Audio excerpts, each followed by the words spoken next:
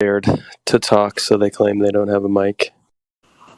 Much easier to talk smack with your thumbs or your fingers than it is to actually put yourself out there. I can't tell you how many people slide up in my DMs like trying to argue with me. I'm like, bro, let's do this on voice. All of a sudden their microphone disappears. It's like, so let me guess. You don't have a phone and you built a PC without a microphone? Because all laptops come with microphones. And I guess PCs don't, but a microphone that you plug into the top of your PC is like $5. Or just a pair of headphones. Every cell phone you buy comes with a pair of headphones that have a microphone in them. You're telling me you don't have an old pair of those laying around?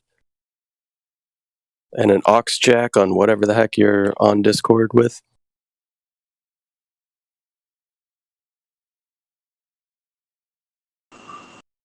I mean, I got my headphones from Walmart clearance. I paid like $25 for these wireless headphones. And I just put the USB in an adapter and then plugged that adapter into my phone. And yeah, that's what I got going on right now. Unless I'm using my regular Bluetooth headset, that's what's up.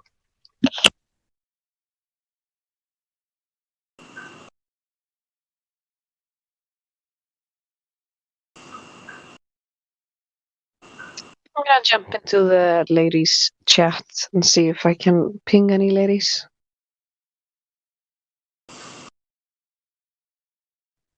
Otherwise, this is a bit of a flaw. What if I feel like a lady tonight? Dude looks like a lady. Well, it's Karma's ladies' night, so currently she's allowed you to speak, the males, and to fill the air until she speaks. But when she speaks, you must be quiet.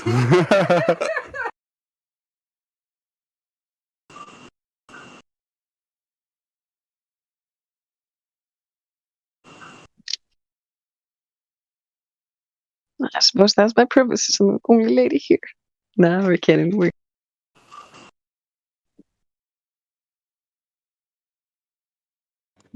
gotten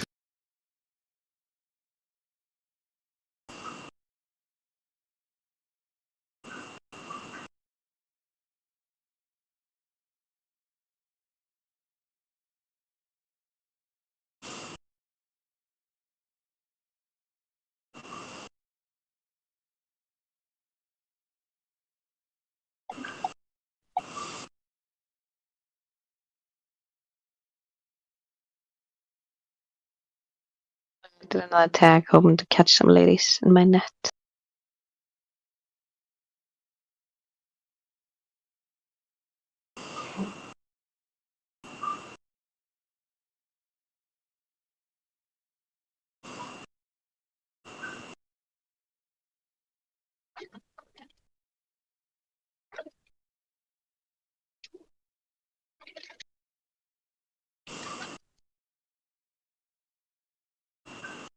You can't really hear it from the outside, but inside it's noisy.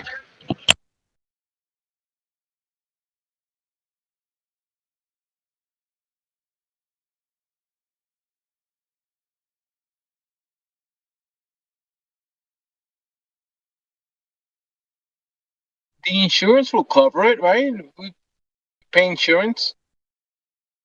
Why would I pay for insurance? I haven't caused an accident in 20 years. I mean, I haven't got an accident in over 15, 16 years, but I pay insurance all that time. Well, I mean, I got liability, but I don't pay for full coverage. All that money that I've been giving them, they should cover at least you hitting a deer. Hey, Jamsey, what if you just put that money into a savings account, and whenever something did happen, you'd have freaking thousands of dollars built up to cover whatever you had, right? That kind of it's good to hear your voice, bro. Why is it good to hear my voice? Yeah, I've been missing you, bro. I'm glad you came back. Missing you at all. Anyway, Helio, your comment makes too much sense. So I know. Yeah, it's strict liability. That's what it's called. It's like, but the government demands for you to drive on the roads to have insurance, and you never have a wreck. You could put that same amount of money away in case you do have a wreck, and then you'll have plenty of money to cover the wreck. Now, as far as if you're liable for someone's hospital bill, if they deem you were at fault and you caused some major injury, they had to have surgery, and it's like $30,000-$40,000. That's something different. That's the big if, huh? What if I never caused any damages to anyone? What if? Then you paid all that insurance for nothing. Well, I think you should just like with a life insurance policy, or what is it? Life insurance? There's certain insurance policies where you can actually, after you pay in for so long, you can get some of that money back. But that's not, car insurance companies never offer that. And so, yeah, should be like, man, I've been paying into this company for 20 years, never had an accident. Can I get some of my money back?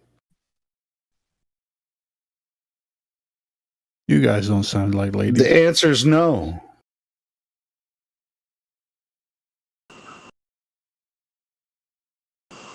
We're not ladies. We're helping Karma hold down the fort until we can get some more ladies in here. Well, past few weeks, I was thinking, I was listening in, and the past few ladies' nights have not really been ladies' nights. It's just like, instead of having dead air, we talk. Because there's not a lot of ladies in here, or if there are in here, they're not talking much, except for Karma, and thanks, Karma, for holding it down. I'm just saying, it's not like a real ladies' night if there's not like at least 3 or 4 ladies in here talking to people. So. Yeah, I agree. It looks like we're not going to be getting any more ladies. Damsel is busy, and nobody else responds to any of my tags. So I think it's not much of a ladies' night. We just have to postpone it until next week. Sure, and a lot of times, leading up toward the end of the year, near the holidays and stuff, people are getting busy with all kinds of stuff, so they can't always show up. And so it's all good. True. Well, I'll still hang around, so you can at least be like, well, we have ladies here at least every Friday. There's at least one lady every time. Oh, sure. Well, Karma, I think every time you talk, people listen. It doesn't even matter if it's ladies' night. You always have some good stuff to offer. So. Oh, thank you. Yeah. Although I'm not very assertive, should I say? So even though I want to say stuff, sometimes I don't. Oh, you should come in more. You should just slam it in there and get involved. It's really annoying. On Discord, women seem to be sit in the background. Whenever they talk, they're great. Just talk. Damn it! I was really digging the when you were talking about the NLP stuff. I'd like to listen to some more of that the stuff you were talking about. With the NLP. Well, I really love it just because it helps with everything. It helps with dealing with the kids at work, and helps with parents. It helps with everything. Yeah, helps. I mean, what you were saying, the way you presented it, it's like it helps you communicate better with everyone. So that's pretty cool. If you have a clear goal of what you want out of the communication, it's easier to get there. Like, if I know what I want before I go into the conversation, I'm not going to elicit a response that's detrimental to my end result. Well, let's not lie here. If you want to get someone on your side, you can totally just be on their side for a bit, and then add something in, and then do something else, and then you can actually have a conversation sometimes. Because some people will be just locked away from you. Yeah, I should probably explain what kind of person you're engaging. I just checked in Monkeytron, so he said he was up for discussing the Earth. If any of you guys want to speak to him about it, You mean I won't take any responsibility, but you mean Karma? Dude, I've been here for hours. It's 1 o'clock. You can have him if you want. You guys can do it when you work. It is 1 o'clock. Yeah. So you wanted to defer? We had a good conversation, didn't we, back in that little area? We were talking about actual flat Earth stuff, what people believed and what they didn't, and stuff. And I thought that was absolutely excellent. Because real roller coaster. Yeah, it was, wasn't it? Interesting. And I haven't changed my mind or anything, but I'm totally into that. And I wanted, when I came to this channel, I was hoping for there to be loads of people talking about that. I didn't come here to go, "Oh, you're wrong, you're stupid." I came here to go, go on then. What do you reckon? What's wrong? And what did you realize? Great attitude to come in with, because a lot of the times you get people coming in here with a lot of biases and stuff. Yeah. And the people who you're talking to, most of them are just people who went like, "I'm going to prove the globe. Give me a second. I'll test this myself." And then you're like, "Hang on a second. What the fuck is this?" I brought that up. I brought that up myself as well. In the previous conversation, I went, "Well, you can just do things with string if you hold it out and stuff." We were talking about that, but then interesting talks about that.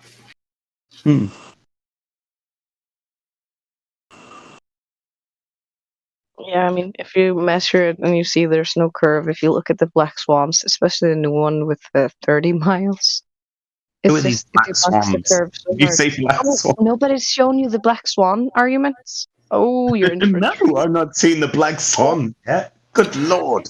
Emma, thank you so much for taking over tonight. You won't indoctrinate me. Well, let's make sure that he's looking at the live stream voice text before Karma gets into it. Are you looking at the live stream Thank voice you text? so much for taking this one on. You've done a good job taking over today. Just want to let you know. Cool. Oh, you're such a sweetheart.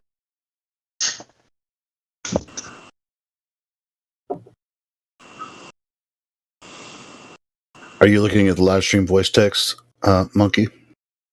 What I'm doing is plugging in a certain power cord into this. Okay, well, let us know when you're live stream voice text is right above this voice room. There's a text room. Live stream. down. Scrolling down. I'm scrolling down like a mofo. There's lots of stuff. What? Grace equals love, wisdom, or something. Yeah, right above that. There's an image of. You said at the bottom. What's oil platforms? Have a look at these. And on here. Okay, well, I just want to make sure you're looking in the right place. Go ahead, Karma. Yeah, I'm looking at these oil platforms now. I've zoomed in and everything. Platform habitat 9.14 miles.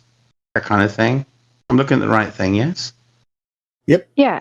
Before the boys explain the whole observation to you, because they're much better at this, because I'm not a native English speaker. We have amazing guys in here. I was just going to point out, have you heard of the the example of the black swan and the white swan argument, the logic thing? Have you heard of this? Anything, black swan to me means black swan event, which is a stock market unexpected event. That's what that means. Yeah. My head. Yeah, so not. It's a classic example of logic where, for instance, if I claim that all swans are white, you only need to find one black swan to prove that I'm wrong. And then we know that my claim is false. Correct. Yeah, but you're mostly right, though, aren't you? What did you say?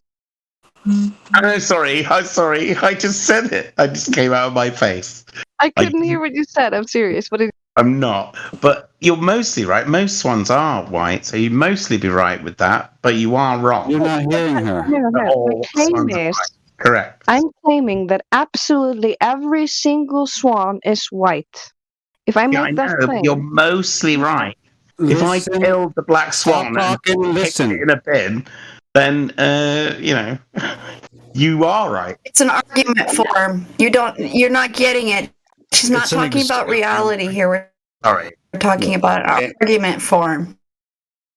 It's a formal argument, so that's what they're trying to give you an example of a formal argument. If I make a claim about anything being only this, I know. I'm sorry. I'm always sorry, this. but I literally had to counter because that was the first thing that came into my mind. So That's okay. I understand that it's not in reality that all swans are white anyway, but it's just an example that if we make a claim, we stake a claim on something that is absolute, then that's the argument form where you're using. So that anything that dissuades from that truth, if I say it's absolutely true that all swans are white, and one black one flies by, or I find a black swan, well then my statement was just nullified. It's not true.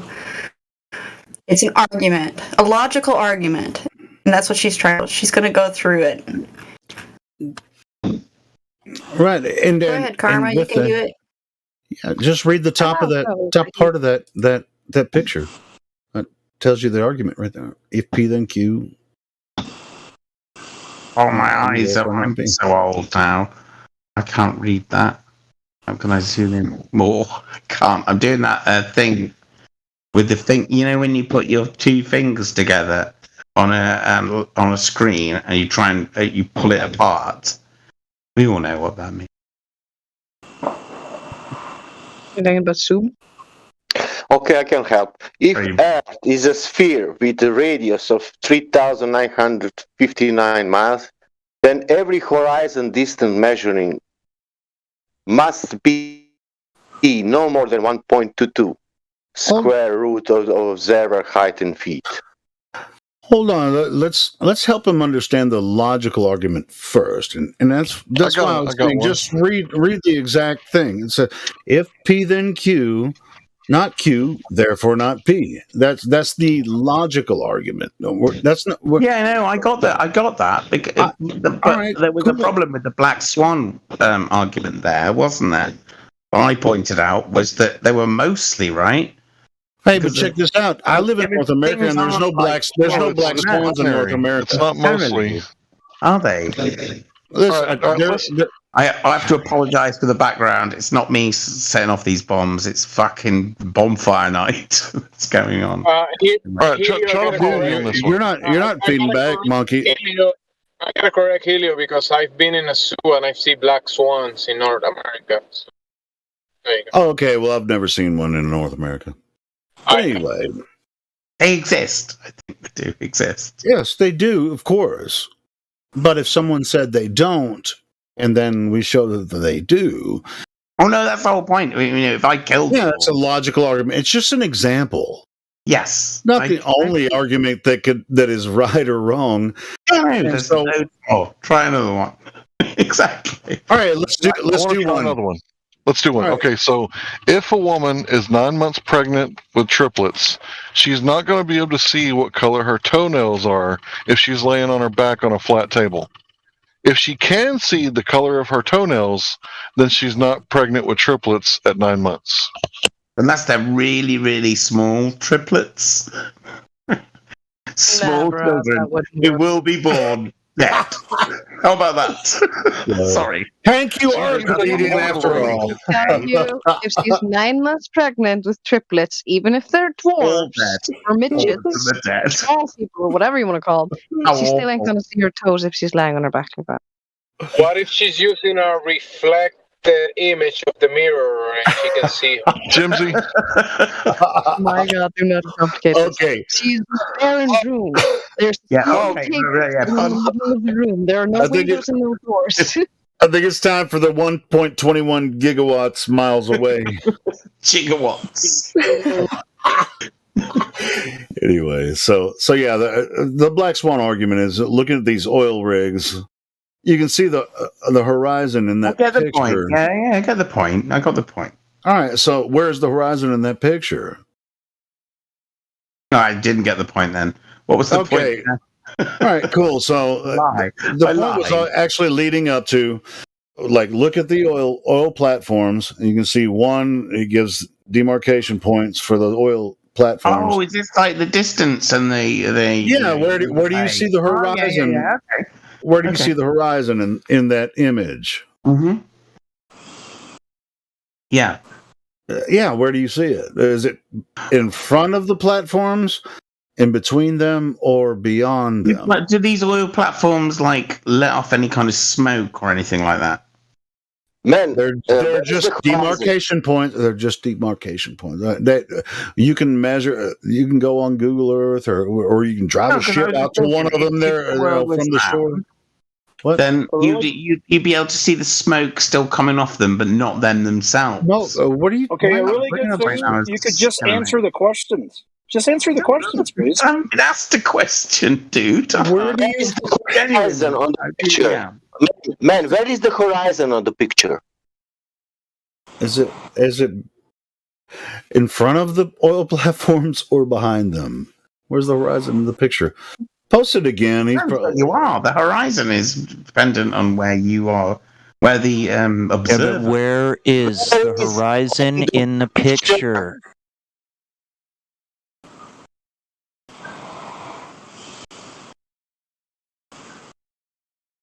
I mean, are we both sound a beach? Are you watching? Hold on. Should be. That'd be great, wouldn't it? Wait. Let's establish. Do you know what the horizon is? Yes. All right. What is it? It is the. Actually, that's a very good point, because if you don't believe that the world's round, then. Not about belief. We're talking about definition of horizon. No, I'll say what mine is. Just tell us the definition. Yeah, tell us the definition of horizon. You can Google it. Go ahead and Google it. I'll know it. The horizon is a point in which the planet curls over and you can no longer see anything else. Okay, well that's not what I rises. You're misunderstanding. No, that's wrong. Like a big half an orange. No, that's wrong. You're misunderstanding the horizon. This dude's trolling, bro. You're wrong. It's absolutely wrong. Even on your globe model, you're wrong. Even on your globe model, Monkey, you are wrong. That is not what they say. Hey, you don't need to be angry with me. No, but what you're saying to us is a lie. Yeah, but I'm not telling you. You don't even know it is because you don't understand I'm not saying this is true. I think he knows what it is. He's just trolling. Lying to us, Monkey. That must be what I thought. You are. You're lying to us because that's wrong. Absolutely wrong. I'm not lying. Lying to you would be this. But you do not understand, so that makes you lying to us. Coming out of both of its eyes. That is a lie. You are telling us some fucking story about the horizon that is not true. That is a lie. You don't understand what the horizon is when you're telling us a story. You can persuade me otherwise. No, the globe told me. The globe told me where the horizon was. Why are you yelling, Justin? Why? Yeah, Justin. Amazing. They come in here and tell us what the horizon is. They don't even know what it is. No, it's not amazing. It's not surprising. We eat this all the time. Let Karma talk to him, please, Justin. Please let Karma. She's trying to. Okay, we asked him what he thought the horizon was, and that was his answer. And that's nothing. That's not incorrect to answer that because that's what he thinks it is. Sure, that's not what the horizon is. The horizon is the apparent point where the sky meets the earth. Of course, some idiots like Bill Nye have claimed that the horizon is where the curve, the boat, and all that nonsense happens. But we have a picture right here that we're trying to go over that shows that's definitely not the case. There you go. There you go. Completely correct. Yeah, and I wasn't being, and I hope I wasn't being insulting. You asked me what I thought, and I said it. And even though you didn't like what I thought, it's not my fault. Oh, it was a misunderstanding. Yeah, Can I was saying that's what it was rather than saying what you thought it was. Because he missed when you were asked the question, so it was obviously a misunderstanding, which is why I wanted to cut in. Okay, that's great. But can you say now, where is the horizon in the picture? It's a line. I suppose the horizon is probably a line. As an artist, if I was drawing a picture or something, I would draw the horizon as a line. It would simply be a line between sky and land, I guess. Okay, Yeah, so and- where in the picture? Just answer the question. I am answering the question. That was the best I could do. Okay, the answer you want, you ask a more specific question. Do you see the picture? Do you see the picture? Which picture? With the oil rigs The same one that we've been talking about. I'll post it again. Somebody already did. There we go. Bye-bye, ball. Where's the horizon? Is it beyond platform habitat in the picture? No, I imagine the horizon, even on a flat Earth, right? You don't have to imagine it. We're looking at a photograph. We're looking at an image right here, taken from a video. Where's the horizon in there? You don't have to imagine where it is. It would be a line, wouldn't it? And you'd have to move towards it to see more, even if there were or not. Looking at the How does that matter? Are you looking at the picture? Hello? Are you looking at the picture? Hello? I was Hello? looking at the boat picture. Actually, let's have a look at the picture. Sorry. Oh my God. I'm sorry. So to be more specific, is the horizon in front of the oil rigs, in between the oil rigs, or behind the oil rigs in that specific picture? Justin, calm down, bro. It's all good. It's all right. Chill out, guys. Hey, you know what? One thing I asked him, can you look up the definition of horizon? We've already, several of us have already told you the definition of horizon. Your first, when I asked you that, you gave a wrong definition of horizon, so that's why we're kind of confused. I did, but then I thought recently. Listen, we are not asking you which petrol. We are not asking which petrol is coming from the oil rigs. We are asking you where is the horizon on that picture. We are not asking you who is on the oil rig, what man is. We are asking you to look the picture, nothing else. Look the picture and say where is the horizon of the picture, nothing else. And be honest. I've never been anything other than. Can you say? But you're not answering the question at all. No, I know. Because I don't know what it is, and it's not. Where is the horizon in the picture? Is it behind the towers, in the middle of the towers, or in front of the towers? Anyone else in here can answer the question, but you. Okay. Hang on. Okay. If I'm not doing it properly, let me make sure. Where is the horizon in the picture? Behind the oil rigs, in the middle of the oil rigs, or in front of the oil rigs? Right, the oil rigs pictures. Okay. That is the basic question that everyone is asking here. Dude, chill. I'm chill. But I'm honest with myself, and I will tell you straight out, it's behind the oil rigs. Not chill at all. Hang on. Can you answer the question? I'm looking. What are you looking? What are you looking? You've looked at it several times. Don't waste your energy on him, bro. Justin, chill, man. Don't waste your energy. He's trolling, man. Come on, man. Just let him. I'm not trolling. Yeah, you are trolling. Then you should answer the question. I'm trolling, but I'm not. I was listening. I was chatting. No, I'm not. They were talking about it. I disagree. But I disagree. No, it's not there. Even though it's there, even though it is behind the towers, I don't see it behind the towers. But I'm just going to sit here and talk. When I asked him to read the text, he said, "Oh well, I'm old. I can't see that. And it's just like, come on, man, come on, Mikey. Guys. This is the epitome of a glober. Retard.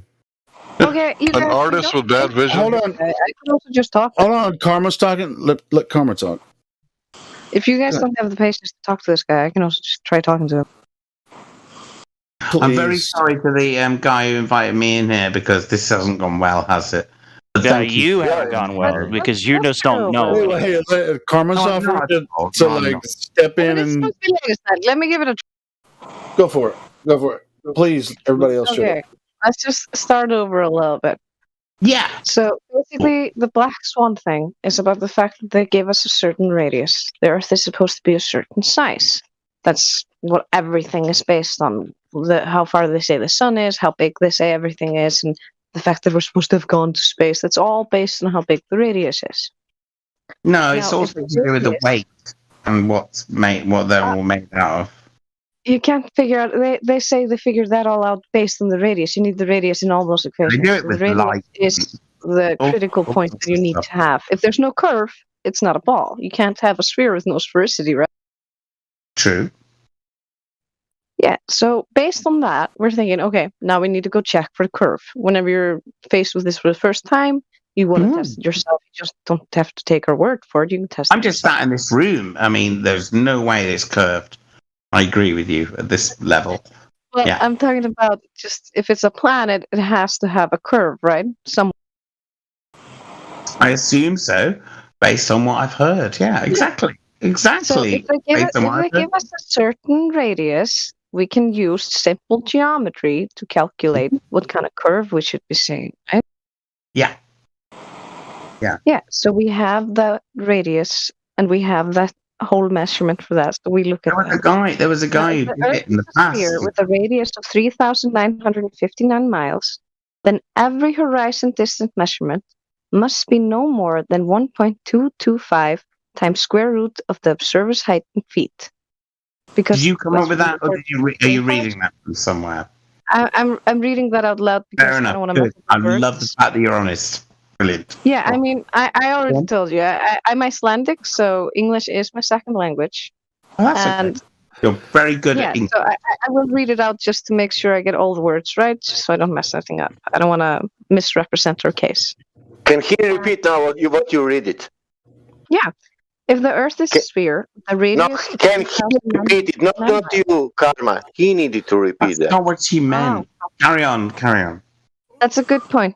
Can you show comprehension of what I just said? Show that you understood what I meant? Just so I know I don't have to repeat it. I don't know. Did you were trying to explain something to me, and then you suddenly decided? Yeah, Monkey. She gave you the right math. You can look it up. Yeah. It's right. Go ahead. Yeah. So if this sphere is a certain size, there has to be a certain curve. Now we have all the numbers with the picture of the habitats that are from a great video. We also have a new one that's like 30 miles out when they had a very clear day. But that's impossible an example because there has to be physical obstruction in the way. You wouldn't be able to see 30 miles out or 10 miles out from a 1 foot observer height if there's a curve of ball in the way. Do you understand that? Yes, but you also wouldn't, like people just recently said that I was liking, was that even if it was a flat Earth, also there'd be a certain amount of distance where you wouldn't be able to see anything, and it might look very similar, that things kind of fade out of existence. I thought that was interesting and cool. Yeah. That's how they managed to fool people back in the day. That's why they told kids, like, oh, you see that boat disappearing? That's the curve. I mean, it's easy to fool people back when they didn't have telescopes and they didn't have binoculars and things that increase your angular resolution. But now that we have those things and we tested this... No, I just explained, and that was a diss. And I want to make sure that you knew that I was doing that. Because I want to be honest. Did you say disc? It's a diss. It was because if you've got a plane, obviously you can fly over land and go, oh, well, obviously it's not, I didn't want to be dishonest. You wouldn't be able to see very far, even if it's flat, which I would agree with, because there's always the angular resolution limits. But what are you talking about? Right, I fucked this up. You were explaining that really well, and I jumped in a way that was I now feel was rude. So continue. You weren't the only one. For at least acknowledging that. That's a nice change from a lot of the people that come in here. There you go. Yeah, I mean, you're not the worst we've had. You wouldn't believe some of the people that come in here. There's a person who even claims that a shoe is a natural phenomenon. Like you would see that growing in a forest. Well, it could be. Really? You find a shoe in the forest that was made by the forest. Look at those little feet-based guys. You gotta love them a bit. He's so sarcastic, my lord. Yes, sorry. Continue. Sorry. I always laugh at that as well. That shoe thing gets me every time. I mean, we've had people claiming sex robots type examples where they're like, yeah. Everyone wants a sex neighbor, it robot. could be a sex robot because things are always Stick 'em in the cupboard unexplainable. for I mean, later. people get desperate once they go over the things because there's also the point of, do you know anything about the second law of thermodynamics where, like, for instance, gas pressure always requires a container because gas will literally just fuck off in every direction because it's not Well, tied you together. know, all that kind of stuff also leads to the idea that there's no such thing as free will in human minds as well. But let's not go there. Oh, we've had That's a crazies like topic that for in another here. day, Being I like, guess. maybe there's a demon controlling me, but we don't go into that nonsense. We just stick with facts, empirical science, what we can prove, and what we can test. Which is why we tested the globe theory, and we found that it was absolutely bullshit. I mean, for instance, second law of thermodynamics. For instance, if you have a soda can and you open it, you hear that when the pressure equalizes. Or How when you does pop up the satellites air work taking then? place. Sorry, You know, how does satellites work? Because it's all to do with bouncing shit off stuff that goes into space. And if you're flat I've Earth, already admitted they use satelloons, which is basically high altitude balloons. So they don't really need satellites at all. You can look up satelloons. high altitude balloons. Is that what you're telling me? That's cool. They have I'm going satellites with it. openly. Just Google it. Okay. I'm serious. They don't even hide that. They're like, yeah, we have satelloons. They're like satellites, but high altitude balloons. But we totally have the other thing too, I swear. But to be fair, balloons are an absolute mystery to me because I don't understand why balloons do not have. Can you explain him, Mavik? Like he's breathing now in this moment. It go forwards, the thing that steers it. Balloons. Monkey. Let him waffle a little bit. Let Karma do this, please, Saucer. Let Karma do this. Sorry. Because balloons is actually a good gateway into talking about air pressure. Because when you blow air into a balloon, it only stays compressed in there while the balloon is around there. You remove the balloon, you pop the balloon, the air is going to stay compressed in place. It's going to go everywhere. Shout angrily up if you want to go up. But can you agree with this? What I'm Yeah, I agree. No, I agree completely. Yeah, so what's holding the gas pressure on Earth here and making it not fuck off into a vacuum? I don't know, magic, some kind of. Well, that's as good as anything else ever. Oh, but I'm going to go I don't want to insult you here by saying it's obviously the fucking air pressure. I don't want to say that. I don't want to insult anyone here. I'm enjoying this conversation a lot, by the way. Sorry, what did you? It's air pressure. Air pressure is the reason that it stays in there. Yeah, that's why. You do realize that the antecedent for air pressure is a container, so we would have to. Air pressure comes, and the only reason there is such a thing as air pressure is because we live in a. We don't have to necessarily be in a globe. It could be flat, like a snow. What's it called? You know those things that you shake up, a snow globe. Yeah, we could be that. It could be that. Is that what you guys think? There's no evidence for space though, because you can't have vacuum next to air pressure. You'd have to have a container, which means how are we supposed to have gone to space? Not to mention they don't have any actual evidence for space. I mean, I also recommend looking up NASA fail compilations because that shit is hilarious. You'd probably love it. Look, that was pretty good. That was pretty good. Fakery. That guy floating around singing "Ground Control to Major Tom." You know, that fella. I mean, NASA doesn't do it much better. I mean, have you seen the one where the guy is doing a backflip, I don't like him either. harness and falls to the floor? Oh no, that would have been funny if that happened. And he suddenly just went smack on the floor. Then yeah, you'd be right. But he didn't. That never happened. There's a ton of these. If you go to YouTube and look up NASA fail compilations, I swear you're in for a good laugh. NASA fails. One of the first things I saw. Okay. Yeah, NASA fails. No, that sounds. NASA fails. Editing, they fade out people before they go. I would definitely have a look at that. I would definitely have a look at that. Man, check it out. You'd love it. I laughed my ass off. It's so badly done. Yeah, either side of this topic, it will still be. I'd love to see NASA people. Yeah, it doesn't matter if you're a globe or a flat earther. You can still laugh at how badly it's done, and then you think about how they're taking $65 million a day, and then you're like, "This is what they're giving you? The fuck are they spending all this money on?" This man's a Because they're not fool. in space, I'll tell you that. Like the astronauts who've been drowning almost, so they had to put in snorkels in the suits. And you know they have a pool for them to practice. You've seen these astronauts come out of space, and even if you don't believe in it, if it does happen, at least this happens. They're somehow dropped into the ocean, and they're under the ocean and stuff. So definitely you'd want snorkels, wouldn't you? I'd want. Explain a lot. No, but they're supposed to be drowning in the spacewalk, my buddy. They even had that happen. There's clips online you can. It's useless in space. Though. Come on. Oh, it's a vacuum still. The guy who's supposed to be doing a spacewalk all of a sudden starts having his suit fill up with water and almost drowns in the middle of a spacewalk. Well, which is worse? I know. Which is worse? I mean, they asked for it. They asked for what they were getting. Ultimately, so would you rather die in space? Or whatever the hell that would feel like, or underwater going. That'd be awful as well, wouldn't it? Where's all this water supposed to be coming from? If he's actually in space, where's the water coming from that he's drowning in?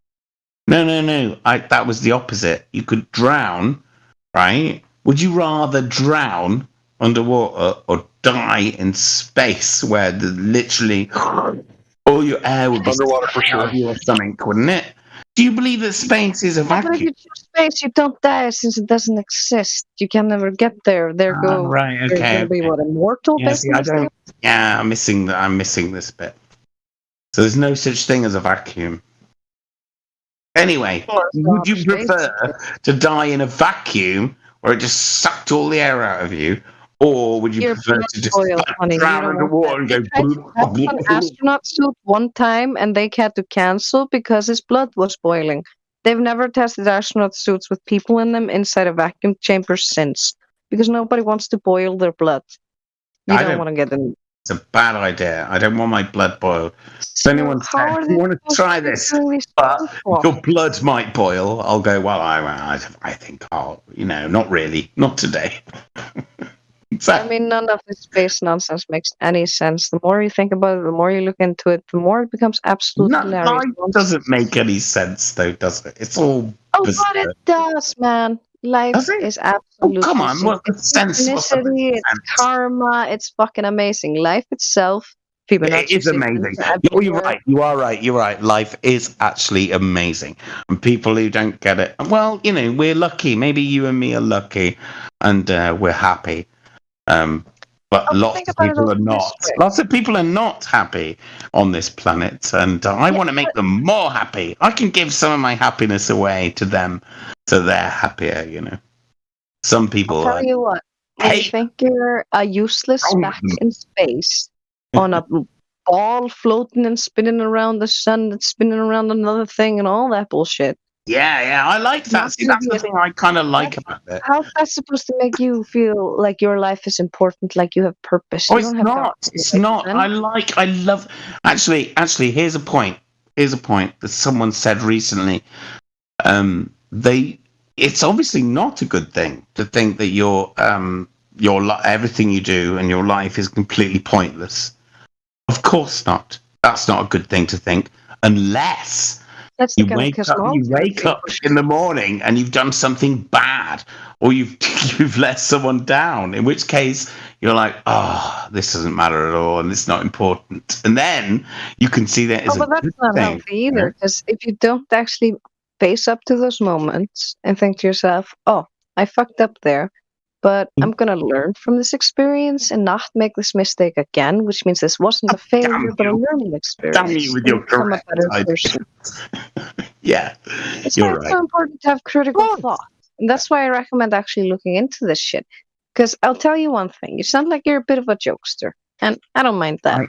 You're a laughing guy. Hang on. He makes a good point. He said that he makes once a good you point. look into all this globe model shit, you're gonna love it because it's fucking hilarious.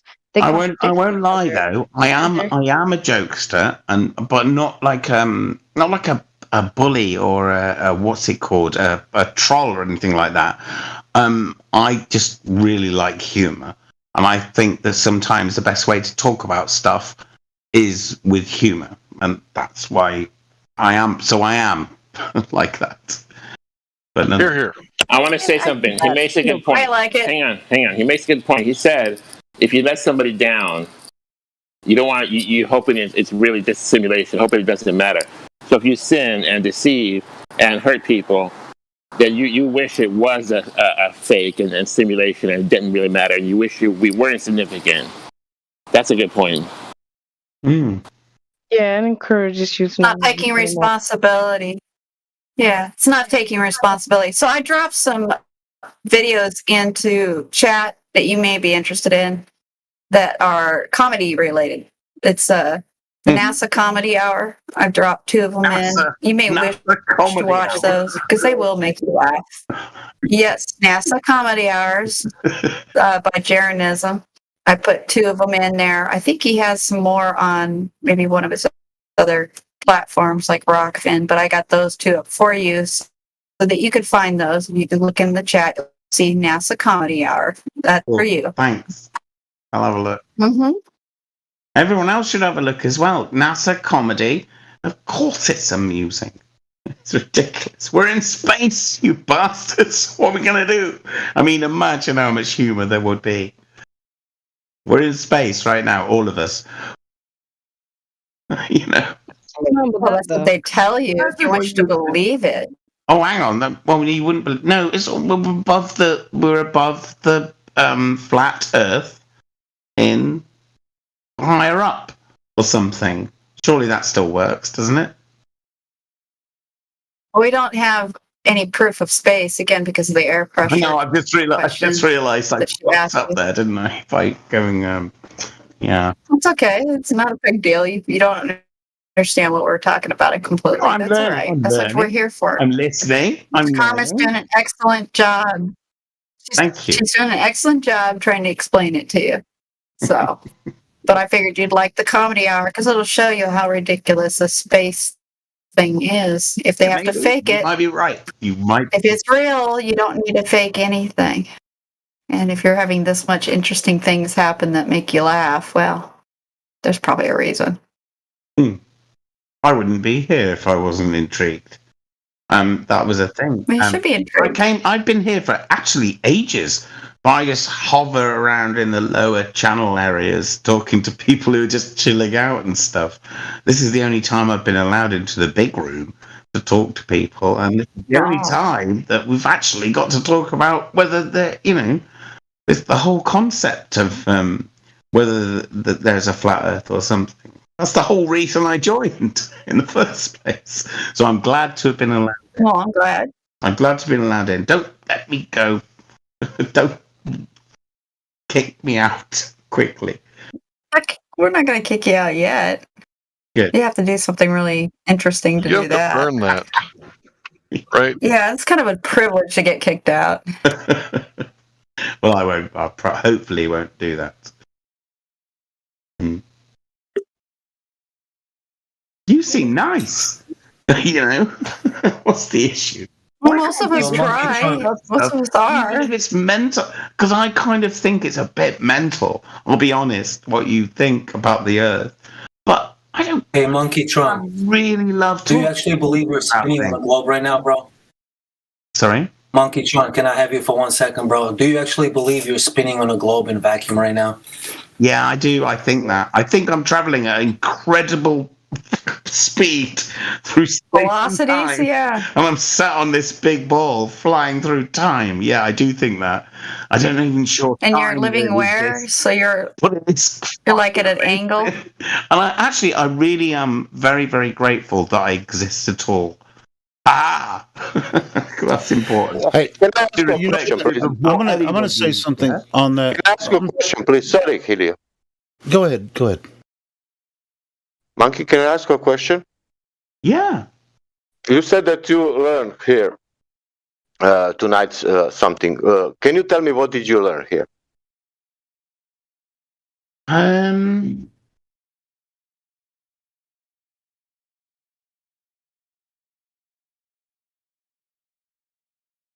don't know. Okay, well let me continue with what I was going to say. The best way to have I'm so. I didn't want that to be rude. I don't want it to be rude. It was rude. It was rude in this moment. You didn't answer me a simple question. Sure, but I'm going to give him some advice when it comes to talking. That was a good question, by the way. Yeah, it is. There, didn't you? Because what did I learn? When it comes to talking to flat earthers, the best way and the funnest way. I'm not have fun after it. Nobody's trying to convince you that the Earth is flat here. I know. Right. Check this out. The best way that you can have fun in this conversation is to learn both sides of the argument. Yeah. And then come into the conversation. You can believe whatever you can believe. You can believe what you want. I learned how to talk to people. Let me finish my statement. Disagree with me. I learned how to talk to people who disagree with me in a specific area. Christ. Okay, can he finish his fucking sentence? Really? We can't even understand.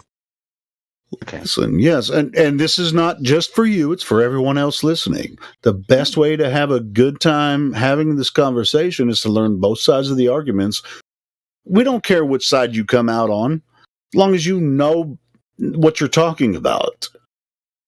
So you could make it comedic. You said you like comedy. I'm a huge fan of comedy. I love comedy. Who doesn't? Okay, cool, but comedians are very fucking smart, you know? So you have to really understand what you're talking about before you. Like a lot of people come in here and make fun of us, but they're ignorant about our argument, you know. And so no, I'm not doing that. I'm not doing that. Well, you kind of did, but yeah, I know I kind of did, but I'm not. No, I didn't. When did I kind of do that? Okay. Or you were trying to take this anyway. I said my piece. You guys continue. Anyway, if I was, I won't in future. Okay, that's great. Let's go back to the. Can you answer now my question? My simple question.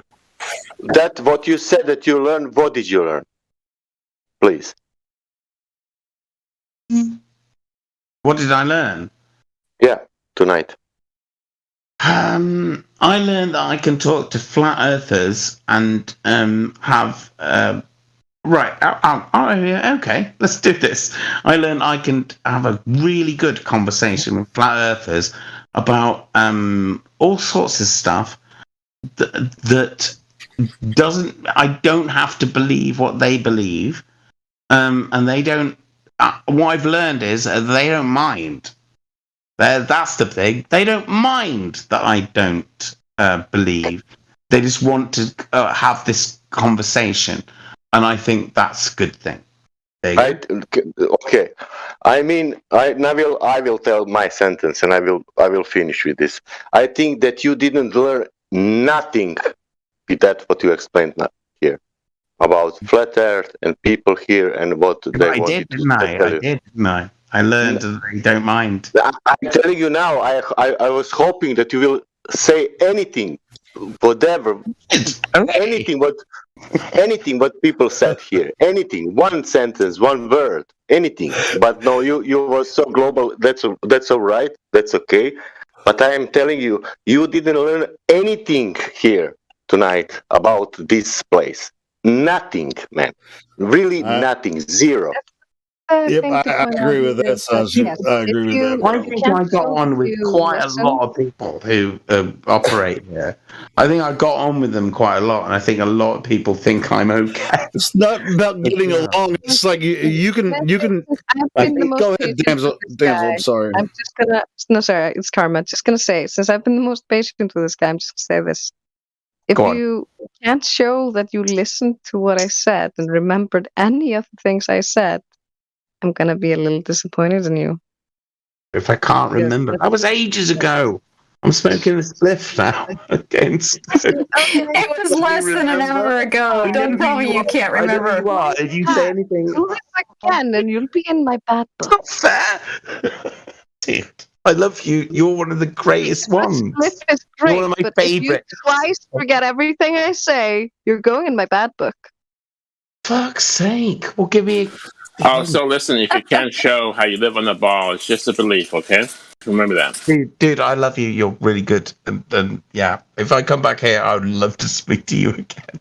Right. Yeah, but I think Keep in mind, we don't have the videos you get sent because you're gonna love those videos. And you're gonna have a lot of fun. Please do. Especially if you're high, watch the Nas fail videos. Those are hilarious.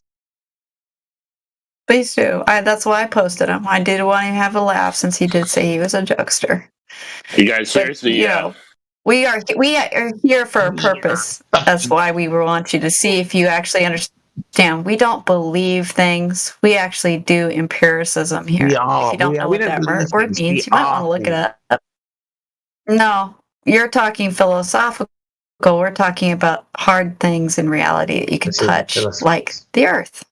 And so we are empiricists when it comes to that.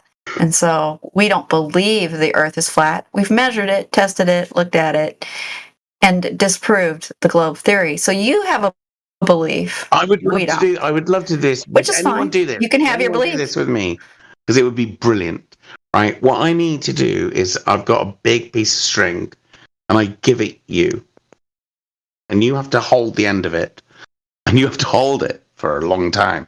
Because what I'm going to do is I'm going to go all the way around the world. Nice try. From the other angle. I just love with every sentence. Tie them together and you agree that you're wrong. You do know they've never circumnavigated to north to south. Well, you do know that, right? No, I know. It's 2021 and they've never gone all the way around like what you're talking. Is it a journey of folly? Possibly. Amazing. Who cares? Let's do it anyway. Let's just see. No, I'm not talking about your journey. I'm just saying, why hasn't anybody done it? If you think it has been done, then you would be wrong. I didn't say it. Which would disprove us entirely.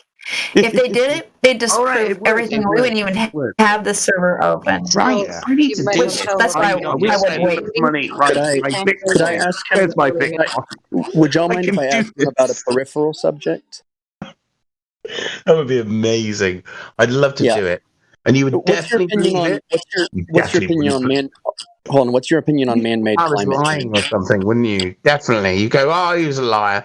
Didn't do it. No, not me. Don't worry. Do it properly. You know. What's your opinion on man-made climate change? In the ocean bit, I'd make sure the boat was specifically. Can he hear me? Go deliberately. Can you hear me? I don't know if he listens at all when somebody actually talks. I don't know. Yeah, he sounds like a villain. Monkey, can you hear me? Almost like a recording. Yeah, I can hear you. Meme. Okay, so I want to ask you, what's your opinion on man-made climate change? Yeah, definitely. Okay, so you say definitely. All right. How would you go about proving that? I mean, are you insane? Of course. How would you go about proving that? Revolution. Hold on. How would you go about proving that? What we do about it is a very different question. No. How would you go about proving it? Well, how do you know it's true? Because it's obvious. It just seems so obvious. No. I said, how do you know? Not how do you? Not your emotional response. Okay. I know that. If the output of carbon dioxide in the atmosphere causes global warming, it has done. That's not what I asked. It happened before humans. It happened before humans. That's not what I asked, though. Loads of times. There was an ice age before, yeah. That's not what I asked. In the middle of one. That's not what I asked. You tell a lot of That's not what I stories, asked. brother. Monkey, it's not what I asked. That's all you do. What I asked you is, how do you know? What is the optimum? How do you know what the environment is supposed to be? I only know because of what I've read from people who... Okay, I didn't ask about what you read. I asked what you know. Can I didn't ask what you read. Hold on. Sounds like a belief.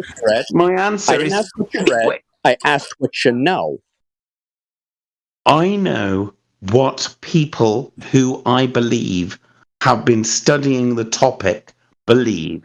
So appeal to authority. So you don't even believe in cult leaders. Let me finish.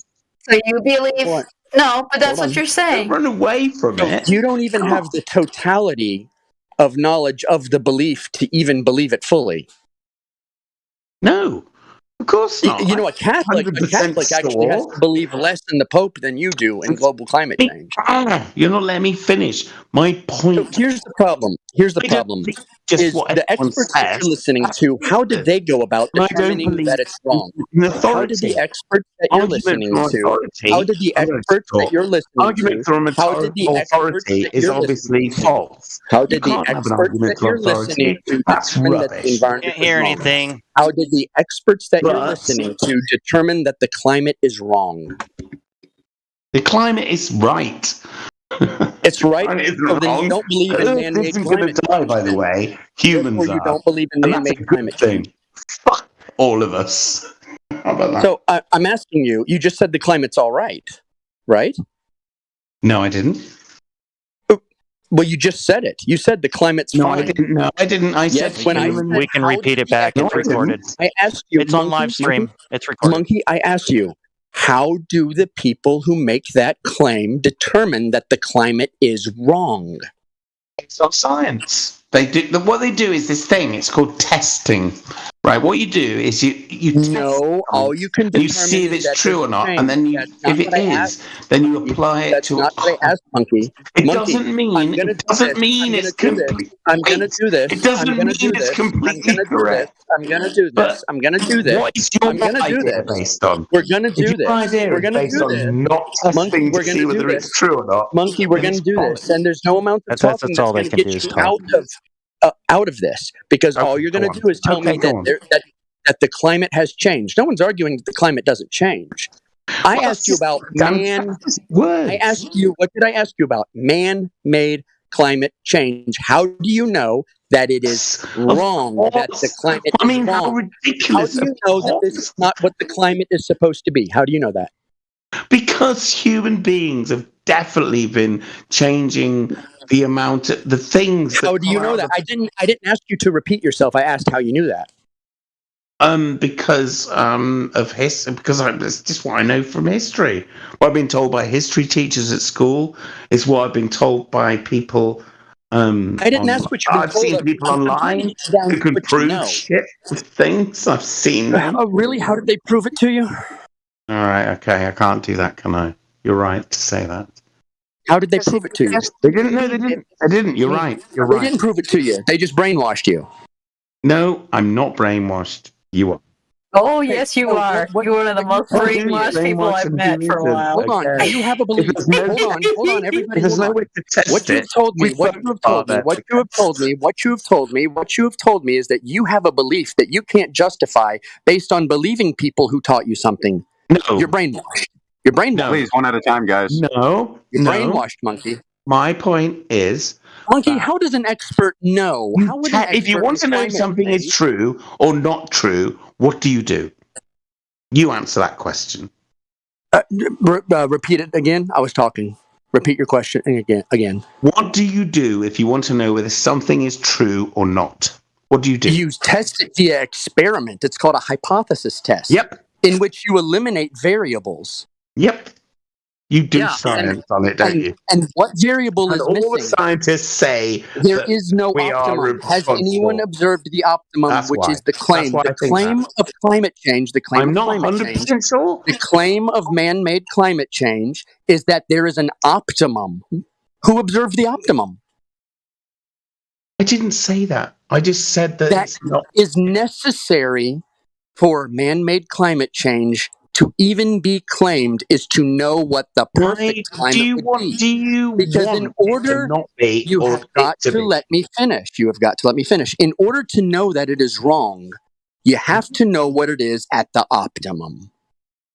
So how do they know what the optimum is? Where's that observation? What do you mean by that? Sorry, I don't understand what you're talking about. Say that. You don't understand. How do they know that the climate is wrong? The climate isn't wrong. It's never wrong. That's weird. It's incorrect. That it's out of balance. Compared to what? Compared to what? I think we both agree that. Hold on. Compared to what? Exactly. The climate is exactly how it should be, based on whatever's happening right now. And it's not. Then it's not doing anything wrong. And then there is nothing doing something. What you're tacitly admitting. What you're tacitly admitting is the only thing we can observe is nature. and that's it. And we don't know what's going on. We are fucking nature, and that's what you're missing the point. We are also nature, and we are as you said it was. Maybe you we're not. said it was Maybe. obvious. Hey, how about You this? said it was How about obvious. this? Humans aren't even the main cause of it. Maybe it's something to do with algae in the ocean. Hold on. Maybe. What do you mean cause? What do you mean cause? Are you saying the climate's never changed? Well, it wouldn't be called climate change if it didn't change. Has the climate ever changed? Yes. We're currently in the middle of an ice age. Do you know that? It's changed. Hold on. It's changed thousands of times. Hold on a second. It doesn't matter. You ready? Before we come out of it, it's going to get real cold. You're all going to die. Dude, if you interrupt me one more time, I'm banning you permanently. It's your last chance. Do not interrupt me again, okay? Now, with all these variables, all these different times it's changed, how do you know what it's supposed to be? I don't. And I agree completely. So where do you justify the rationale that it should be anything other than it is? Because it's not about what it should be. Well, actually, it is about what it should be. It is actually what it is. It is actually. Yeah, it is not what it is. I agree with you. I agree with you. Everyone's saying it's not supposed to be this warm, right? It's not about that. We want it to be different, and it's not going to be, and that's going to kill us. It's like when they talk about climate change and stuff. Where do you get that? They used to call it global warming. What about La Palma? That the climate is going to kill us. What about who told you that the climate about humans? Who told you that the climate is going to kill us? Do you have a crystal ball? Hold on. Fuck about humans. To the climate gods. Get ready to die out. Earth Mother Goddess. Hold on. Have you spoken to the Earth Mother Goddess or something? How do you know the climate's going to kill us? Give a shit, because the planet will be fine. I mean, have you not? How do you know anything's going to kill us? Dinosaurs, right, died out. Do you remember them? No. You never met them. No, I'm asking you how the climate's going to kill us.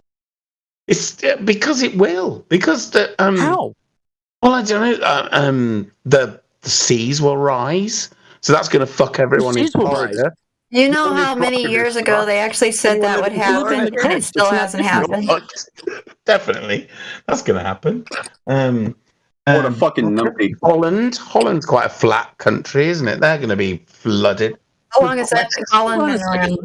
Hold on a second. So I have these photos of the Statue of Liberty in 1909. By the way, Statue of Liberty 1909. Statue of Liberty 1909. Statue of Liberty today. It's in the exact same position. Water hasn't risen anywhere. I live on the beach, or I live close to the beach here in the USA. Yeah, right. How come Florida is still here?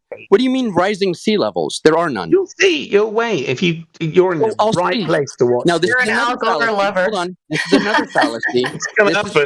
And you're going to go run away. Fucking liberal. This is the fallacy of escape to the future. It means that you don't have any knowledge, and you're saying one day you'll know. No, you do. Is that your proof? Is your proof that one day I'll know? Is your proof that one day? Is your proof that one day I'll know? Is that your I don't actually give a shit.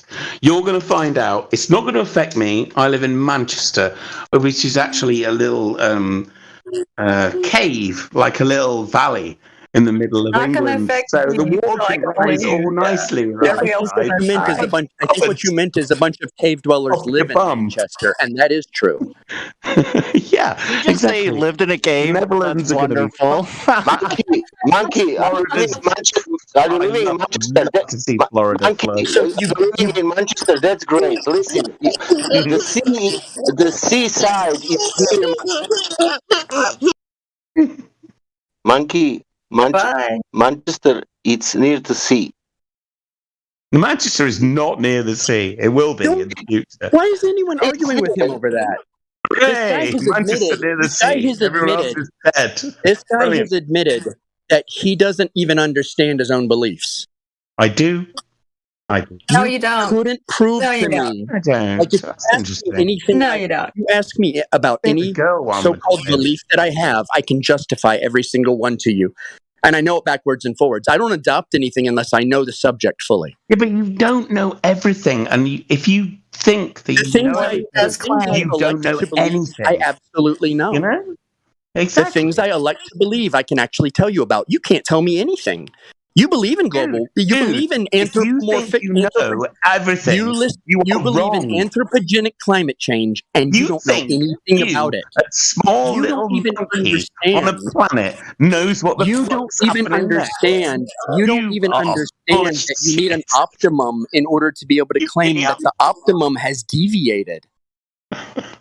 Sorry. You don't even understand the statistical model of climate change.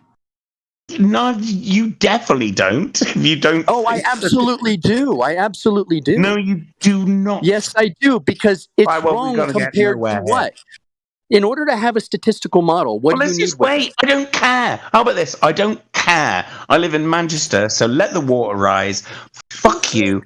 Where do you live? The water's not going to. Hey, the water's not going to rise no matter how much. Where do you live? Where do you never? I live on the coast in Georgia. Right, you're fucked. You live on the coast. No, I'm not. Let's wait.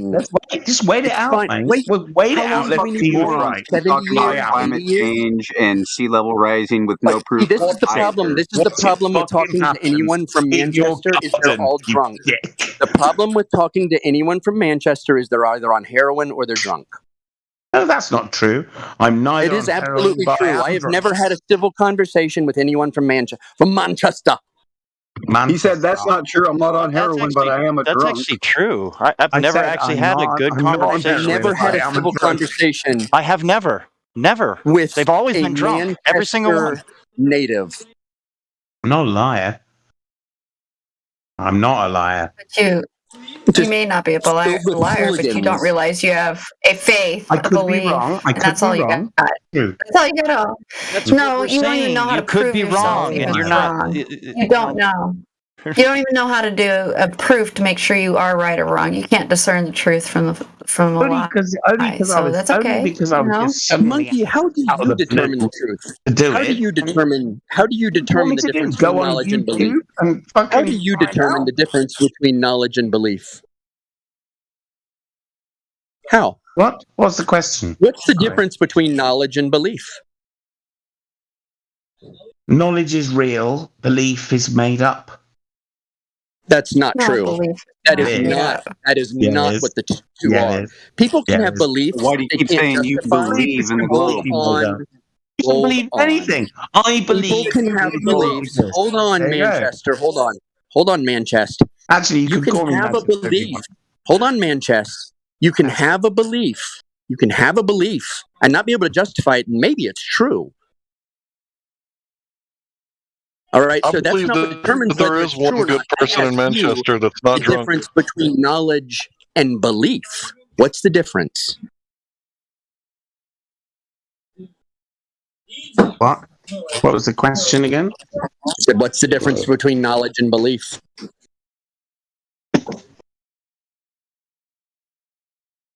And you told me to believe for things that are true. Said, belief is right made up and knowledge is true. It's not made up.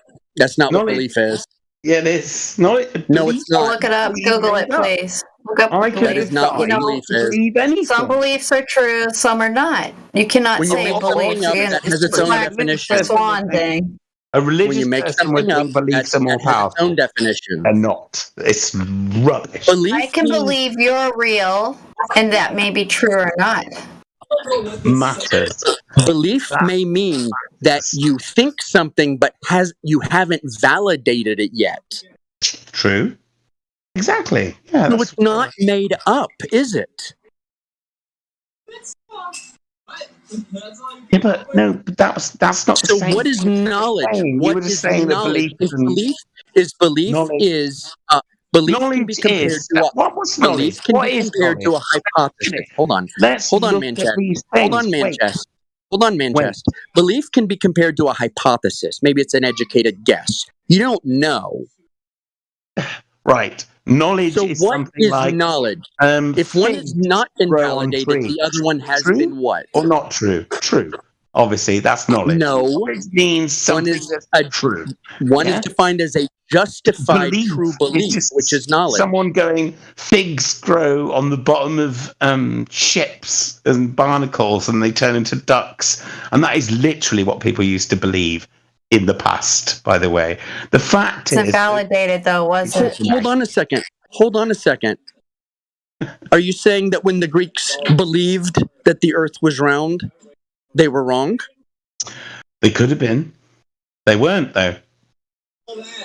Oh, so you're saying beliefs was always wrong? I'm not saying, and I really You am just not compared saying. belief Good to point, thinking good barnacles point, turn good into point. ducks. Yeah, you got me there. Now I You got me realize there, and I like British people. I realize people from Manchester probably thought that about ships. I've never met anyone who did. Hang on. I don't want to represent everyone from Manchester because it's just me. Okay. I wasn't even born. Heliocentric. I was born in Birmingham. So, yeah. Oh, God, he's a broomie. I wasn't born there. I was born in Oxford, actually. Which one do you believe? I believe in. Well, I don't that's know. the I can problem. believe you're a broomie, though. Belief? Well, I live in. I can believe you're anything. You're a You've been unicorn. lying the whole time, so I don't believe you at all. I've lived most of my life in Manchester, so there you go. I wasn't lying about any of those things. That's cool. Yeah, but living around a bunch of cunts like that must make you act like a cunt, like you Hey, are. they're Now. nice. How dare you insult? How dare you? How dare you? How dare you? I never. The whole time. You're Yeah. gobbling about the brummies. Spitting about. I love Right. those guys. I love them. Cheerio. I'm just trying to take the piss, man. I know. It's fine. Yeah, he likes You're humor. allowed to have a heated debate about this kind of thing, and you're allowed to call me a cunt and all sorts of things. But you've called us every All right, name in the John, book. What are you talking about? I want to know If more you've been a about why chat you troll believe for a in couple evolution. weeks. Come on, bro. You said belief cannot be proven; it's fake, but yet you believe in evolution. Yeah, because you can.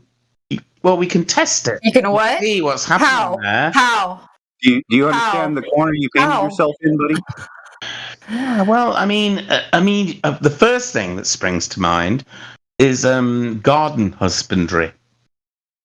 Is You mean making hybrids and such? That's Yeah. not evolution. That's not species changing to another species. So that doesn't match your evolution. Yeah, and hybrids Sorry. are not true to species. No, Your hybrids that's will just not- hybridization. It is. It's really in your face evolution. It's what it is. No, it's not evolution because you involved yourself and you hybridized it. Also, natural hybridization does okay, occur. yeah, good And point, again, good point. Take a donkey it's and not a mule change in species. or a It's donkey. still a pea plant with a pea plant.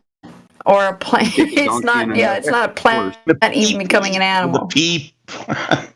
You get a mule. Well, that's usually how they Mule started with with a the crossing. Yeah, no, I know what you're saying. I know. I hear you. I hear you. But yeah, it is. It is evolution. It's just a way of doing it. It's just we're messing with it. Did it improve? Did it actually make a different species? No. Of course it does. Why? No, it's just showing you how you cross genetics between two don't understand males and females. When I hear about evolution, it makes perfect sense to me. That's because you want to believe it. No, no, no. But you don't want to disprove it either. You don't want to. You don't want to know if it's true. I'm talking to you. Hold on, just Why for am a I second. talking Just for a to you second. if I don't wanna- Just for a second. Because you're having entertainment. Sorry, you said that it was crazy earlier that the barnacles turn into ducks. Bro, can you be quiet for a second? So it's crazy that barnacles turn into ducks, right? But if you believe in evolution and there was no God, hold on, bro. Let me talk. So it rained on the rocks for millions of years and washed the sediment into this primordial ooze or whatever you guys call it, right? And then life sprang up with spontaneous generation, even though that's been debunked for hundreds of years. Yeah, that's what you believe. If you believe there's no God, no, that it's all through a natural process of evolution, and you believe life sprang up out of the rocks. Bro, why must you talk over me? Why must you talk over me? Because you were saying I said something that I wasn't saying. That's all. Okay, so you believe in evolution, evolution? life landed here, and that panspermia was what started life on this planet. That could be. Oh, so something else had to be created or evolve somewhere else to come here and make it. No, I agree with you. No, circular reasoning. I hate that one. I hope it isn't. On some other planet, it rained on the rocks for millions of years, and life sprang up. If it's the infinite regress fallacy, well, then you go, oh no, it's panspermia again. So on some other planet, it rained on the rocks for millions of years. Oh no, it was another planet. See what you're doing there? Yeah, no, it just solves no problems. The whole panspermia idea is really rubbish. It's one of the Richard Dawkins hates it. It's infinite. Actually, he uses it. I mean, he doesn't hate it. It could have occurred. It's an infinite regression, Could have occurred somewhere else and landed here. Somehow. I mean, you know, it could have. I'm just being real. But that's also the whole point is that life should be able to develop independently out of nothing, shouldn't it? Basically, there's this concept of chemical. Something from nothing. No, something from nothing. Life from a bunch of. So if I throw a bunch of, if I get a dryer and I throw a bunch of flour and eggs and milk or whatever I want to make cookies with, if I want to make a cake, doesn't matter. And I turn on for 1 billion years. So I throw all the ingredients for a cake or cookies into a dryer, and I turn it on for 1 billion years. And you're going to get a perfect baked cake, right? You're going to get a perfectly baked cookie, right? Because that's what your evolutionary theory is that you can throw a bunch of things together. You're going to get a bunch of dough that never goes anywhere. But you had to have somebody put that in, and you had to have a dryer. See, you even have to have those processes. See, the problem is you got information and you got processes, and there's no way the two of them can spontaneously happen. That's the problem with your theory. So you have to have another belief. See, this is just another belief. Mate. Just another belief. It's okay. All you need is for... All you need is what? Tiny reaction. A tiny reaction to a... How did the stuff get there to make the reaction? From one state How did the stuff get there to make the reaction? Right. A rock's alive. No. Are we alive? Yes. What the hell are you talking about? Where did the rock come from? Why are rocks not alive and we are? Rocks are alive. Well, why do you even have rocks? See, the thing is, you need the ingredients. You just said, well, if the two ingredients, where did the ingredients come from? Where did the instructions for making that? We've got a rock that's made up of various stuff. Yeah. Where did that come from? Let's make it quartz for no good reason. Where did it come from? Why not? Yeah. And then it needs some kind of, I reckon it needs some kind of electric. No, I don't know enough about. Where did the electricity come from? I was going to go. See, that's the thing. Electricity. All this stuff requires something to get something, and your theory requires nothing to suddenly spontaneously increase in everything. That's all it is. But it's just a belief. You have no proof. And you can go look for all the scientists you want. They can't prove it either. True. It's just what I... So it's just a belief. I agree with you. I can't prove it to you. And in fact, you can't prove it to yourself. There are some amazing things about the past and history that is too far ago. There's absolutely no way we're ever going to be able to prove it. So you can decide whether you think that or not. I don't think it should make us enemies. Oh, it doesn't make me your enemy at all. I've never been anybody's enemy or any of this stuff. But it is a belief. Okay. And just like your belief in the globe, unless you can go and confirm it for yourself, then it's all beliefs. But that's the difference between the knowledge. It can't be proved, so you can't go away and prove them. Did you not get my point? Well, if you say evolution is something that's continually happening and will continue to happen, you should see evidence for it, but there is none. No, but there is none. You can go look. Well, yes and no. You probably... No, you think there is because you think you've been told, but I'm telling you, as somebody who has done the research, as somebody who has degrees in biology and studied all this? Nope. The whole There's no evidence for it all. And they'll tell you. If you actually go look. Argument from authority. Again. That's all you're doing. No, you're just going with that. That's okay. I wanted to say argument from authority about 20 times in this conversation. That's yours. That's your argument. Not. That's what it's been. Go to the scientist. Go to somebody who knows more than me. Go to something. But I've never looked myself. I just have to believe them. Okay. Yeah. Okay. It's cool. Okay, cool. No, it's cool. What about what's wrong with the argument from authority then? If someone knows what they're talking about and is telling you something, because you have to trust them, and you can't trust people. What if they're really people lie? They have things to gain. They have reasons, and if they're telling you the truth, they should be able to provide proof. And these things, when it comes to science, we don't ask. When we call about evidence, when we talk about science, or we talk about any kind of evidence, it's just like a court of law. I can't go to a judge and say, I didn't kill that person, and then not provide proof if I've been charged with it and they have evidence that shows I did. I have to be able to prove I didn't. If they've got enough evidence to prove I did, I'm going to jail. I'm going to jail. I'm going to go to court to get a new idea through. That sounds like a crap idea. Believe in the doctors. And people still not know the secrets about you. I'm hopefully not annoying you. Sorry. No, I'm just laughing. But you think you have something better than what evidence can provide you if you actually wanted to learn something, if you really wanted to know. So that you didn't have to have faith in other people, that you had faith in yourself to go check. That's ridiculous. No, for sure. Everyone cannot possibly know everything about everything. You have to, as a human being, accept that certain people have better knowledge. Where you live. Really? No, that's true. You can go to work tomorrow. You can choose. I haven't made the road. I mean, you can choose. No, that's not the same. You're using the road. There's evidence of it. You're driving on it, so that's not even comparable. So that's an apple and orange thing. So that's not even close. But if you trust a doctor, shouldn't you get well? If you trust a doctor, he should make you well, right? Mm-hmm. If you never get well from a doctor, then you might start questioning why doctors don't seem to make people well. And then you also look at motivation. Some doctors are good. Not everybody wants you to survive or do well.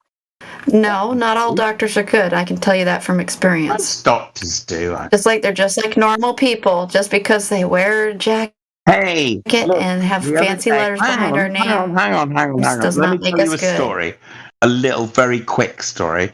But about a year or two ago, I heard two girls talking in a garden 2 doors down, and it sounded interesting. I couldn't hear what it was, but they sounded like they were clever.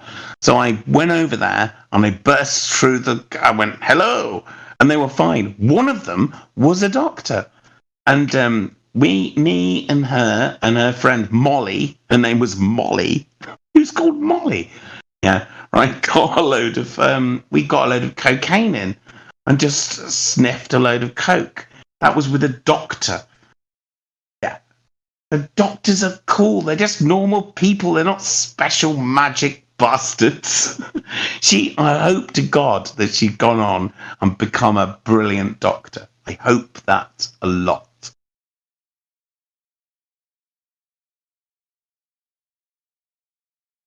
That's a shit story, mate. It was a bit crap, wasn't it? To be fair, it was a bit shit. No. Brilliant doctor is an oxymoron, man. No, but my point was that a doctor is just a person. Right. Just like anyone else. That means they will be manipulated and lie to you just as much as anybody else. Yeah, but they're not. Same with any scientist, even an astrophysicist. Are you manipulating and lying to me right now? No, you're not. I don't need to. I don't need you to. I don't need to. You can go check anything I do or say. I'm willing to have myself checked. Go check the evidence for your evolutionary story. Go really check it. See if there's any proof for it. I'd love to find it. I mean, the first. Same with the globe story. If you find the evidence for it, did you know you can get a few Bitcoin right now? If you have proof that there's a globe, you could make yourself a little small fortune right now in Bitcoin. There's somebody giving away. I don't need if you can small prove fortune for starters. And also, the first book I ever read was this massive book that was like as big as I was small. I was young at the time. It was as big as my entire body. It was huge, and it had very, very thick the start bit and the end bit. And it was all about the world. It started off, it told me about Pangaea and all the planets, and then it told me about how the sauropods and the different dinosaurs through the different things happened. And then towards the end, there was these massive fucking, what the hell were they? Some kind of crazy... cool story, bro. Did they provide any evidence? I was going to say, yeah, massive cool story, but again, no evidence. No evidence. Just a bunch of stories. Tons of evidence for all of that. So I go with there it. actually isn't. There is. There's definitely plate tectonic. You know, you could have picked up a Bible and said the same thing. No, there is But you have not to have evidence. evidence. You cannot laugh and say there it is evidence. There is not. You can laugh and say it is. There is not. You know. Sorry, I didn't mean to be. I can laugh also. But I'm laughing. There is not, man. But there is not. And honestly, I'm laughing because there is not evidence. You have stories, but evidence. You know that. So there's no such thing as dinosaurs, then. Didn't say that. You know that. No one said that. No one said that. But you said that I was wrong about something. So what was it? Did you see? Did you see one? Did you see one of That you them? have. bit? Sorry, which bit? That's all. I'm just asking. The whole thing kind of just doesn't make any sense. But you can still try to find evidence if you like. I have one good question for you because you said authority. Can you show me how authority measured the earth? All right, we're back in this area.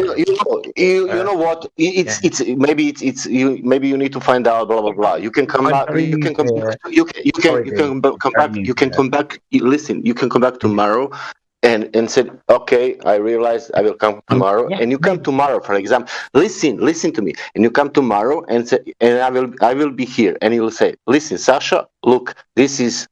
There is curvature. What do you want me to look up? Look at, man. This is easy, you know, because we are living on the sphere, you know. It's easy, man. That means you go to Google or whatever, you know. We are 2031. You will find, and there it must curve somewhere. You know, it's not only from the space. It must curve. Point. Hang on, I've just thought of something. It must curve on the ground also, not only from the space. No. I'm a trader, right? So I know when people wake up across the world, and they wake up at different. And listen, because we have why? What's the answer to that? No, listen. If you're listening. We have, you know, how to say. We know how much is a big Earth. You know, you said it's huge. It's so huge that it's 25 miles. You know, around 25,000 miles. That's huge. It is. That means every mile it's 8 each square. Listen, man. That means that. 35,000 okay, great. miles. Excellent. 25,000 miles. Great. That means that every mile, it's square mile. It's 8-inch. Drop, how to say, 18 per mile square drop. Yeah. That means that physically is dropping, you know. You are on the top of the ball and then you have, you know, the ball is falling down, how to say. You have curvature, you know.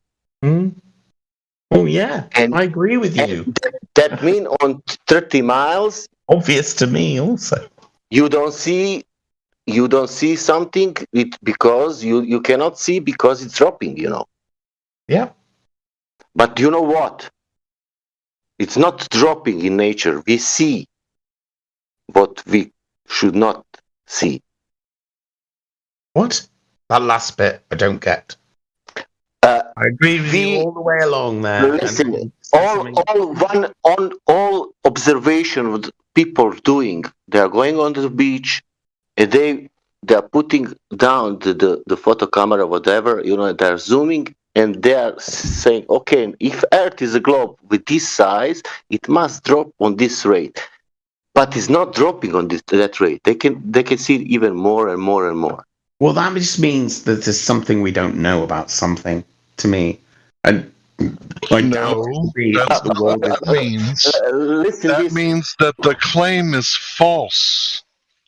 No, it doesn't mean that. It means that something is incorrect. So if you say that the Earth is a sphere, right, and we go out and measure it with the dimensions that you give us, and we can see on the other side of the curve, does that mean that the Earth is still a sphere? I want to do this. I so want to do this role. I want to walk east.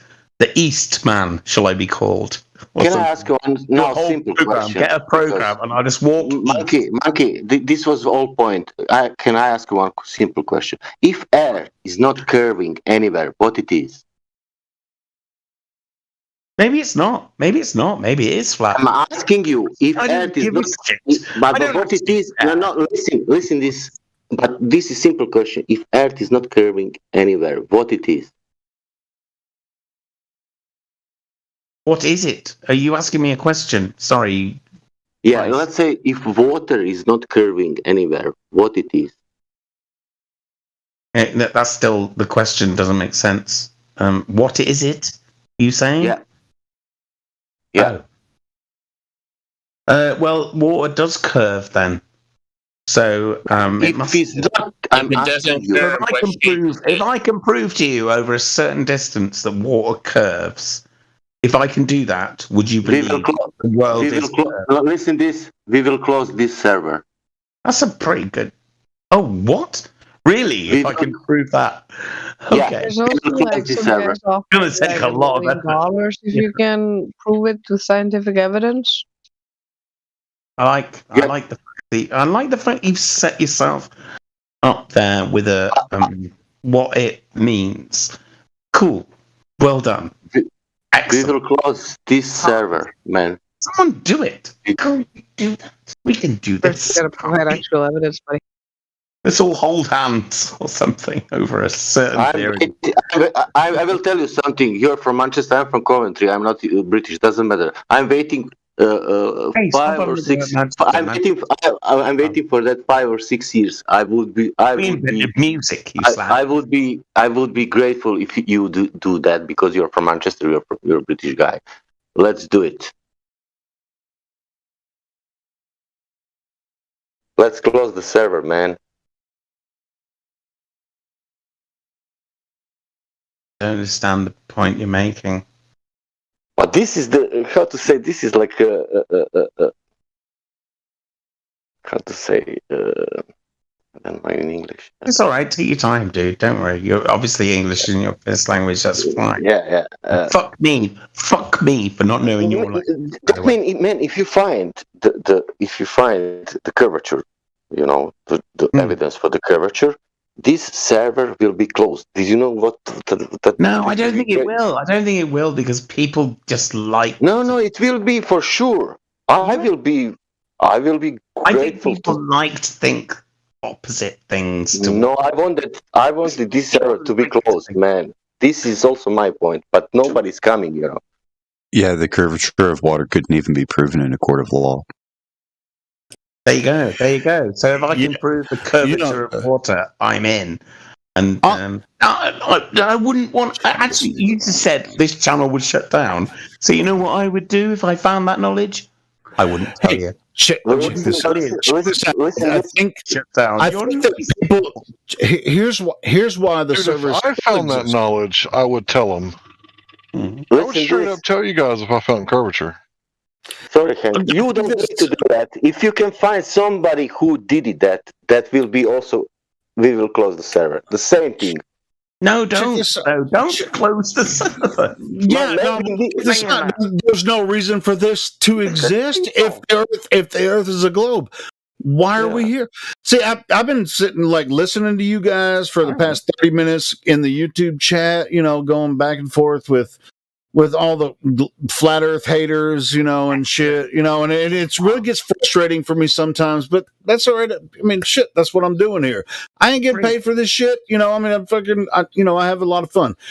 But at the same time, the only reason this exists is because and someone like Monkeytron is like, don't shut it down. I just want to argue with you all day. Even though I don't understand the whole fucking thing. I just want to play.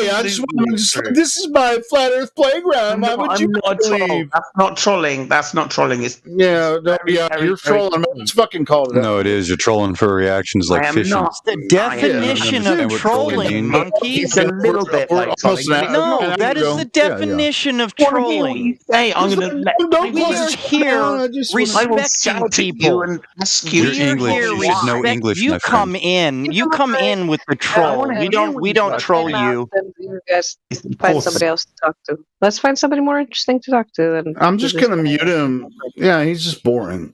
He's boring.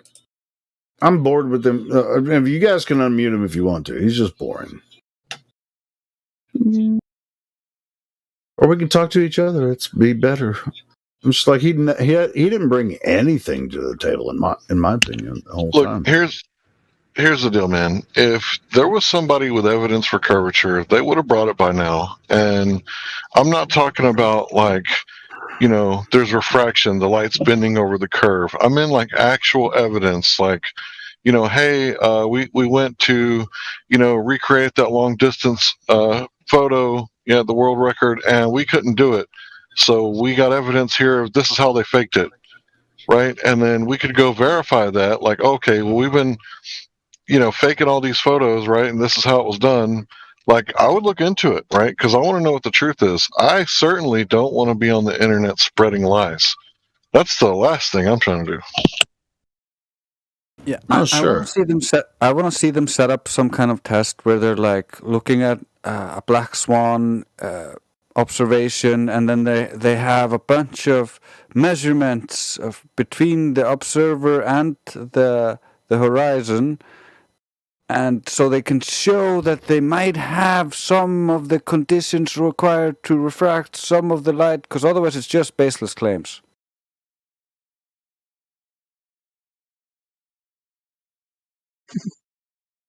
Well, Berthers, if you got anything, bring it in here. I mean, anything at all, other than, inferring that the measurement of the shadow somehow proves the Earth, or fill in the blank with the sun, moon, and stars.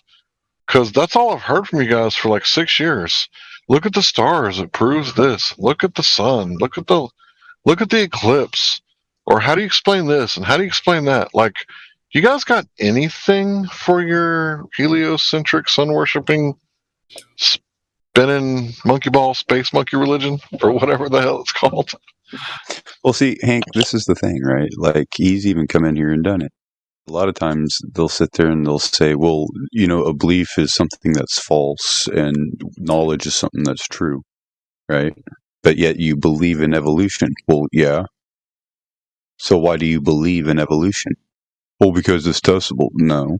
According to your definition, a belief is fake. It cannot be proven. Yeah, he speaks out of both sides of his mouth. He's off his tits. He'll probably be a lot funner to talk to tomorrow morning, right, when he sobers up. But, the guy wants to I'm have just wondering fun. if this is what the hooligans do when the football season's over. Talk about Manchester United. Aye. Well, look, I'm sure the guy's a fun guy to have a drink with on a Friday night. And I'm sure Sunday morning he's sober as a judge, and he's also a fun guy to have a talk to. But we're all sober, and he's all, he's all drunk. So we're not really appreciating his conversation right now. And that's okay. That's fine. He's that's fine. At his face. Yeah. He can't hold a conversation. He can't speak without double speaking. That's fine. But there has to be someone out there who knows that there's a 24/7 Flat Earth server who wants to shut us down, right? Because people hate us. And if they hate us, just take that hate, do some research, and then prove that the Earth is a globe, hopefully by directly measuring it, and bring it in here. And show me the bendy water.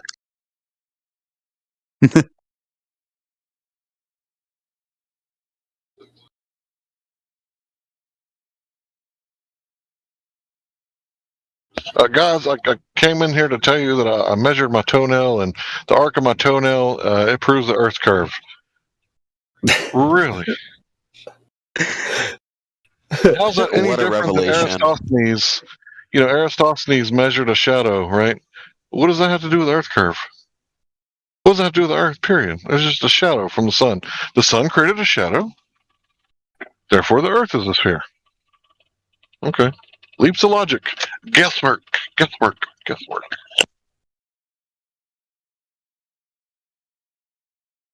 You just don't have a powerful enough imagination, Hank. I just unbanned someone that messaged me. Looks like they were banned back in June. So maybe they'll jump in. This person. Welcome back. Well, I'm talking. I just messaged them back. I got the message like a half hour ago. I just saw it, so we'll see. So you're saying there's nothing to report? Nothing to report so far, but I'll let you know if he or she jumps in. Looks like it's a female from the profile picture, but who knows? Yo. No, I think it's a dude. Never mind, I zoomed it in. I think it's a dude. So it's Seppers. So keep an eye out. He might jump in and go into the VC check. We'll see.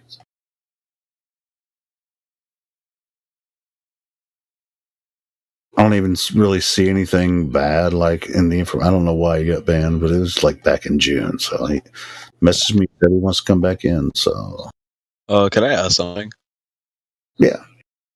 My friend Sunglasses here likes to debate this stuff. I'm not good at it. Could you give him VC perms? Sure. Is he on a? I mean, he's not. Yeah, he's in the call right now. His tag is Sunglasses number 9115. You can VC check and everything. You got a mic.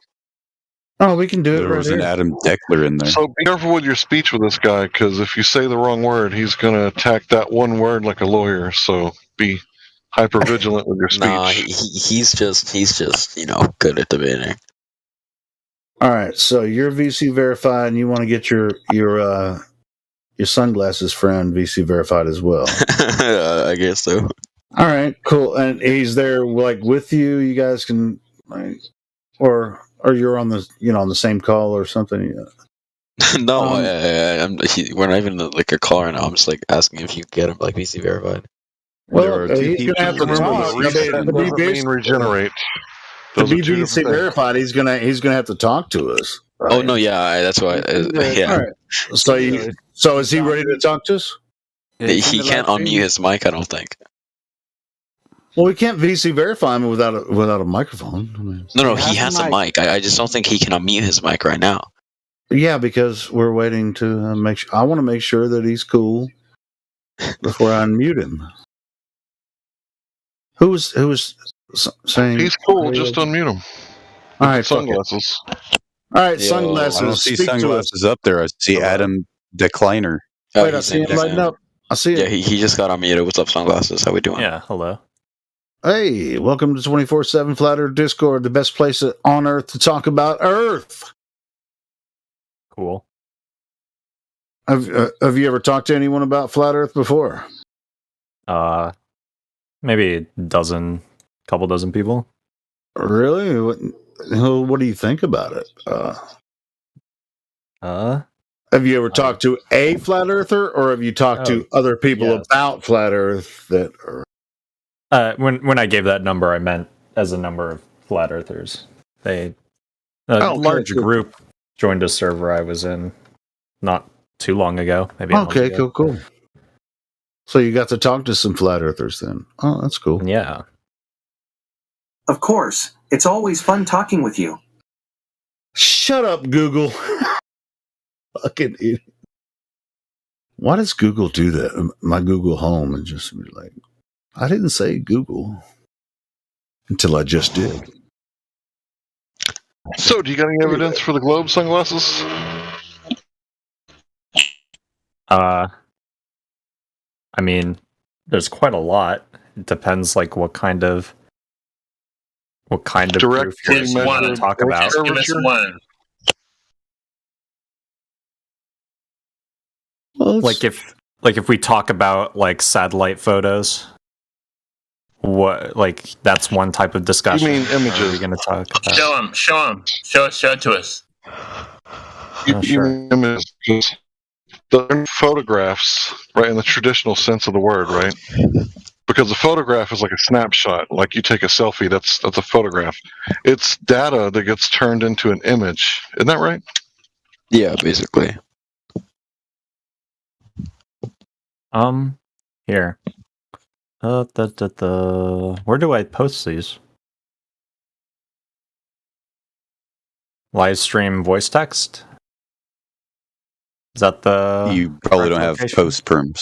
Yeah, you'll have to get arms before you can post images. You have to forgive us. We get trolled a lot here, so if you'll send it to one of the moderators, they'll be more than happy to post it for you. Sure. Here, I'll send it to this guy. And if you come around and hang out long enough, right, you'll eventually get those permission. Just, we want to make sure that you're not going to porn bomb us because it's happened hundreds of times before you. So these are all photos from the Epoxy Deep Space Impact spacecraft. Where'd you post them? He sent them to me. It looks similar. It looks similar to the what's the other one? The deep space where the moon's going across the sun. Epic. I mean, across the Epic satellites. Yeah. It looks similar to that, but with more color. Plainly, freaking. Yeah, he said epoxy. I was like, what the fuck, graphics. Epoxy? Clearly, I think he's talking about the Epic satellite. But anyway, let me try to freaking download these pictures. What the hell's going on here? You can just screenshot them. I mean, the mission is the Epoxy, EPOXI. You can look it up. Right. So we got a guy from Goddard, right, who says that he created the blue marble, Robert Simmons, and he says that it's photoshopped. It has to be, and that's a direct quote. Can you upload those in a different format because it's not working for me? I can't download them. So if it has to be photoshopped, Helioskeptic, you can just screenshot it. You don't really need to download it, or you can just open it into a tab and then save it as an image. I know I can. So the reason, I'm assuming the reason he was saying I mean, it depends on what images you were talking about, but the reason why super high definition images of the Earth have to be photoshopped is because we just cannot take an image of that quality in a single photo from the Earth. Or from a relative enough distance from the Earth. That's not what he was talking about. He talked about taking the flat images and wrapping it around a ball. Right? So I don't think it was the size of the image that was the problem. The problem was... So you're talking about just the globe? Like the maps that we use? Yeah, let me cite my source. I'll tell you what. I bet somebody is about to post Robert Simmons on YouTube, and you can click on the link in Goddard, and you'll see where he says that they took a flat image and wrapped it around a sphere. And he filled in all the oceans and made it look like what people would expect the Earth to look like. And that was on every iPhone. That was the image it's the Blue Marble 2012, I think. Here's what he's sending me. I couldn't capture one image at a time. It's like a web file. This should come up. Yeah, there it is. I think that should. Very similar to the Epic stuff. It's got the moon over here with the half of Earth, and look at the colors on that shit.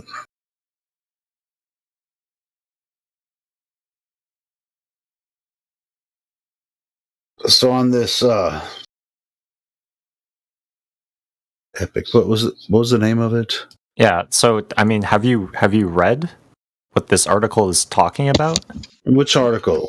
I think you can post articles. You can't post them. The Goddard article, where he talks about how they had. Yes, because what they had was, to quote him, they had where's the. So they had 4 months of satellite data, right? Which is basically, in order to have enough images to make a composite of the Earth. They were using essentially 4 months worth of images taken from a satellite. Oh yeah. I'm quite familiar with that one. If you take a picture, if you have a satellite scanning a round surface and you have that many images, in order to assign those images to a sphere, you have to wrap them around a sphere. That's just how the technology would work. Sorry, there are no images. It was just data, and it made a flat map that they had to wrap around an imaginary globe. Okay, telemetry data is not photos. Sure, okay, even if it wasn't photos, even if it's just scans, right, geological if you don't mind, I'll see you. And at the end of the day, there's no 1 or 2 satellites that were used, referenced in that article for detail about how they scanned the Earth, with the orbits and everything. It was just this cartoon guy, Robert Simmons, saying, hey, it is Photoshop, but because it has to be. There's not much detail in that article. So, if we really want to find out how he made that, it's Photoshop because it has to be, because now I'm not saying there's not layers of data, but they're different.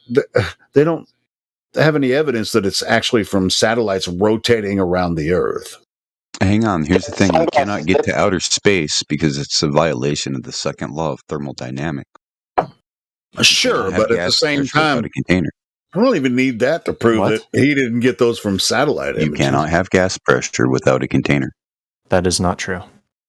Are you sure? Can you prove gas pressure without a container? Please demonstrate it. So, and yes, I mean gas pressure without equalization. Can you bottle, what happens if you ventilate a tire? What happens if you ventilate a balloon? Is there still pressure inside that tire, still pressure inside that balloon? Like, if you remove all of the contents of it? Perhaps you're not understanding it. Hank can explain it a lot better than I can. Go ahead, Hank.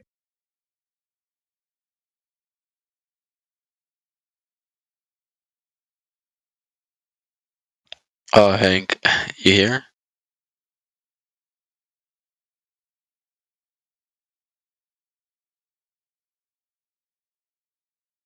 Since Hank is not saying something, I'll just say it.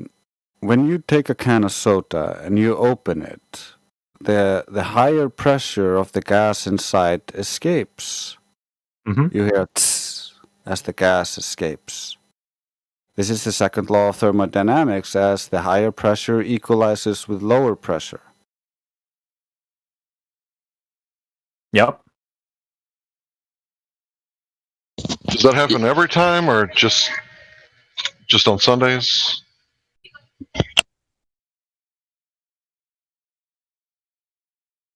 It happens every time, right?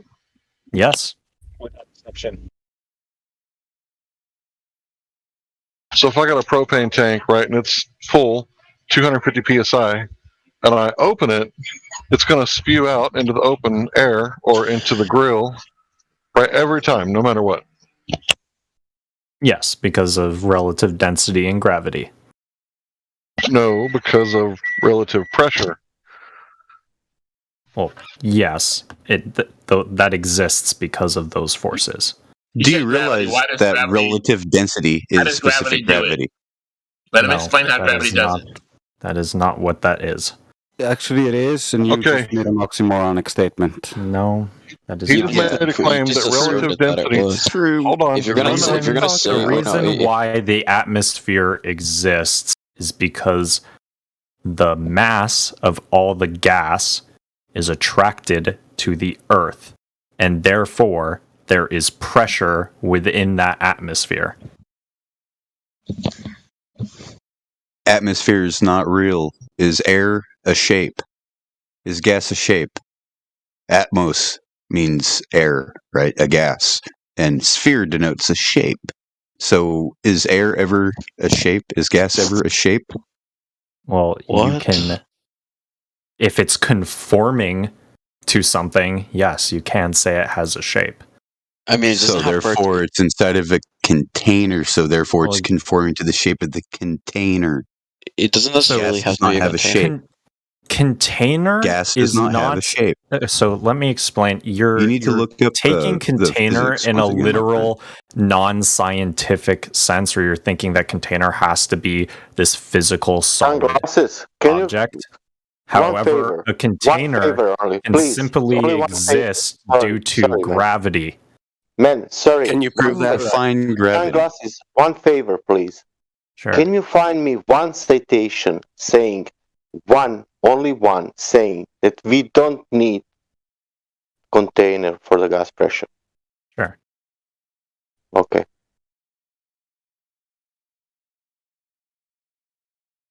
Find that and post. And I would like to see him demonstrate air pressure being held by gravity. Yeah, So- we can just debunk that. Man, right now. can you provide only this? The gas pressure without container. Only one citation. One. You don't need 10, 1,000, because we have, It's easy to show that gravity cannot violate the second law of thermodynamics. Otherwise, all of mankind could not exhale while standing upright. This kind of idea is just absurd and violates all gas laws. You're just fundamentally misunderstanding the second law of thermodynamics if you think that's true. No. High So pressure please rules explain. for air pressure, you breathe using this mechanic. You believe gravity can violate this, and therefore you cannot breathe. No. Tell me how it's violating it. You claim it can. You just asserted that. When did I say that it can You said violate? gravity could overcome the second law of thermodynamics and When? contain gas. He never asserted that. What? Yeah, he did. He claimed gravity contained it. Yes, gas as a mass your is lungs are affected by container, and gravity. you think gravity is the top that holds your lungs. Here it goes with the closed, so Newtonian that gravity. The gas cannot escape. You understand how dumb that is? You're not even like. Frederick, You understand gravity how? can hold gas and contain it? Yes. So why if are you clouds released up a there? fart next How to heavy a is black water, hole, dude? it would get sucked in. Why are clouds up there? How come gravity's strong enough to hold water down, but not clouds? Because clouds is just water. Because the mass of the Water's water heavy, my is friend. lower. It doesn't So change its mass. Even when it gets frozen, it just changes its volume. Yep. Sure. Yes. Which So Right? you just got So why the clouds floating? How come gravity don't pull it down to the ground? He's literally trying to explain that. All right, give me just a second. Let me speak real fast. Okay, so he said that relative density is not specific gravity. So I just posted something that shows that they are the same thing. So I guess you were either wrong or you're going to find something that says that they're two totally different things. Hold on. Sorry, I'm trying to adjust this other point really quick. I'm trying because I have like people talking to me for sources. Specific gravity is also known as relative density, measured Correct. I already against cited that water. earlier. He just didn't notice.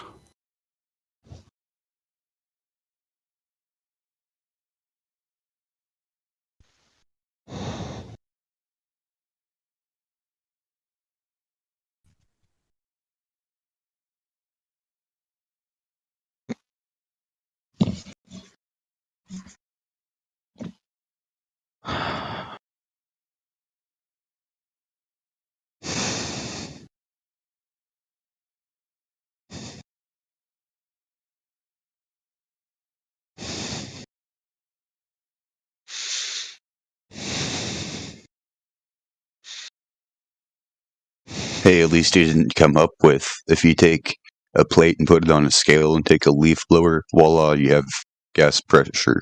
No, that's not gas pressure. That's wind. That's a force.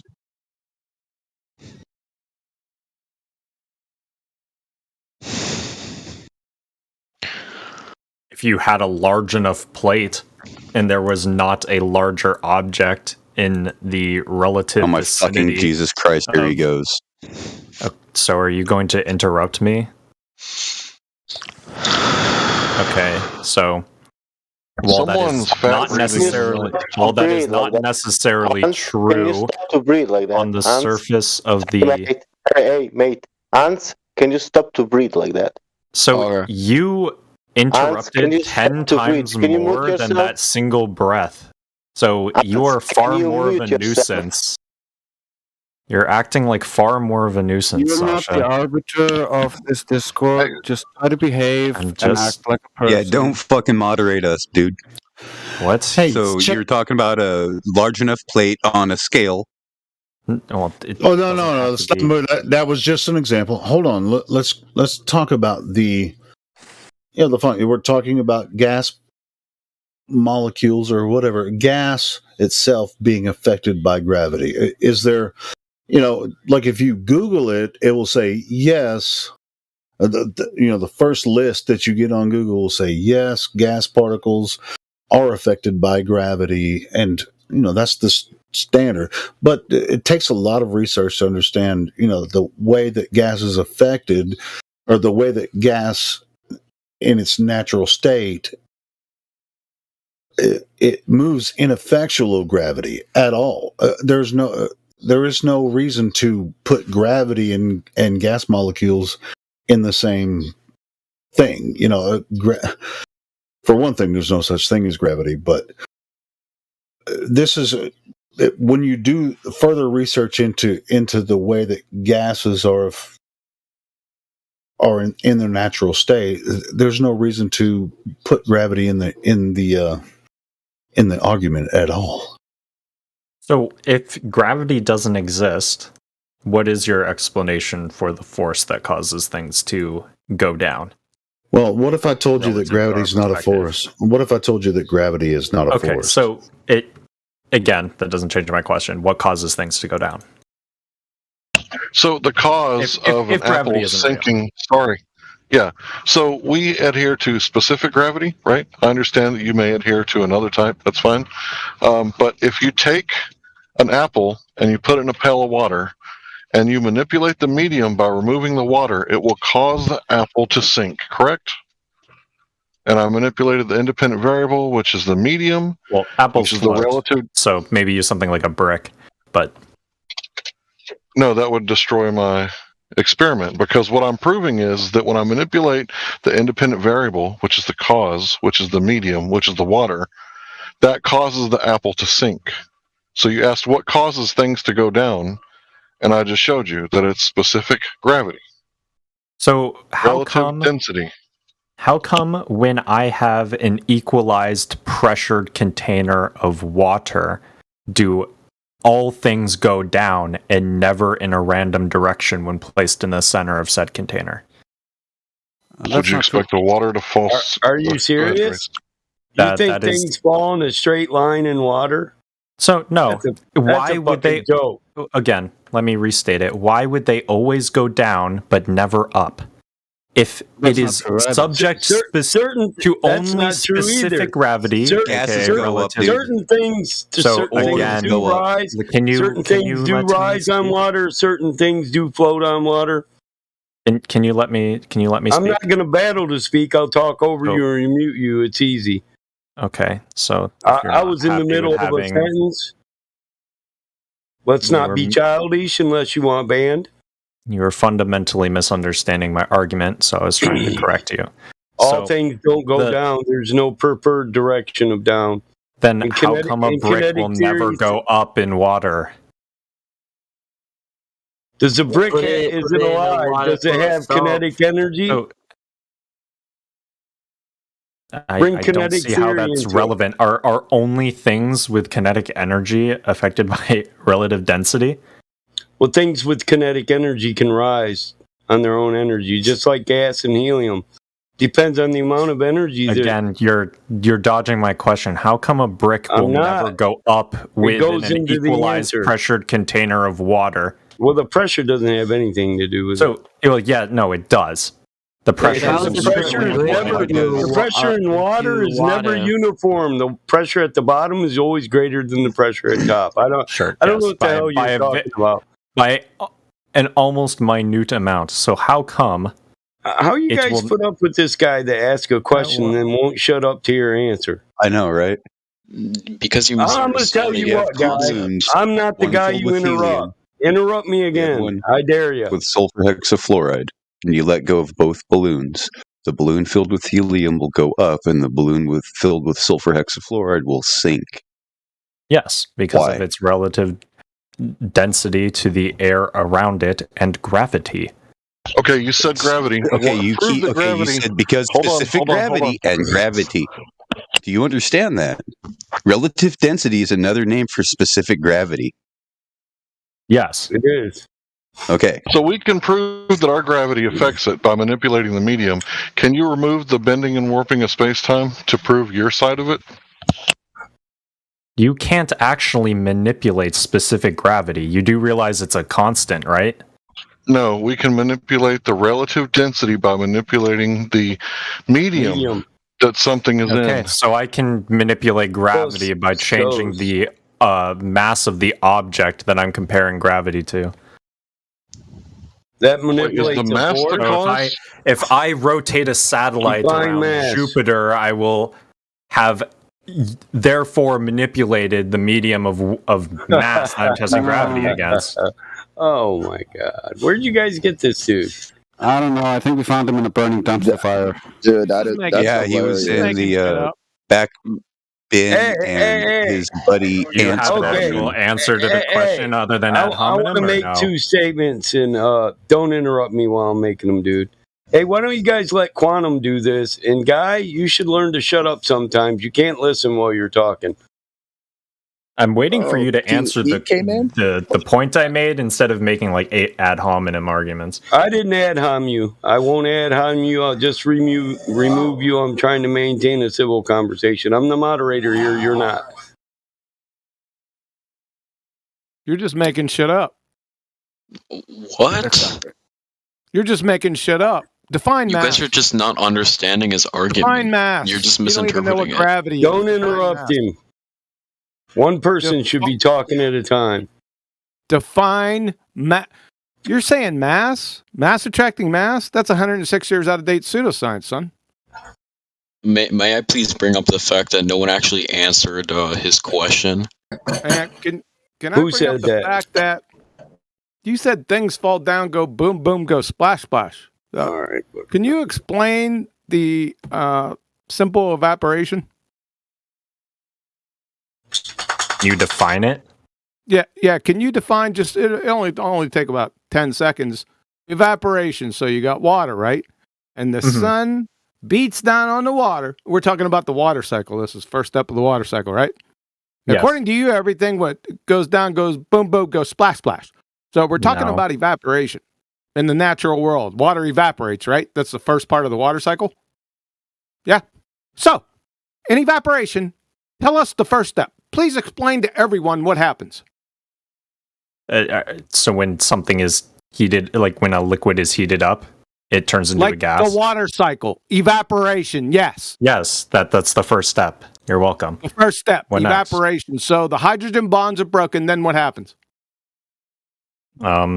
It becomes a gas. So it's no longer has the same mass it did before, therefore it rises. It don't have the same mass? Define mass. An object's weight in relation to its size. Incorrect. Not even in your religion. It's not weight is not mass.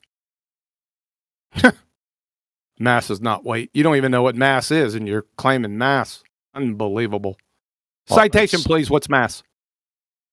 I mean, weight is just an explanation of like. Wait, I didn't ask you what weight was, did I? I said mass. Yes, I was using layman's terms. What is mass? Citation, please. Yeah, terms. The amount of matter something contains. No, incorrect. Wrong fucking answer. Citation, please, by the way. That's literally just what it is. No, it's literally not what it is. Do you have a citation for that? I got a citation that's going to bust your ass. I got two of them. Let's hear it. Let's hear it. Let's see them. I'd like to direct everyone's attention to, let's make sure I'm right here in live stream voice text. From the Royal Society of Chemistry, you said the amount of matter something contains, right? Yes. Yeah. Moreover, this is from the Royal Society of Chemistry, you're through. Moreover, studies have shown that the amount of substance, that is, matter in something, is often incorrectly identified with mass. You don't even know what mass is. So, do we need to go to the second one? Did you give the definition? Do we need to go to the second? No, I didn't. Give me your definition. It's not my claim, it's yours. What? It's not my claim. I did not claim mass. You did. You define it.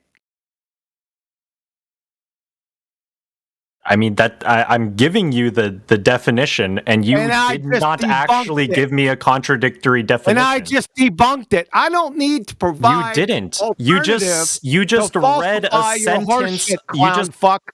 Don't overtalk me, clown fuck. I don't need to provide an alternative to your horse shit. I just debunked you right there. Given a definition, you haven't actually given a definition that. I don't need to give you a definition. You're the one defining it, you clown. Yeah, so fuck. I defined it. Now prove mine wrong. No, you didn't. It was incorrect. How? Did you actually prove it wrong? Or I did you just did. You blind. Get the fuck out of here. You're done. Go back to fucking romper room.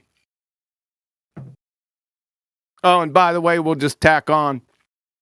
From Princeton, John Wheeler, Space-Time Physics. Nature does not offer us any concept as the amount of matter, like you said. History has struck down every proposal to define such a term.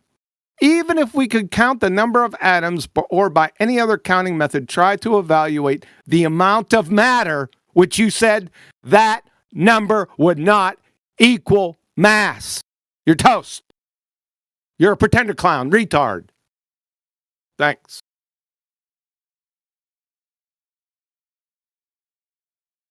Words mean things, sunglasses.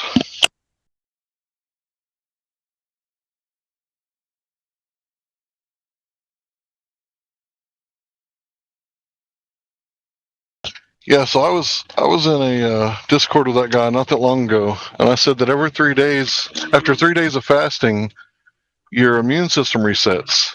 So he asked me to cite my source, and I couldn't find one that said reset. It said regenerate or kicks into higher gear, but I couldn't find one that reset. So he was like telling everybody that he beat me because I couldn't find one that said reset after 3 days.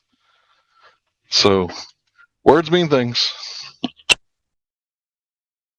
Yep, and here you go. Here's your source. Next. Womp womp, I guess you're wrong. Next.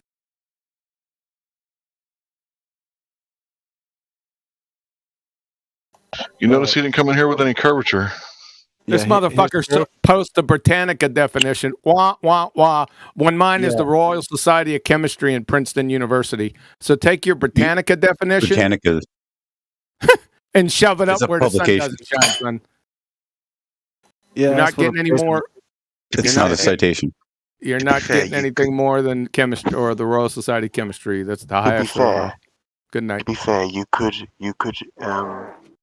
if someone said to you, an immune system resets, you could potentially see that as immune system going back to day zero, so like losing all its capabilities. But that's not obviously what you meant. What the fuck are you? Are you talking the bottom of your teacup or something? Sorry, so that can you hear me now? It's a little better. Okay. In the example given, to be fair, if you said to someone that your immune system resets, they could infer from that it's going back to day zero in terms of your immune capability. But obviously, that's not what you meant. But they could see it as that, couldn't they? What are you talking about? So, if you're open to a conversation, I would love to have one with you. About what? His favorite color? And by the way, mass attracting mass is 106 years out of date pseudoscience. Fucking clowns. It's a belief that I have. Well, we don't care about beliefs here.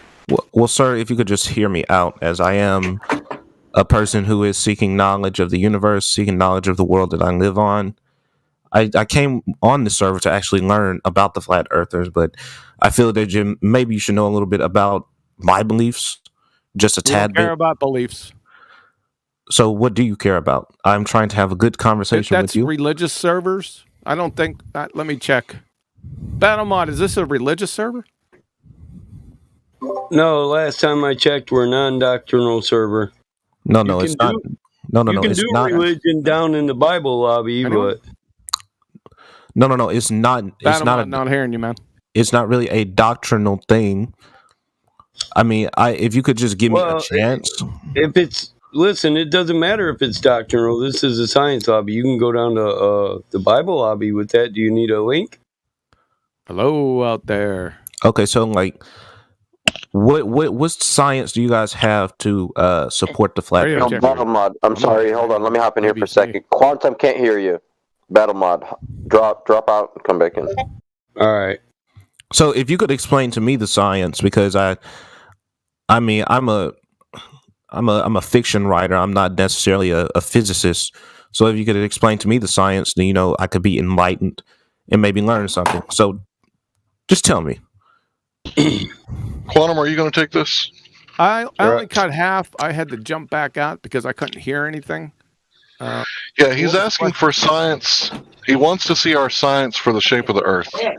There is no science for the shape of the Earth. You just compromised yourself as not knowing what science is. Sir, I asked you for... Is shape a science question? I asked you for your supporting details on why you believe the Earth is flat. That is simply what I asked. Excuse me, we're trying to reach a point. I don't believe the Earth is flat. I know it's flat. It's observable. And I'm asking you to give me details It's on observable. Why. Observable how? Because I've always been... Every time you walk out your door, you see a flat local Earth. 360 degrees anywhere you look. Sir, just calm down for a second. No, you want to just keep rambling, and all you need to do is take a breath and accept the answer you're pressing for. Okay, sir, I am taking a breath. Okay, sir. Don't sir me again. Stop. No, this is what I'm trying to tell you. What I'm trying to tell you is I've been taught under the British education system that the Earth is round. Listen, dude, we all went to school, man. You're talking non sequiturs right now. And the only you ask your question. Do you want to answer, or do you just want a fucking monologue? I want to answer. Please give me an answer. Shut the hell up. Well, give me a fucking answer, you old. Listen here, motherfucker. We got time for little bitches like you. You want to call me old? That's fine. But at least I'm not an idiot who asks a question and then rambles on and goes, I can't get an answer. Yeah, because you haven't shut up. Who here wants to fight to talk over you? Fuck, I don't fight to talk over my dog or my ex-wife. Why the fuck I'm going to try to do it with you? Don't sir me again. Okay, well, dude, I'm really trying to get an answer from you, and you're no, you're not, dude. Because once again, you're still talking. I'm going to keep driving my point home here till you get it. You motherfuckers, you never shut up, but you scream about an answer nonstop. Discord today? Look, I'm trying to seek an answer, and you're not giving me one. Can I please talk to somebody else? Can somebody else please No. Listen, you can't talk. You can't get an answer while you're fucking talking. That's the whole fucking point, you dumbass. Quantum, can you hear me now? I'm not sure if you can, man. Damn, I wonder what it is. Hey, QE.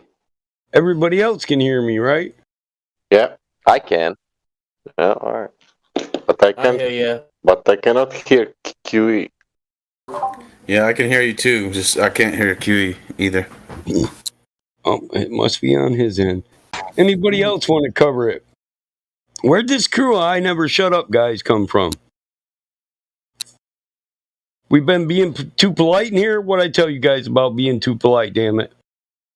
No, that's not the way it's going, Mike. Come on, man. they scream over the answers, but they won't shut up. How the hell can somebody answer you when you're still talking? I'm sitting here trying to unban somebody that's in Cogdis. I rarely do it, so I always forget how to unban somebody from Cogdis. Exclamation, unmute, unmute. One space at username. Yeah, I'm trying to do that. Okay. Right click and remove the Cogdis manually too. You can do that, right? No, I don't think you can. Well, you can. Listen, you can if somebody put him in that way. Yeah. Well, see, what happened is I unbanned this person because they were server banned, unbanned them, and they came back in CogDis, and so I'm trying to unban them from CogDis, which is it's giving me issues. And I did it the way I use the user ID, which usually that's the way it works best, right? You just copy their user ID number. And then you do unmute and then space @ and then user ID. Didn't work, man. But I don't even know which room to post that in. What's the best room to post that in? You know what I'm saying, Mike? Oh man, I was answering CJ. Oh yeah, you're talking. I'm sorry. It's just like I don't want to necessarily do it in a live stream or anything. I want to do it in an anonymous room. It's like, okay, now you can open. You have access to with no roles or whatever, or your whatever VC verified role or however they come back in after. I don't do this very often, so it's not like. Hey, Mike, you muted that guy, right? Yeah, you can unmute any one of them. Listen, this guy Ant says, I'm very confused why you guys constantly interrupt while trying to hold an intellectual debate. You don't even allow people with opposing opinions to get off their points. Well, no offense, but if you were paying attention, every one of them got off their opposing point, ask a question, and then wouldn't shut up to answer it. So how do you answer a question with a guy who just wants a monologue for 2 hours? Should I wait 2 hours for you on my fucking server? Is that your question, Ants? Yeah, we actually try to keep people on that one point, and they refuse to stay there. That's why we interrupt them, because we try to keep them on the one point. You need to add that you are educated as well as everyone in here is educated. So we pretty much know what they're going to ask and the questions they're going to ask. No, you don't have to tell them that, because then you'll seem intellectually superior or whatever. You want to? No, I'm not trying to assume a position of authority. I'm trying to know when in a civil conversation is it my turn to talk. When is enough enough? Yeah, when is enough enough? From their spot. Well, that's what that's what they teach you in school, right? We all learn the same stuff. Exactly. That's what they're saying, is that we were not taught that. It's not an opposing view. Yeah, it's not an opposing view. We all grew up with the same views and the same teachings. Now we have points contrary to that, but we can't get them out while other people are just monologuing. I'd like to shout out to my boy Davey Numbs. Hurry up, get your ass in here and battle mod with your rap skills. Oh shit! It's going down now. I don't think he's numb enough to put a scope on the mic. It's going down tonight. Be a sniper. Get them words right. Davey, get extra numb, bro. Hey, Michael, is bot audit room a good place to go ahead and unmute somebody from the CogDis? I think the bot works in there. Yeah. The bot audit room where I type it. I don't know who's the person. It's Seppers. You don't want people to know. Look, screw them. They can get over it, bro. It's not unilateral. Me and you both agree on unmuting this person. Well, I just said it now. Aether 9000 said is not muted, so that means they should be able to access, right? Right. If it says has been unmuted, if it says is not muted and he's still in CogDis, then somebody put him there manually, and you'll have to take it off manually. Oh, let me check out. Right click. Yeah, just exit. Just click X on it. All right, cool. Thanks, guys. Continue. Trying to get this person back in there because and them dudes, if they're still in here, your points aren't unanswerable. It's not the question that's a problem. It's the fact. It's your demeanor. All you have to do is allow a person time to answer if you want an answer. You can keep repeating, I can't get an answer or answer me. All night long, you can keep yelling that, but until you stop interrupting a person, you won't get an answer, because none of us are going to fight to talk over children. And I'll make sure of that. Oh, I see. I'm 27. Yes, Sever has. You're still a child to me. Remove that roll. 27, still young boy. Let me see. I got 22 years on you, and I was fighting wars when you were shitting in diapers. Are you a child to me?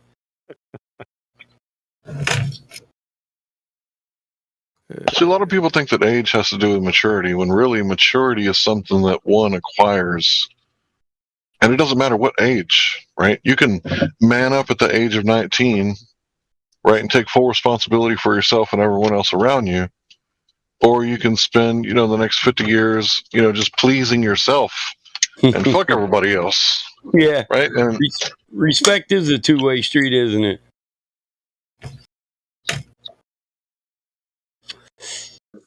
"27 is more than a quarter of a century years old." And don't get me wrong, I'm not knocking you for your age. I was 27 once too. I thought I knew it all. In retrospect, though, nobody knows it all. So according to your logic, you don't even know if the Earth is flat. Speak for yourself. Oh, he's back. Okay. According to my logic, what do you know about my logic? You take one statement and call it my logic? Is that a good test? Can we get to some substance? He wanted an answer. I was going to give him one. Oh, yes. Go ahead. I'm still listening. Oh, at 20 minutes after the hour in live stream voice text, could you go there? Under Quantum Eraser. Got a bunch of white slides right there.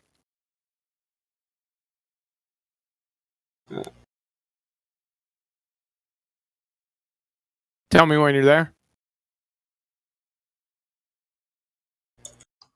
I'm sorry. I really don't know how to use this. Where did you say you want me to go? Live stream voice. Live stream voice text. It's hashtag live stream voice text. It's the text chat associated with this voice stream. It's one group up from this live stream, or from the live stream VC. It's a hashtag live stream voice text. Okay, yes, I see that. Yes. Go ahead, hit that.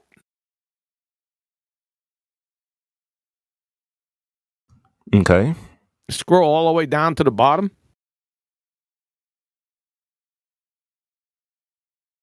Oh, yes, I see it. It's just it's a bunch of, I see. Yes.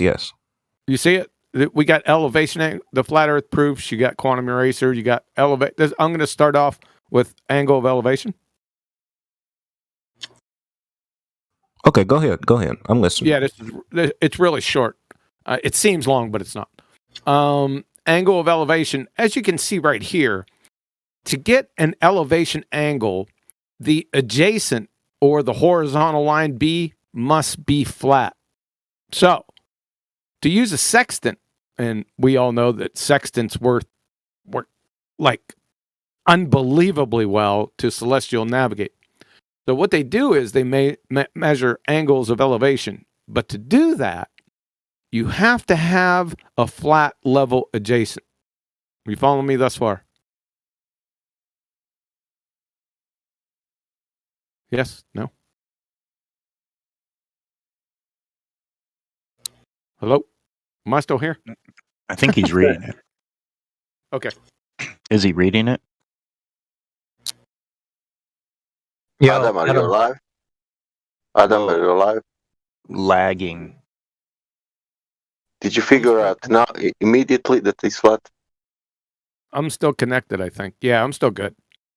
I can hear you fine. Okay.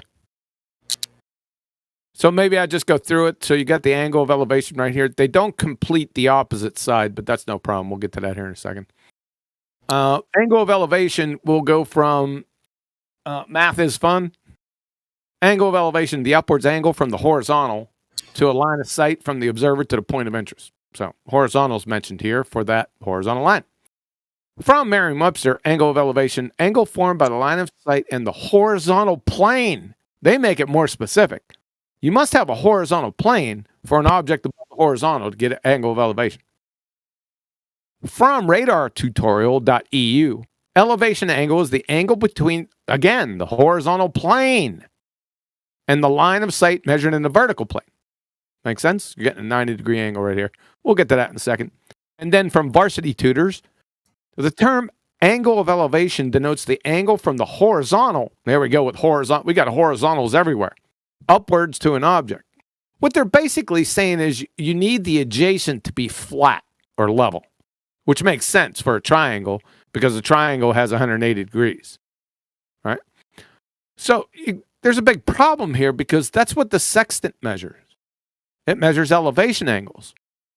So to get an appropriate elevation angle, or to get any elevation angle at all, you must have a flat horizontal baseline or adjacent.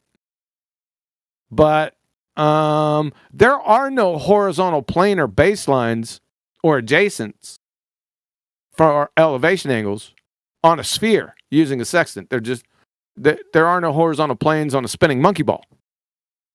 Therefore, the Earth is not a spinning monkey ball. End of the argument.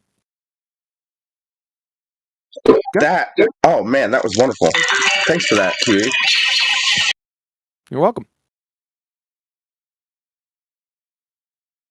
There it is. That was quick, wasn't it? Yeah, that's an amen and amen. Dropping mic. Is that called a plane of equal Adam Deckler is now a flat earther. Welcome to the club, buddy. I do want to know something. That was a great explanation, by the way. I do want to know something. Mm-hmm. What I've gone through a few open eye moments in my life where my eyes finally open and I see the truth. Oh, somebody's heckling you. I'm sorry, can you not? Is my mic messed up?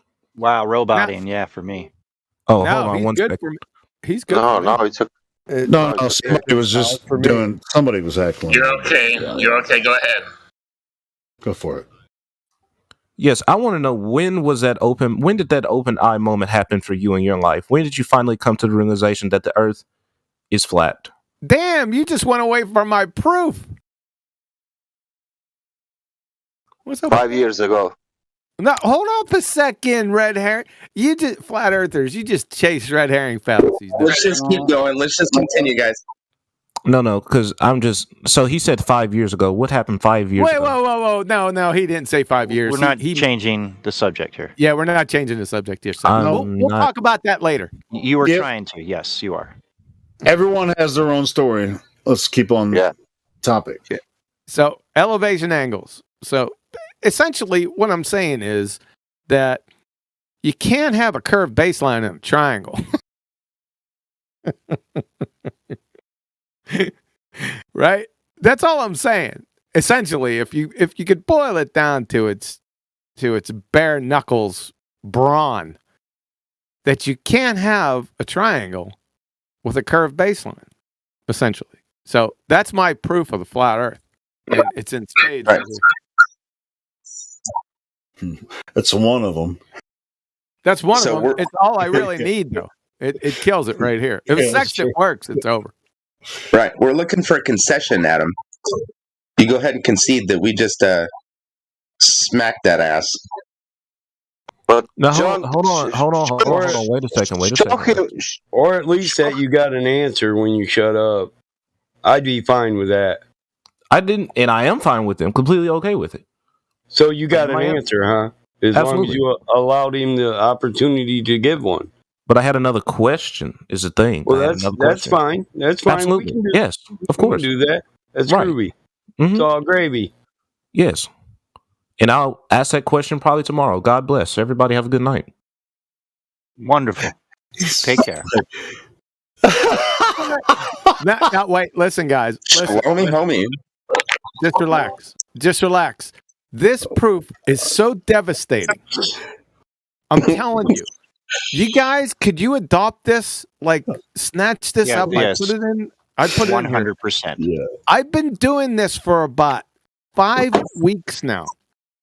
Nobody. I mean, no. Most people don't even say anything. They just go off on another topic. They don't say a word. This is so killer that a 5th grade geometry student would be convinced in a heartbeat. It's over. I'm serious, dudes. Would you mind putting that all in like one picture so that I can just post like one picture and then it just posts like that picture like that? One picture? How am I going to do that? I'm gonna do it. I'm gonna put them all in. He's like, thanks, man. I might be back tomorrow. Dude. No, he said he have a will be back. response? All right, cool. Come back tomorrow. I'm going to do it right now. He didn't even have an answer. No, hold up. Don't do it yet because that's not the actual. I consolidated the presentation. If you could get people to stop posting for a second, I'll post you the whole thing. Oh, Donato might have beat you to it. He just he didn't get the whole thing. No. No. So if everyone would stop for like 2 minutes, I'll square it on up. How about that? Sweet. Okay, so this is how it goes. Here it goes, right? So just 2 minutes. 1 second. Just relax out there. I know you guys are chomping at the bit. Because you got to have all the bells and whistles in there, right? So here's the next one. It goes like that.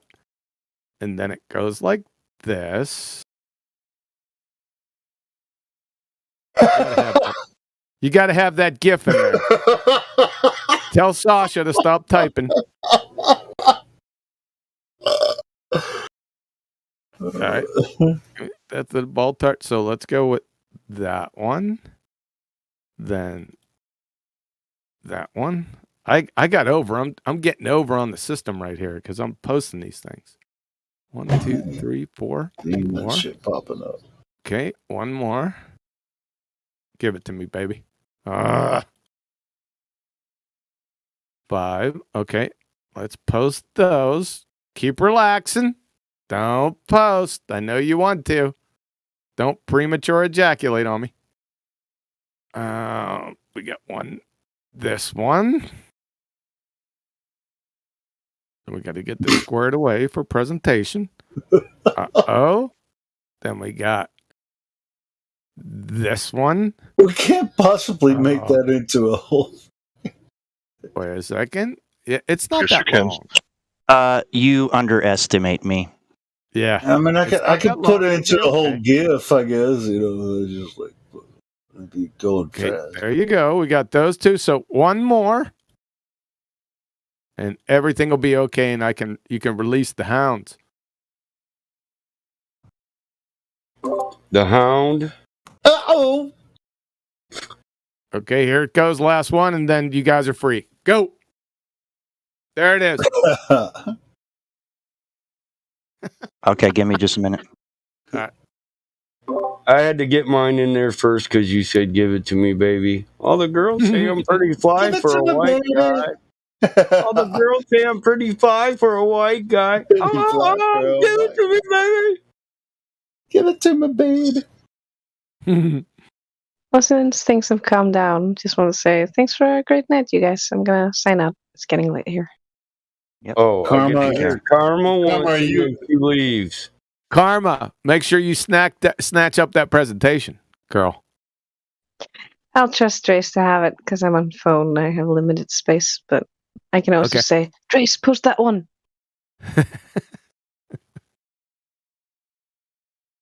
Karma, you kicked ass tonight. That was good stuff. Essentially, Drace got the idea with the flat Earth right angle and the globe Earth right angle. It's the same thing, so that it encapsulates it. Damn, Karma, it's about to be the AM over there, isn't it? It's like 3:34 at night. Are you a day tripper? One-way ticket, yeah. We sometimes accidentally stay up a little late. We find a good game. We're fun guys in disco, and all of a sudden, oops, it's 6 in the morning. I know, that's insane. Disco, ooh. Hey, Karma. Oh yeah, we always call it this. Well, I always call it disco. I like, yeah. So that's Trace. Yeah, hi, Karma, it's Tracy. I just want to let you know I made that song, and all I'm doing now is waiting for my beat. But yeah, I got a song done, girl. Oh, I'm so excited. Yeah. So hopefully. Wait, Trey, you're gonna sing? I'm gonna sing and rap. Yeah, I got my Hell song. yeah. I can't wait for that. Absolutely. She said, and rap. Y'all ain't ready though. Y'all ain't ready for this. This is too. Yes, I am. Too much Drop for it y'all. like it's hot. Drop it like it's hot. Drop it like it's hot. Oh, I'm hella hyped. I swear, y'all gonna be like, oh my goodness. So yeah, what I'm trying to do, I think it's Flat Globe. A couple guys here, I know do tracks, do beats. So I do have the song. Yeah, Gladflow and yeah. Send it to Glad. Okay, that's what I'll do. Thanks, Battle Mod. He'll wrap a beat around that motherfucker and tune it up. Yeah, I know I already have the song that I need him to sample, and then I just need him to make a beat around the sample. But I like beats that are like real bassy. Like he'll know what I mean when I send him the track. He'll know what I need him to do. This. Yeah, he's an engineer, sound engineer. So yeah, he's wanting us to do this. Yeah, so Tracy, you just send it like raw vocal Just tracks. my lyrics, or do I do it with the instrumental, with me on the instrumental, or do I need to send him the song, the beat first, and then just me a cappella? The rhythm? I don't know. Yeah, just get with him. I mean, yeah, if you do it a cappella, he said to me, I can just lay my bars down and he'll rap a beat around it. Oh, great! Yes. That's what I need. Yeah, get old Gladflow. He can hook it up. Okay. So I mean, if you don't like the beat, man, don't be scared to say, "No, that's whack, yo." Whack, yo. I will, because I'm not the type to just like rap on any track. I have to feel it. I have to really feel in the beat, you know. So, Can you guys let Karma leave? Oh, okay. Good night, Karma. I'm Tracy. And I sent you a friend request, Tracy, so you gotta let me know when it's ready. I'm way too excited. Okay, I'm gonna go accept your friend request right now. I'm kind of I really I'm don't so know how to awake use now that Discord, but Tracy's I'm here. trying She to. brings so much energy. Yeah, she is higher energy, really. You should check out Band Labs. And if you go on Band Lab, if you go on Band Lab, holler at me. Me and Drace are on there. Okay, I sure will. Band Labs.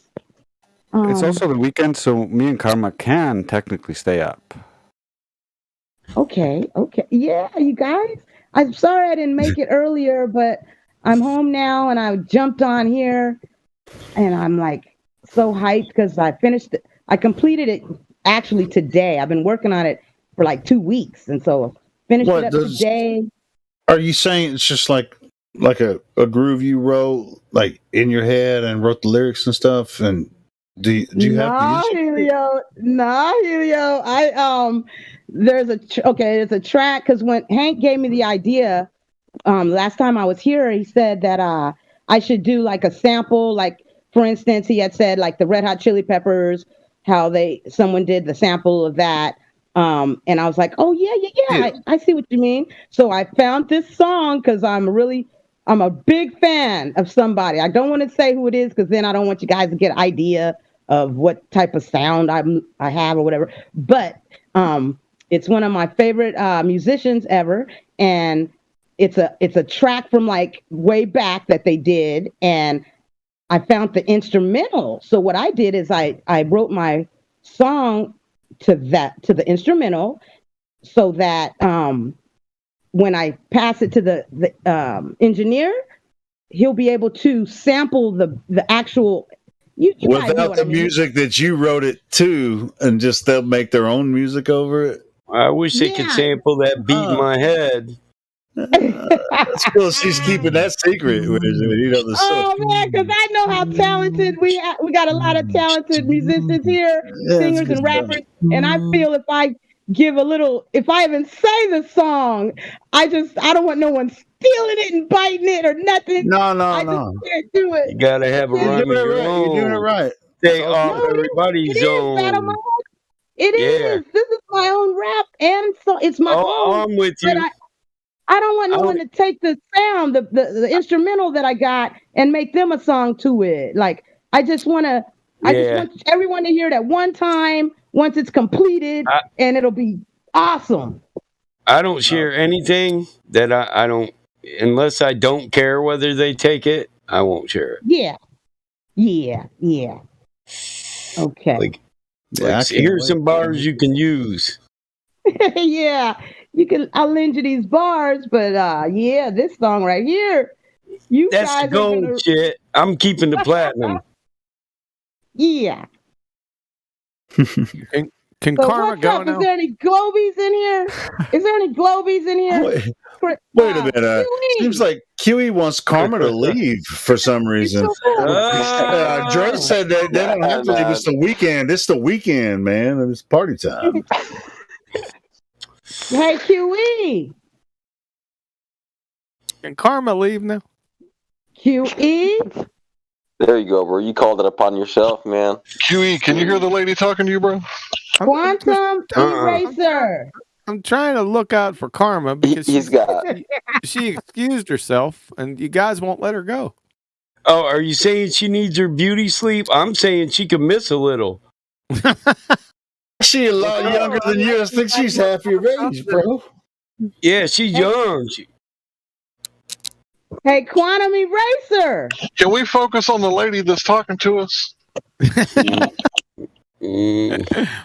Hey, Tracy, Huey, I think Tracy wants to ask you a question. Quantum Eraser. Go ahead. Black Swan. That's my name. Don't wear it out. Karma, you may go now. Okay, at this point, fuck off a little bit. He's Black Swan. Hey, he's doing the Black Swan on the plane of equal altitude. Yeah, Black Swan, baby. I'm gonna make a rap out of them two right there. I figure out why QE's trying to get rid of Karma. I don't know what that's. I'm not trying to get rid of her. I'm trying to be a gentleman. She excused herself, and no one would let her go. Tracy showed up. I can't miss Tracy. Do you know how rarely I get to hear her voice in Icelandic timing like this? Yeah, now that Tracy's here, I'm not going nowhere. Hey. And woke me up. Hey, Tracy, good to see you. Hey. I took your advice on something, and it's completed, and all I'm waiting for is the beat right now. Hey, girl, I'm looking forward to it. I can't wait. We're looking forward to it. Oh, yeah. Hey, Drace. Hey, what's up, I'm super looking forward to your song.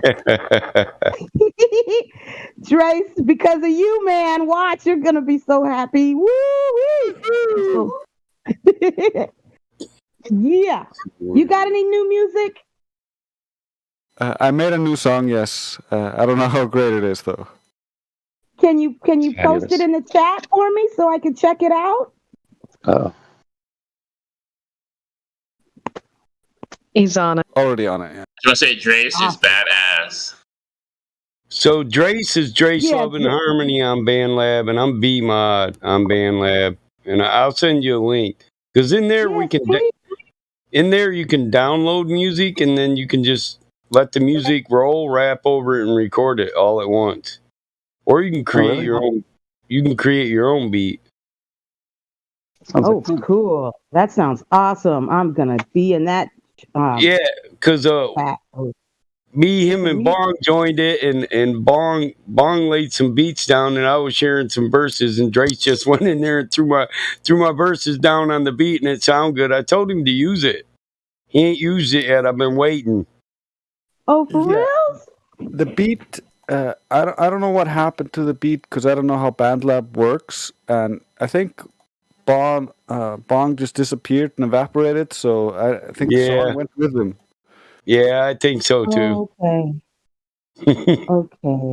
That wasn't yours and mine. That was a group thing, so it went with the DJ. Yeah. Yeah. Thank you, Drace. I see them in the chat. Awesome. I'm about to check it out. Yeah, there's my profile. Okay. Oh, okay, I see it. I can show you Drace's too. B mod. Cool. Yeah, I posted it. See, all right. Well, since how I'm already logged in, I figured, what the hell? I'm gonna have to download some damn music then. Yeah, Battle Mod. Because I know you rap too, don't you? I try when I'm high, on the fly. Way to be. Yeah. When they're not telling me to shut the hell up. Yeah, in my domicile, I sit back and rap a while. I'm so stoned I keep a motherfucking smile. Yeah. Answering people in my DM, just friend, but I'll be there till the end. Yeah, what's up with that? I didn't mean to come in and interrupt what was happening. Is There there wasn't nothing happening.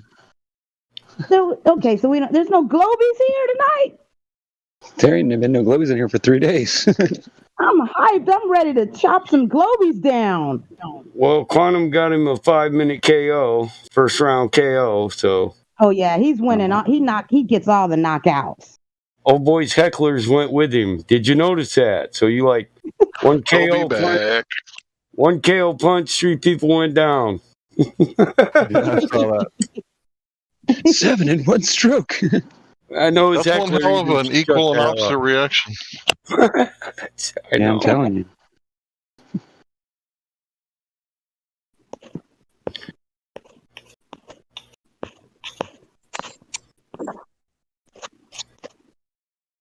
So I see, what is this? A new Black Swan? Okay, I'm looking in the chat. No. That QE has here? The Horizon? Okay, You see that dude's mouthpiece go flying? I love them Golden Glove bouts, man. They're unpredictable, man. Okay, this is about the Horizon. Can't wait till tomorrow. You watch Bellator MMA tonight, Hank?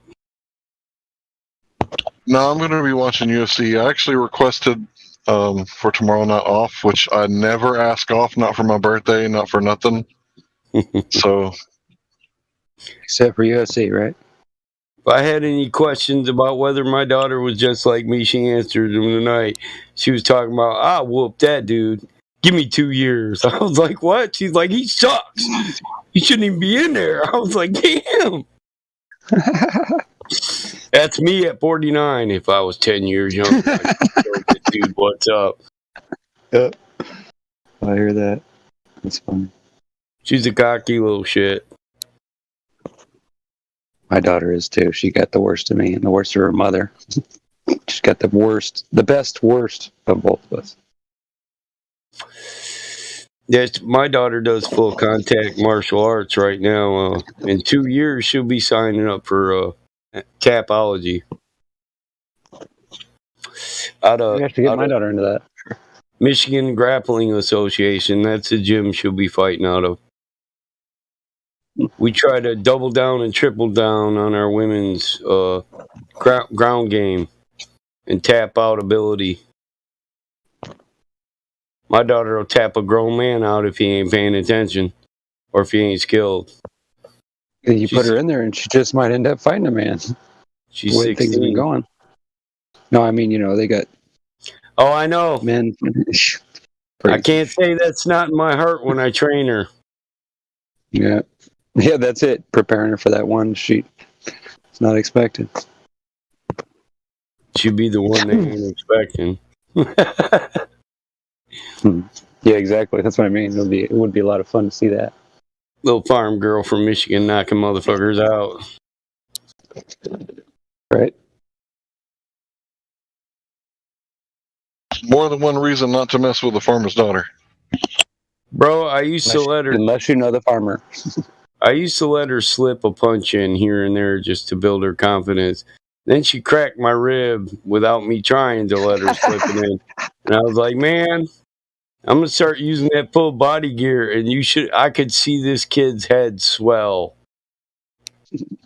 She said, "Are you okay, Dad?" I said, "Just leave me alone." The next day, she was messing with me. I said, "Look, kid, you cracked my rib. I'm having problems breathing. Leave me alone." She was all smiles, but all apologetic. I'm sorry, Dad. Well, yeah, but of course the smile on the back side of it, right? I heard the Marsoc Warrior. Oh yeah, her head doesn't fit through the front door. I heard the Marsoc Warrior. That's funny. She'll say it herself. I'm the bitch to worry about. She cracks me up. At least though, she doesn't go to school and take advantage of people, or she's a real calm person. Most people that aren't worried about protecting themselves are, though. She doesn't know all that to bully people. That's the main focus of I've never thought about that, but that's true, isn't it? Mm-hmm. Definitely. What do you got to worry about when you know you could snap a grown man's neck? Yeah. Not much. What you're going to say when you disagree with? The only thing I fear is someone that's crazier than me.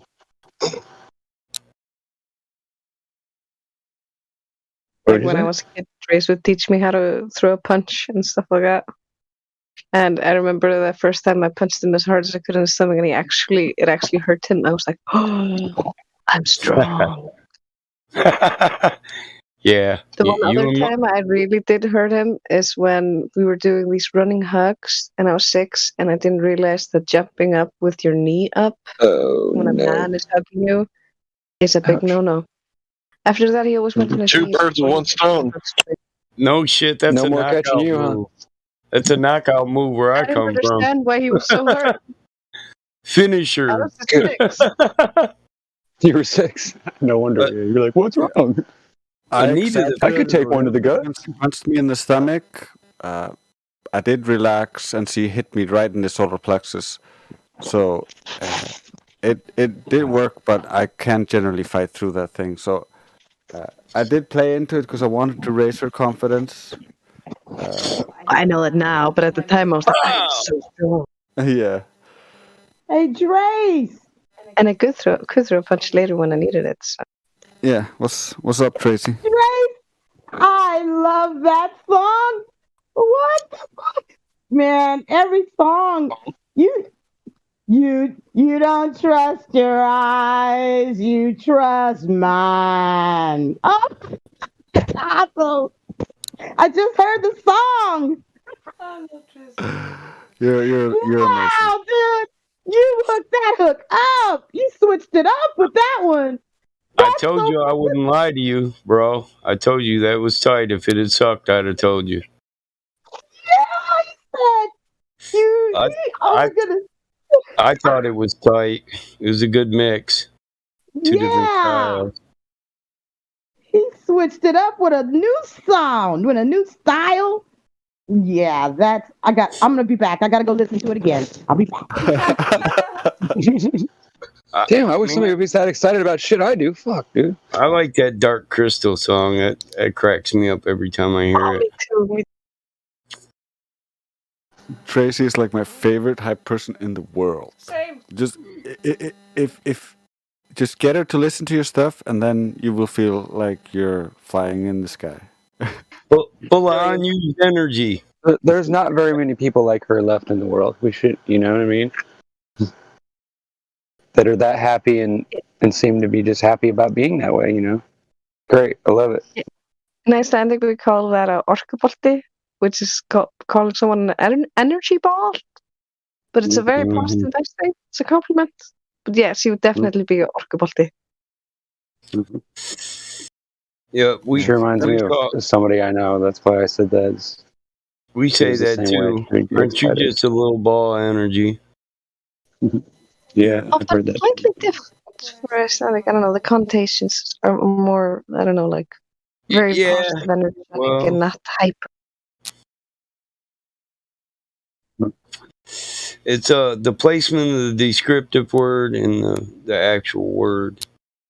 You know, the noun, the adjective. In different languages, the noun comes first, then the adjective. In our language, it's backwards. We describe what we're talking about before we tell you what we're talking about. Yeah. The way I would describe it is when Tracy comes into a room, the room lights up and suddenly there's more activity. The room feels more filled.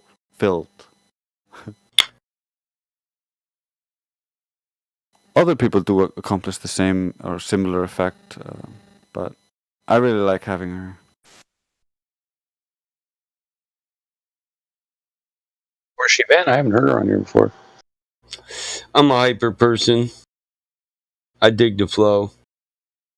Yeah, you definitely bring the energy.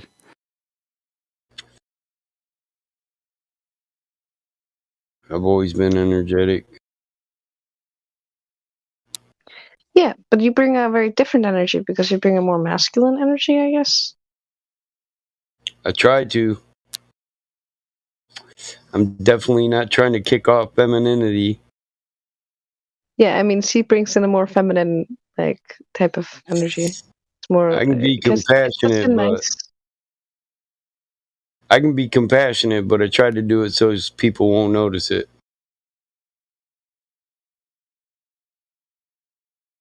That's a good one. I like that. Don't want nobody calling me a teddy bear.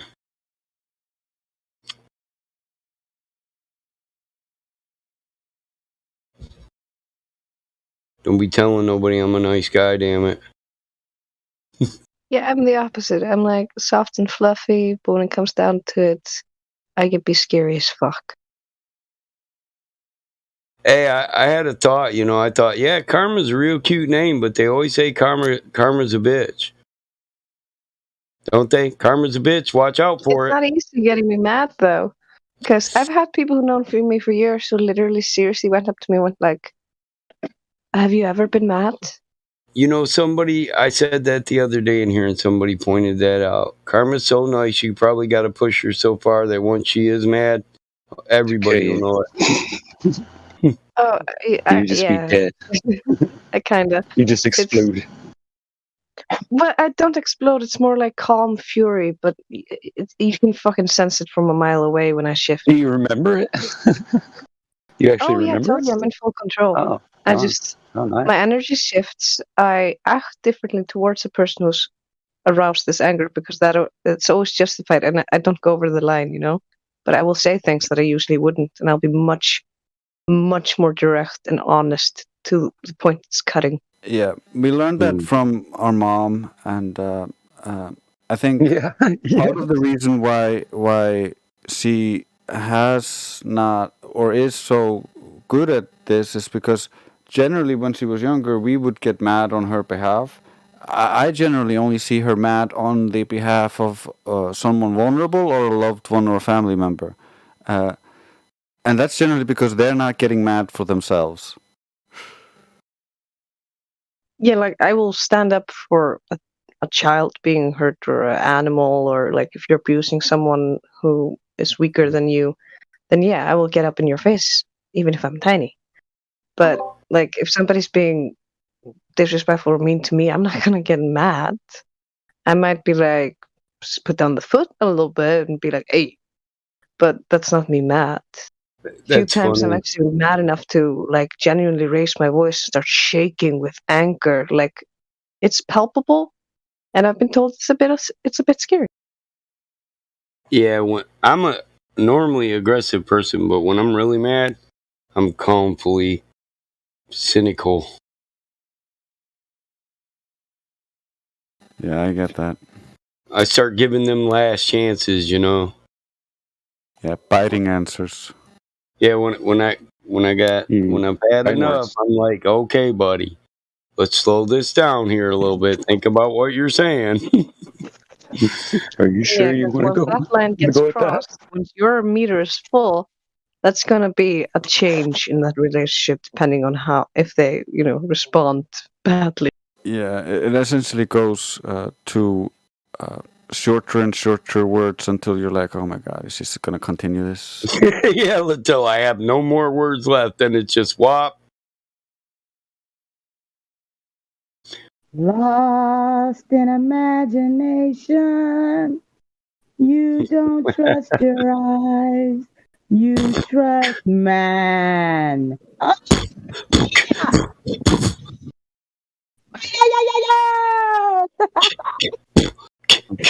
Trace, I'm loving that hook. That's good shit. You had it like It really that, is. man. I was listening to it too while you were listening, Tracy. It's good stuff. Everybody's talking about Drace, but what about Karma? She kind of added the balance, right? No. Yeah, she had the octave. She's in the background singing. I could hear her.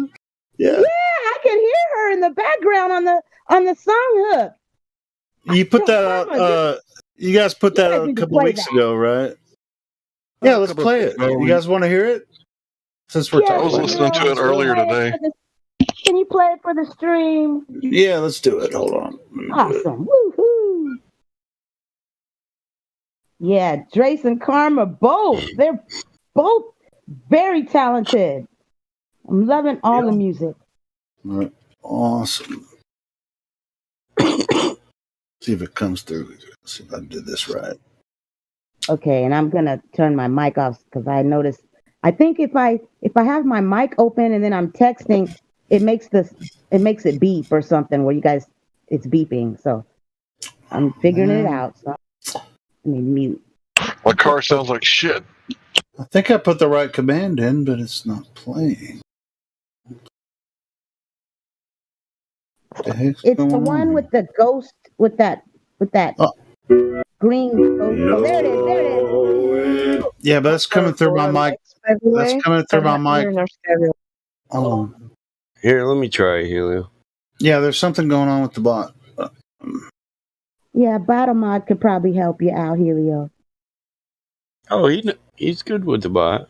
Yeah, I put the right command in. And there's just like sometimes if there's anyway. It like glitches, like a glitch. Well, yeah. If there's certain commands you put in, if it pauses or something, if it's anyway, go ahead. Yeah. Okay. Are you sure it's exclamation M wasn't an M explanation play? Yeah. Oh, yeah, that's what I did. Let me do it again. Hold on. And by the way, that's not a ghost. That's the aurora that was in our sky the other day. It just looks like a face. It's fun. No inhibition in your soul, you can't let go.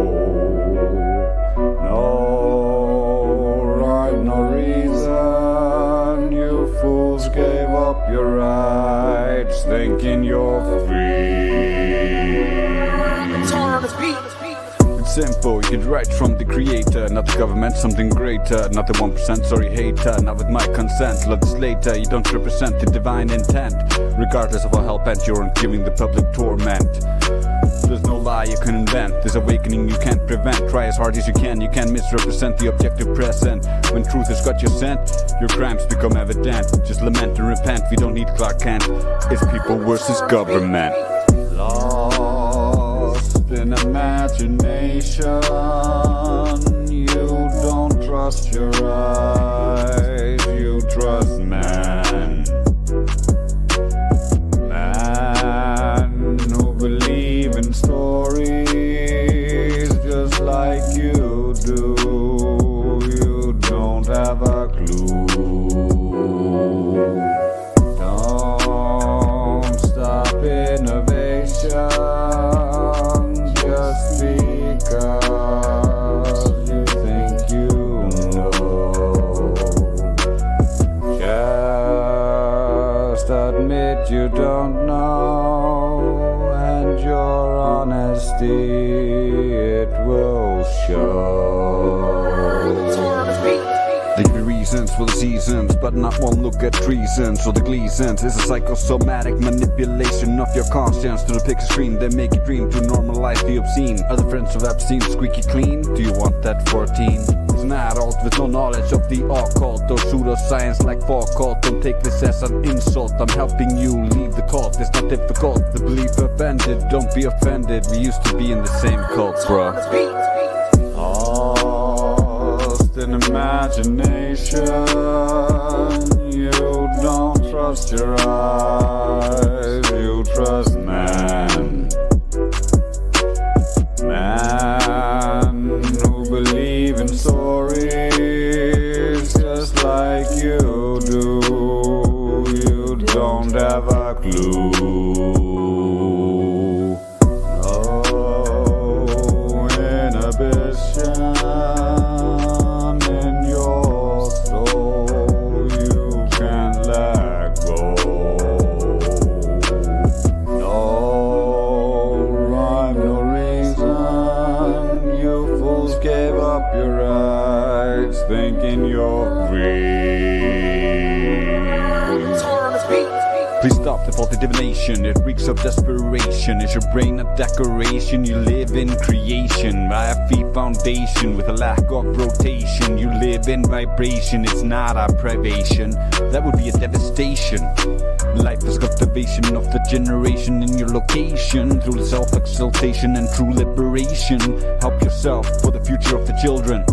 Peace. Grace out.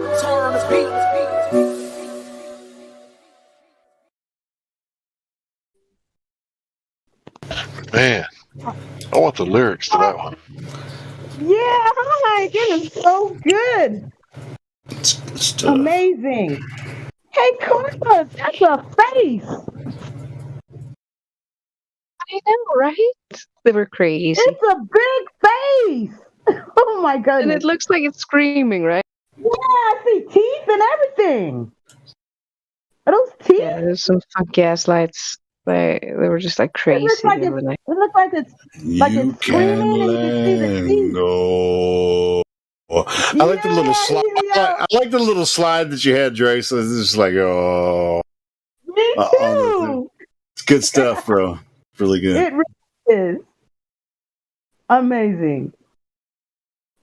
We got Borealis faces over there in Iceland. Did you see it, Helio? Did you see that big green face in the sky? Yeah, I see it. Yeah, it's like right there, planet like big. That thing is huge. Yeah, I've never seen the Aurora Borealis, man. Neither have I. And looks amazing. Wow. We get it all the time. All the time? Yeah, every year, usually. It's just a matter of noticing it before it goes away or moves over your house to another part of town. Is it like smoke, like green smoke or something? Nah. It's like it changes intensity. Sky plasma. Isn't it purple sometimes? Isn't there purple colors in there sometimes? The funny thing is, I was just talking to Trace about this the other day because I haven't seen purple in years. I don't barely remember ever seeing purple, but he's seen purple like years ago, plenty of times. And I've recently seen a picture like in a different part of the country that had. Is it touchable or is it like way up in the sky or does it like come low to the ground, like where you could like walk through it, or what is it like? It's up in the sky. I don't know how high it is. Recently, the green one, for instance, appeared to be pretty low in the sky comparatively. Yeah, it looks low. That's just because we were looking at the sky from our location, and we were getting images from the sky from different locations in the city, and the city isn't that big, but they weren't seeing the same things we were seeing. We were seeing lights when they weren't seeing lights, and they were seeing lights when we weren't seeing lights, so it was a little bit weird. Moved. Yeah, it must have been like moves, jumping around in town. Like, it was localized. That's what was the weird part about it. Oh, so it was like just right in your guys' town. Only not all Icelanders seen it. Well, is that what most of Iceland probably saw different northern lights. We get them all over the place, but it's like we don't all see the exact same pattern. And sometimes when some people are looking up into the same patch of sky, or what should be the same patch of sky, they're not seeing the exact same lights. Some are not seeing any lights, and then other people are seeing lights, and then it's weird. And does this only happen at nighttime, or does it happen all day in the sun, or? It happens at nighttime. It seems to be localized to an area, so people in an area will see the same lights, but people in a different area will see different lights, generally. And it has very, very intensity. But there could be differences in the height of where it is actually happening. I don't know the height, and it might vary, so that could be different. Okay. Yeah, we don't get that at all in America over here. I'm in California, and I've never seen anything like that. It's beautiful. I wish we could see that here in California. The pictures can't really describe how beautiful it is, because the whole light is technically flowing. It's like, it looks like it's flowing around and moving as if in liquid of some sort. Weirdly. Oh, so it's like wet light. Fluid. It's like a wet mist, a wet liquidy. It looks like some kind of plasma. Plasma. Wow. Because you could see it like ribbon like velvet with little like folds as it flows down and changes shapes. And all these pictures I've been posting are taken within a few minutes, within a few seconds of each other. Yeah. And the changes are Whoa, so it changes real fast. It changes quickly. Yeah, it's like in crazy flowing condition. It's like watching a silk banner flowing in the wind or some crazy shit. Now, is the wind blowing when this is happening, or is it'll just this comes it was whether pretty it's still windy or not? when this was happening last time. Yeah, I don't think it's related to the wind, but it's weird. I mean, sometimes it's dull and it just looks like a faded green river across the sky that fades out. That is so beautiful. It's not always the same like raging velvety banner in the sky of lights and colors, but sometimes it's just like a streak flowing from one end of the sky to the other, and then like it fades away, or it morphs into something else, or moves across the sky and changes. Can you see where it originates from? Do you see the source of where it comes from, or it it generally just has the appears? direction of the north. So Okay. All right. I guess that's why they assume it's all connected to the magnetic field, but Yeah. Yep. I don't know. Well, and some people believe there's a hole in the earth too. You never know. Yeah, I think honestly, Yep, I heard about that. I think honestly, the Norse myths considered these lights to be the Rainbow Bridge, essentially leading to the north. Really? That's how I interpret it. So you mean like if I followed this green, purple, beautiful plasma wherever, if I follow where it came from, are you saying that would most likely be under the North Star, like it's where that would be or something? Well, yeah, something along those lines. In Norse mythology, you would basically follow the Rainbow Bridge or the multicolored bridge in the sky, and you would arrive in a new world, according to those legends. Oh, really? Oh. Wow. I'm with you. Let's do it. Yeah, let's go. Who's here from California? Who said they from Cali? That's me. Who was that? That's me, What's your Ricky. name? Ryan. Ryan. Well, they Hi, call me Ryan. I'm Ricky. Tracy. I know. I've been listening to you. You and I were gonna get along just fine. Yeah, We're a lot alike. I stay in Cali too. I'm in Southern California. I'm up here in the middle of Northern California. I'm in the Bay Area. I'm in the worst, in the armpit of America. Yeah, yep, I know where you're at. If you're in the middle, then are you by I'm about 30 miles from Oakland. 30 miles okay. inland from Oakland. Yeah, it's a town called Antioch. Well, it's a city. Antioch. What part is the butt?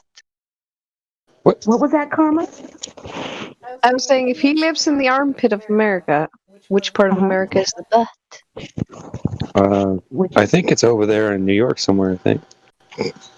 I don't know. Hi, PCO. I see you. You in Cali too. You're in OC? I'm in Corona. What's up? Yo, what up? Yeah. How you doing? Doing awesome. Enjoying the conversation. I always like listening. Well, I didn't know you were from Cali either. I usually don't ask people. Some people get Cali in the house. That's right. We're all here. We in here. All right. For Cali Friday night with some Icelanders joining us. I can't get over these pictures. Did you guys see these pictures? I've seen video of it, and I didn't think it was real. I thought it was fake. And everybody's like, no, that's really what it looks like. I'm like, no way. Yeah, I've seen videos of it. Karma, I don't know where. I think it's on YouTube. Seen it on YouTube, and I was like, there's no way that's real. And they were like, yeah, it's real. It's real. You can see the house. You can see the houses that are in the pictures. You know it's got to be. You can see them. It's like I know, but it just looks too fake to be real, right? Doesn't it? You wait till you see it moving. It flows like it does. It looks like liquid folding in the sky.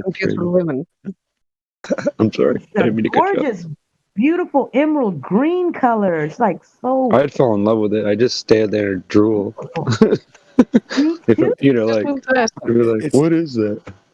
It's even more wonderful when you get outside the noise or the light pollution when you drive outside, because most of our country is bigger than Denmark, but we have very little population, so it's very easy to drive out into the wilderness and outside of the light pollution, and all of a sudden on the highland you will just see the sky is full of lights, and it's amazing, because that's how the sky normally is without light pollution. Generally, you don't see, like, if you're in the middle of the city by the sea, you look up in the middle of the night, you just barely see a dot for the brightest stars, and it's just a black abyss. But you go outside the light pollution, you go on top of the highlands, which is most of the country, and all of a sudden, it's just a wonder. It's amazing, the sky. There's a mountain nearby called Mount Diablo I could go up on, I guess, and look, but I don't think I'm going to see any lights, though. Yeah, but once you get on top of that mountain, are there any towns close by providing light pollution? Oh yeah, there's fairly close by, but there's a side of the mountain you could go to where there wasn't a lot of pollution. You could see pretty good, because I've been up there on some of the hills, and you can see pretty damn good, because you're above like all the smog and all the weird thick stuff, cloud that hovers over cities, you know, and all the signal pollution that's all over it. When the northern lights are out like that, does it light up like your city in that color? Like, you know, like how when we have moonlight, when it's a full moon, how it's just a clear, you can still see at night. So what I'm saying is, being that these are green and purple, does it make the light above you that's shining down look green and purple also, or it doesn't light it up at all? How does that work? Does it light it up? I've never actually managed to be outside the light pollution during northern lights, because generally, like, it doesn't happen every night. It's you never know when it's never know actually when it's gonna happen, unless like they figure out some discrepancies in the magnetic field, and they're like, oh, the sun must be ejecting some shit, so you're gonna have some flares. I know, they're so full of it, aren't they? Yeah. They don't even sound like they know what they're talking about. I know. They don't. They just say anything. That's what they've been doing to everybody all our lives, is lying. I know it started with Santa Claus and the Tooth Fairy, and it just kept going, didn't it? Yeah, they just took it all the way. It's crazy. Made adult Santa Claus, NASA, and the space shuttle. All the while they're telling us all to grow up, and then they're telling us that fairy tales are real. Yeah, right. Yeah. Until we came along, and now we're debunking them and shutting them down. If you guys want to visit, it's a good time. To Iceland? Because we have a volcano that's been going for like 7 or 8 months. So lava coming out. I'd love to see all that. I I got to take that off my bucket list. Is the lava spewing and into the towns, or is it like going into the ocean, or like what's happening? Thankfully, it was in a valley. It's like not that far away from civilization, but like nobody's died, and people have been like going and checking out the lava since day one almost. So it should be fine. Everybody's pretty chill about it. I mean, it's Iceland. We have volcanoes all the time. Yeah, the only thing that we've lost are frying pans and the use of a single road. And we lost the frying pans because people were trying to cook hot dogs on lava. And it melted the pot. Don't they realize metal has a lower temperature? Wow. I saw a video of a dumbass tourist who got on top of freshly hardened lava with flowing lava underneath, where he was literally seconds away from killing himself accidentally. Because if he breaks through the crust, he's just gonna sink into death. Yeah, like a he's bridge. gonna basically vaporize. Yeah, it vaporizes people. Like a bridge. They've never shown that before, but even. Yeah, that's not the dumbest thing there. I have the best story ever because a girl at work has a mom who had a boyfriend once who is a man who decided that it would be a good idea to take a picture naked in front of the lava. Only he's facing the camera. And the top comments were things like, I hope for his sake that it's cold. And then when people were coming to the like, yeah, my mom used to date this guy, and she said, now y'all know why I dumped him, or some shit like that. And everybody was making fun of a small wee. That's funny. Oh wow! So pretty much out there, it's cold, but when the volcanoes are erupting, the lava makes it kind of warm, so it's not so cold anymore. You know, does it stop it from being as cold as the volcano? Yeah, if you're in direct dive, something like that. Yeah, and like in the beginning, the lava was just flowing off to the side, and people could just walk right up to the cones and stand right next to the lava. And people did, and that's where the guy took his naked photo, like standing right next to the lava and the cone. His butt hairs were singed. Yeah, he singed his butt hairs from the heat. He probably got sunburn. Yeah, he probably got sunburn on his butt. Same thing happens when you're welding too. Mm-hmm. That was You can part of get the reason they made fun of him, because they were like, he can't even say he was cold. Yeah, really. No. He was on fire. I always thought that lava was a lot hotter than apparently this is, but I guess it might be dependent on the specific volcano and the type of lava and what kind of material it is. I never thought about that. I guess I just thought lava was just hot, you know. I didn't know it had different temperatures, different type of volcanoes. That's even more interesting. Like our current volcano is just a basalt volcano, so it's just spewing out endless amounts of basalt. And Oh, really? And it's this one is just does that. Other ones have spewed out other things, and it's weird.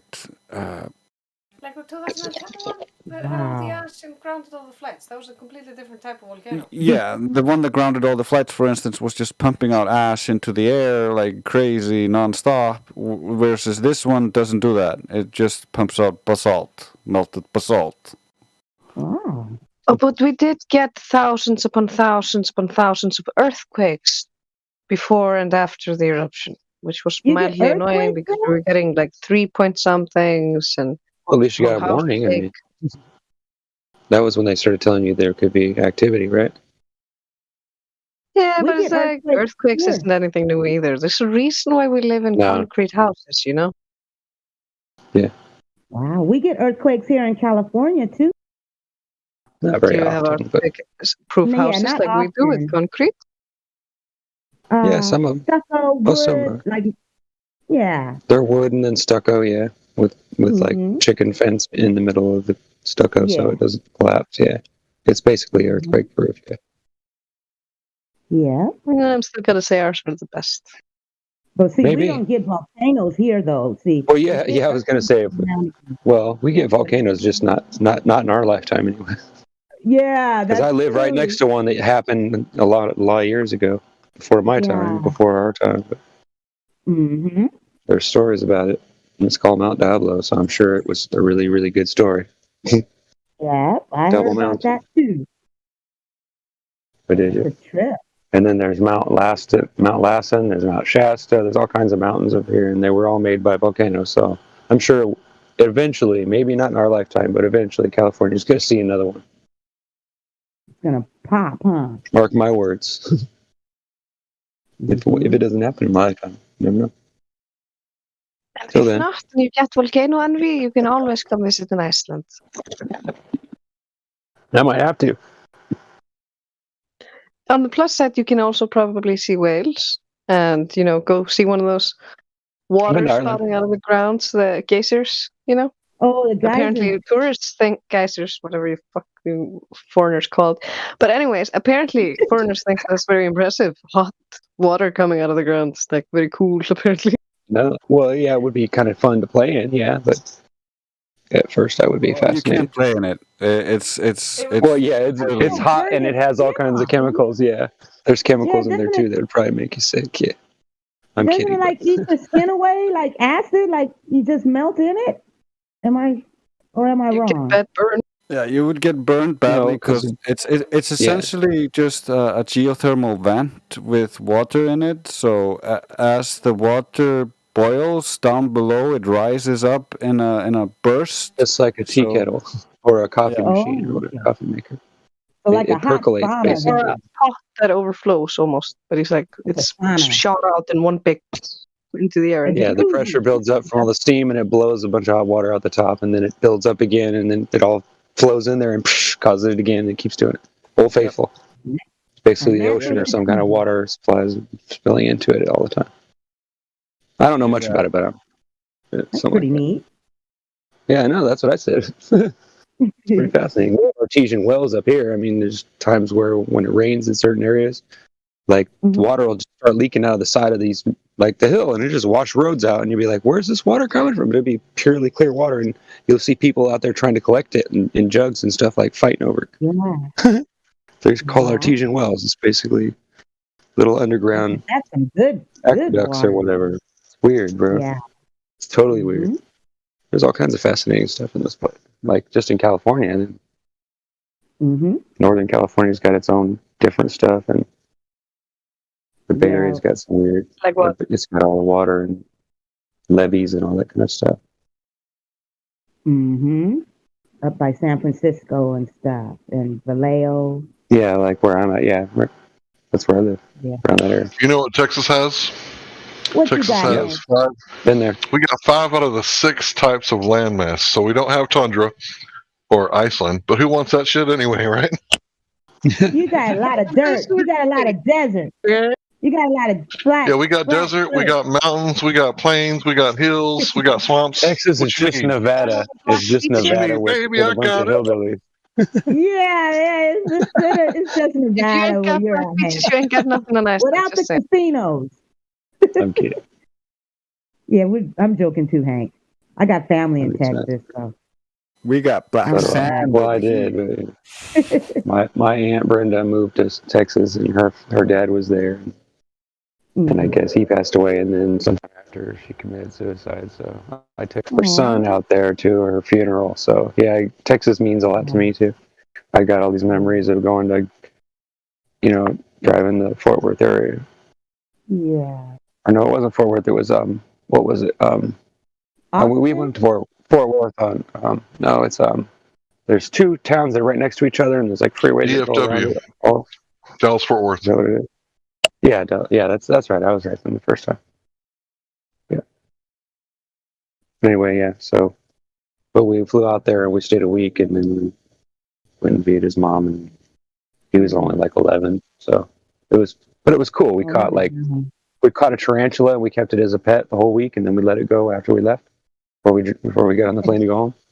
It was trippy because I didn't know that they were like pet. You could keep them as pets. I always thought that was like a joke thing because I'd never seen anybody with a real tarantulas a pet, Yeah. so I always They're thought it was a real lie. scary looking, but they don't bite you. I mean, you Yeah, won't. I If they thought that bite was you, pretty. you won't die or nothing. You know, they're not poisonous. I guess. Yeah, but they do have big fangs and they do hurt. Yeah. But I never got bit by it, but I seen the fangs. I know. I can tell you, if it bit me and it wanted to, it would hurt me. I would definitely know I got bit. You're right. I got bit by this Those little are tiny snake snake once, bites. and I remember it bit me with these little tiny, like razor sharp fangs. And I tried to pull it out, and I couldn't get it out. I had to pull it at an angle up and squeeze its mouth just to get it off my hand. I thought, God, what would that be like if it was something big that could really bite into me with something big? That would be horrible. No wonder people are afraid of snakes. Then I thought, nah, and I smacked it on a rock. I'm scared of snakes. I've always been scared of those things. I got bit by a turtle once. Yep, I got bit by a turtle. Oh. I got bit by a damn. donkey once. Donkey That can hurts be- real bad. That can be crucial if it's a snapper, bro. If don't let Yeah, go. it was one of them redneck turtles. Took a piece. I might have to cut its head off with your toe in its mouth. It caught, you know, that little bit of skin in between your fingers. And then get some tools out the toolbox to free you. if your toe, if your toe's still connected, if not, you know, we'll get it out the turtle's mouth and we'll put it in a cup of ice while we take you to the ER. Did it bite through your hand or your finger, or did it let it? It got that go? little piece of skin that's in between your fingers. You know, that little piece of skin. You talking about I your pulled my hand fins? away. Oh, Yeah, the fin. The turtle suit. He got Shit. just about a half an inch of that, and he just clipped it out of there. And oh my God, it hurt for so long. That's the most horrible place to get bit or hurt, man. It was bad. But he wasn't trying to get me. He was trying to grab the banana I had in my hand, and I jerked my hand back, and he just managed to get with that sharp part that turtle? points down. Yeah, No, snapper a turtle. snake. Oh, a The snake turtle. turtle. Oh, okay. No, the snake was that. The snake I was just saying. That reminds me of the I'd have cooked that motherfucker in its own shell with the banana. That's what we do too. We eat stuff like that. Some bites you, man. And if it doesn't kill you, you eat it. That's the law. Try to eat me, I got to return the favor. Yeah, that's right. That's right. I'll show you. Oh, BattleBot, don't eat the turtles. Turtle is good. I'm telling you what. If I ever cooked you turtle in its own shell, you would never say that again. What does turtle taste like? Turtles are so freaking cute. Turtle is No, I good. would never eat a It's like turtle. chicken, only Yes, you fatter, would. fattier. No, I wouldn't. I love turtles. Oh, it's They're good. nice. They're so nice, and they don't do nothing. They just. It's good eating. But beef is sure damn good too. You know, come on. It's Oh, I good love eating. Like steak. Yeah, Well, there you beef go. is. Now Oh, imagine punching a cow. listen. Imagine killing a cow yourself. Which is more healthy? The beef that we pump through is full of steroids and vaccinations, or the turtle that's been swimming in the river or the swamp? I don't know. It depends on where you live. Because It doesn't. I don't Yeah, think you're I'd eat. I don't like the cow, the one with all the steroids, and I definitely don't think I'd eat a turtle. So I'd probably go vegan or something. Well, I've heard a lot of people say that. eat They rabbits, just they're go good. right on and eat it once I cook it. Okay, just don't tell me. Hey, don't tell me that it's turtle. Just say. We just say can you do got, that. you know, a chicken. I'll make it look like popcorn catfish. How's that? You ain't got to tell I'll make- nobody nothing. Just say I'll dinner make is it- served. Yep, I'll make it look That's like right. Swiss steak if I got to. I bet $20 I could get you to eat liver. You'd love it. No, I love liver. No, I do eat liver. too. That I do. Liver I with love onions? liver. Oh, man. And mashed potatoes and gravy. You just make that shit look like And Swiss some steak. salt and pepper? Yes, Hank, salt and pepper and some garlic I'm powder. telling you, snapper is good. Snapping turtle is really good. It's red meat too. Okay, just as long, like I said, as you don't tell me turtle, you know, I'll try it because I'll think that it's if you cook it like catfish, I'll think it's some fish. And if you do it like liver and put a gang of gravy on top, Yeah, you just No, make once I anything chicken fried and I'll eat it. Right? That's right. Same. That's right. I must be at least parts Louisiana. Hey, we call that country fried. You call it chicken fried. We call it country Well, you fried. know, I've been hearing it out here in California for so long. They ask, we say, that there's country fried meat, son. Taste it. It is country fried, yeah. You're right. Taste it. Just taste it. Don't knock until you try it. Can't you tell I've been in California for 30 years? I've Put some become one. taters and gravy in there with it. But yeah, I love my gravy. My wife's like, "Why do you always want gravy?" I'm like, "Cause it's why do you want mashed potatoes without gravy? I don't get it." The whole idea of having mashed potatoes so you can eat the gravy. It's just an excuse to eat fat and flour, man. You're right. It is flour, yep, but I love it. I gotta have gravy on my rice or my potatoes. Like, I just love gravy. It's good on French fries too. You get really good crunchy French fries and you dip them in brown gravy. Oh, good beef gravy is so good. I bet. You guys got black swan. We got red clay, gray clay. I've seen blue clay. You mean, what are you talking about, Battlemod? Clay. Okay, like in the. Dre said they got black sand in the Netherlands. We got Tennessee red clay. Oh, you mean I know what they're talking about. Ooh. Like on the beaches. So you guys, straight by the water, your sand, it's black sand? Yeah. That's what I'm wondering. A black sandy beach?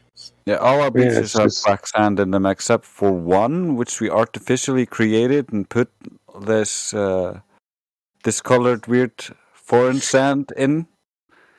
You guys got a face. Oh. That would be. You don't like the sand? Cool. Oh, you mean because it's dark and you'd think it would be cool if you were light skinned. You'd be able to see people and you wouldn't, if there was orange sand. We have hardened Viking sand. That's not as nice on your toast. Oh yeah, that's right. It's really, really fine, huh? So it's like Viking sand. Does the sand does the sand sell at the rivers and like smash and grab? Or has it got iron in it? Can I get iron out there if I throw it in the kiln and make me a Viking sword? I'm pretty sure it's mostly just, lava rocks and stuff like that. Is that why it's black? Pulverized into dust and then it high iron content. Oh yeah. Man, I got a Roman sword. I got to get me a Viking sword next. I collect some swords. Dude, I love them. I love them. And they're real too, because I actually looked at them and they're actually cut so they can be sharpened and everything. And the handle is actually part of the sword. It's not just a wooden handle. It's like fancied on there to look good. You know what I mean? Yeah, it's all one solid. Not like a mason sword, huh?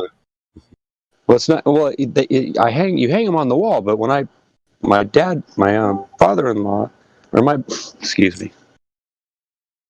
my father-in-law, he bought these swords and he had them up above his thing, and I always thought they were just phonies, like stage props or whatever. They're made out of metal, but they aren't really. But these are like heavy. I took one down because after he passed away, my mother-in-law she asked me if I wanted them, and I said of course I do. And when I got them home, I was like, holy crap, these things weigh like 40 pounds. It's heavy. I mean, maybe not 40 pounds, but it's heavy. Like it's hard to hold. It takes a damn near 2 hands. You take two of those in your hand and you just think about what it would be like to have to be strong enough to swing that around and fight with it. Oh my God. That's getting ready to say. Those Vikings were huge men, strong. Yeah. And they're what they did? Big and long too. Right? You know what they did is they had boats that could go across large, vast oceans, but they could also small enough to go up into the rivers. So they would just sail up into a river and see like a soft spot, and they would just like smash everything and grab as much as they can and like run out. So it was like a raid. Like they raided it. And not that they weren't capable of taking on like armies, but they didn't need to. They were just like smash and grab. And if you need to go between rivers, you can just pick up the boat because you got strong men, and then you carry the boat between into the next river. And the guys are like, "Why are they not at the bottom of this river? We waited for them to ambush them." Wow. And they just stay in that damn canal all day, waiting, wondering where you're coming in from. Morons. Makes sense. Sure does. If they're strong, you're right. Strong enough to carry those swords, then they'll pick up the boat easy. So I heard this one story about this Viking. This Viking said he could kill this other guy, right? So this other guy walks this village. Like 3 days later, he shows up, and they have a battle, and he kills him, like in his own village. And then he takes his hat off, and he walks back to his house, and he dies right when he gets to his doorstep because the guy stabbed him in the thigh, and he was carrying that dead head the whole way next to his thigh. And he died because he didn't clean the wound.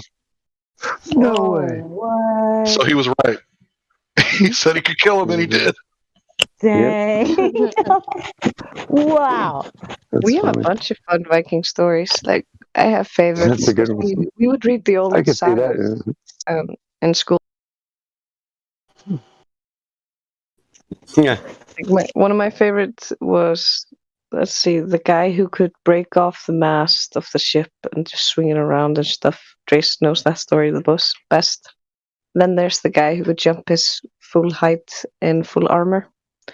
And the lady who was such a bad bitch, she wasn't even the main character, but her husband ended up dying because he pissed her off. Like, there was at one point where she was kind of starting a blood feud over some murders and some killings between family members and stuff and some other clan, blah, blah. And her husband eventually is like, enough is enough, and slaps her in the face and is like, stop getting involved in this shit and don't be murdering people. And she's like, you will pay for this slap. And then at the end of the story, when he's made enemies and they're like attacking him in his house and he's shooting them out the window so they can't get to the house. And then his bowstring snaps and he has no extra bowstring. And her name literally was something long pants or something, but she's known for having really long hair, which was so long she could tuck it into her belt. So the husband goes like, give me some of your hair, I'll make a bowstring out of it. And she'd be like, remember that slap? It didn't help him. Oh, and he died. He got killed because I don't even remember if he died. Is that one of them? A woman tales that scorned. women? I was gonna say, is that one of those women's scorn tales where your mom tells you so you won't piss her off or you won't do what she doesn't want you to do? That's just one of her Viking stories. She was a side character, and she was the wife of the main guy. It was Gunnar í Hlíðarenda, and Gunnar is the main guy. Hlíðarenda is the place where he lived. It's just one of those stories you read at school. That's cool. No, I mean, I've got this Mother Goose and nursery rhyme book that's got like some racy stuff in there. Like there's stuff about people killing each other and stuff like that. It's pretty creepy. It got handed down to me basically. My stepmom and my dad that live in Missouri. That's where I'm from. That's where I was born. They taught me about that stuff. Do you guys have stories of little fairies or like that live in the rocks or anything like that? Is that some mermaids? Stories? Yeah, I remember hearing that when I was young. Little fairy living in rocks or something. Yeah, the rocks are the homes of some fae folk or something like that, but we have different ones. I don't remember too much about them. I was always more interested in the mythology part of it because they had funny stories. The Ojibwe believe in the rock people, and the grass people, and the forest people, the mountain people. Yeah, and then we have some stories of fairies and things like that. Like little fairies. Our fairies aren't basically what the Western world considers fairies. They're more like elves. They look like humans and behave similarly or look similar to humans, and they live in this parallel worlds, and they can make themselves invisible at will. Oh, they're invisible too? So they're not just small, they could disappear? No, they're not small. That's the Celtic ones. That's the Celtic fairies. We have Huldufolk, which basically they live in rocks and are more synonymous with elves than.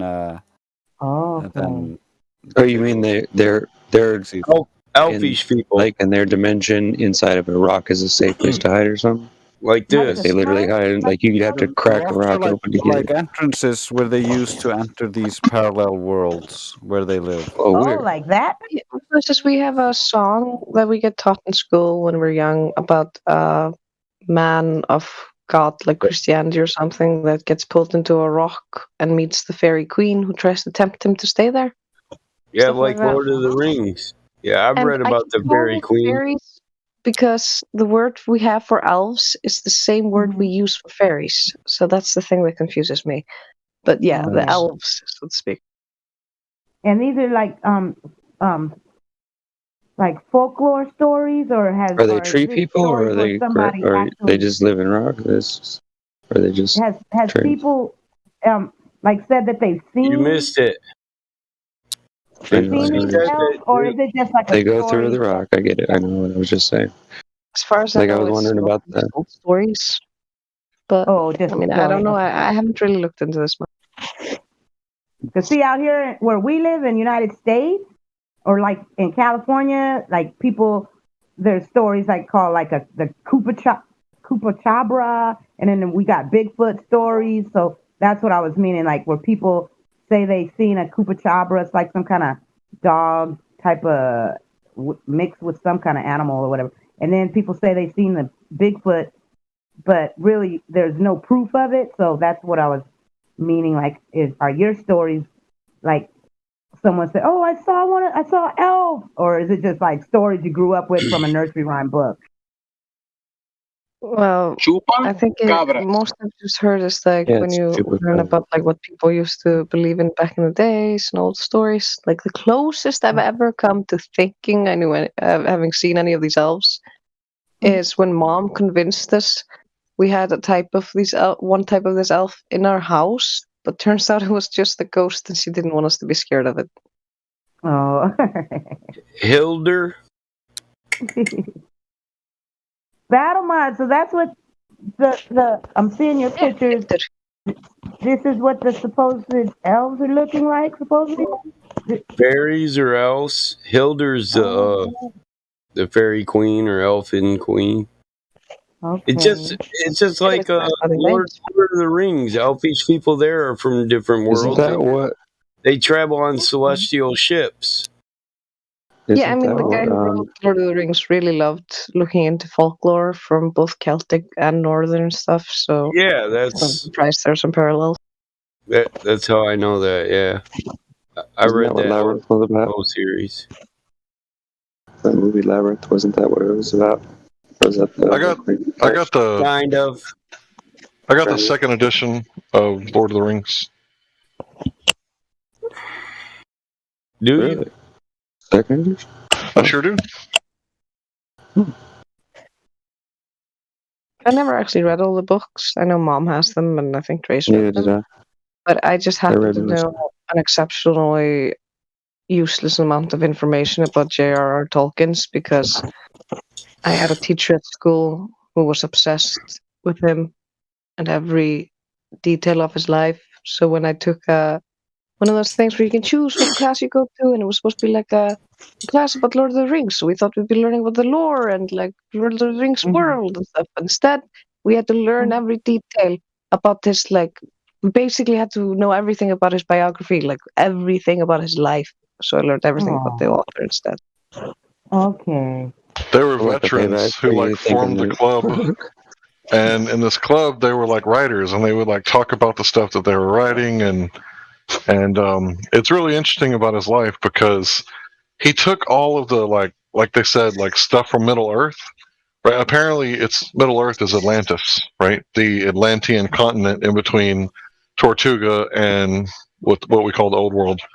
And it's really interesting because a lot of that stuff kind of goes back to like stories that people used to tell. I mean, of course, he fabricated a lot of it, but for example, the inscription on the ring, one ring to rule them all, one ring to bind them, something, something, something, and in the darkness find them or some shit. That's a quote from the Book of Solomon. So a lot of his stuff comes from like other stuff. Book of Solomon, huh?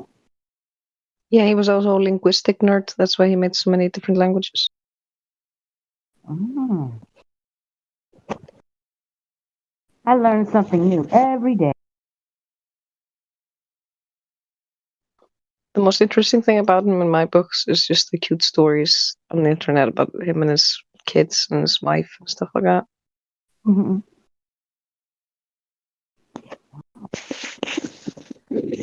So have you ever been to America? I've never been. Not to America. Yeah, I've never been to Iceland either. I would love to go though. I would love to go to Iceland. I told you If you guys I ever used come to. back, we'll show you around. Remember, Yeah, that'd be I cool. told you guys I liked Bajork Shit, back in that's the a day. I used to listen to Bajork. I had like her albums and concerts of her on DVD. I love the way you say her name. It's the best. Yeah, it's actually It's Björk. Bajork. I think that was a good. That's Bajork. Björk. How do you guys say her name? How do you Björk. guys say it? Wait, what? Björk. Say it one more time. Björk. Wow. Björk. Björk. Björk. Wow, I've been saying it wrong all these years. I've been saying Bjork. Bjork. But it's so cute. It's cool. Okay, cool. Right, all right. And it's very rare for people to be able to just guess how an Icelandic word is pronounced. If you don't know any Icelandic, that would just be amazing miracle. So, what language does it derive from? Our language is basically the closest to the original Old Norse, from which all of the other northern languages basically developed from. I'll be damned. Wow. It's still so close that even if you read directly the old ancient Norse, 90% of Icelanders would just understand everything. Mm. Or at least 80 to 90%, depending on how good their vocabulary is. Yeah. So Iceland. It's pretty straightforward. Well, you guys were founded by Leif Erikson, right? Heard of him back in the day, huh? Leif Erikson.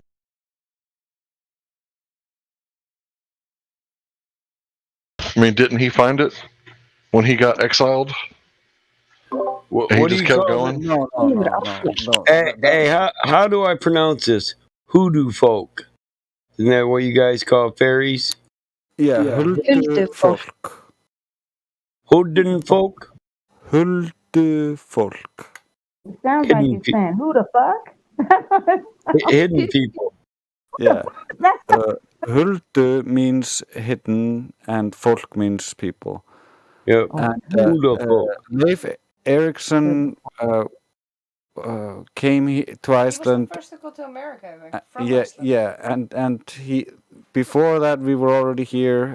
Ingólfur Árnason came here before that, and he threw a log into the water, and the log drifted onto land, and he was like, "That's the place I will make my house," and he lived there, and we founded our capital city here. At least that's our founding myth. Yeah. Wow. There's disputes over if he really threw the log. No, there's a dispute on where it landed. Okay. Yeah. Anyway, Leif Erikson was supposedly the guy who went to Greenland to meet Eric the Red, who named it Greenland, and then went on to America. Yep. Interesting. Or that's the story. Like, I don't trust any history so much that I'll bet my life on it. I hear that. I feel you on that. Yeah, because that log could have landed in a swamp, right? And he'd have been like, I changed my mind. I will cast one more time. Yeah. First one didn't count. Yeah, fuck that. Throw another log in. Like, that was a test log. Now we're doing the real one, okay, guys? Carve a new totem pole, you guys. We're going again.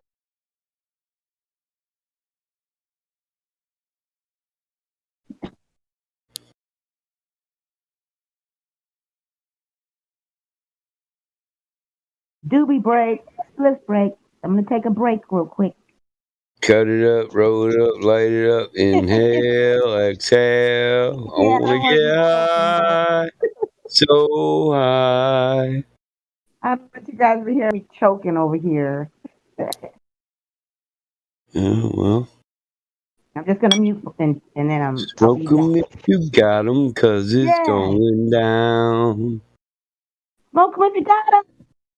I only wanna get high with you. I can't quit smoking weed 'cause I don't know how. Where's Cyrus? Back that bowl.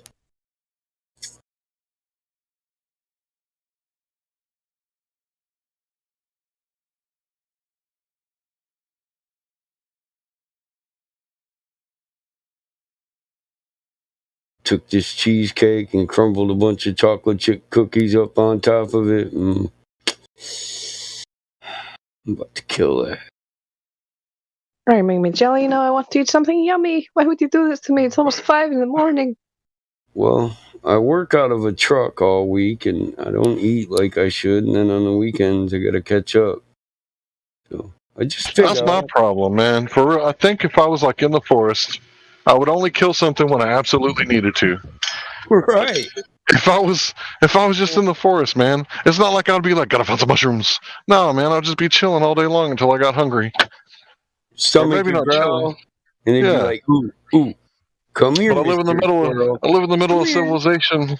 Come here, squirrel. Yeah, and I spent like 20 years like smoking and eating everything that I saw. Yeah. Stuffed squirrel's good, man.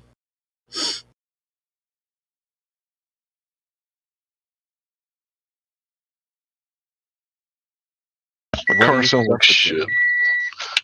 What do you want? What do you stuff the squirrel with? Vegetables, fruits. What do you want to stuff it with? Is there a lot of space to stuff in there? I would think. Aren't squirrels pretty small?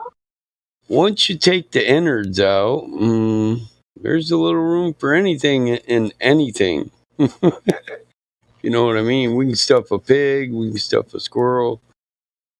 I guess we're not. We haven't had that much stuffing, so I guess that's a little bit alien to us. Yeah, I don't use stuffing. I do a vegetable stuff. To me, if I eat meat, I like to have like grilled mushroom, onion, and green pepper or red pepper. If it's green pepper, it's going to make it more savory. The red pepper goes with the red onions, and it makes it more sweet. So white onions with green pepper and red onions with red pepper, and then the mushroom is just yummy. Sounds pretty good. I'm always up for more tips about cooking. I'm trying to improve my repertoire of cooking. Okay, my favorite dish is chicken thighs, but you lift the skin up and you stuff it with chopped onions, cilantro, and jalapeno pepper. And then you cook it with the skin folded back over. And then when you cook it and you finish it, you scrape all that stuff off, and the meat is just so wonderfully flavored. This sounds amazing, and I don't even know what a cilantro is. Cilantro is a little green leafy substance that cleans out your blood at the molecular level. Cilantro? Okay, so it's a vegetable thing. It's a little tiny green leafy thing. They go on street tacos. Oh, street tacos.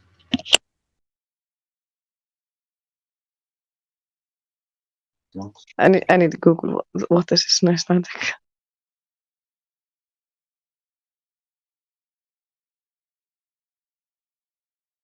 Is it CILANTRO?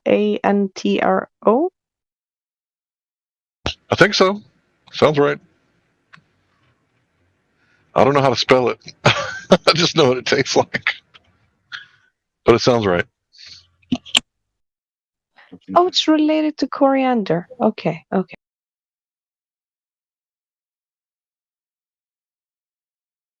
Yeah, I used to like make like morning teas, and I would blend that stuff and have it in my tea. And people were like, "Why are you got cilantro in your drink, bro? Like this shit cleans you out, man. This shit like bonds with like heavy metals and all kinds of shit." So if you drink distilled water and you eat lots of cilantro, you're going to be cleaning out your system. That's good to know. I love learning stuff like this. So coriander is named cilantro in Spanish, and I think, according to what I'm reading here, that's why it's commonly used that way in America, because you have cilantro in a lot of Mexican food. Yeah, it says cilantro when you buy it at the store. It doesn't say coriander or whatever you called it. It will But I have probably heard that say before. the same silly in our store. Yeah, it'll say something else in our store. Or koriandra jurt.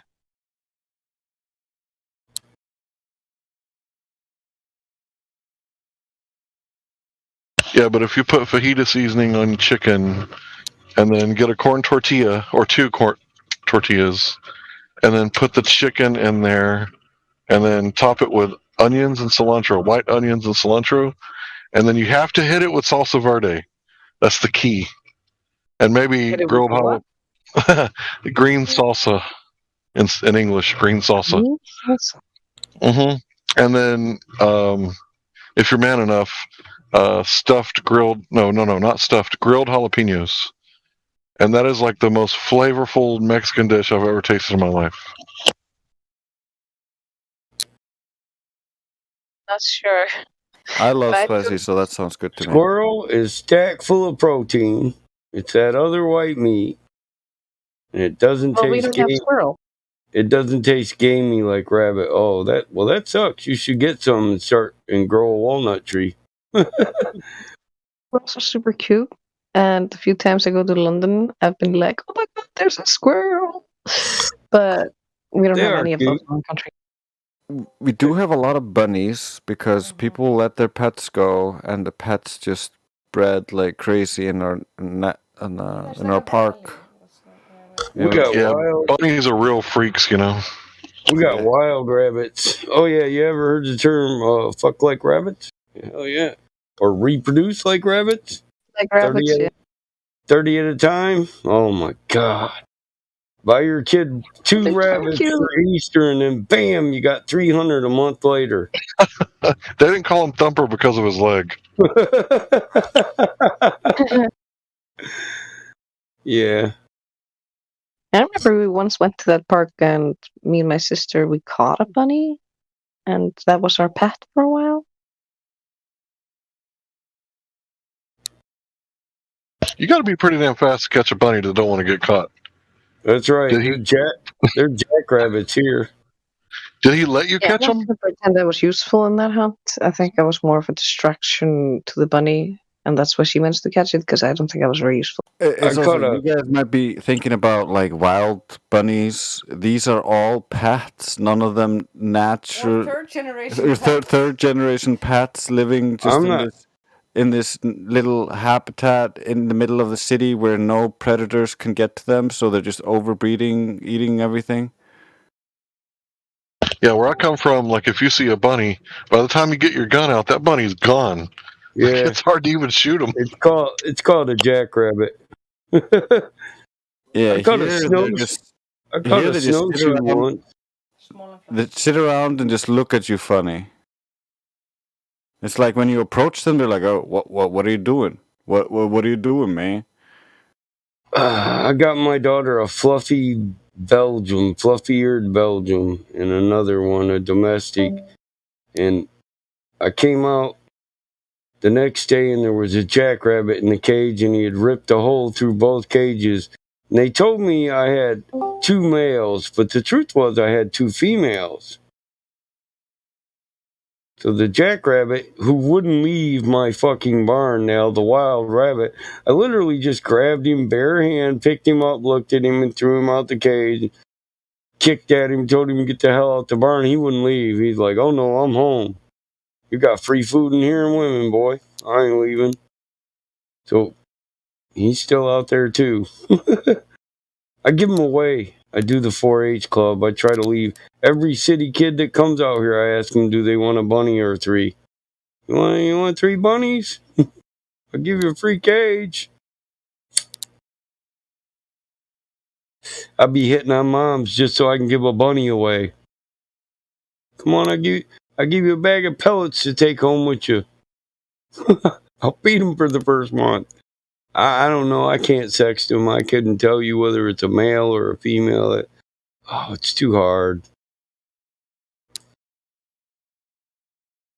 What do you do when you got I think we had that problem with hamsters once.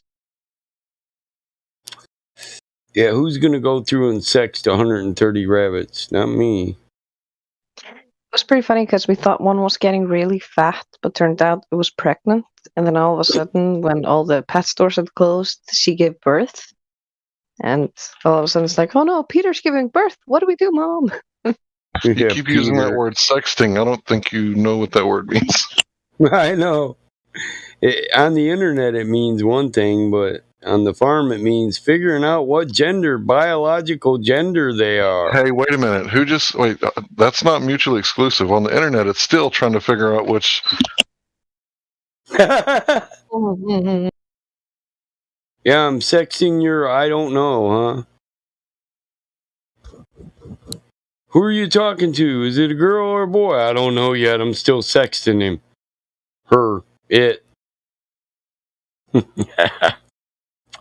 That's funny.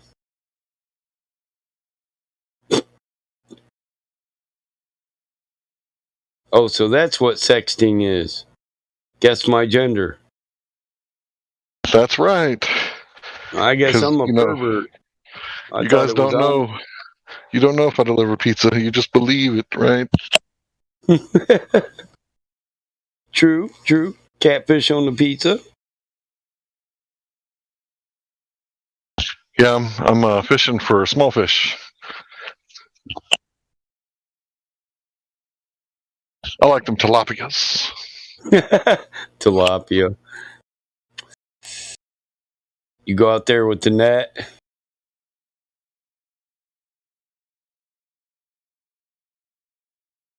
I actually live in a fisher's paradise, but I don't fish. Not a whole lot of fishing going on in my lifetime. The only time I fish is with work during the summers, and it's not very fun. Yeah, I don't like golf or fishing or any boring things like that. Too much waiting. Everyone likes fishing, but do it with a large group of children is not ideal. No, that's how you get a hook in the ear. I know. Uncle Mike always had to take kids fishing. No, bro. We got like the little sticks where you like just roll it back and forth to wind the line onto the stick. A cane? That's how they fish. Cane we pole? just take them to the pier. I don't know what it's called. Yeah, that's a cane pole. Yep. Yeah, but like somehow every year, whoever's in charge of this shit always forgets to bring something to kill the fish. Smash it with a hammer! I usually end up running around finding something and be like, use this! And then I just punched that sumbitch right in the eye. Trying to force it on somebody to murder the fish. Karma, you let me handle the next one. I'll smack that bitch dead. Shit. Please do. Okay. Remove the Where are you living these days? I'm probably nowhere near you. You and Drace, are we going to go fishing? Huh? We have actually great fishing areas here because we're an island. That's cool. We'd have to go to Iceland, man. You can go to Iceland, man. Who's seen my cat with that picture of the little steampunk art I made with the piston and stuff? He's a little asshole. Look, he's always staring at me like, "What you eating, motherfucker?" He's almost cross-eyed. You eating without me? What's that exchange rate like, I wonder? He's always trying to punk Icelandic. Oh, you're rich in Iceland. Makes sense. You're gonna give me some of that fish. I've never been rich before. That's what I'm saying. All the flat earthers should move to Iceland, and then all of a sudden, flat earthers are the majority, and we'll be the first flat country. This is a plan. Brothers, sisters, I'm rich in love. We'll just buy the island. Fuck it. Actually, Holland's the first flat country. once we buy the island, I'm making the laws. I get 5 wives. 5. And if Holland That's it? just Just do it, then 5? we can do it for Just to start. Just to start. Bro, you only have one burrito. How are you Can going you to have share 5 that many wives? burritos? Well, see, we will keep putting refried beans in our old shell. Oh, God. I guess so. God damn, dude. Well, when it's old, you got to say refried, right? I mean, I just came from an AA meeting in a church, so it's refreshing to hear somebody talk like an adult again. hello, my name is Michael. I'm a cross-addicted sex addict and alcoholic. Yeah. Addicted to anything that makes me and everything feel good. Right. Who isn't? I seen that on TV. They kicked him out after that. Like, Sex Anonymous is next door, bro. Oh, right. You got to be specific. You can't just go there and say, I'm addicted to 7 things. We're going to talk about all of them right now. In my entire life of dealing with it. Mm-hmm. Yeah. So, Hank, you can get 130 kroner for $1 is the exchange rate. So you're going to be rich when you come here, but our current government is taxing us like crazy, so don't expect your money to last, though. Oh, so you one of them socialist countries where you got to pay a whole bunch of taxes, but everything's free? Yeah, it's pretty bad. So Used to everything be free. it used to be really good. We used to be a shining example for the insane socialists. But then reality set in. My foster grandfather's cult decided to run the country into the ground and sell all of our natural resources and the government-owned companies that were providing. Yeah, the public communication and transportation and all that stuff. And what they did for the money they got from this was build themselves a conference house and a place to show plays and opera and stuff like that for them, the elite. But the public lost all cheap utilities. So they've just been racking us the last few decades, and that's why I kind of want to try to fix this, so we can right the ship. But I don't know how if that's possible anymore. But thankfully, the current situation is making me more hopeful. Tell you what you need. You need 40 years in the wilderness, just making babies like crazy, and then come back with a vengeance. I've seen it happen, or I haven't seen it, but it's worked in the past. Well, it's possible here. It's not like we're missing land. Change your name back. Change your name to Leaf. It's a floppy-haired Belgium right here. That's what you call it. Anybody here want a bunny? I'll send it airmail. 2 or 3. I think sending it to Iceland would be cruel to the bunny, so I'm going to say no. Take 1, get 3 free. If you're going to send 4 at a time, expect to get more than 4 by the time they arrive. They might not be birthed yet, but they're on the way. That's right, because I'm cheap. I'm only sending them in 1 box. I heard that you can't eat bunny year-round, that you can only eat them during the winter? That's what they tell you, because they don't want you to think you can sustain yourself in the wilderness, but I've ate bunny in the summer and not died for it.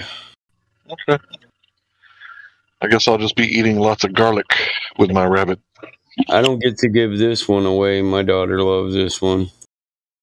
It's getting big and fat, too. Don't we all when we get domesticated? Yep, my dog cuddles that bunny. He'll be sleeping with a cat and a bunny. That shit's funny as hell. Big bad pit bull. Big bad pit bull. He'll jump on 5 fucking coyotes. Dude, but I spent like the first part of my life in the woods, man, playing in the trees. And I was like super lean, didn't think about food. And ever since I like started joining the workforce, and it's like everywhere there's food everywhere. Yeah. Speaking of food, thinking about that piece of cheesecake. I only eat cheesecake once a year. I love it too much. I'll eat it whenever my sister feels like making it for me. Hello, Resist. Glad Globe. Are you still here? Glad Globe? Wicca. Hey, Glad Globe. Flobe? I'm sorry. He was here. Glad. Glad Globe. Oh, Attention. wait a minute. Is that Glad crypto? Globe. Line 2. Wait a minute. Okay, never mind. Never mind Flat Globe. Is that crypto? I think so. I think I heard crypto. You Hey, did? crypto. Yes, you crypto. You do beats, don't you? Yes, you do. Because I've heard your music. Crypto I did. Engineer?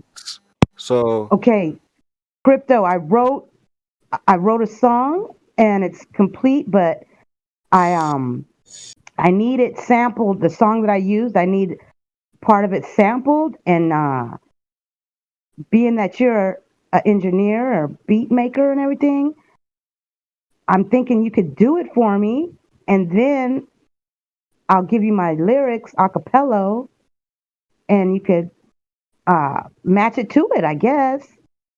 Or if you could make That'd be a the beat hard way. similar to the. Yeah, I think you got to sing to the beat. Yeah. Okay. Yeah, Hank's on point.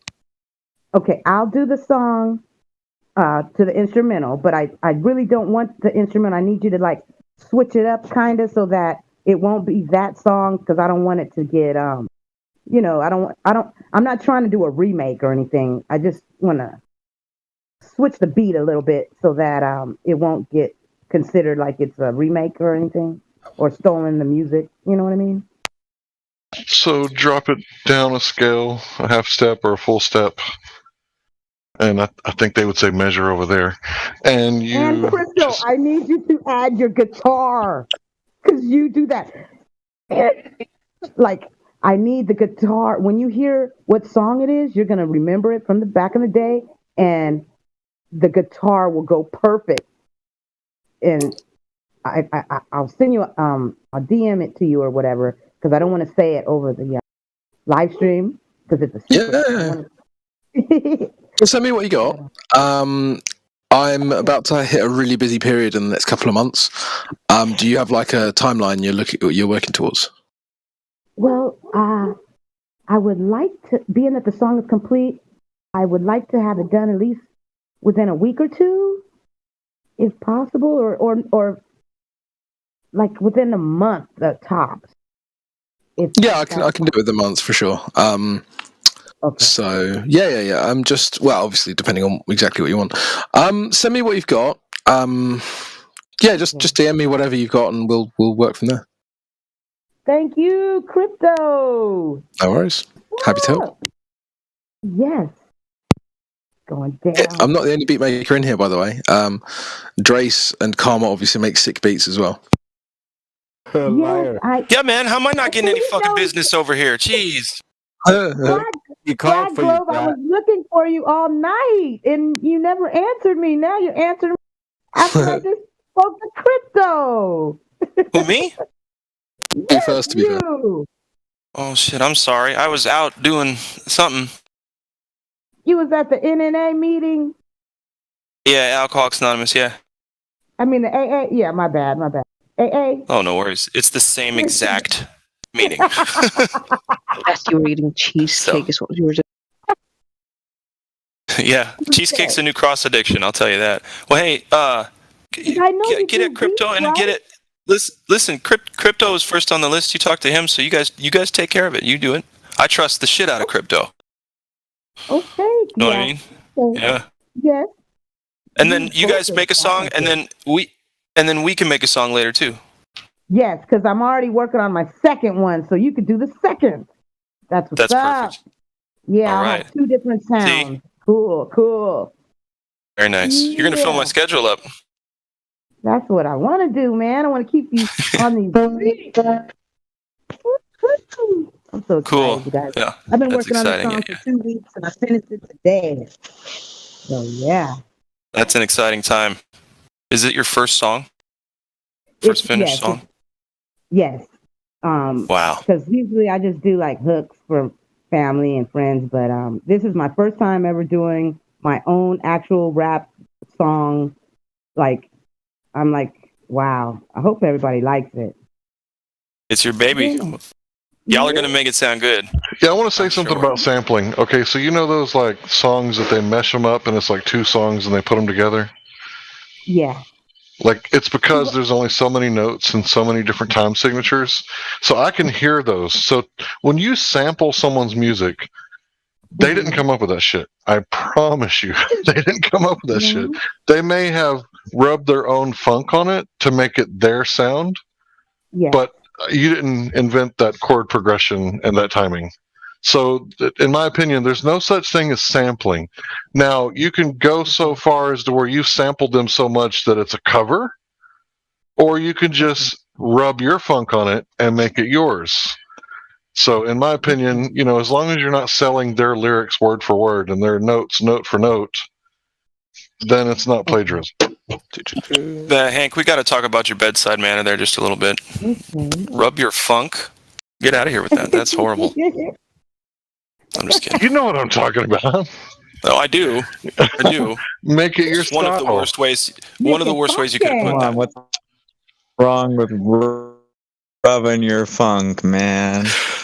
Well, if you're roboting, it doesn't sound as good. Okay, I just want to say that I played in a heavy metal band, but I was inspired by Flea from Red Hot Chili Peppers and Primus. So I rubbed my funk on the heavy metal band, if that makes any sense. It does. Makes a hell of a lot of sense. No homo. Yep. No homo. Oh, and Battle Mind. That wasn't even necessary. On the song, when I send it to you, yeah, what I'm wanting, being that I like the melody, but I need like some bass on it because it's a song that's not a hip hop song or nothing. So I'm like wanting it to be converted with some bass drum, like, or bass guitar, whichever, but like bass, like boom, boom, boom, boom. You know what I mean? Like bass. You'll see. I like bass. Drop the bass. Yeah. I think everybody likes the bass. Yes, I love the bass. That's why dropping the bass is like the most popular thing in music as of the last 20 years. Just, you know, dropping the beat. Some artists and DJs will make you wait like 8.5 minutes before they drop the first beat. Yeah, see, I like mine up front. I like my bass up front, you know, right when, like maybe off the 1, 2, 3, and then. It's all about that bass, about that bass, about that bass. There you go. Love it. I mean, that song's just about her being fat, to be fair. Sure is, huh? She might as well just be like, I've got a big ass and no tits. That's basically the lyrics. Oh, then it should be she's awfully fucking daft. She's all about that daft, about that daft, about that daft. Oh, goodness. All I gotta say is fat people need loving too. That's your job. Quick question. Hank, quick question. So you were saying if a song, okay, so if I was to rap my song in the melody of, I'm not using none of the same lyrics as the original song at all. Not one song, not one word is what the song is. But if I'm rapping in that melody of that song, is that plagiarism? Okay, let me tell you this. So Queen made a song with David Bowie, Under Pressure, and Vanilla Ice sampled it, obviously. So the song goes dun dun dun dun dun dun dun. So that's the bass line, right? Really famous, you know, Ice Ice Baby song. Real popular for about 15 minutes. But he said that he changed that one thing in the middle of the bass line. And that was enough. So I mean, basically, I'll tell you. Go ahead. Yeah, hold on, real quick. Intellectual property is some of the dumbest shit I've ever had to deal with. That kind of stuff. Yeah, it's horrible. Anyway, keep going, Hank.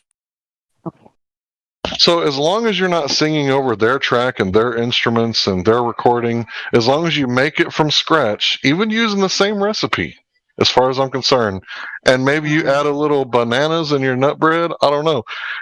I'm just saying, that's all you have to do. Because, can't nobody come up to you and say, you can't cook bread like that. That's my grandmother's recipe. Like, prove it. Like, did your grandmother add a pinch, like this extra pinch of salt I didn't see in her recipe? Yeah, see, it's like that. It's exactly how it is. So, yeah, I can hear the mesh-up songs all the time. So when I hear a song, I'm like, oh, that goes with that song over there. And if I had the equipment, and I guess a little bit of training, I could make mashup songs like all day long because I can hear it. Okay.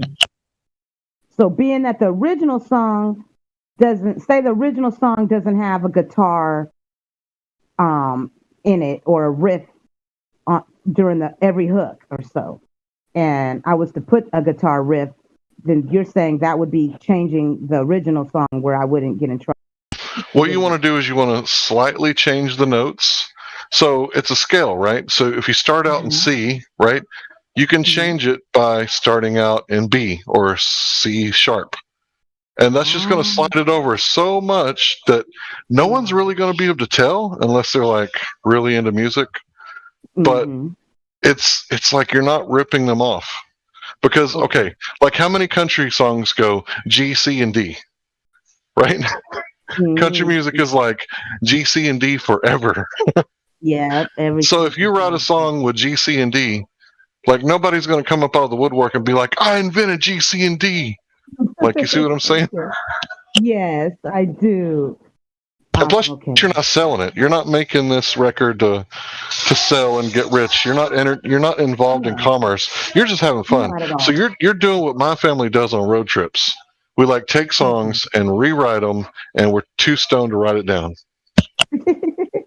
Yeah, I wrote this. This is for our channel, for the Flat Earth community.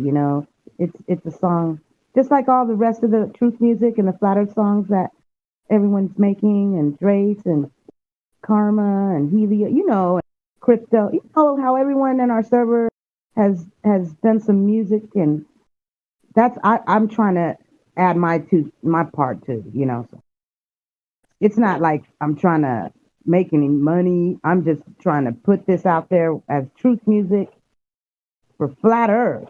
All right, I got another example. Okay, so there's a song by Green Day, and feel like my eyes are gonna bleed, bulging out my skull. Okay, it's that song. So it's done it,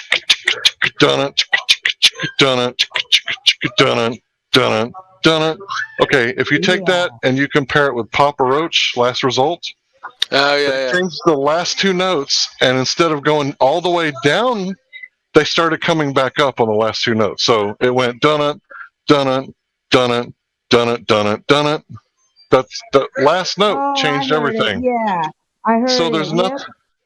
So there's nothing you can do to really get in trouble for making music, as long as you're not copying it word for word, note for note. Gotcha. Okay. Also, it's not necessarily to do with. It's not necessarily the notes. It's also like, let's just say that you play a melody on like a violin, a MIDI violin or something, and it's the same as a guitar. Then it's different because it's actually playing a different instrument. Maybe it's played down a pitch. Maybe it's played up a pitch. Maybe it's got an echo on it. Maybe there's like literally thousands of different ways to change something. But also, what I would say is like, try and be honest with yourself. Like, are you actually sampling it, or are you like ripping it off? Right, that's it. That's exactly right.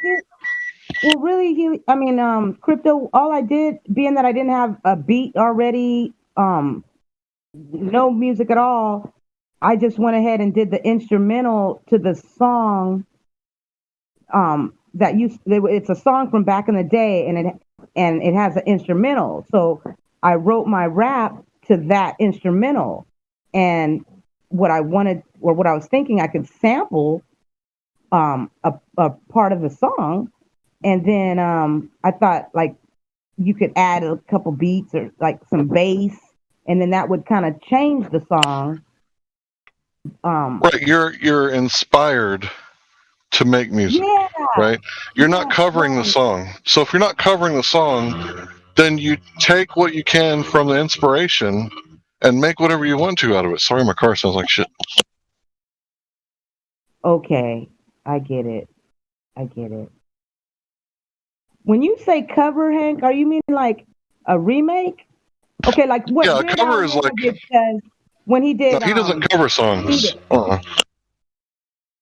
So that's not a cover when he did like Beat It, Michael Jackson. Oh no. And he did Eat It. Oh, okay. Yeah, cover is when you try to do it. Yeah, that's right. That's a parody. So a cover is like when you try to do it just like they did, and you put your own style to it. Like if you, this is one of the best YouTube channels in the world. If you go to Frog Leap Studios, I was going to say that. He does covers. He does some of the best covers. And if you get a chance to watch Gin and Juice, I've never heard anything like that before in my life. But it's Gin and Juice. Is he saying the same rap as Snoop Dogg's Gin and Juice, or does he make word for word? Word for word, he covered it. Okay. Yeah. Okay. Word for word, he covered it. But there's an amazing like heavy metal banjo solo in the middle. Spoiler alert. I don't know how the fuck he made that work, but he did. Okay. I gotta hear that. It's cool. You said Frog Leap? What was the name of it? Yeah. Frog Leap Studios. Okay. Oh man, Leo. Gifted son of a bitch.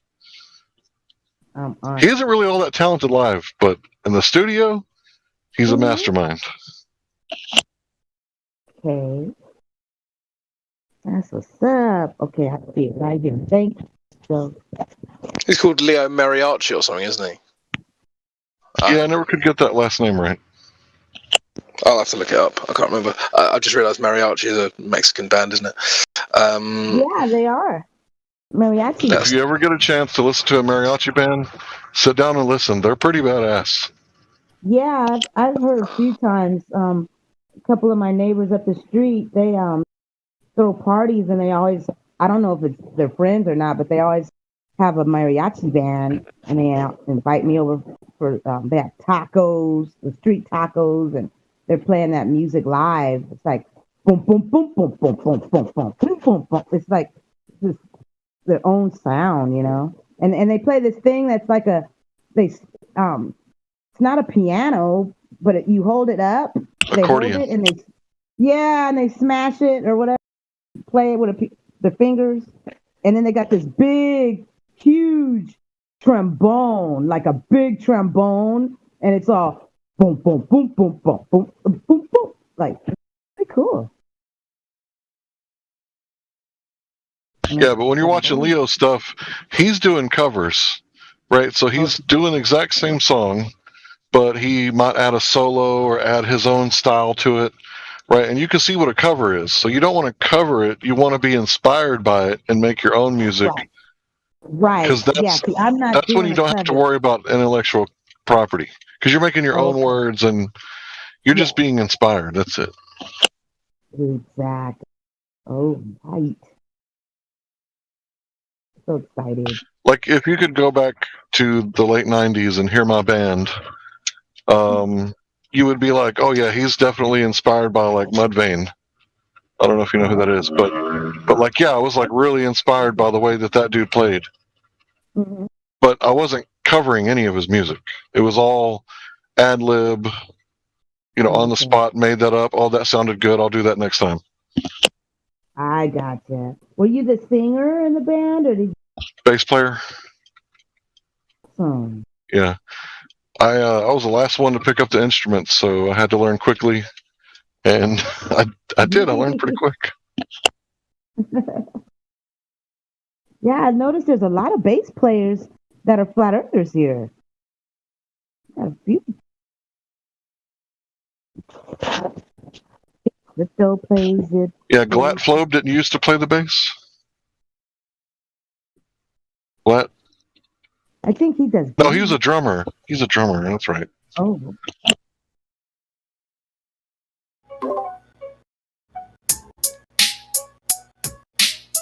Oh, I hear a beat. Yeah, that's Dre's. That ain't no strike. Don't worry about it. Okay. Yeah, freestyle beat. Got to get it sounding like Michael Myers and Jason, you know. Kill. Yeah. Yeah, Kill the globe. Kill the globe.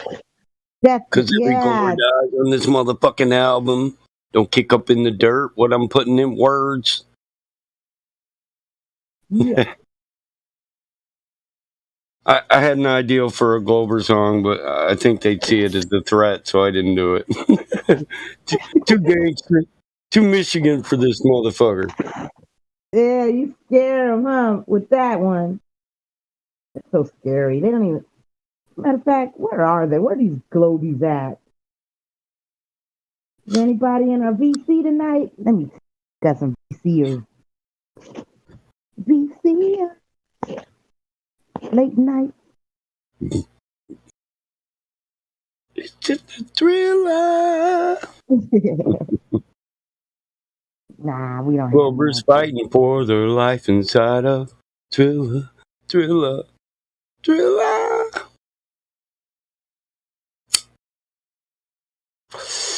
Guess I better wash this fucking cheesecake down before I try to sing, but I'm trying to get me some cottonmouth too. You got strawberries on your cheesecake, or it's just cheesecake? No, it was plain. My sister made this one without fruit or pineapple and just plain, so I crushed up a bunch of chocolate chip cookies she made that got a little too that's stiff. what you do. Uh-huh. Yeah, and I made a top crust for it and just coated it with chocolate chip. Check this out, Michael. I've been arguing with these fuckers on YouTube. Professor Phil thinks I'm going to flip the globe one day. Flip the globe? Yeah, he thinks I'm going to flip back to the globe one day. He's just telling me right now. Again, Professor Phil thinks that if you add more helium to a balloon, then it'll start to sink. So what he has to say has literally no validity. Oh my goodness, man. What the hell is wrong? I mean, it's just like my fingers are getting tired from arguing with these idiots, man. Helio, he's not no real professor. No, I don't care if he is or not. It's just I don't care what people name themselves in the YouTube chat. He won't even come in here, you know. That's why. No, he did come in here one time. As a matter of fact, yesterday they played almost a 3-hour talk that you guys had with Professor Phil.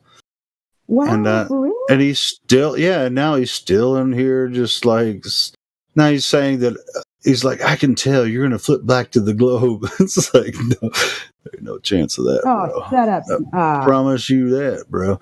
But I mean, I don't, you know, if I would if there was real evidence for it, yeah, but there is none. So I've been looking for that shit for 6 years now. I mean, shit. The evidence is that it's we ain't been lackadaisically looking for this shit either. We're searching anybody. ain't got none because there's no curve. There is none. It's flat and stationary. No curve. Nothing. But I was arguing with Paul a little bit about concave. I was just like, how big is the concave Earth? I mean, is it the same size? Because we don't have any evidence for that either. You know, how are you going to ask me to curve evidence for swerve? flat. All we have is evidence for flat. And then they say, well, you don't have any evidence for flat. And then as soon as we give them evidence for flat, they say what? Fraction. Or they say pictures from space, like LLBG is in the chat saying, oh, well, I have evidence the Earth is a globe because we have pictures of Earth from space. It's like, no, you don't. No, they don't. No one has ever been to space. That's also a lie. Come on in here, Professor Phil. Get in here. Come talk. No, he's banned. He can't come back in, Tracy. He can't. Well, I mean, if we can unban him if you want to talk to him, Tracy, that would be fun. Wait a minute. Didn't Professor Phil get banned for saying inappropriate things to our ladies? Who's banned? Wait a minute. Wait, is he banned? I'm not sure. I may be. They banned Phil already. I thought he came back in the other day. Yeah, you and I made the decision, and I banned him. Yeah. Somebody banned him again already. I'm not sure. So. Let me check. Because he probably says stupid stuff, and people get fed up with that. There's certain people in here that have niches on their shoulder, and they're like, I said Professor Phil's no good for us, so I don't care who unbans him. I'll go out of my way to get rid of him again. Oh, I see. And literally with me, it becomes a contest. Can you ban him as quick as I can unban him? Because I won't get bored.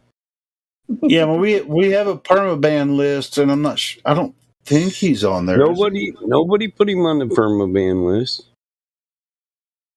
So earlier, those guys said they were going to come back. When I came in. He's banned right now, server banned. But if he wants to come in here and talk, if you guys want to talk to him, listen, he's got 3 profiles. Hold on, let me look at my DMs to see. Yeah, I found 2. I'm not sure which one he was. 7503 is 7503 banned because that's the one I unbanned.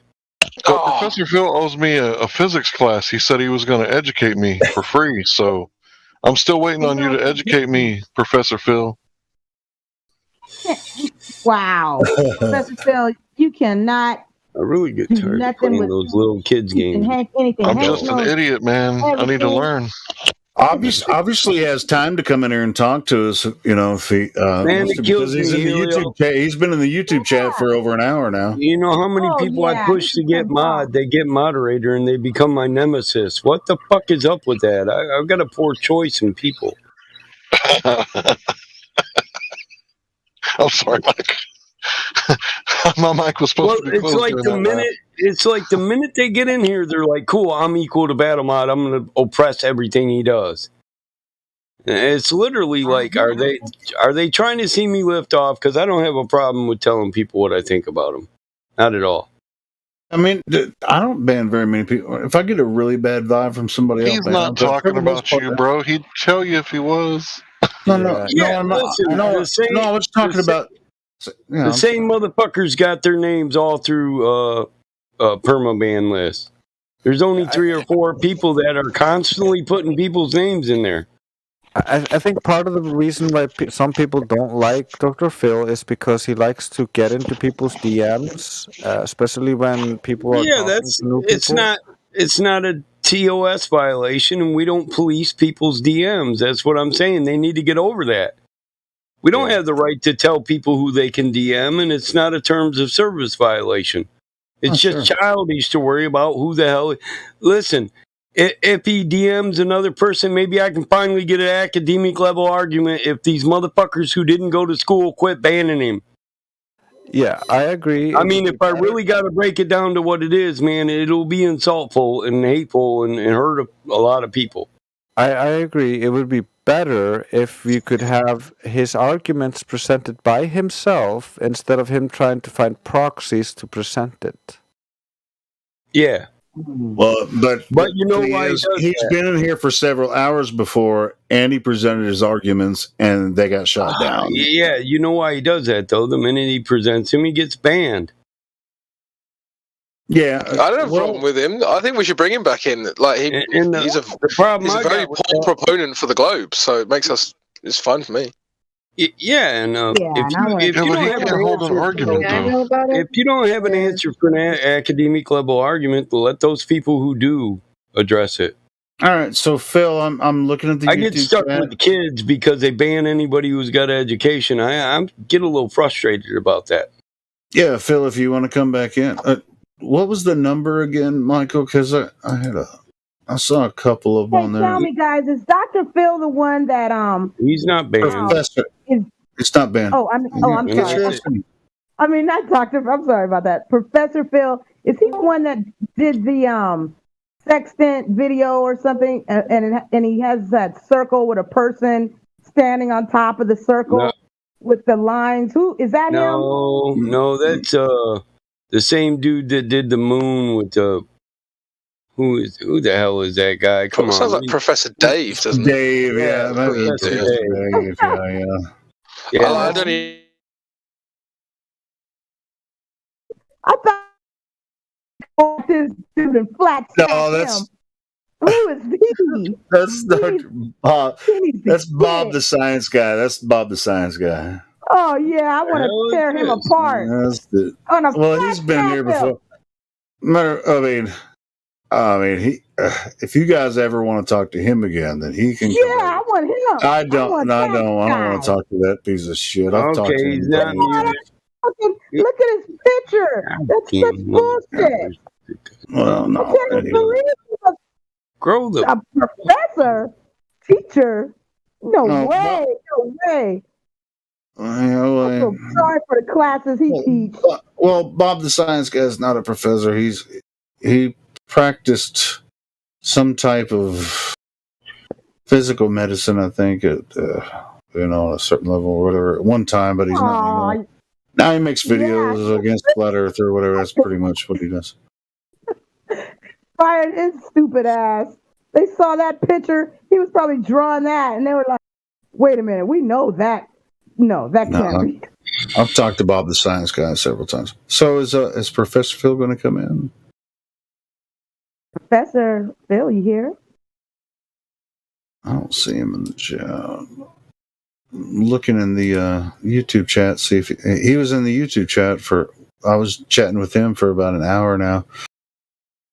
Hey, Professor Phil, do you agree with the picture your science buddy drew on that chalkboard? We don't know if him and Bob get along or not. Just like a lot of flat earthers don't get along. So maybe he don't get along with who's a flat earther don't get along. What flat earthers don't? I can name a couple that I don't get along with. But I ain't gonna name them right now. You don't get along with me, do you? Do you? Well, as long as they're flat earthers, then that's the one thing that that we all agree with. So, if there's a personality disagreements or whatever, I can understand that. But still are united flat earthers everywhere. Yeah, we don't all agree on everything, but we do get along. And we know that shit that Dre's posted that Bob drew on a chalkboard. That's retarded. You can't prove that shit happened. It's insane. And that's totally who's got an instrument? Tracy is the best, by the way. Who? Love you. Oh, Tracy. Yeah. Tracy's freaking awesome. She always brings a good spirit in the room and I think that illustration is Barbaruni trying to find the 90-degree angle of a sextant. But, it's so illogical, it makes no sense.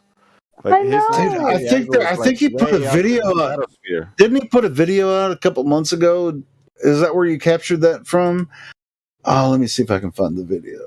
Yeah, it was so retarded. It's so stupid. I can't believe these guys are so ignorant. It's ridiculous.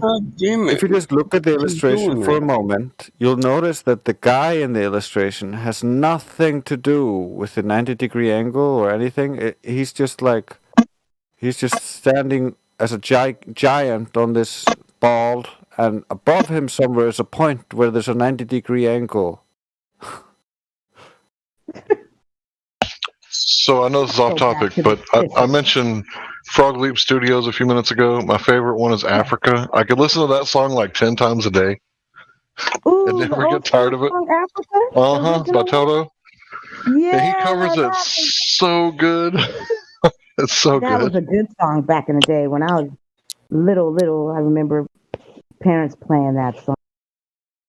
Holy shit! We shouldn't give him any more attention. I mean, he's putting out videos every day now. Like the past 4 days, he's put out sextant videos. Shouldn't even give this guy any more attention. Or maybe we should, and maybe we should let him back in and let him frickin' make his point, and then we'll destroy it. Look, I'll post a link to his channel. Fuck it, we ain't scared. With every video he makes, he just gives QE more ammo, so we get more empty clips. And it's like he's been putting out a video every day about the sextant, man. Ridiculous.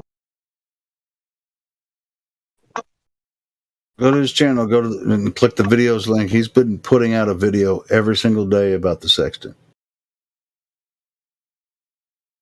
for the past the dude in the picture, 4 days. The guy in the picture? Yeah, that's the same guy. They love us that much? He loves Flat Earth. He loves to hate Flat Earth. Dude, I fucking talked to this dude, man. He triggers me so hard. I just lose myself. I hate talking to him, man. But you guys want to talk to him, you can. It doesn't work for me. I really get triggered when I talk to him. He's such a piece of shit. Come on, Mr. Phil.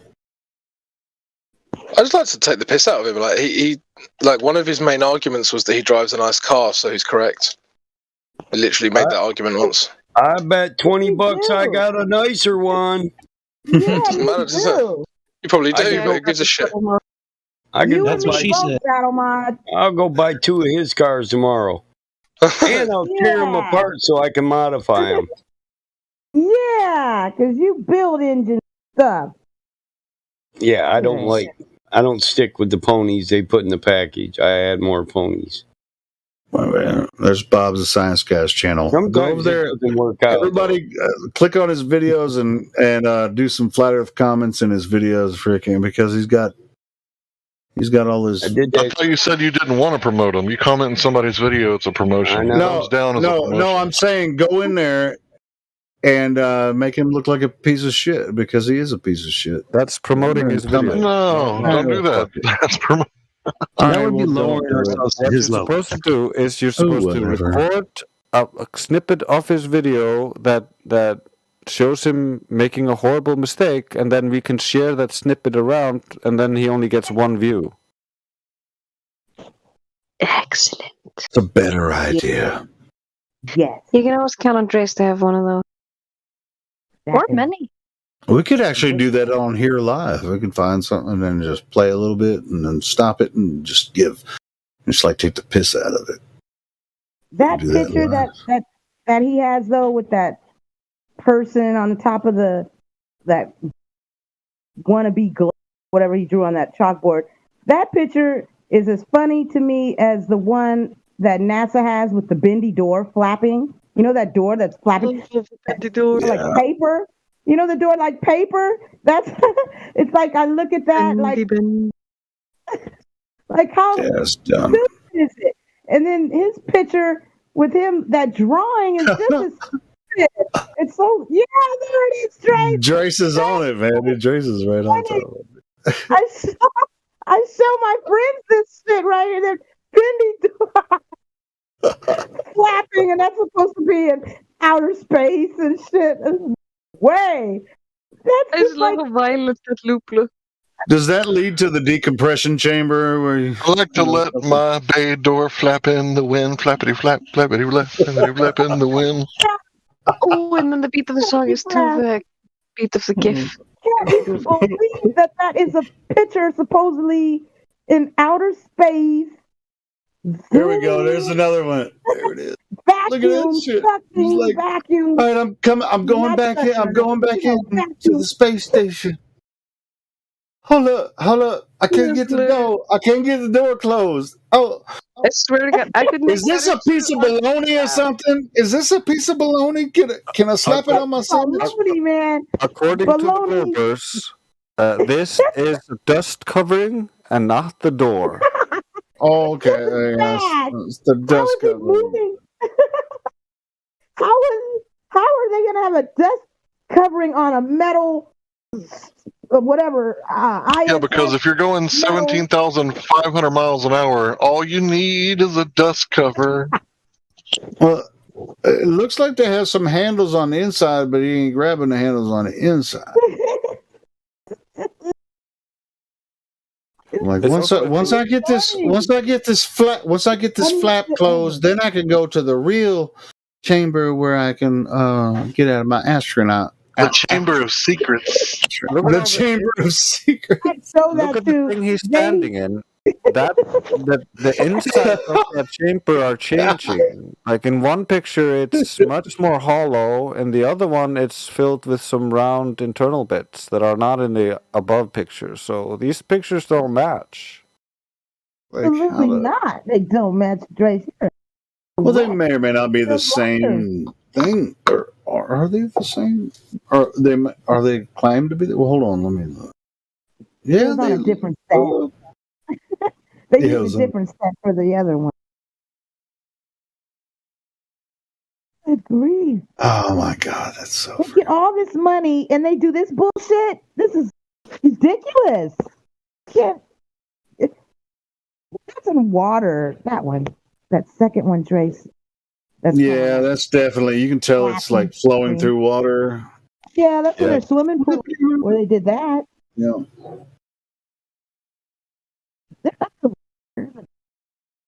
It's just floating and God. These are the best. These two photos here are the best to debunk these globers, like normies. You show people this and they just dumbfounded, like, really? That's not real? And I go, exactly, it sure the fuck isn't. That's not. You got that right. That is not in space. No way, no how. What else? Phil's too scared. He's not.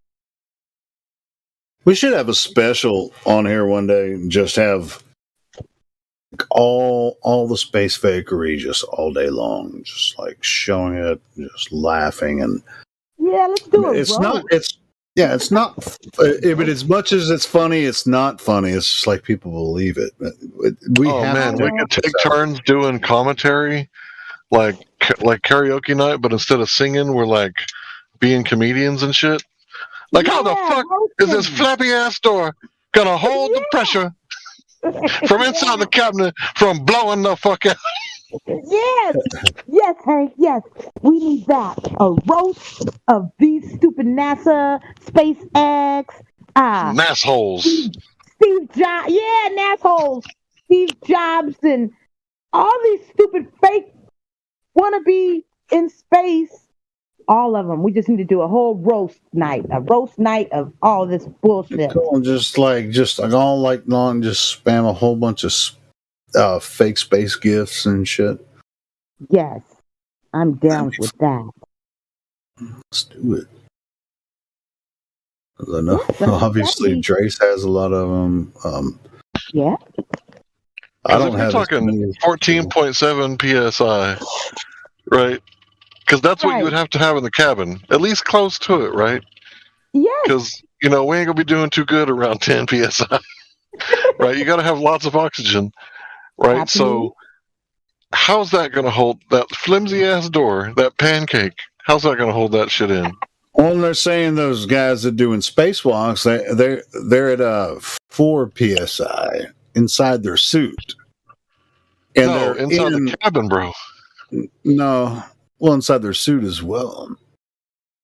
No, in the cabin. And then the other dude, he's all in space, but yet talk about the spacewalkers. There's his friend in his fucking mask, in his in his helmet. He's floating supposedly in space, but yet there's a person with a camera staring directly at him. They're fools. Good photo, Trace. That's another good one right there. Great. I have to laugh to stop from crying, Helio. It's really, you're right. It's not funny, but I mean, gosh. Oh, man. I've already did the crying. Now I just gotta and I did the crying, then I've been the pissed off. Now it's like it's funny, and I want to do a roast comedy show on these guys. Roast them, man. Yes. I was just watching. I have to admit, I was channeling Cat Williams when I did my stand-up. I was gonna say I just watched a roast on Charlie Sheen tonight from several comedians. It was so freaking hilarious. He took it like a champ. Where he had when he was talking about the tiger blood, or when they talking about that one from a few years ago. Yeah, it's from several years ago. That was funny. And when Patrice O'Neal was still alive, he did one. Yes. And there were several people that just roasted the shit out of Charlie Sheen. It was so fucking hilarious. Yep, that was good. Anyway. But yeah, I'm trying to figure out what the pressure inside their suit is that resists the 10 to the negative 17 torr pressure on the outside of their suit. I've been that green hours screen one that Trace posted too, and the guy's all acting like this is just ridiculous.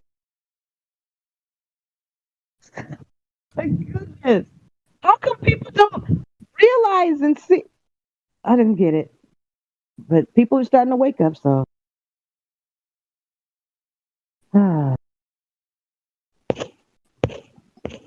Well, I'm just gonna say goodnight, you guys. I might listen in on Trace's side a little bit more, but I'm gonna sign out because it's 6 a.m. I promised Mom I'd sew with her. Hey, I thought Quantum Eraser told you to leave like 2 hours ago. Yeah, but I got stuck at 1 minute when I heard Tracy's voice, understandably. Hey, by the way, you don't have to do a goddamn thing Quantum Eraser tells you to do. You can rip his head off. Like I said, I told him to fuck off, and then I told him I love him too. So it should be fine. Well, you have a nice sleep, and yeah. Nice meeting you, by the way. I'll talk to you soon because I'm gonna be hanging around a lot this week trying to get my song complete. I'm glad to hear it. Glad to hear it, Tracy. If I would have been leaving like Karma, I would have stuck around too. I ain't gonna lie. Yeah, awesome, Hank. Yeah, you got them good vibrations, Tracy. Yeah. Oh, thanks, Hank. I love every last one of you here. I do. Yeah, You're amazing. Karma. Wait, love you guys. I'm out. Okay. Hey, I found this cool article. It's on How Stuff Works. You got to have heard of that website before, right? So is the current spacesuit that's used for spacewalking from the shuttle, and what year is this from? Anyway, it says, well, here's the important part. What would happen to your body in outer space without a spacesuit? Here's the point by point. What would happen? You would become unconscious within 15 seconds because there's no oxygen. Your blood and body fluids would boil and then freeze because there is little or no air pressure. Your tissues, and heart and other internal organs, would expand because of the boiling fluids. Boiling?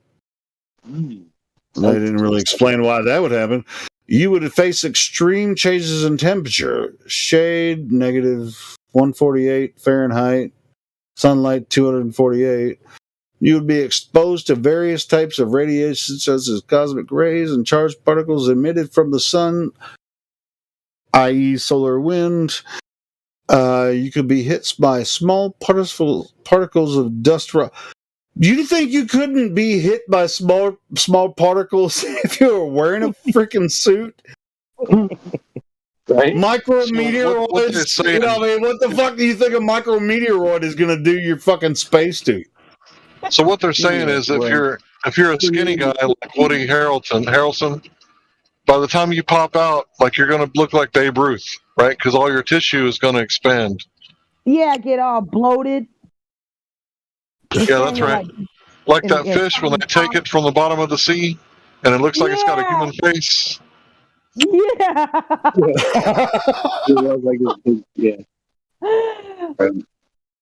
I know that fish. Yeah, big blow fish. How do people believe this bunk nonsense, man? This is insane. I don't know, Helio. That's why we're here to get them right and correct their thinking. 'Cause, it's just like the more we push against, the more they push back. But they ain't gonna stop us. They ain't pushing. They got tactics. That's it. Yeah, Texas. They don't really. They're maneuvering, but they don't really have any aggressive force because they're losing. Yeah, they're noodling. Yes. Instead of maneuvering, they're noodling. Is that what you said? There you go.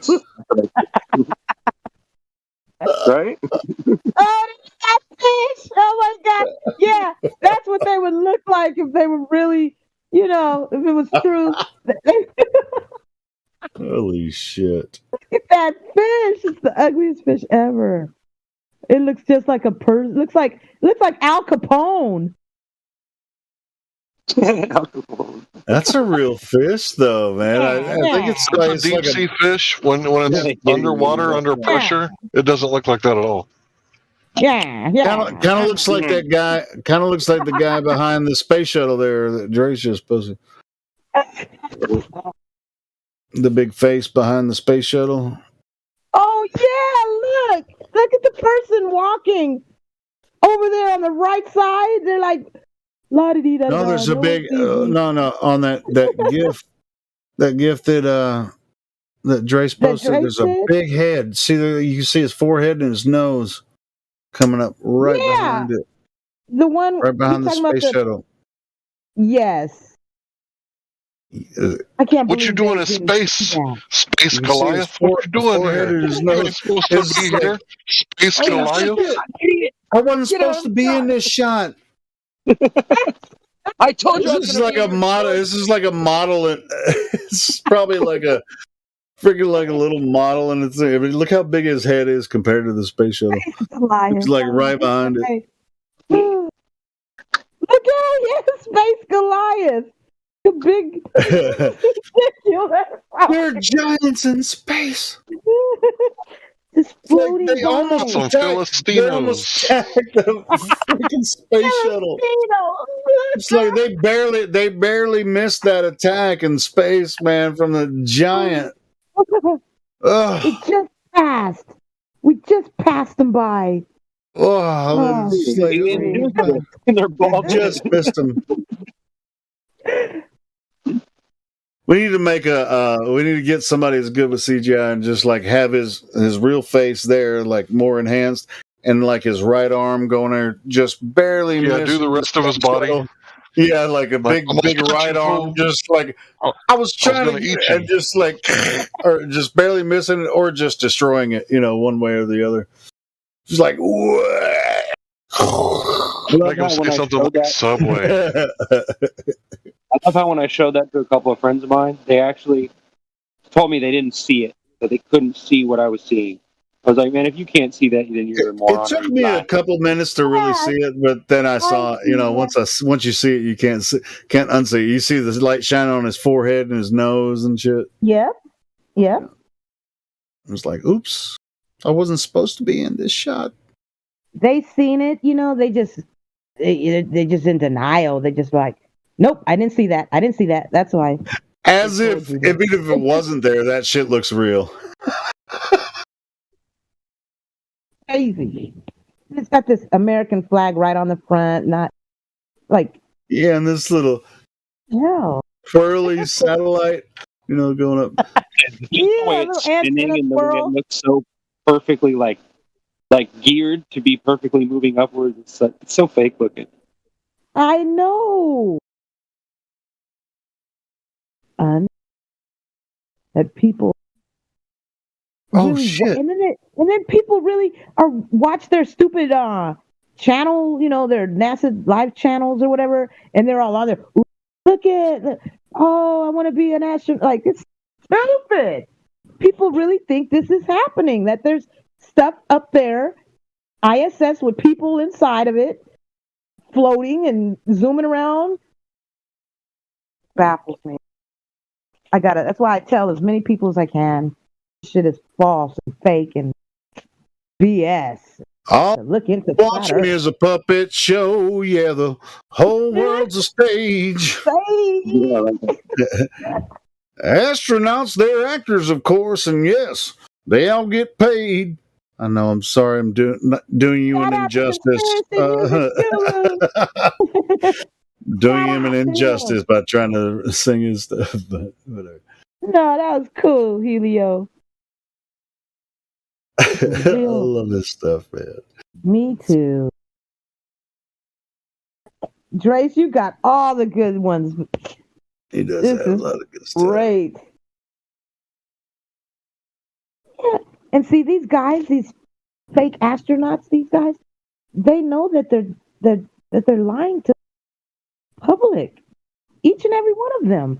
They know that what they're doing when they're doing these, whatever these, like what Drace is showing us, they know that they're lying to children, to everyone.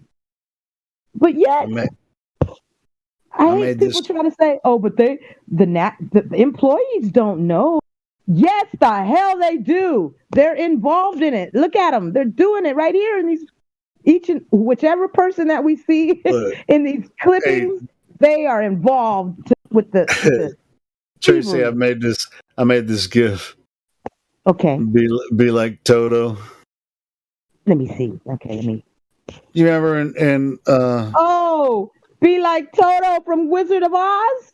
Yeah, it's just like everybody else is freaking out. Whoa, the wizard! Whoa, he's so big. And then Toto's like, that bitch ain't nothing. Look. Right. Yeah. And went and pulled the curtain back. He's like, pulled the curtain back. Yeah. He showed you what was behind the curtain right there. Exposed them. Yep. Exposed Be like them. Toto. Mm-hmm. That's a good one. Yeah, it's just like and all of the characters in the thing were like, Toto's like, wait a minute, I see something over there. And he's like, yeah. Taps his little ass over there, and he's like, hey, look. And then they're all like, oh shit, yeah. Like, who's the wizard? Yeah. You're the wizard. And then the wizard all of a sudden turns around and says, hey, no, I'm sorry about this. I mean, I did this for your own fucking good, right? I remember he was all trying to. And then at the end of the movie, he's just like, he turns into the good guy, basically. He's Daddy Warbucks. Mm-hmm. I don't know. I mean, it's all. That's not how it's going to happen, though. In reality. In reality, when they're exposed, when these guys get real exposed, when there's more, even though there's millions of us right now, but I'm talking about when we get the majority of people, oh shit, it's gonna go down. I'm telling y'all, that's why they did this. That's why this is happening. I ain't gonna say nothing, but Tracy, the ignorant people are more scary than the knowledgeable people. And on either side, political or anything. It's just the ignorant people. I gotta say will be very, very confused when it goes down. But anyway, who's Daddy Warbucks? Ooh, he was like a that's he Rothschild. was a father to like orphans or something like that. He ran the orphan house or adoption or something. No. Oh, well, in the movie, that was Orphan Annie, and Annie, which I love that movie too. Daddy War. Mm-hmm. I mean, I'm putting all of them because like in a lot of these musicals are written, and in earlier time and novels which became musicals. Why are you asking? Let me answer this freaking question.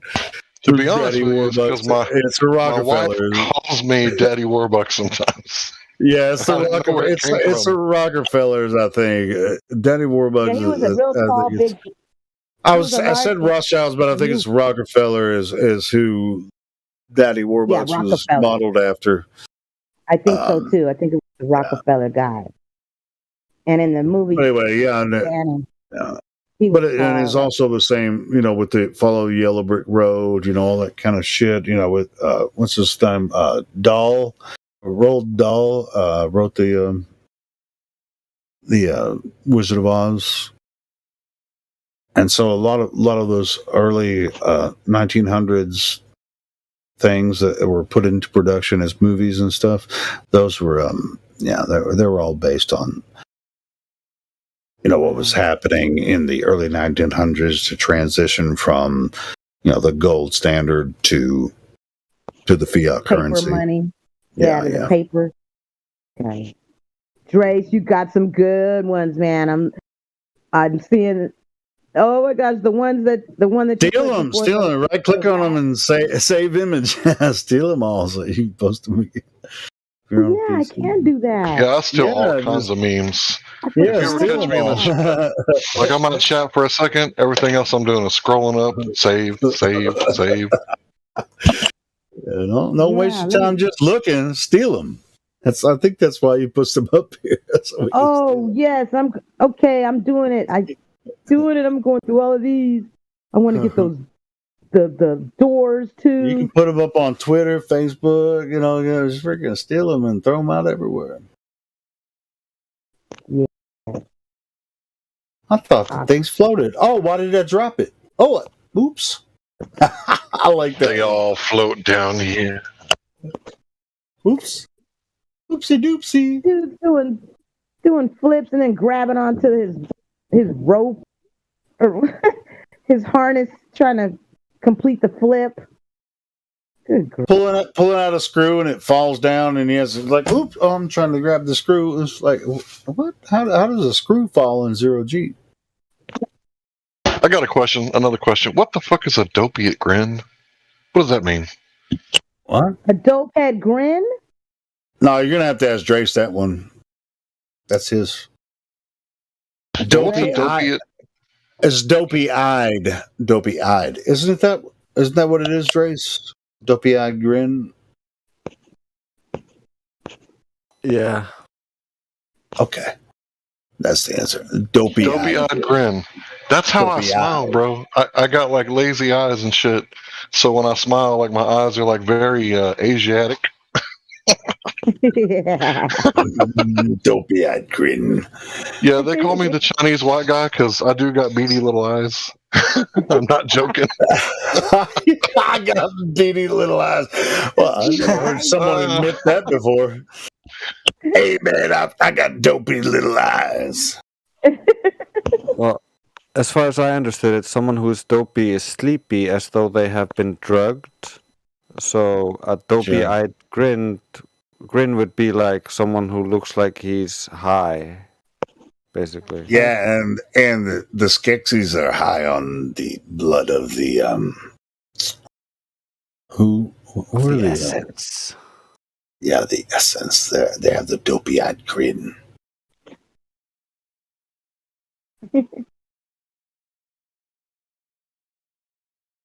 Well, I guess Helio, you'll have to take a look at my my photo again and see what I'm talking about. I got them beady eyes. Well, I don't think I've ever seen you before. Well, I mean your real picture. Yeah, I'm pretty sure I sent you in truth because you both asked. Maybe I have. Maybe I forgot.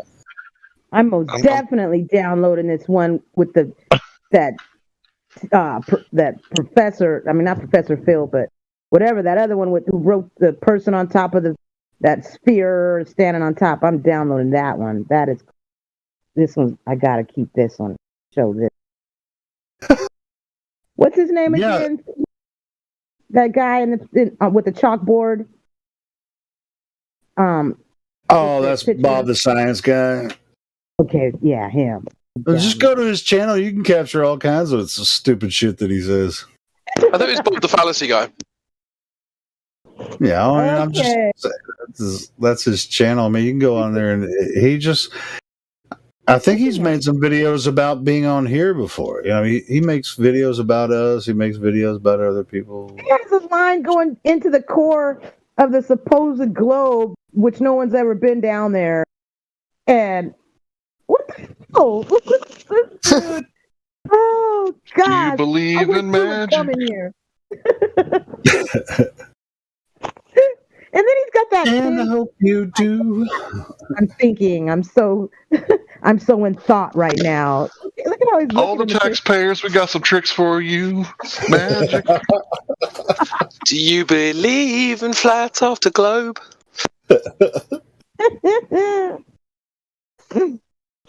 Woo! You guys are the best. I really don't think there is a curve.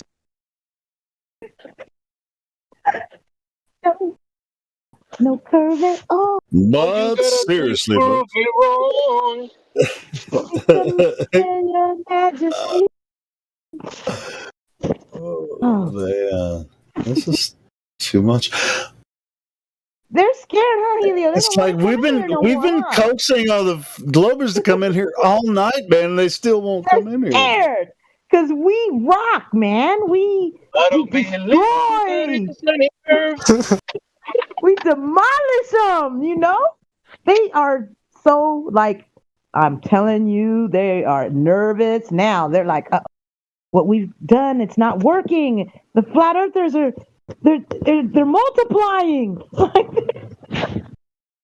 Yeah. You know what they do? You know what they do? They'll go on their channel and say, "Hey, flat Earth is dying." It's like, why are you making a no, we're not video? Like, here's how they fuck up, because it's like making a video about how flat Earth is dying.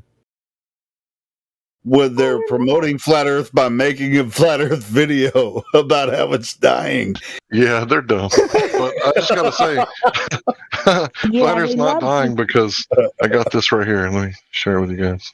Let me find it. Okay. It's so dumb, man. It's just like, and then they call us dumb. I know. Oh, my shit's slipping. We are very intelligent. There's a lot of very smart, intelligent people in this server. It's just the people in this server need to be the teachers and professors and all that in the colleges. They need to fire every teacher on these campuses and put us in there. That's what they need. Not me. No. You don't want to do it, Helio? Hell no. Hell to the no, to the no. Hell no. Don't put me in a university. I mean, after we get rid of all these, when we crumble their the elites and we get them out of the way. I'm talking about once they're out the way, then all the fake professors that have been lying to everyone. Yeah, I don't think that's possible with, even even if it went to all flat, there's still going to be the elite. It's a nature of man. It's a nature of man. Okay, so this is from Forbes. Millennials in America sometimes get a bad reputation, this time for a good reason. A recent survey just found out that just 66% of young adults ages 18 to 24 years old have always believed the world is round. Did you catch that? Just 66%. So that means the other third of the population, 18 to 24, yeah, they don't believe it's round. That's good. Yeah, you gotta listen to the opposite of what they say. Right. No. I love that. I love that song. I looked at no. I looked at that, and they just tested a small sample and then extrapolated from that example to the rest. So that goes with every other survey they do. Yeah, I mean, I would like to get a bigger sample, right? That'd be great if I could go to Dallas for a week and just get everybody to participate. Tell you what, one that I think is more accurate. I mean, not about flat Earth, but in America, when it comes to believers in God and unbelievers, in America, it's usually over 90%. Anywhere between 80 and 90% believe in a creator. We could all start telemarketing. Just call random people. And that's just in America alone, and I think it would be the same across the world. between 80 and 90% are believers in creation. So you can go from there from other different studies. Most people believe in a creator. The atheists are very vocal, and they have, they really kind of dominate. Well, actually, the elites they're not atheists. they know there's a creator, and so they promote atheism because they have the power and the money, and that's where they'll say, oh, there are a lot more atheists than there really are. Most people, you ask them, is there a creator?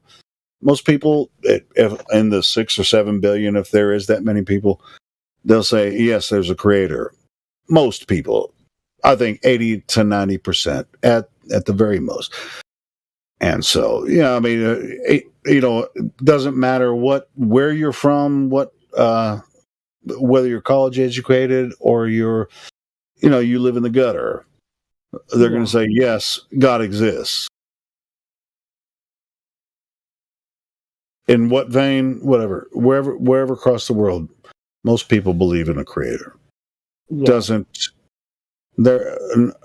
Atheism only exists because these rulers are promoting the atheist cause, which actually they're not even promoting it. They're floating it out there. It's like the foam on the ocean of the real creation, where they're trying to get people to get a sip of it, and just like, hey, if you're an atheist, it's just a weird concept. Nobody freaking believes in atheism, but if you watch the media, it's just like all of us. No, there isn't. It's like there's a big fight about creation when there's really not. Most people know that that creation exists.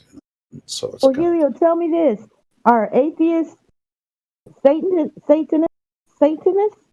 No, of course not. No. Wait a minute. There's more minutia than that. Go ahead and finish your answer. Go ahead, bro. Well, I was going to say, no, of course not. I mean, atheism isn't really a thing. The people that think they're atheists aren't really atheists, and I know memes address this a lot on here. They're not really atheists because they, just same way would be like, hey, we have a model, prove your model. So it's the same thing with atheism. It's like, okay, you're an atheist. Prove that atheism exists. It's like, well, they can't prove that. But we can prove creation exists through design. Right. It's everywhere. Yeah, that's that. Yep. So basically, they're just type of people that don't have anything that. You know what? Just nothingness? Evolution? Is that what an atheist is? No, they're actually Big Bang? They're actually creationists. Don't tell them I told you so. Their creation is that the Big Bang is their creation story. Okay, get it. I got it now. So there is no such thing as an atheist. Right, now I get it. Exactly. If they're thinking the Big Bang is real, then that is something that they creation is. Yeah, how did this place come about? That's creation, right? Oh, I have a Big Bang story. You can't. The astrophysicists and there's so many levels to the deceptions going on with anthropology, geology, and astrophysics and everything. They think they're all on the same page with science, everything, but they're actually not. And if you study different things, they're not all on the same base, and they're not all creation and a creationist or atheist or what's the other word? Agnostic. Which, I mean, there are probably more agnostic people than there are too, Helio, though. Atheists. Satanism, whatever. Well, Satanists, because I would label the Satanists as creationists. because they believe in the spiritual realm. They know the spiritual realm exists. For the sake of what I'm talking. Are they in the big? Do they believe the Big Bang? Like no, the Satanists don't. No, the Satanists don't believe the Big Bang. There's also different levels of Satanism. Like they cloak themselves in kindness. In the outer levels of it, they claim to be just a self-help and that kind of stuff. That's how they fooled one of my childhood friends into becoming a Satanist, and then eventually he got fooled into turning himself into a trans person when I was looking. Wow. Yeah, the Satanists, if they're Satanists. Hold on. Let me get that straight. Are you saying he mutilated himself to a Baphomet in front of you? No, not in front of me, but like. Oh, okay, yeah. When I wasn't looking, like I hadn't talked to him for a little bit, and then all of a sudden he's like, I'm a eunuch now, basically. Oh my goodness.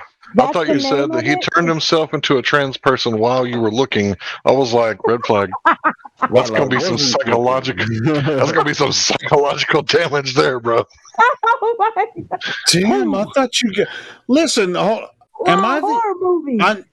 I'm drinking, and I thought you guys were gonna give me shit about drinking a little bit, and then he comes in with that shit. All right, so I want to say this. I kind of want to answer her question, even though it wasn't directed to me. Okay, so this might sound like this is coming from a Christian perspective. It may be, but in my opinion, there's two types of people in the world, right? There's people that are self-serving Satanists, and then there are people who are compassionate and serve others before they serve themselves. So these people that serve others, they may not know that they're doing God's work, just like the Satanists may not know that they're doing the devil's work. So there are self-realizing Christians, and then there's Christians who think they're Christians, but they're actually Satanists because they only seek to serve themselves. And then there's atheists who think that they're atheists, but they're really Satanists because they only seek self-service. And this is just my opinion. It's the way that I see the world. It's binary. Like there's literally wheat and tares, right? There's people that produce fruit for the tribe and for everyone else. And then there are people that produce no fruit. And, I guess they're the type of people that hide snacks in their rooms while their children starve. I don't know. Or, do drugs while their children are neglected or something like that. Oh, yeah, sure. There's a larger picture. There's a larger picture. Wait, hold on. I produce fruit. Men produce fruit. Well, what? Did you say men produce fruit? Yeah, the men produce fruit. Yeah. Yeah, you. Well, hold on. Before we hold on. I'd rather hear, since we're talking about spiritual stuff. I want to hear. Hold on, Haley, are you drunk? Hell yeah! Thank you. I really appreciate that. But in general, yeah, like men produce stuff, I don't understand the biological part of it, but things come out, they're producing stuff. So they produce, you're producing like prostate juices, and like. In answer to someone saying, "Am I drunk?" Yeah, I've been drinking, but I actually want to hear a response to what Hank just said instead of whatever somebody else just said. He was talking to Tracy. We were talking about something, and I want to hear. No, don't worry about what you're not here. Don't worry about that. Just it's okay. So that guy does Hank, don't be afraid. God damn, nigga. What the fuck? Who are you? Is that Branch? You think I'm afraid, bro? Yeah, nigga. You just say what you need to say. I've been banned so many times, and I'm back anyway because I believe in flat Earth anyway. So it doesn't matter. So I just speak to people and they say it's okay. So I keep coming back. Dude, we were in here talking about. Killtron. I am Killtron. I'm Flat Earther, I'm black. I'm like Kiltron, and I've been drinking. Yes. No one asked. You've been banned so No many one asked, times. and no one cares. I know. Yes. So I mean, I'm on your side. I don't know why you guys just hate me so much. I don't know. But in any case, like Hank, come on. You never say what said you wanna hate say. you. Bro, I'm not scared of you and the fact that you're talking about prostate juice. I just thought that it was off topic. I mean, Hank, hold on. His profile picture has, a black man sucking from a woman's nipple. Yeah, but that's natural. I love the fact that you said. Well, that's a man instead of a baby. I love you said like a black man. How do you I'm know already bored of this, so I'm just I don't give a fuck if it's a black man or anybody sucking from. Everyone, just wait, just relax. This guy. He's a black ass nigga. Just shut up, bro. If you're not gonna, can everyone just stop? Right, bro. If you're not gonna bring anything productive to the conversation, I'm just gonna Bray, mute you. there's. Oh no, Bray. Wait, you're Brit, right? Yes. Oh, where you from, Bray? That's got nothing to do with the flat Earth. Oh, you sound like you're Yorkshire, yeah. I'm from like southeast, so Didn't ask. Oh, nice to meet you, bro. Nice to meet you. It's always good to meet someone from the islands. So it's good to meet you, bro. Bro, can you just try and have a sensible conversation with us here? I don't know what the social conversation is, but I'll let everyone. Okay. Yeah, whatever. He's wasting everyone's time. We can move on. Well, I don't even know where I was. Go ahead, guys. I'm So that would be a prime example of a tear, I think. I don't know. I may be wrong, right? Maybe I misjudged. But there's wheats and there's tares, right? There's people that are producing fruit for everyone, right? Think about it like, you got a garden, right? You got trees that are producing fruits, vines that are producing fruits, vegetables, all sorts of things like that. And then you got some things that just grow up and don't do nothing for nobody. They're just sucking up all the nutrients all for themselves, producing nothing for the community. Oh yeah, I know. I know what You know what's really interesting to me? I mean, a lot of people, they've come in here before, they made bad, and they shit a little bit on our chat or our voice, and some people come back in and just oh, I understand that you guys were really serious. I didn't mean to really offend you, and that's happened a lot, man. We have dozens and hundreds of people that just oh, I didn't realize you were serious. I just thought it was just a joke server. Boom. We've had hundreds of people that still frequent the server that are they're very serious. They're just listen in, just oh, cool, you guys are here. And then there are other people that get banned and they just always want to come back just to cause shit. And it's I was here before and I just want to get banned again. Ban me. It's just weird. What the hell is wrong with people? It's just yeah, that is so. They're not really interested in the conversation. They're just trying to freaking disrupt it. The entire conversation. Yeah. Weird. It is very. So I wanted to apologize for answering Helios' question that was directed at him, but yeah, I just wanted to say that it's kind of complicated. It is. I mean, it's very. When it comes to the deeper part of spirituality, across history and spirituality. I mean, that's a very deep conversation, and so that's why we try to avoid it. We try to keep boom, flat Earth. But yeah, as far as creation versus Big Bang, that's exactly what we're talking about. Flat Earth. When it comes to atheists and creationists, that's the divide, right? This Earth, if it's flat, it cannot have come from nothing. That's right. Like the creation theory. But maybe it did. See, this is why the atheists that believe in Big Bang, they have this time idea in mind. Their clock is different than the spontaneous creation thing. So we're really on the same page, but they just hate God, or they hate the idea of creation because there might be some kind of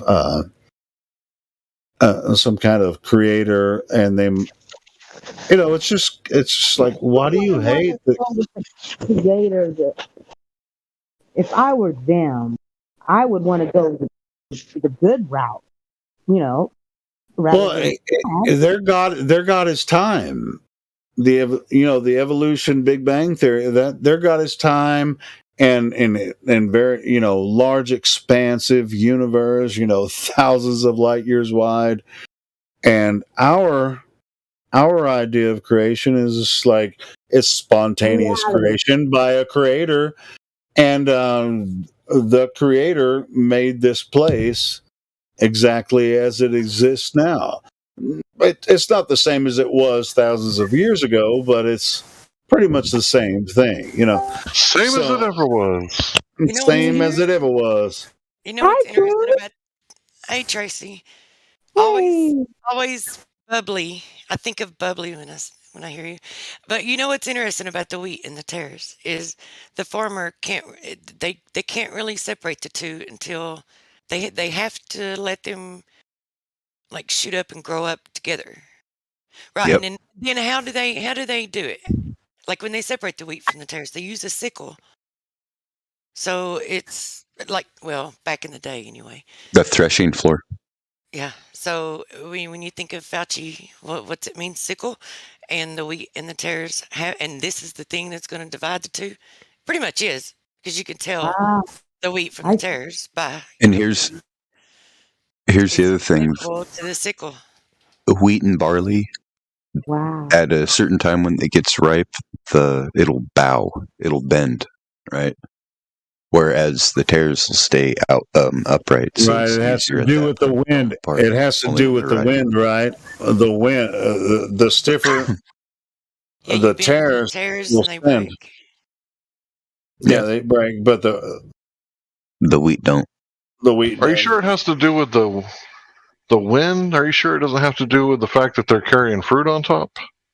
That's what it. Yeah, because the tares don't have fat kernels like the barley or the wheat does, so it's weighing it down. Like weed. I had to go all the way to wheat and tares. I had to go to Michael to like and meet me. I have to look that shit up now. So. Like, chill, man. You guys just chill. Like, can you? Nah, you're just banned. Fuck off. Can you contribute? Fuck off. Can you just because you're being a dickhead. That's why. Fuck off. You're being a dickhead because you're from York. Fuck off. Oh, big man. Fuck off, wanker. Yeah. Fuck off. He has nothing to do. Fuck off, wanker. Hey, said you're from the Yorkshire. Yay! Finally, Davey made it. He said you're just a wanker because you're from the Yorkshire. Fuck off, you. Is there any truth to this? No, Yorkshire's nowhere near London, mate. My mate is not from Yorkshire. Bits, mate. Hey, he's not I can listen to MJS do the fucking English accent all night long. He just come in mumbling. That motherfucker was drunk driving. Yeah, I never even heard the words prostate juice before. I was like, what the prostate juice? What the fuck? That's what he said. Stop saying it.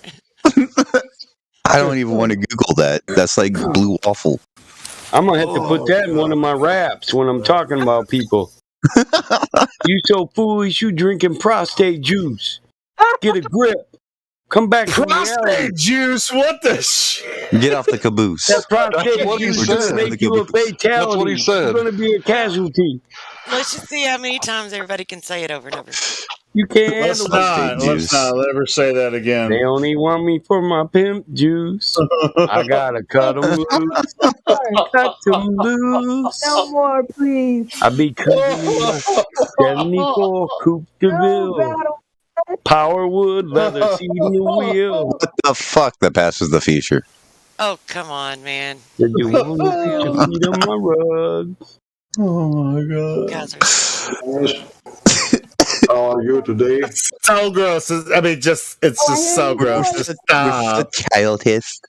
I just want to know if the juice came from a swollen prostate or a healthy prostate. Okay, I just wanted to say, I thought Thundercunt was the worst word combination in the English language. I may have been mistaken. Did you not hear that man say blue waffle? That's the nastiest 2-word compound hookup there is.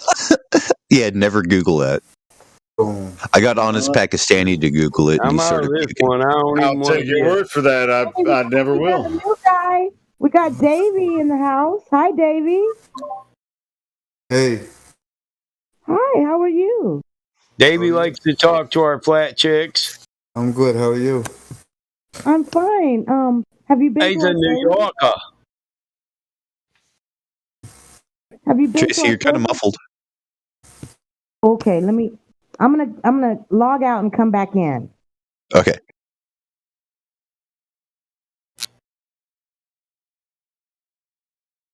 Davey Numbs, do you remember me, bro? Nah. Well, I certainly remember you, but I'm willing to give you a fresh start. Nice to meet you. My name is Hank. Shit. You're willing? Oh, that's nice of you. Yeah, it is nice of me because I've spent many hours on Hangouts with you, and I'm just going to give you a fresh start because there's a possibility in the past couple years you've matured a great deal. Okay. Have you heard him rap? Yeah, Hank, he was in a bad accident about a year ago, last December. Oh, I was wondering why he didn't remember me. Like, bro, we've been in Hangouts before. You don't remember me at all? It's Hank Hill. Oh, yeah. Come on, bro. Yeah, that's all I get. Hank wants to know if Yay! No, I do. Yeah, remember me and Perry? We'd always be kicking it. Me and the Hebrew Israelites thumping that Bible. Hey, that's what's up, Hank. Yeah. The Hebrew Israelites on Google Hangouts, they know me. Yeah, that's right on, Hank. That's what's up. Yeah, I do.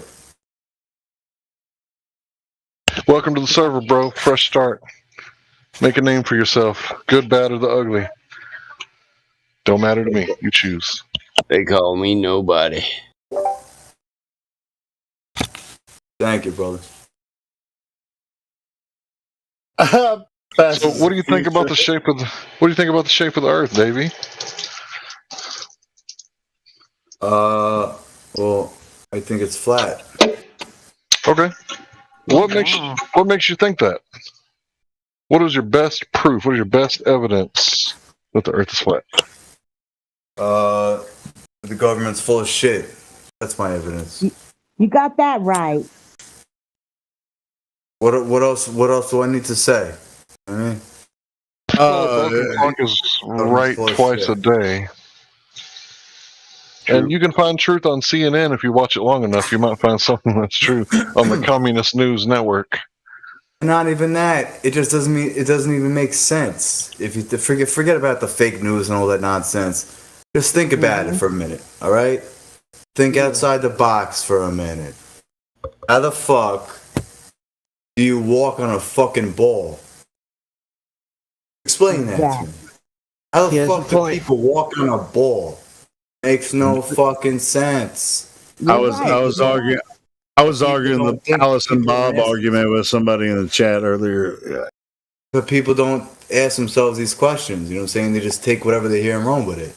Take Alice on top of a ball and Bob on top of a ball and start walking towards each other. Are you walking in a straight line or are you walking down toward each other? And then you're going to meet at a conjunction at a certain point on the ball. There you go, Trace. They just fucking Hey, Davey, are you looking at live stream? Davey, since you're new here, are you looking at live stream voice text while you're having this conversation? Because this is where we post all pertinent information. What do you mean? That's our back chat, bro. The live stream voice text. right above the room that you're in. Yeah, what about That's where we post.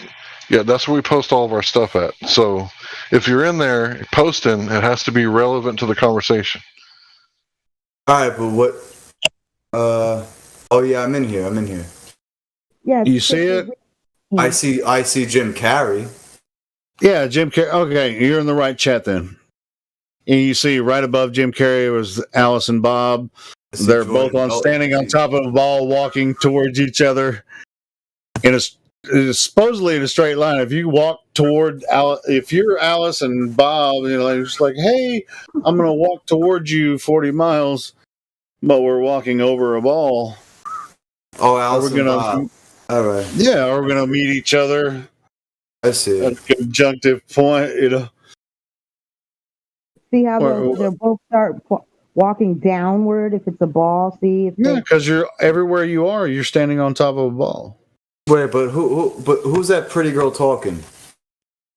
Oh, hi. This is Tracy. Tracy? Yes. It's hard to hear you. Hey Tracy, I don't know what's happened to your mic. It's a little muffled. Did you pull it away from your mouth or something? Yeah, it's a little. I'm gonna check my settings. Maybe I'm not on. I have my headphones in. It sounds like maybe it got hid behind your collar or something. It was sounding great earlier. Okay, let me. Can you hear me now, or it's still low? Yeah, it's better. Okay. Yes, I'm Tracy. You're crazy? No, I'm Tracy. Oh, Track one. Holy shit! What the hell happened to your microphone, Tracy? She said she was crazy. I was like, well, join the club. No, I gotta check my settings. All right, what's I'll up, be Tracy? back, What's up, everyone. Hi, I'll be back because you guys can't hear me too good. I'm gonna try to fix my. It sounds really muffled. It sounds like you have like a freaking handkerchief. No, I don't. You probably got your hand over the microphone or something. Okay, how about now? Can you hear me now? Sounds the same. Okay, I'll be back. I promise. Let me figure this out. Man, I hate when this happens. This happens every now and again, everyone. I'll be back. Dude, she sounded really good for a long time. Who's that? Who's that cute girl that was talking before? It was me. I'm the cute girl. How about now? She's gone. Look, Am I low still? you already ran Redford off. How about now, you guys? Can you hear me? I can. I got a headset on though. Yeah, I don't know what you did to your microphone. I mean, it still sounds about the same, but we can hear you. It just sounds really muffled. That's funny. So the person I was talking before, she left? Yeah, she went to bed. That's funny. Okay. All right, How about Davey. That's funny. I'm guessing she was like, who's this fucking asshole? No. Saying I'm interrogating him. I don't know. No, this is about the time she goes to bed every night. Don't flatter yourself. I'm not flattering myself. I'm just taking a guess. Hey, Tracy, can you check your mic again? Because How about now, Email? Can you hear me? Can you hear me now? Yep. Oh, it's better. This is better? It is better, actually. Yeah, you're doing something right. I'm just away now. I don't know what's wrong. Hey, Battle Mod, we can hear music through your microphone. Yeah, you didn't have to yell. I said I can hear great. I got a headset on. Well, that's great. At least Battle Mod, you can Did hear you me. like that? It's not copyright affected. No, that's not what I was saying. I think it was bleeding. I won't give you a strike. I was saying the reason I brought it up is because she's having mic issues and she's trying to talk to Davey. That's the only reason I was bringing it up. Hey, Davey. Where's Joshua? They're up in the VC check-in, bro. They're running the check-in right now. I'm right here, but I gotta take off. I've got to be AFK for about half hour or so. I'll be back though. What's AFK? Time to tend the Away weed. from the keyboard. Away from the keyboard. Away from the keyboard. Dude, the smell right now, holy fuck. So, Davey, why don't you tell me about your accident, bro? Oh, dude. It was bad. It was bad. Did you have a brain injury? Were you in a car, a truck, on a motorcycle? Well, If you don't want to talk about it, you don't have to, bro. It's just, I'm concerned because you didn't remember me at first. Yeah, I don't remember you. We didn't hate each other, so that's one thing. We weren't the best of friends either. Hey, Hank, on that point, should I remember him? Did we talk like back in the day? No, I don't think so. I was in the Normie Hangouts from like 2017 till I came here in the Google Hangouts, like Red Pill and the Normies. All right, cool. Just because I don't feel bad if I like, dude, I don't remember you. I'm like, I totally get it because I'm notorious for that shit. I don't remember you unless I really remember you. Unless you made a really, solid impact, No, you probably wouldn't remember him. Dave, you remember Maria? Yeah. Yeah, I bet you do remember her, huh? Yeah, she disappeared. Did she? Maria and Bryn. Yeah, I bet Maria's kicking herself in the ass right now because I told her to buy some real estate in Texas, and the Texas real estate shot up through the roof.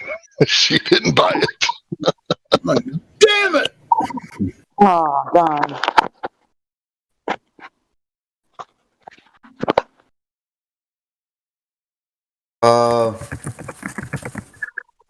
Yeah, fucking, yeah, Maria, I have no clue. No idea. Yeah, she was doing her own little hangout there for a while. She was pretty chill as long as you didn't cross no lines around her. Hank, your memory's too good, bro. I was in a lot of little hangouts and shit way back in the day. I don't remember half the people you remember all the time. It's like, oh, I remember that guy. Start remembering some people and get them up in there. Well, Hangouts used to be banging, remember? Like 2017 Hangouts. I remember that, but I don't remember all who was in there because when I was in there, I was just like about the conversation. I wasn't paying attention necessarily like I do now a lot of times to who I'm talking to. Some of the voices I remember, some of the names I remember if they made, profound statements or something. If it was, something that was something big deal or whatever. I remember some of those guys, but people in and out. I don't remember everybody. Hangouts is fucking. It's whack. I mean, it works the same way here. People come in here, Go ahead. Sorry, Hank. It's okay. Basically, Hangouts has like some of the it's people in it, So it's like, they said, why is Jesus hanging out with the tax collectors? He's like, healthy people don't need a physician, So like, some of the Hangouts is pretty raunchy people in there. Like Goron, you remember him, don't you, Davey? Yeah. Yeah, that dude would like post nothing but Is that a cabbage battle mod that the dog's attacking? Looks that way. Teach your dog to attack cabbage. He's got some freaking jaws on I had him a too. dog like that. I could get him so irritated. Whatever was in front of him, Whatever's in front of him, just freaking chew it apart. He just started. Look at the teeth on that motherfucker. It was my mom's lap dog. She'd say, take my dog out. You got to carry him. And then he hated me. I pick him up and he was all teeth. Little fucking Chihuahua bat with no wings. I hated that dog. Yeah. Oh man, well, see that dog likes cabbage. The other guy, the other dude hates cabbage. He just wanted to kill that motherfucker. Hey, this fucking dog would growl at me all the way to the door, right? I'd put it outside and then go back in, and the dog would look at me like, "Where are you going, man? You can't leave me out here alone." That one looks like it's part corgi, but not full. Corgi is like, what the entire fuck kind of dog is that? He's so vicious, man. I guess all dogs, if they get the right, I don't know. Well, I guess they can get that frame of mind where they just be like, when they get just like in that protected. Some dogs are just pissed. Yeah, like you said, Chihuahuas can get like that. Freaking, there's certain breeds of dogs that are they can get triggered really fast. Hey, Davey, do you remember No Brains? Yeah, we can hear you. Oh, great. Okay, I might have fixed it. Yeah, I do. So, what was No Brains about? What was his main topic of concern that he never shut up about? He was a troll, as far as I'm concerned. Yeah, I could see how you would say that. But what was he talking about? Like, what was his main shtick? Listen, I don't know, I don't know, Mo. You're talking about years ago, you know. Yeah, No Brains. Yeah, this was years ago. I have no idea. I remember the name, but I don't remember anything about No Brains. That's my brother. That's my brother. All right, cool. So one day he was arguing with this communist guy, and this communist guy was saying, "I don't care. You're Nazi. You have no brains." And he was like a German guy, right? So my brother just adopted that shit. He's like, "Okay, so I'm a Nazi. I have no brains. Whatever. It doesn't matter. But you still can't defeat my arguments." He was just. Hey, is Crypto still in here? He's a crazy guy. Crypto. Well, hold. I don't see Crypto on here. Fine. But Tracy, to be honest, your microphone still sounds the same. It sounds really muffled. Oh no! Damn it! Yeah. What is going I on? think they just need to get some headphones because I can hear you. You can, Hank? No, I can hear her. Wait, Hank, you heard her talking earlier, right? Yeah. Yeah, It she is sounds a little muffled. but I can hear Sounded it. way better. Now it sounds like you turned all of the mid range down, and it's like all the equalizer all the way down, and it's just like. It really sounds bad. I want to sound good. I'm sorry, I'm not making fun of you, Tracy. That's what it sounds like. I wish you were doing that. I'm Tracy Fairbairn. Oh man. Okay. I'm gonna. Not I think I as got bad another as pair of I'm saying. headphones. I'm gonna go get my other pair. I'll be back. Are you on a phone or on PC? No, right now I'm on a phone with headphones, with some Sony headphones in. But Wired or Bluetooth? Wired. Okay. They're You have wired. another set of wired headphones that you might want to try? Yeah, I'm gonna go get them. They're in the bedroom. I'll be right But back. you were using the same set earlier, and now it sounds like this. What the hell is going on? I'm thinking maybe some the moisture It's the got in the mic. Illuminati. The Illuminati doesn't bro. want you freaking bringing they this don't want me to information. talk. Yeah, they don't want me to talk. I know. Yeah, they get nervous when I get on here. I know. I'll be Shit, back. everybody gets nervous when you get on here. Tracy. So you got another pair of headphones. You might not sound crisp, but I can still hear you very. I mean, But it sounded so. I don't Did she sound talk to us for robot, like? No, but you sounded so freaking good for like 2 hours, and then all of a sudden, it just turned into this. Go on the live stream and see what you sound like. Just listen to the live stream a little bit. Go get your other headphones, turn on the live stream, and see what your microphone sounds like. So plug it back in, blow the hole out, and clean it. The male insert on. Yeah, it sounds the like male insert. Then put the female on. How about now? Bang! How about now? Oh, there it worked. Keep trying. You can hear me? Okay. I Sounds pulled it better. out and then put it back in. So maybe that's what I need to do.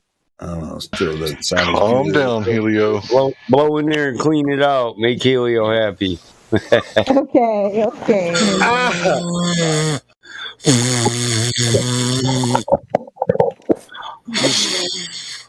It could Just be saying. the mic or the cord is breaking or something. Yeah, I'm thinking it's the cord. Crispy is a mic when we can hear Tracy's call. Just saying, she sounded great earlier, and it's just a little less great now. But she's still great, Damn it. whether or not the mic. I want to talk to you guys so bad. Leo, what is wrong with your mic? I'll be back. I'm going to go get my other headphones. I'll be back. Yeah, Helio, what's wrong with your mic, bro? It sounds like you haven't shaved. I haven't shaved, but I did shower this morning.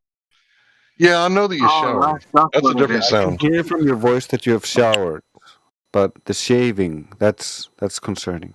What are you guys saying, that her mic is not sounding as good as it was earlier? No, your mic doesn't sound as good as earlier. I'm saying your mic sounds better. I know it does. Now I'm hearing things I shouldn't be hearing. Like my hair growing because I haven't shaved. I see sound sometimes. Yeah. Are you guys hearing my hair growing? If I stick my chin up to the microphone, can you hear my beard growing? Yeah, can you get a little closer to your mic? How about this? Does this sound sexy enough now? No, bro, that's not what we're going for. My beard is growing right in front of your face.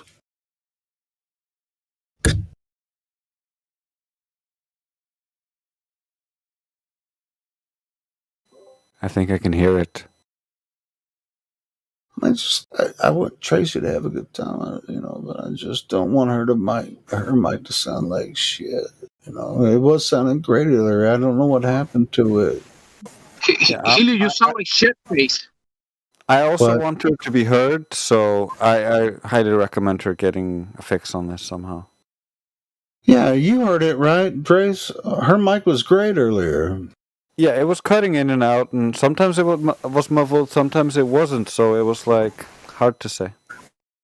Yeah, but when she somehow it just going like muffled a little. Can someone tell me the age of this Discord server so I know how long I've been here? 2019, I think. Am I wrong? So I was around This one, right anyway. before that happened. So maybe 20. Yeah, it was about a year and a half that I was hanging out with the normies, and I quit flat earthing. And I was waiting for you guys to progress so that I could hear the argument. And then when I kept coming in and checking around, like I would come in and like check, and then I found this place and I couldn't get in for like 6 months, so I came back. Hey, you remember when you called me and you were like, "Hey, you want to talk to my brother on Hangouts?" You remember when you called me? Yeah, because he was preaching that. He was preaching that stuff that he was preaching. Yeah, but we had a good time talking about that stuff. The J, the J stuff. Which I had a really good time talking about that. And then you brought somebody, some black dude from Texas or whatever in there with I had a good. No, it was a Hebrew Israelite. They were both nationalists. So one's a black nationalist, the other one was a white nationalist. And when they started the discussion, they agreed with each other. They were like, "I don't like you. I don't want you to be my neighbor. I want my own country." And the other guy was like, "I agree." I was this is like Hank, the white Nazis and the black Nazis like agree with each other. Hank called me out of the blue one day, and he was like, "Hey, you want to talk to my brother and this other dude about this shit?" And I was like, "Well, fuck, I ain't doing nothing else." What we got? That was pretty trippy, man. That was funny. I gotta admit, I didn't expect it to go that way. And then the more I listened, I was like, well, all they're saying is they want the right of association and the right to disassociate. And I was like, oh, this is like a civil rights matter. And I started thinking about it, and I was like, you know what? You know what, guys? You have my blessing. Yeah, it's more national. Yeah, it's more nationalist than anything that has to do with the political idea. It's more nationalist. So I'm not white nationalist, but I don't care if black people only want to hang out with black people, or white people like want to get their own community going and only hang out with white people. Like, that's none of my fucking business. As a libertarian, sure. Who gives a shit? Yep. Did I express that when I was talking to them? Yeah, I don't think anybody was disagreeing. Everybody was on the same page, but me. I was the only one that was like scratching my head, going, "What the fuck is going on right now?"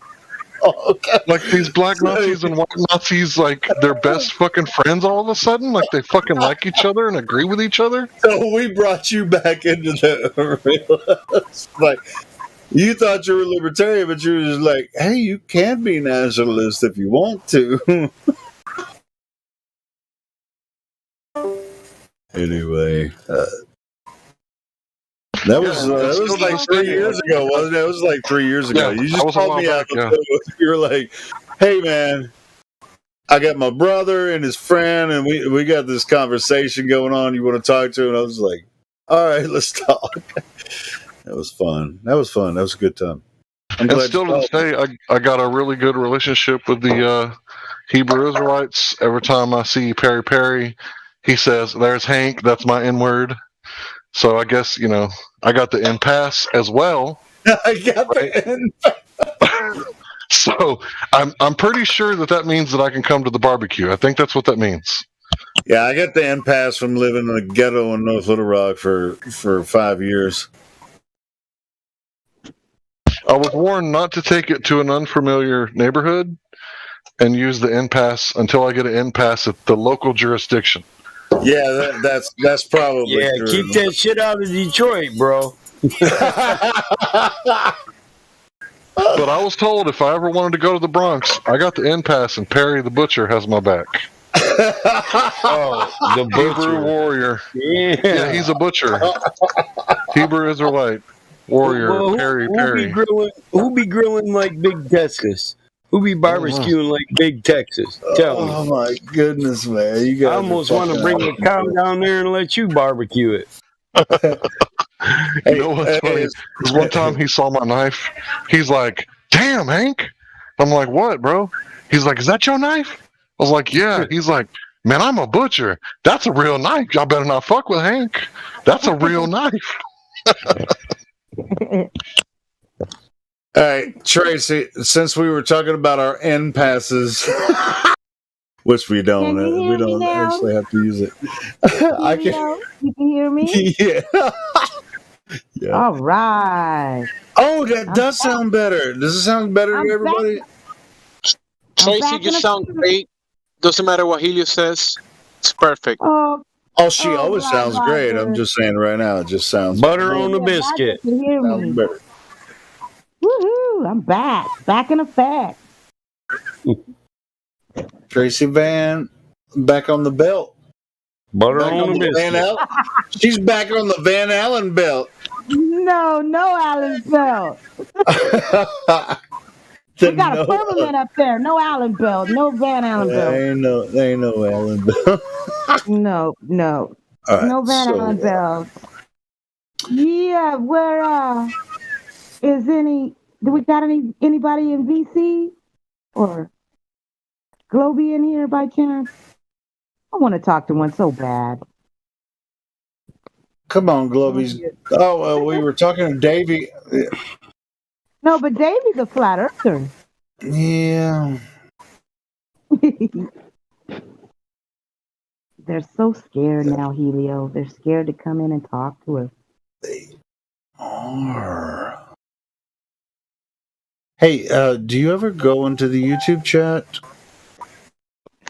For me, while you're not listening? I leave the YouTube chat on in my house, and so when I come Just home, listening, but not like in the text room.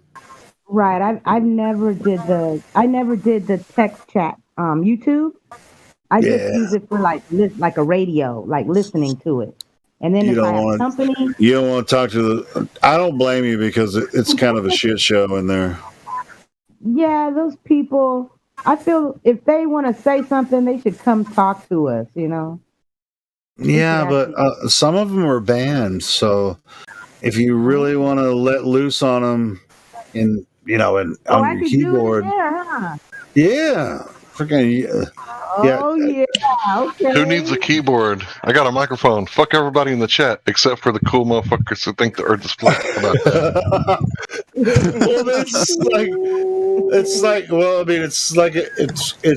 It's a fairly open chat. You can go in there and just talk shit all day to people. Even when nobody's talking in here, there's a chat room going on, and they bring up stupid questions. So if you're just like not doing anything and nobody's talking in here, nothing to listen to, go into the YouTube chat and then see what. There are a lot of globies hanging out in there. That's where the globies are. That's YouTube. Yeah, because they're too punk pussy to come out into here and talk to us. That or they can't figure it out like Davey. Or they come in here and lose their shit and get banned. Okay, I got you. All you got to do is be honest, right? Well, let's pretend I'm a globe earther real fast. Like, okay, I believe the Earth is a globe. I don't have no proof, but when I find some, I'll let you guys know. You won't ever find it though, Hank, because it doesn't exist. That may be true, but maybe one day I'll find it in the future and I'll just use a logical fallacy. But hey, it's only my belief, right? Don't kick me. I thought they already found it because they put, they look at the. If you believe they put a man on the moon, man on the moon. Well then, Hank, they told you your side says that the radius is 3559. So how did they get that? Where'd that come from? Well, you see, we're too small to measure it, but somehow we measured it. So I got two sides of my mouth. I got two mouths. It's just so crazy, you guys, when you think about it, that all these years we've been living and we've just been thinking that this globe thing was so real and that measured out and then to find out that it just doesn't exist. And we were thinking it did. It really fucks with me, like I don't even understand how it even got to be a ball. How did people wake up the next day and just they woke up the next day, because this was years and years ago, so there wasn't TV or nothing, so they just woke up, went plowing on their fields or rode their horse to the local saloon or whatever, and then someone goes, it's a ball now, right? It's a globe. It's a sphere. And then they're like, what? No, how did they change people's mind? That part, where'd that come from? How'd they do that? Does anybody know? I might be able to help explain it. Okay, Joshua, tell me. Okay, Eratosthenes, a lot of people don't realize, he was known as, in classic Greece, there was somebody known as Eratosthenes, right? And he was known as a comic writer. The Eratosthenes that everybody, likes to cite, the only, citations that we have goes back, maybe 200 years at the most. So there's high doubt as to the validity of the Eratosthenes claim. However, the heliocentric cult started a long time ago in Greece. Right, with the shot. Yeah. I know that. Now, part. I'm just okay. Go ahead. What I mean by heliocentrist is it's all sun-centered, sun worship, sun-centered reality, right? And throughout the years, some of these cult members would try to bring this forward to bring about, their grand plan of deception to convert the world from believing what was, the exoteric, to convert the exoteric to the esoteric. And that when they finally achieved that about 500 years ago, mind you, this was when the breakup of the church happened. And it was horrible because the church kind of broke up, right? Because you had the Jesuit order that took over. And this is all one of the things of the Reformation, right? The whole Protestant movement was against the heliocentrists because that was known paganism. When you said all the church, when you said the churches broke up, is that when the Catholic Church? You had the Protestant broke apart. The Protestant Reformation of 1517 with Martin Luther. Okay. Yes. Do you know about that? Do you know what he did? Martin Luther? Do I know? Yeah, what Martin Luther. Yeah, no, he enlightened the masses. Not exactly, but I do know that. Okay, go ahead. Tell me, Hank. I'll just do the first part and you can finish. Okay, so what he did back in his day, if you wanted to challenge someone to a debate, you kind of write down the things that you're going to debate about, and then you nail it on the wall, right? So it was like a public notice, like, I'm challenging everybody to a debate. That's what my first YouTube video was. Kind of similar, basically. Anyway, but so these 95 Theses, he was reading the Bible in his own language, and he was going, indulgences, like calling this dude father. Wait a minute, this ain't in the Bible. The Bible says not to do this. So he challenged everyone to a debate, right? Because there wasn't no pay to get your homies out of hell in the Bible, right? So they were paying these indulgences, and it was exuberant amounts of money, not only to get themselves a ticket to heaven, but their dead relatives a ticket to heaven, right? So when he challenged them to a debate, there's no way that they could have won, because he was absolutely correct. The Bible doesn't promote Catholicism. It's antithetical completely, right? So the only thing they could do is do a counter-reformation by using subterfuge and tactics. Sound familiar? Like the Damn. Exactly. Amazing. So it's happened again, right? It started around 2012 to 2015, right? And we're in the middle of the counter-reformation, but this one is a scientific reformation, because QE is teaching us how to use the scientific method correctly. Scientific method, So, yes, you got it. All right, please continue, Josh. Yeah. So a lot of people don't realize that inside the system, right? The system of the church, that all churches were all allegiance to the Pope in Rome, right? It was all churches were Roman churches. They were all Catholic churches. Meant universal. Now, when the Protestant broke apart after the whole Reformation, when people started being able to discover the truth on their own, they already knew that the world was flat. Yeah. And these heliocentrists that were the Jesuits come forth, which was an ancient cult that was hidden in the Vatican from Roman times. And this was all about Apollo worship. The same individuals that worship Apollo happen to be the ones that take the Hippocratic Oath.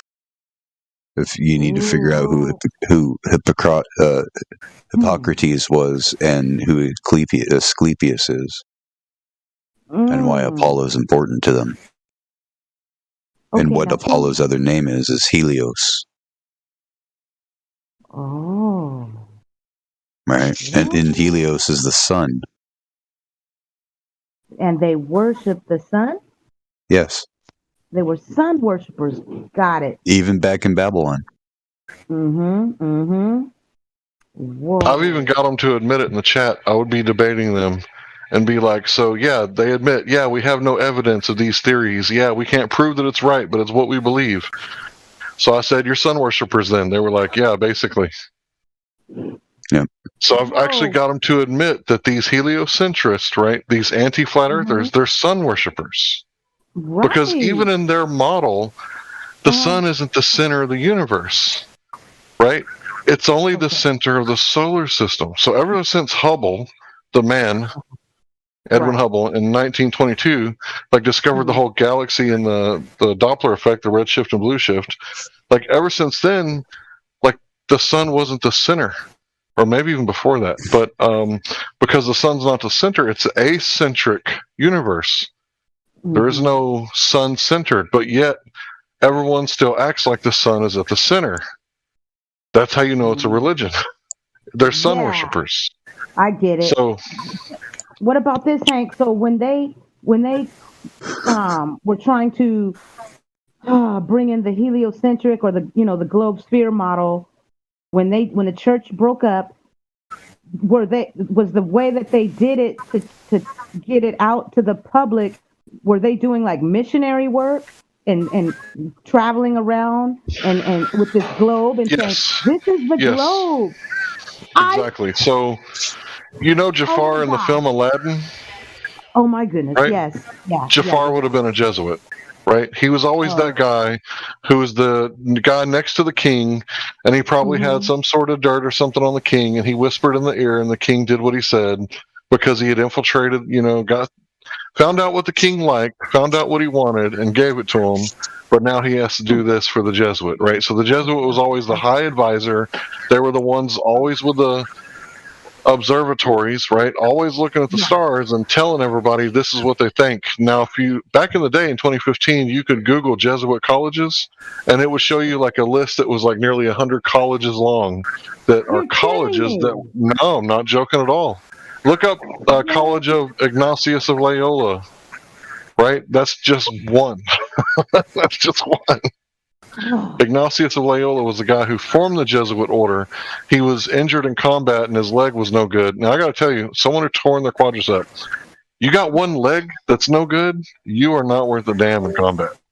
Little dudes were putting me on my back. I ain't used to being on my back, so I quit football. But anyway, he then started a different type of war against these Protestants where it was like subterfuge and, killing them. But what these Jesuit people, they would get these people to go out, and they would go to like all these different countries all over the world and basically try to convert or kill them. And what they did is they did an amalgamation of their religion. Anyone who didn't join them died, right? So you can go to like a Catholic cemetery and you can see the queen of voodoo, and her cemetery, her grave is in the Catholic cemetery because they amalgamated all the religions into Catholicism. They just took everybody in to get everybody under the emperor because the missionaries were on a mission to get you to pay your tithe and your tax and to be loyal to Rome and be a Catholic. That was their mission. It wasn't about spreading the good gospel or anything like that. It was about getting everybody loyal to Rome. Oh, man. I kind of figured it was something to that effect because I just couldn't figure out how people would just stop what they know is truth and switch over to the sphere. But you said it. Well, look at the Inquisitions. The Inquisitions didn't really stop. France didn't stop executing people until like the 1960s. So people with blonde hair and blue-eyed had to get their heads cut off, right? Because the queen said, "Let them eat cake." right? But really, the Queen was probably not saying anything stupid like that. It was a Jacobin revolution. I guess you'll have to find out what that means. I'm gonna look into all what you said because I was trying to figure it out myself, and I couldn't figure it out. So that's why I asked you a little bit on this. Wow. Yeah, so in France, if you lived there, they would cut your head off if you had blonde hair and blue eyes because you must be royalty, they said. Wow. And that was they did that in France. That was the first communist revolution, and it's happened in country after country after country ever since. Ooh wee. Okay, well, can you tell me have you heard of Pythagoras? Yeah, he's the guy that came up with the Pythagorean theorem. Some ancient Greek who came up with some maths that are really useful. Even to this day, I'm not an expert on that. That's all I know. Was he around during the time of the guy you mentioned when you were saying back in the Greek? That'd be a question for Mike or someone else. Aristophanes, was he around during the era of the Aristophanes guy or whatever? Or was Pythagoras I'm not sure. Before or after? Does anyone know that answer? Pythagoras, was he around during the time of the globe guys or whatever? Yeah, he would have been part of the ancient mystery school. So the first college known to man was in India, right? So we're thinking that India was like one of the places that it started, but these mystery schools mainly started in Egypt and Greece, right? These were the two powers at the time, basically, and they all kind of started hinting around at like this model where the Earth is a globe, but it didn't really catch on right until after the Protestant Reformation. That's when it really started getting pushed. So it was occulted or hidden for a long time, but now it's become mainstream. Gotcha. Okay. So now it's mainstream because the New World Order is like 99.9% done loading. There's only a few countries that don't have a one world bank system, like the IMF banking system, like the Federal Reserve Bank we have today. And that's Syria, Iran, North Korea, Venezuela. I think that's it. So once they get these banks in these countries, right? And I gotta say, it's not gonna be pretty. Yeah. Yeah, it's not gonna be pretty. See, that's what we're here for. We have to do something. We need to just keep doing what we're doing, everyone. Telling as many people about this. The truth. Exactly. That's all. Because truth prevails.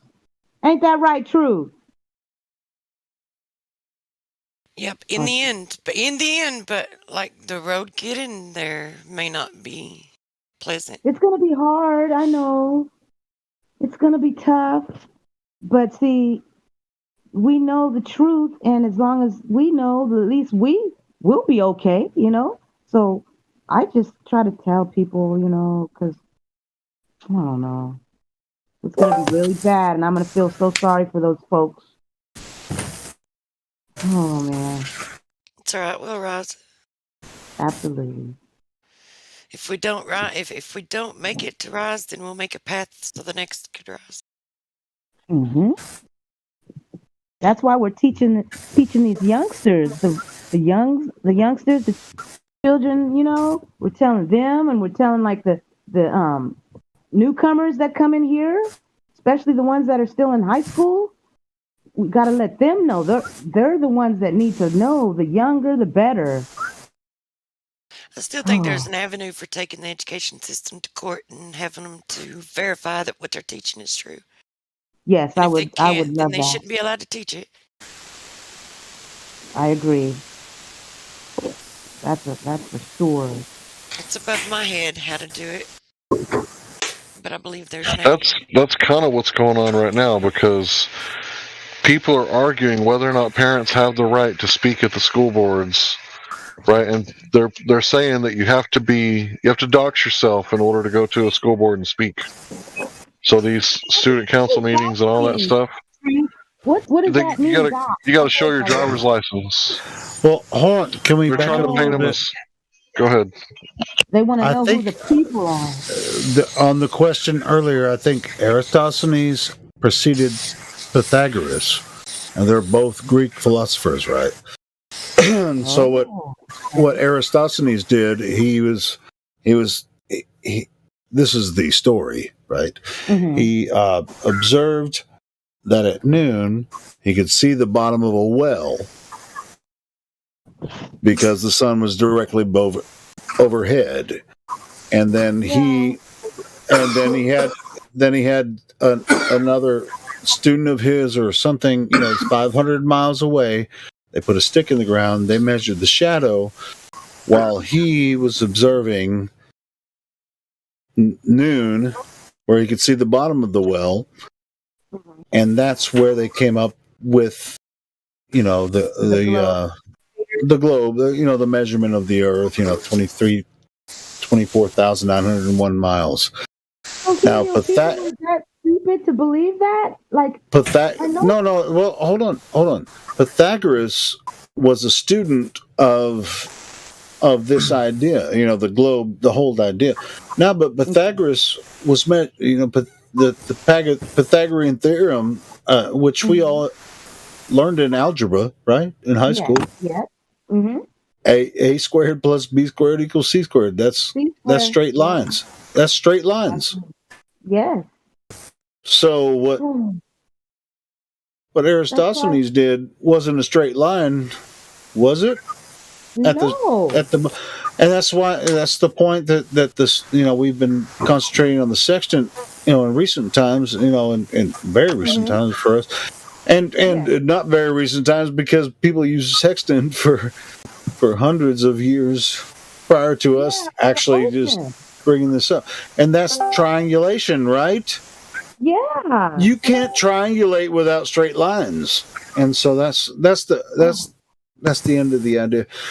But yes, as far as the mystery schools and all that kind of stuff, when it comes to the ancient Greek ideas, that all, if you're talking about Eratosthenes and Pythagoras, Pythagoras was dealing with right triangles and stuff like that, and certain geometry as well. See, you can get into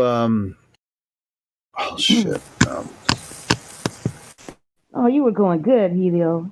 I am going good. I'm trying to think of what. Then you get into Euclidean geometry and non-Euclidean geometry, right? So Euclid was another thing, which is straight lines as well, and then non-Euclidean, which is measuring spheres. Yeah, but those are ideas. But that's not what we observe, so. Mm-hmm. Wow. It's just unbelievable, huh? That they pulled it off. Like, I can't believe it. But this is how they did it, and this is over hundreds of years, or at least a perception of hundreds of years. Okay. The math is really easy to convince people of this over a short period of time, but the math isn't reality. There is. Well, another factor to consider in the deception is the additives being put in the drinking water and the foods, which inhibit the cognitive ability. For example, adding sodium hexafluorosilicate or hydrofluorosilicic acid to the drinking water, it calcifies the pineal gland or the thyroid and inhibits your ability to think clearly. Because you're not supposed to have calcified glands like that. They're supposed to be free-flowing and do their job. But they can't with all those chemicals added to it. Bisphenol A and, the low-fat diet's another one.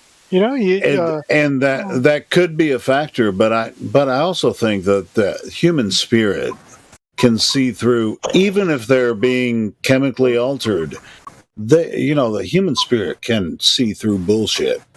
They can smell bullshit when they see it or smell it or whatever. I mean, we see straight lines. This is triangulation. It's we don't have to be chemically altered by fluoride and shit. Right. But yeah, just alcohol, right, Helio? He is onto something though by them adding all these chemicals to food and not done by accident. No, sure. I'm not disagreeing with you. I'm just saying you can fight through it, even though Yes. you might be chemically altered. Go ahead. Yeah, because otherwise we'd all be doomed if we couldn't. Yeah. Mm-hmm. That's true. See, we're the strong ones. We're the we see what they're doing, like, and we're not gonna allow ourselves to let that happen to us. So we ain't going down like that. We ain't doing that. Yeah, it ain't going out like that. We ain't going out like that. What is that song? There's a song, I can't remember who. That's not my song. That's just what I'm saying. It's one of my favorite things to say now. We ain't doing that.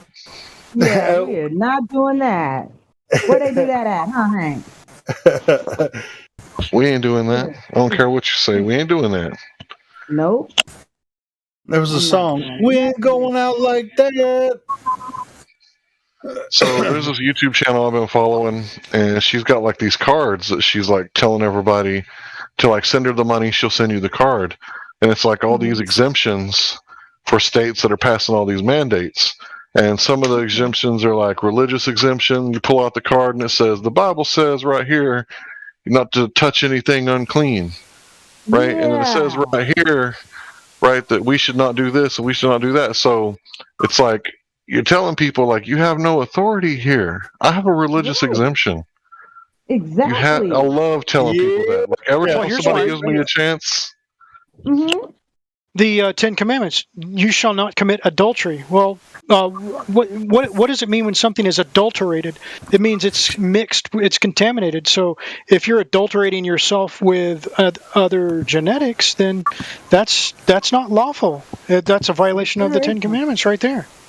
Blasphemy. Hey, check this out, though. I'm not going to say it. I'm not going to say it. Nope. Yeah, we're just saying that we love saying we ain't doing that. We love saying you have no authority here because that's the thing. Like, who has authority here in your body? My body. Yeah, this is they're not mandates. They're dictators coming. They're dictates coming from dictators. Yeah, but this is my body. Me. You're right. This is me. No woman or man on earth is over me. I control. I respect your right to choose, sister. Right. I honestly mean that. I honestly mean it from the bottom of my heart. I respect your right to choose your body, your choice.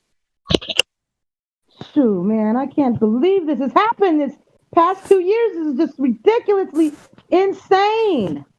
But it's really happening. It's reality. But it's like a bad Twilight Zone episode. Yes. For real. Who would have thought? I used to watch those Twilight Zone marathons, and now it's really coming to happen. It's happening. Yeah, you don't have to watch Twilight Zone anymore. You just live it. Yeah. Hey, but we're on the ship of justice, proclaiming freedom from that nonsense. Yeah, but remember like in 2015, 2014, there was all these leaks and worries about FEMA ordering all of these disposable coffins. I remember that, Joshua. Yeah. They had hundreds of them. Those boxes stacked up high, all over. Makes sense now, doesn't it? Oh my gosh, Josh. Yep. Yeah, but at the same time, it hasn't happened yet, and preemptive. I'm not sure if where are they putting all these so-called bodies that have died in the past 2 years? Where are those bodies at? Hey, those are numbers on the screen. I haven't seen one. Mm-hmm. I know when my grandfather passed away last year, he was cremated. I've been hearing stories like that when people, family, when people are passing away, that they can't even go and get the body or something, that the hospital just turns them away, and they just don't even get to really do a real funeral or nothing. Have you guys heard about that? Hey, check this out. I mean, there was an article shared in the mod chat. I think we should share on. I'll show it now. Let me see if I can find it. It was like the Italian government changed their health organization. They said that it was just one word they changed that said, deaths from COVID, or not from COVID. Yeah, I know. Related to COVID, basically, instead of from COVID, it reduced the deaths of. I said COVID. I'm not supposed to say that. I was trying to. But it just reduced. It reduced the percentage of people that died of, the thing. Of the thing. To less than 99%. It's like we shouldn't talk about this here. I know. I am not. We really I am shouldn't. not a Jewish person. I am a Christian. Who are you? Davey. So Yeshua is the high priest of the Most High God, the Messiah. No, I'm not Jew. I'm asking. I don't care. I don't care. Shame on you. Hold on, bro. Relax. Right. I'm asking you, Davey, is Yeshua the Messiah, the high priest of the Most High God? Listen. Yes or no, bro? I'm not a Christian person. Shame on you for assuming. Okay? You're not a Christian person. Shame on you. Okay. What does that mean, bro? It's okay. You can why would you say shame on you for somebody that? Hey, why are you copying my fucking bio, man? I don't know. I just felt like it. Oh, we got. Uh-oh.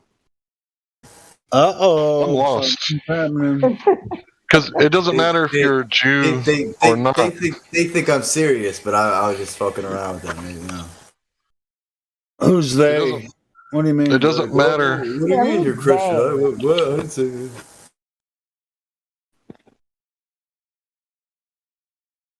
Okay, Davey, you just interrupted us, but Davey's about to be. I thought you were gonna. We're done with you, Davey. Good job for trolling here. Yeah, somebody's paying attention, Davey. What the fuck? So what was that all about?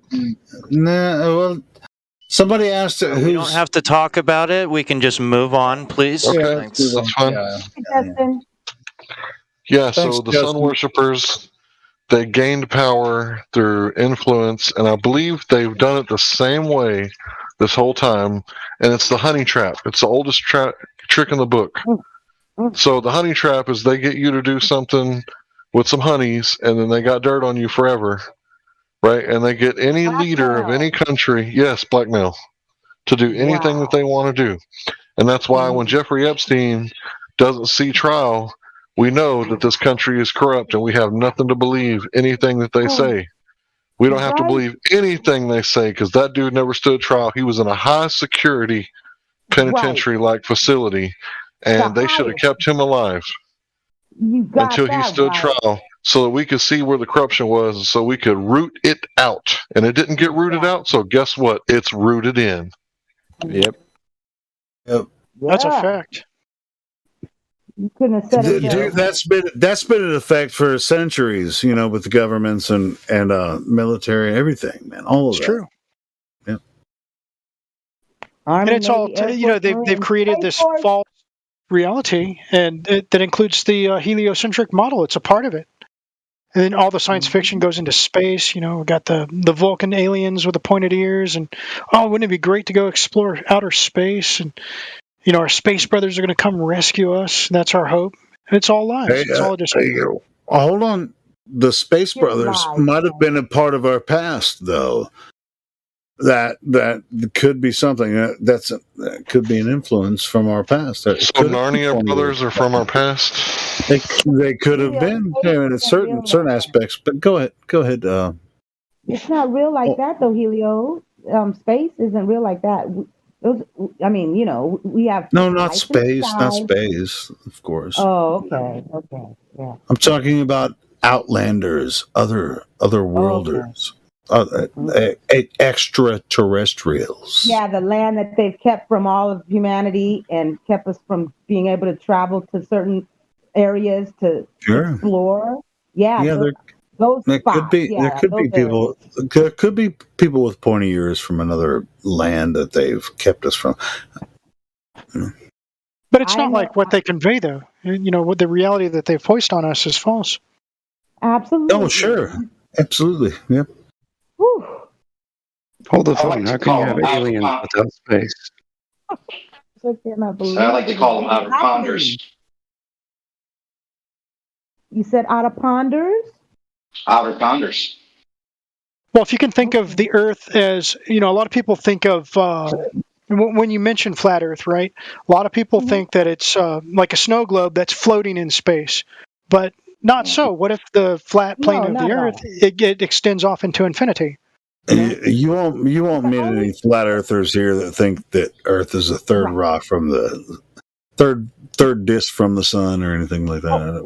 I'm just saying most people out there. Means the mainstream conception of it. Bring that in here. Right. That's the thing. Okay, yes. I really want to get on. I really want to answer to what you had just said about that the plane can go forever. Right?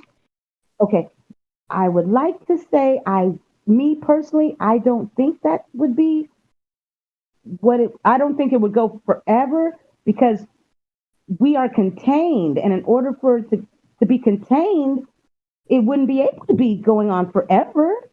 Not necessarily, because so consider a plane that goes on in infinity. You can still create a dome-like firmament and put it over an area of the plane, and it's contained.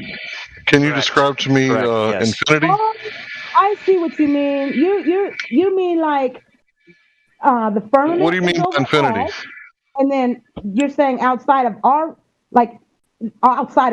firmament on the plane, you're saying more plane, and then there could be more land there. Yeah, there could be a barrier, but how do you have not? I mean, think about it this way: how can reality have an end to it? Right. Say there's a barrier, and then there's more land and more barriers, but even if you got to that barrier, when you put your hand through the barrier, does that mean your hand disappears into a non-reality? Right. I just got to ask a question. Can somebody define infinity when they use that word? What do they mean? Yeah, or can they demonstrate it? No, it can't be demonstrated. And, it's a concept of goes on forever, has no limit. Well, that's just it. If it can't be demonstrated, then there's no reason to believe in it. That's why I don't think it goes on forever, because infinity can't be demonstrated in physical reality. You can't show me an infinite number of apples, so I have no reason to believe that the Earth goes on for infinity. Well, believing there's an infinity is different than maybe assuming that until proven that there's an end to reality, that it'd have to be infinite. Because again, can you even imagine what it would be like at the edge of reality? Like if it stopped somewhere, what would be on the other side of where it stopped? Well, my guess would be nothing. All we know is it's nothing. Can't have nothing if you have something. Do we even know what nothing is? Can we even conceive of a nothing? We have a barrier. All we know is that there's a barrier. It could very well be that it's a different environment where matter takes on a different state other than the states that we know here. Yeah, it could be. I mean, until we have better tools, reality, right? Until we have better tools to explore and study, we'll never really know. Okay, but we do all agree that where we are at, there's a barrier. Like we have. Sure, yeah. There's a container. Like there's, our spot where we're at Seems isn't like it. infinite. Like, There's no proof of that yet, though. Okay. Well, let me establish that. We need a container. We need a container. I agree with that. Yeah. Let me establish some. Guys. Go ahead. We got to have the container because gas pressure. It's what it is. It's the natural antecedent. Sure. What do we have evidence of? Earth. Well, we have evidence. Everything within our experience. We have evidence for that. We can go study it, and we have everything that. I won't say that everything there is to know about Earth has been known, but as far as like biologically, whatever, studying, chemistry and everything, what the physical parts of Earth we can actually go and study. We may or may not be limited to further study, going across Antarctica or even parts of the South Atlantic. There could be another continent there we're not even aware of. What's beyond the firmament? We can only speculate. Beyond the what firmament? There's no evidence for a firmament. Container. Let's just call it. I'm talking about what we have evidence for. Earth. We can study the oceans, and they appear to be level and stationary for as far as the eye can see and as far as we can measure. The only way that it would appear to be a ball is from said outer space, which they don't really have any evidence for that. Photoshop. That's it's Photoshop because it has to be. But this is I want you to know though that the only reason that we as human beings cannot see where the firmament or where it ends or if it's infinite or any of that is because man has set the rule and said we can't. It's not because it's impossible. How do you know that God didn't set that? How do you know God didn't set that limit? No, because you remember the story. You remember the story in the Tower of Babel where they were trying to build a tower to heaven, and he stopped them. I don't mean up, Helio. I mean side to side. We can't go past the 60th barrier. Sure.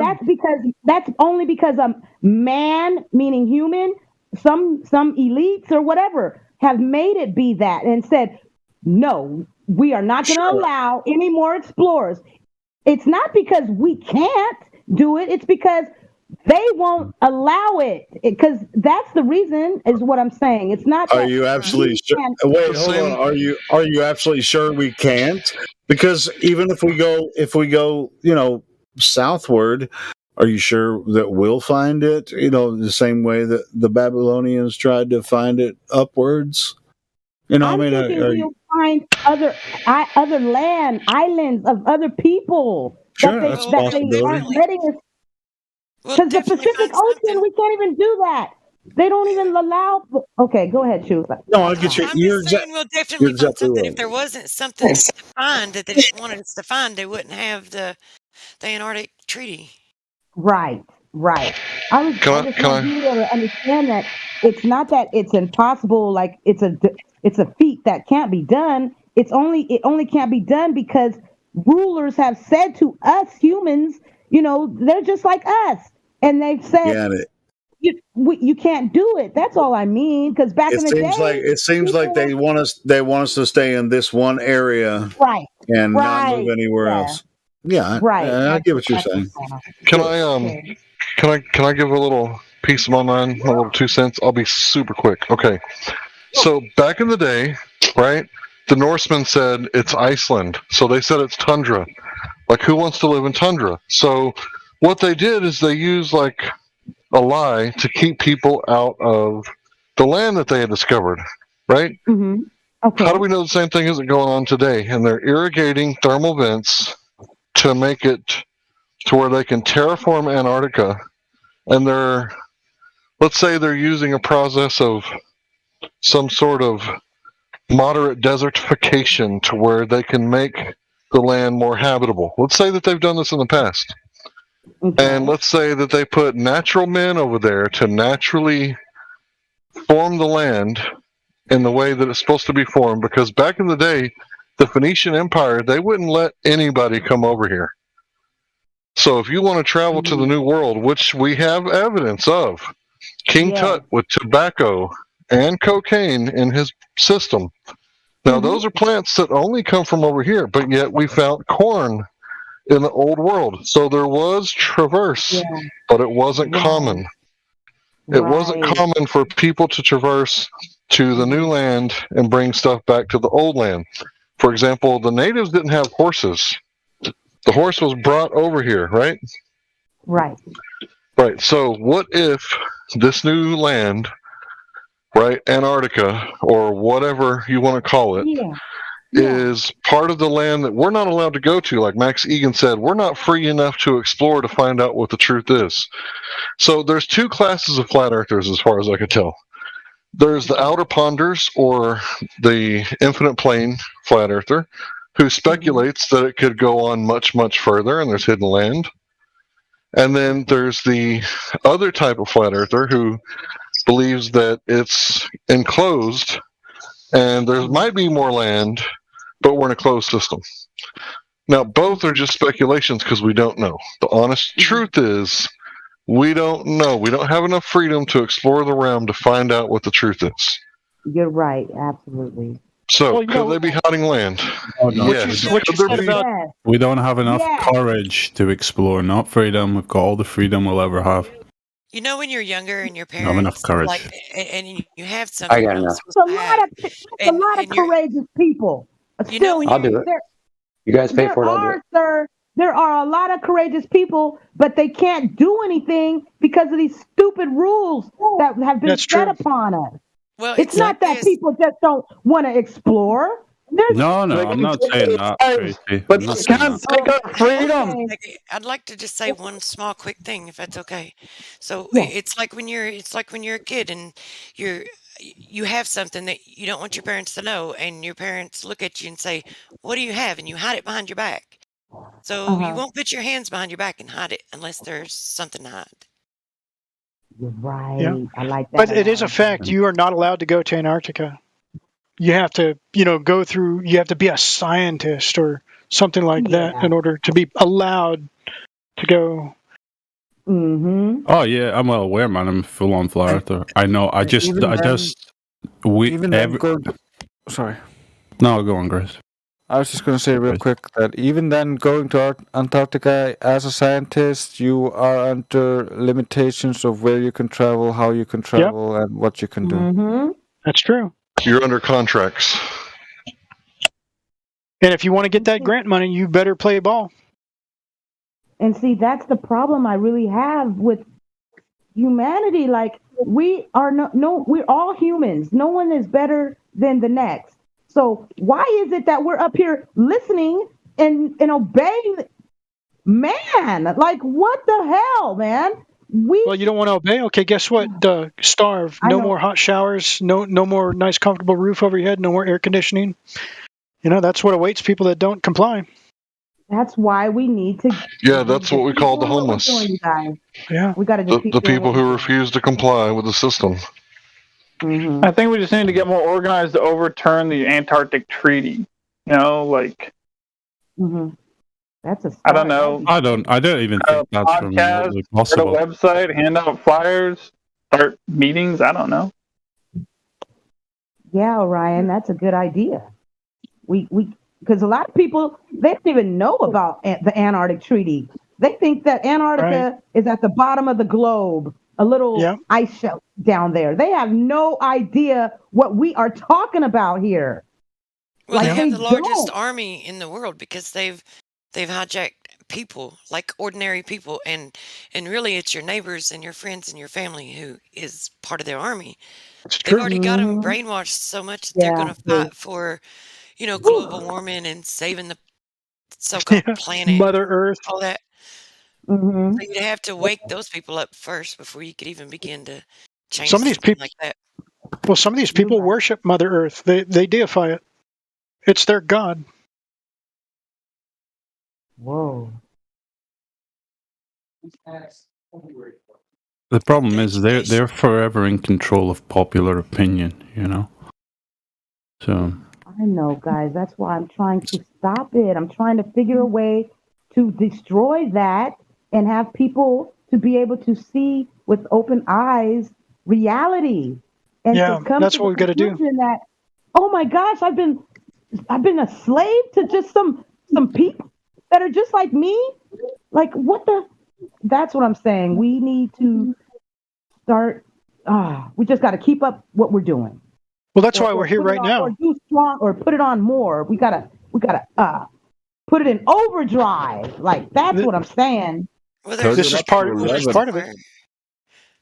And I think the education system's that door. I don't see any other avenue unless you guys can come up with another one. Yeah, because we don't actually have any chains. There's no one pointing a gun on us, right? You're right. Like, Right. we're basically enslaving ourselves because we forgot how to say, no, we ain't doing that. You have no authority here. So you should pick your battles wisely, right? If you get a ticket, you should not fight the cop in the street. That's not what I'm talking about.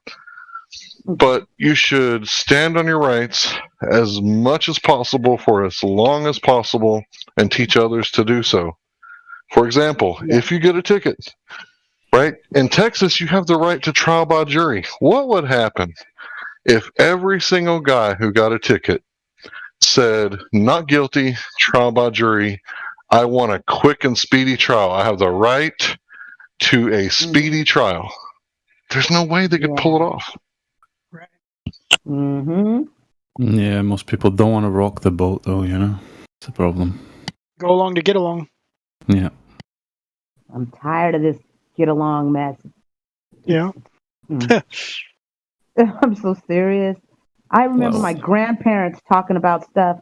Not, they weren't talking about flat Earth or anything, but they were talking about like the government, like certain things that still has to do with elites and things like that. And if they were saying stuff like that back then, and I'm here now, I feel in my lifetime, I must accomplish something, and it has to do with this, what they've done to people. I'm sorry, go ahead, Truth. No, I thought you were finished. Go ahead, finish, Tracy.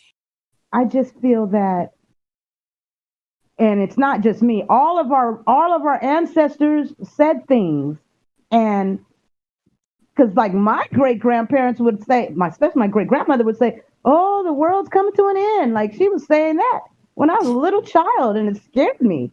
And and it's like what she like now in 2021, it's really happening. Like it's just.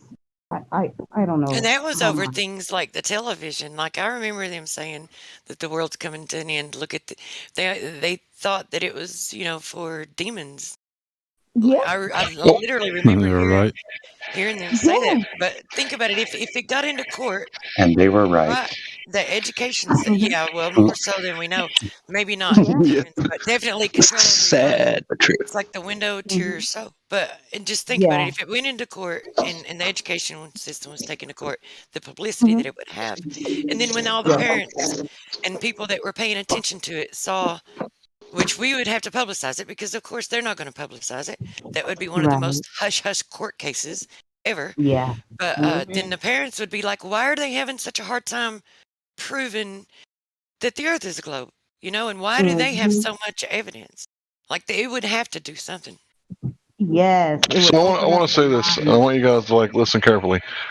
What do you call a person who doesn't get paid for their labor and gets beat within an inch of their life, right? And works and doesn't get educated? A slave, right? So my grandfather left school. He didn't have but a second or third grade education. He was the illegitimate son of a oil tycoon. Never saw a cent from his dad, right? And his mother was 14 years old when she got raped, right? He tells me about in his early childhood working from like sun up and sundown and getting beat with a rubber hose. He told me stories about how he worked all day picking cotton carrying 100-pound plus cotton bag behind him as he went through the fields picking cotton. So that's the definition of a slave, right? Yeah. That was my grandfather's childhood. I do not want my children and their grandchildren to have a similar childhood. If we don't win this information war, it's going to hit another cycle just like the last one. You're right. Be worse than the last one. And you know what else? Down there with Randy. I think it'll be the final Down one. there with Randy. Truth Prevails is right too. You know, I think she's on the right track. I think Truth Prevails. Look at what Zen Garcia accomplished with his thing. I mean, naturally, what you're going for is a little different, but you can learn the lessons. You know, see what didn't work there, what did work, and then improve your method because it's a good idea. Continue with it. Well, flat Earth, flat water. He didn't have the arguments down like we've got them here. Right. And he stuck to the religion, but he did go to town halls and town meetings and city halls, and he was definitely bringing some awareness and making some waves. But he did it as a religious zealot. Like it's what he appeared like because he was always holding the Bible up and saying that it's written in the Bible. So if it was done like in a court setting where they were forced to address it, you know, and it was with the actual facts and the evidence and it wasn't in a religious connotation, then I think it would be more effective. But someone mentioned something about that you can't even, they're trying to make it to where you can't even go to the school boards. And oh yeah, kangaroo court. So I believe that's probably why they're doing it. So I'd say our chances or this open door to do this is probably limited. But your idea is not bad. Hey, Truth, but like you were saying, Flatwater, he would go to the court or whatever with his Bible and stuff. Well, in the court, they make you put your hand on a Bible. No, So- I know, but he's referring to what Scripture says as evidence for flat Earth instead of like the measurements and the lack of Okay. scientific evidence for their claims. Okay, I got you.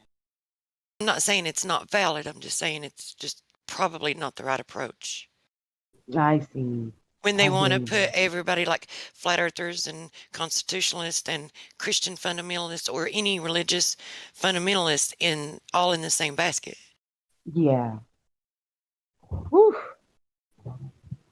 Man. This is a crazy world.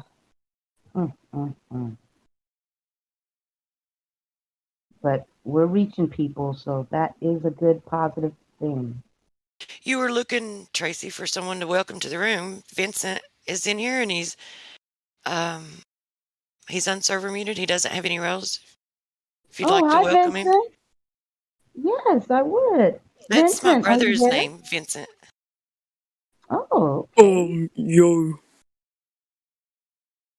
Vincent, how are you?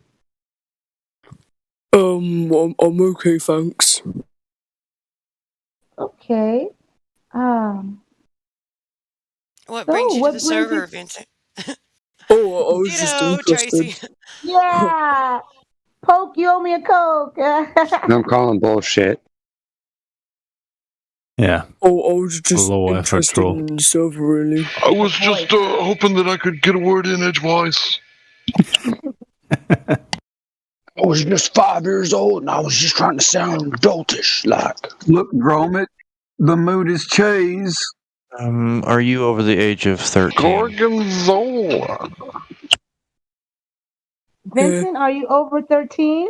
Per Yeah. Discord. Okay. So what do you think about the shape of the earth? Honestly, I really don't mind. Oh, you don't mind, meaning you don't care? Not really, to be honest. Well, you really should, because it matters a lot. How You're much not do you here to know troll, about it? are you? I'm sorry. Go to No, I just want how much do you know about the topic? Not much do much. you know about the I'm not globe? that. Someone How else much do you know invited about flat me. Earth? Who invited you? Some from one of the vegan servers. Veganism is not a discussable topic here. Just warning you so you don't get banned. Yeah, I know. Is it not? What? I never heard that, Hank. Well, I mean, we have like not in a debate forum, and I might be wrong. we have a health channel below that it can be. The I might problem be with wrong that about is that. it's just like religion. If people can bring it up and discuss it without debating, but what happens with that is it's like politics and religion. People Yeah. tend to try to push their views on someone else or demonize them if they either eat meat or don't eat meat, and so Yeah, Yeah, no I get vegan that. zealotry, basically. Yeah, to be clear, I don't care what you eat. None of my business. I'm drinking my Lipton. Hope you don't mind. So was it a flat earther that invited you?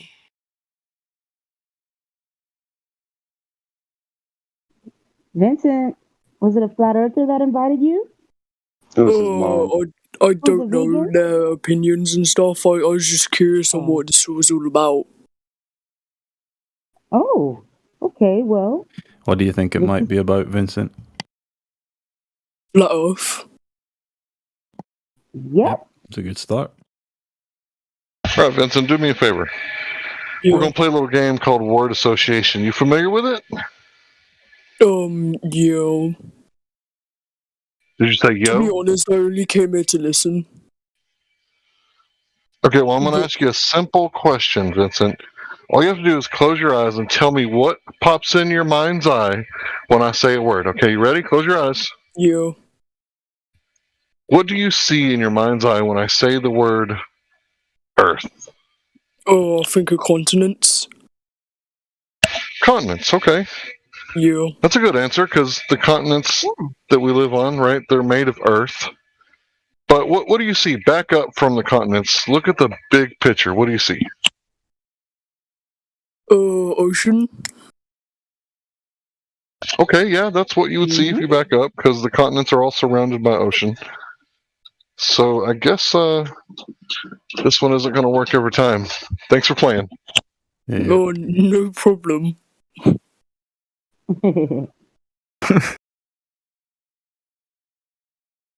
So Vincent, do you think that we're moving?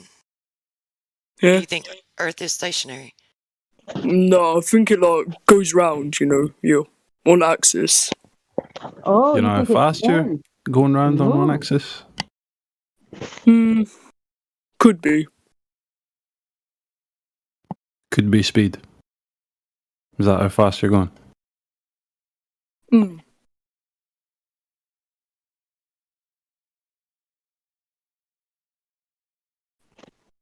I'm not taking this, by the way. I got no patience for this bullshit, so someone else. Is there a consensus in Too here? late, huh? Too late for this, huh? We do need Well, I'm them, in though. California. It's like almost time. I think it's one. It's late where I am. I look at it like this: if they just come in to listen and they're not trying to get a role or not trying to talk, I'm thinking that maybe they're not. I mean, how can you be in here to troll if all you come in here for is to listen? So maybe we could just give him a little bit more time and let him reveal his Listening intentions. pass. Honestly, I only came just because I was interested. I wanted to see everyone's different opinions and stuff. All right. So they could change mine, because I don't really know. Maybe if you just use your voice instead of the fake one. No, that's the accent. He's from Yorkshire. But is there a consensus among you guys? I don't want to say you guys, but flat earthers. Here's the thing. We all believe in different things, but we all know one thing, right? We all have Earth is measured the flat. Earth to be flat. Absolutely. And We I say the all word know that. I'll say the word no because there's a difference between knowledge and belief. Do you know the difference, sir? Yeah, well, I guess one is factual. It's verifiable, falsifiable, right? Yes, And one is that's right. And one falsifiable. So if I make the claim, right, that all swans are white, right, and you find one black swan, that disproves it, right? Mm-hmm. So in science, your claims have to be falsifiable, or it's not science. Or it isn't exactly, or it's not science. Does that make sense to you? So then, nah, that part. Okay, are you familiar with Karl Popper? Popper?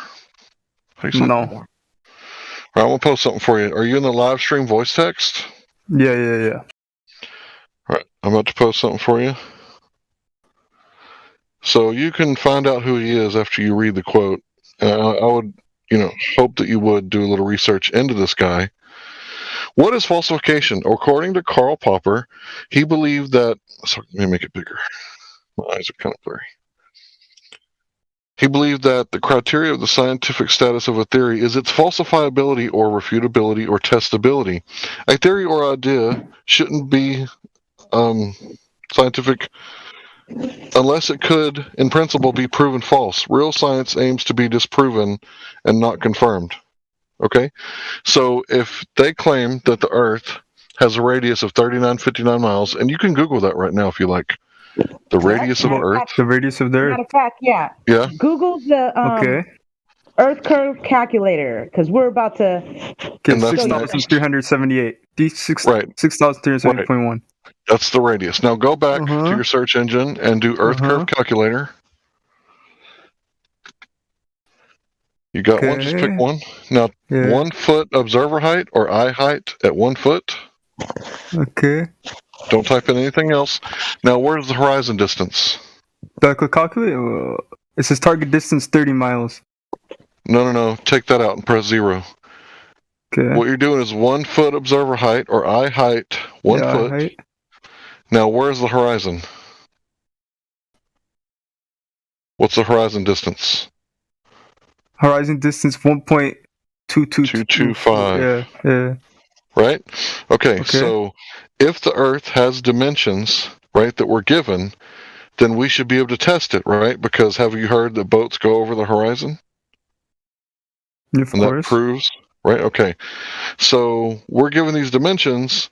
We've been testing it for the past 6 years, and guess what? We can see too far. So the argument goes, if the Earth is a sphere, you can look at what I posted right now. If the Earth is a sphere with a radius of 3959 miles, then every horizon distance measurement must be no more than 1.225 times the square root of the observer's height in feet.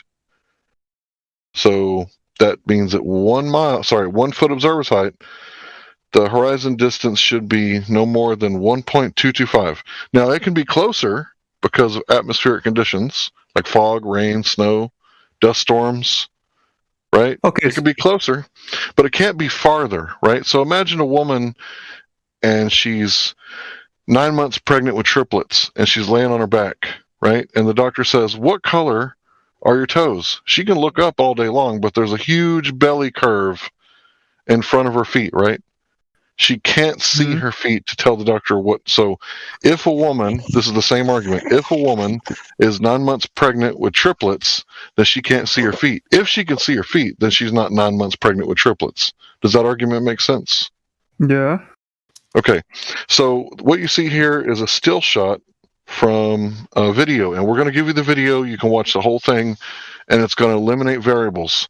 He's going to show you exactly where he's at, how high the camera was, and this shot has 2 oil rigs in it. You see the oil rigs? Yeah. Hold on. Before the video, the oil rigs. Yeah, I want to talk. So if my height's 1 foot, regardless, the max I should ever see anywhere on the Earth, if it's flat or assuming, is 1.22 miles.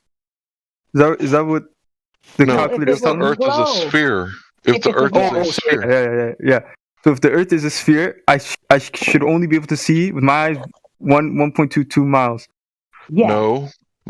That's where the horizon should be. I'm sorry.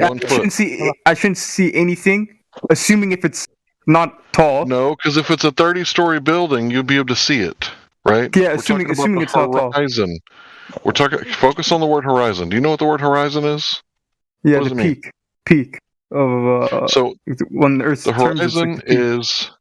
horizon is the apparent location where the sky meets the ground, or in this case, the ocean. Mm-hmm. It's an apparent location, which means it's not an actual location. You can't go there and get your pot of gold, right? It's an apparent location, right? Mm-hmm. Do you know what that means? Not actual, but apparent. it should be like it should be like where Earth ends, like kind of, but it's not actually where. It's just the location where the sky meets the ground, or in this case, the water. So where's the horizon at in this photograph from a still shot? It's a still shot. Where's the horizon at? In between, in front of, or behind the platforms? Probably behind. Okay, so the horizon is not 1.225 miles away. Therefore, the Earth is not a sphere with a radius of 3959 miles. So what you're looking at here is the horizon is at least 10 miles away, because platform habitat is just a mile marker. It's just for denotating distance. So it's 9.41 miles away according to Google Earth, Google Maps. Right? So it's safe to say that this horizon's about 10 miles away, right? Yeah, it could be. Okay, Yeah, so if you do the math, if the Earth has a radius where the horizon shows up 10 miles away, then the Earth is going to be bigger than the moon's orbit. That completely destroys your radius. If your radius is gone, you got a whole new escape velocity, you got a whole new solar system, everything falls apart. Because the foundation of the heliocentric model is the Earth curvature. Without that Earth curvature, which was just taken away. But here's the interesting thing. I'm some egghead on the internet, and you probably shouldn't believe me. Go out and test everything yourself. So if I go out right now, if I go out and look in the ocean, if I go in the ocean, I see a boat. I should be able to have known location. Do you know what variables are? Do you know what variables are? Yeah. Okay, so there's other factors that could factor in where things should be. And if you look at that Earth curve calculator, you'll see one of them is eye height, one of them is distance, right? So you have to take into consideration all these variables, but you can do these tests yourself with nothing more than a stand-up mirror that girls like to look in the mirror. You know, the tall ones. You put the mirror in the water about 10 miles away, like a cove or something, right? Or some sort of cape, or I don't know what you guys call them, where the ocean wraps around, the land wraps around the ocean. Okay, so you got one guy, he's over there with a mirror in the water, and you're on the other side facing him, but the sun is setting behind your back. If you can see the sunlight at 10 miles away, it should be behind 66 feet of curvature. So you won't be able to see it unless he's standing on a 6-story building. But if you can see it with him standing in the water, with the mirror in the water, then you debunk the globe at 10 miles away. Okay, a little simpler. If I took someone on forget the reflecting part of the sun. If I stand on the shore and I say, yo, go all the way out, go 10 miles out, I should be able to still see him. If everything's clear on a day and my eyesight's good, regular human, I should be able to see him still. It depends, because there's factors, like I said earlier, right? So I'll show you another factor. So you know what refraction is, right? Where the light slightly bends in a cup of water. All right, now I'm looking for it. It's going to take me a second to find it because it's way down there. Skunk Bay time lapse, if anybody has it before me. So I'm about to show you what it actually looks like. This is a time lapse. You know what that is? Where they take like a 6-hour video and they shrink it. Yeah. Gotcha. All right, so this is a time lapse condensed. Yeah, perfect. Okay. Do you see what he posted? Yeah, I'm watching it. Now I want you to look real close, right? And I want you to pay attention. When the GIF begins, it's very clear, right? You can see it when it resets. You can see clear across. It's clear, right? But then there's like an artificial horizon making it look like the other side of the land looks like it's going underwater, right? Yeah, the water in front makes it look like, yeah. Right. But if you look in the back, the horizon is actually behind that. That's the real horizon. Right? You see it way back there in the back? Yeah. By the trees? Okay. The horizon in front, the second white line is about an inch above the horizon. Yeah, okay, good. I just want to make sure that's not okay. So the horizon in front is an artificial horizon, right? And let me explain how this works. Now, this is very difficult to understand, but I'll make it super simple. You know how when you're in the bottom of a pool and you see a light on the other side of the pool, and the light looks really big, but then you swim underneath and you get close to it, and then you see that the light bulb is actually very small. Most light bulbs are really small, right? Well, that's because of the way that the light interacts with the molecules. Now, if you're under the water with your eyes open, no goggles, right, the light is going to bounce off the molecules, and because water is dense, it's going to spread out like a shotgun. You ever shot a shotgun before? I'm in Canada. I don't know the answer to that question. I'd be Okay, when you surprised shoot if someone even has a shotgun. No one has shotguns. Okay, let me explain to you. So when you shoot hairspray really close, right, or aerosol can, it has a really tight little circle. But the further you get away, the bigger the circle gets. It's because the particles are spreading out in all directions.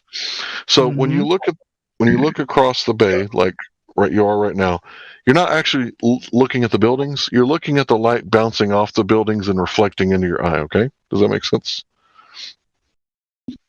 So you're saying there's a the false horizon.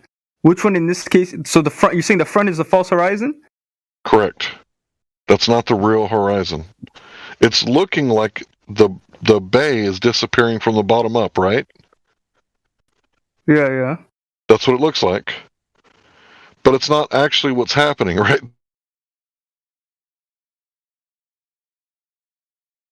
Right. So what's happening here is the light that's reflecting off the building, it's diverging or spreading out in all directions, right? Like I told you with the light that's spreading out through the pool. Well, the atmosphere, it's not as thick as the pool, but you're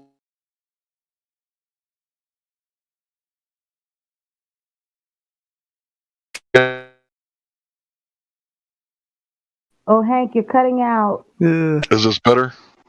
Yeah. Okay, so the light's spreading out in all directions. One of those directions is down. So as the light is spreading out down, if it bounces off the water, it never touches your eye, right? Say that again. If it bounces down, When the light bounces off the buildings and it's going across the bay and it's spreading out, right? The image is spreading out because the light is interacting with the molecules. Okay. Not distorted, it's spreading. Right? Zooming in. The atmosphere is acting like a lens. So when you zoom in on a cowboy to read his belt buckle, you can't see his boots, right? Yeah. Right. Okay, so that's what's happening. The image that is reflecting, the light reflecting off the buildings is spreading out and diverging in all directions, spreading out, right? Like a pizza dough. And one of the directions it's spreading out is down. So when the light goes down and bounces off the water, it's never going to hit your eye, right? That's what's causing the false horizon. So now that you're aware of this, you can go out and test the water yourself early in the day before the sun perturbs the atmosphere, or late at night when the sun is setting and it's cooling down, and you want to get the temperature of the water as close to the temperature of the air as possible to eliminate some of these wonky effects. Does that make sense? Yeah. You're saying So- the sun, yeah. Anybody, yeah, you can see during the heat of the day, it's worse, right? Yeah, of course. When it's like 12 to like 3, right? It's so wonky, it looks like some of the buildings are completely flooded out over there. Right? Okay, so anybody can do this. You can go to any large body of water at rest, and you can take these measurements. And I would say do one in the morning, one in the afternoon, and one at night, and see what kind of results you get. And I bet you get wonky results during the heat of the day. So now that you're aware of how this false horizon works, the whole boat's going over the horizon, it doesn't make any sense because the horizon changes locations throughout the day based on weather conditions. If you had a geometrical horizon, which means a Earth curve causing the horizon, then it wouldn't move past the point that it couldn't be moved past, right? Like the girl with the pregnant belly. You can't unpregnant her, right? If there's curvature, if it's a sphere, there has to be curvature. And what we're measuring for the past 6 years all over the world using lasers and all sorts of things, people are measuring that they can't find the curvature. People have been using high-powered lasers that should be shooting hundreds of feet in the air, but they're hitting their targets. Okay, so let me try the calculator. I put my eye height is probably 1.7 meters. My target distance, I put them just for 12 kilometers. So theoretic, are you saying the calculator is false? No. It should be false? No. Okay, I should be able to see someone. Okay. So I will be able to still see someone, regardless of what the calculator says. Listen, bro, this is how it works. We have a photograph of Chicago across the Great Lake, Michigan, from Michigan, the state. Now, Chicago is in Illinois, like 50 miles away. Yeah. Okay. And we got a photograph of Chicago from Michigan. That's what's called an impossible shot if you live on Earth with a radius of 59 miles. So think about like a deer standing behind a 6-foot building. Sorry, a 6-story building. Can you take a picture of that deer? Behind the building? Yeah, it's behind the building. You can't take a picture. Okay. Right. So we shouldn't be able to see Chicago from Michigan State. But 50 miles. If target 50 distance is 50 miles, my I believe height the is observer height was 200 feet. Was it 50 miles? The Joshua New Wiki? So yeah, the calculator says right target hidden height is 700 feet, which is probably too much. You probably wouldn't be able to see 700 feet. anything. Here is a mirage. Yeah, okay, so you're going to have to do your research on Joshua New Wiki's picture of Chicago from Michigan, and you can type in all the stuff yourself. But what I remember is that you shouldn't be able to see any of it. What was It the should guy's be last name? all Or first name, whatever name you told me. Joshua. New. Hold on, I can't remember. Wait, Wiki. Does anybody know Joshua's last name? Joshua Matthews? No. Witwiki, Joshua Nitwiki, Nitpicky. I can't remember his last name. Nitpicky. I don't know. I'm sorry. I'm not good with names. Witwiki. New Wiki? Yeah. I think that's it. But yeah, you can make these observations yourself, because I'm just some egghead on the internet and I could be selling you a lie just like everybody else is trying to do, right? But I want you to be brainwashed, to think for yourself and question authority and test it for yourself. And you can no wiki. No Wiki? Okay. No Wiki. Sorry. Yeah, it's not a common name where I'm from, so. Joshua No Wiki? Okay, so what I want you to do from now on Yeah, I'm is looking to at that think for guy's photos. Yeah, I think you put Thanks. something.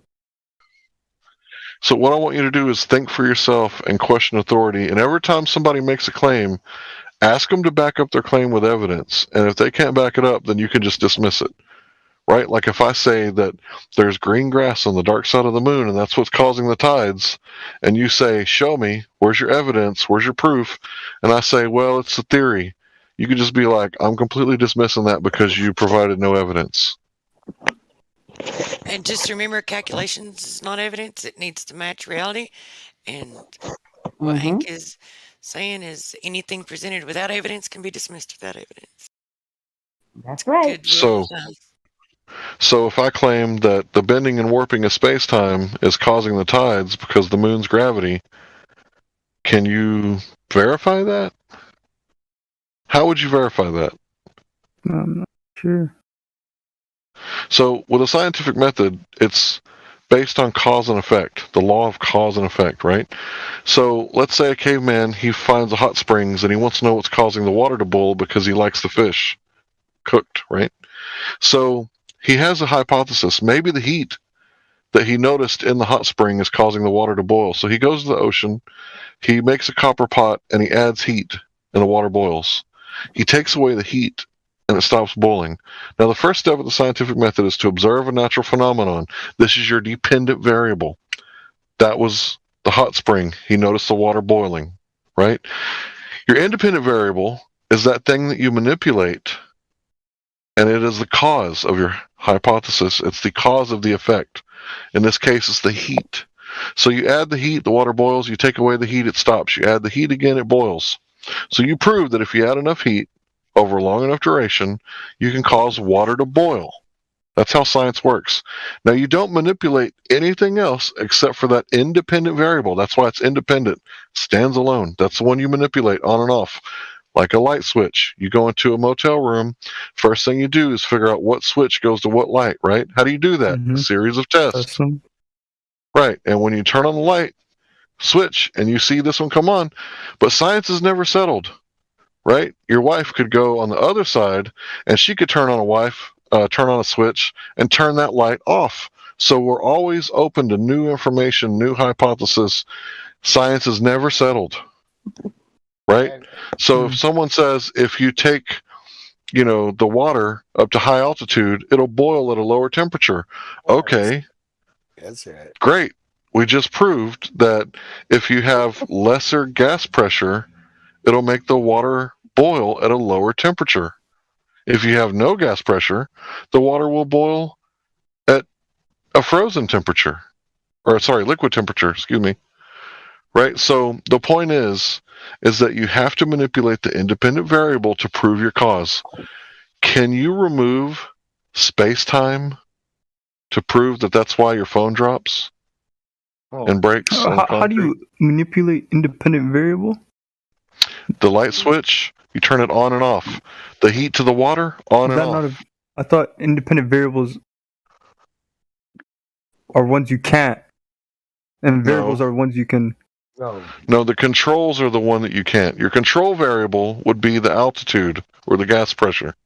You don't manipulate that one in your initial test because you're trying to prove what causes the water to boil, right? So the only thing you manipulate is the heat because that was your initial hypothesis. Now, at any time, someone can come along and say, I have a new hypothesis, right? And you'll find out that gas pressure is a factor in the water boiling. Absolutely. Right? And you have to factor it in.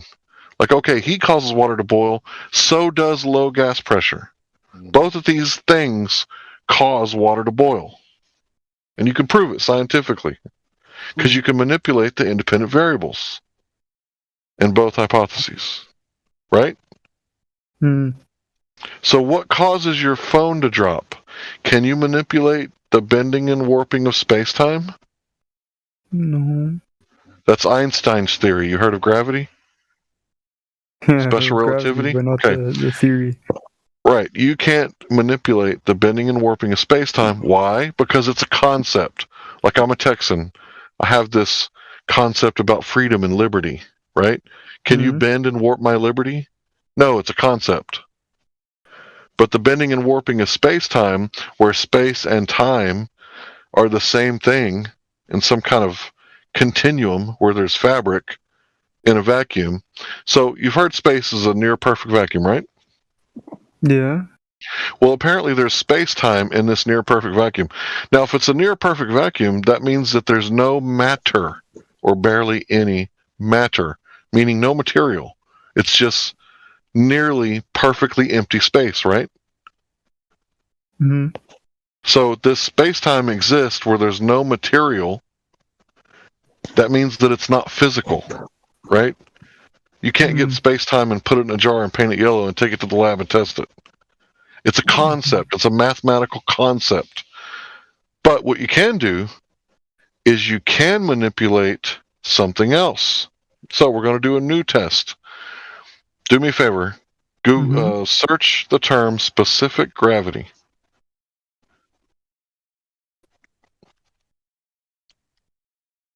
Well, I get relative density. Perfect. Okay, so new hypothesis. I'm going to say that relative density is the cause of your cell phone dropping. Okay. Here's the test.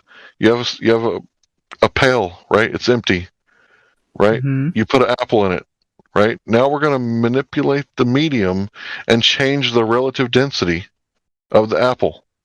So the apple's at the bottom of the pail. We add water. What happens? The apple floats. Yeah. You take away the water, the apple sinks. You add the water again, the apple floats. Now, what caused the apple to rise and fall? No buoyancy. Right. The relative density. You changed the buoyant force on the apple, and this was the cause of it falling down. When you drop your cell phone, did you think the atmosphere was thick enough to hold it up? No. No. So what happens when you drop a helium balloon? Floats. Yeah, it goes up to the ceiling or to the sky, right? Mm-hmm. What happens when you drop an anvil? Drops. Right, it hits the ground. Now what happens when you drop an anvil in a pool of mercury? I don't know how dense mercury is. I don't know. It floats. That's funny, right? An anvil will float in mercury? Floats in mercury. I'm about to show you. I'm about to prove it to you. So as I can find it. So it does. It's so dense. There it is. Yeah. Would I float in mercury? Yes, you would definitely float and have brain damage in mercury. All right, so my point is that here's the deal. You've been taught a whole bunch of BS about gravity, but you can't verify any of it. You can verify specific gravity because it's observable, testable, repeatable, but most importantly, it's falsifiable. So why didn't the anvil sink to the bottom of the container? Whatever the makeup of mercury is. Because the mercury was far more dense than the anvil, and the buoyant force pushed the anvil to the surface until it reached a state of, what's that word called? Buoyance. Equilibrium. Equilibrium. Thank you. Yeah. All right. So here's the deal. There's this law of thermodynamics, the second law, right? And this is how it works. If you live in a cold place and you open the door, you let the hot air out, right? And the other time, if it's, I guess that would be winter. If it's summer, right, and you open the door, you let the hot air in. Hot always moves to cold every time, no matter what, right? So you get a cup of coffee, right, fresh cup, you set it down on the table and you get a phone call. You come back 30 minutes later, the heat has dissipated until it reached equilibrium, right? Yeah, in the same room. Okay. So now let's say I got a propane tank. It's full of gas, 250 psi, and I open it. It's going to spew out vigorously in the beginning and slowly until it stops, until it reaches equilibrium, right? Mm-hmm. Okay, that's gas pressure. High pressure to low pressure every time, no matter what. Gas pressure always seeks its equilibrium. So now you got a dead battery, you pull it out of the car and you hook it up to another battery that's fully charged and it's not hooked up to the car, and you walk away the next day, you got two batteries that are halfway charged, right? Yeah. Because high charge goes to low charge every time, no matter what. Right, so I'm adding this last thing, and I'm going to say that every object, except for birds and aerodynamics and technology, every object that rises or sinks anywhere on Earth is only doing so trying to reach its equilibrium. And once it reaches its equilibrium, like the battery at halfway, or like the heat in the coffee cup, or the air pressure in the tank, once it reaches its equilibrium, it's going to stop and it's going to stay there. So your phone is made of rare earth materials like crystals and gold and stuff, right? So when you drop it, where's it going to go? It's going to go to its equilibrium. Once it hits the dirt or the concrete, it can't go any further down because even if you dropped it in like mercury, it's going to float, right? It can't go any further down because it's reached its equilibrium. When you drop a hot air or a helium balloon, it's going to go up, up and up and up and up. And if it doesn't pop, it'll finally get to a spot to where it just hovers there because it's reached its equilibrium. Mm-hmm. This is specific gravity. This is the real gravity. So everything you learned about mass attracting mass, you can't prove that. Everything you learned about Einstein and the bending and warping of space-time, you can't prove that. These are mathematical concepts. What I just showed you is how the scientific method works, and you can verify this by researching about the scientific method. But some people are going to tell you that the scientific method works like this. Ask a question. Now that's dumb, right? Because my scientific method, the one that is the scientific method, says to observe a natural phenomenon. If you don't make any observations, what are you going to ask questions about? Yeah. All right then. I'm gonna make my observation. I'm gonna go look. Right. I'm gonna do All right. the what's it called? The calculator one. The measurement. You're going to measure the surface of the water, because if the Earth is at 70% water, then the water must be curving in order for the Earth to be a sphere. So you go make the measurements, and you get back with us, and you're more than welcome to come back at any time or stay here and ask questions. But think for yourself and question authority.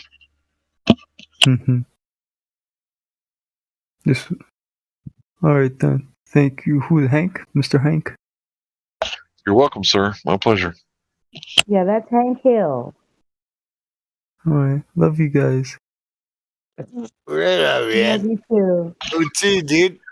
Yeah, we love you too. Peace be upon you and all that good stuff. Prosperity. I'm not kicking you out right now or anything. Yeah, no, but it's late for me. Oh, okay. It's like 5 a.m. I understand. All right. Take care. You too. Good night.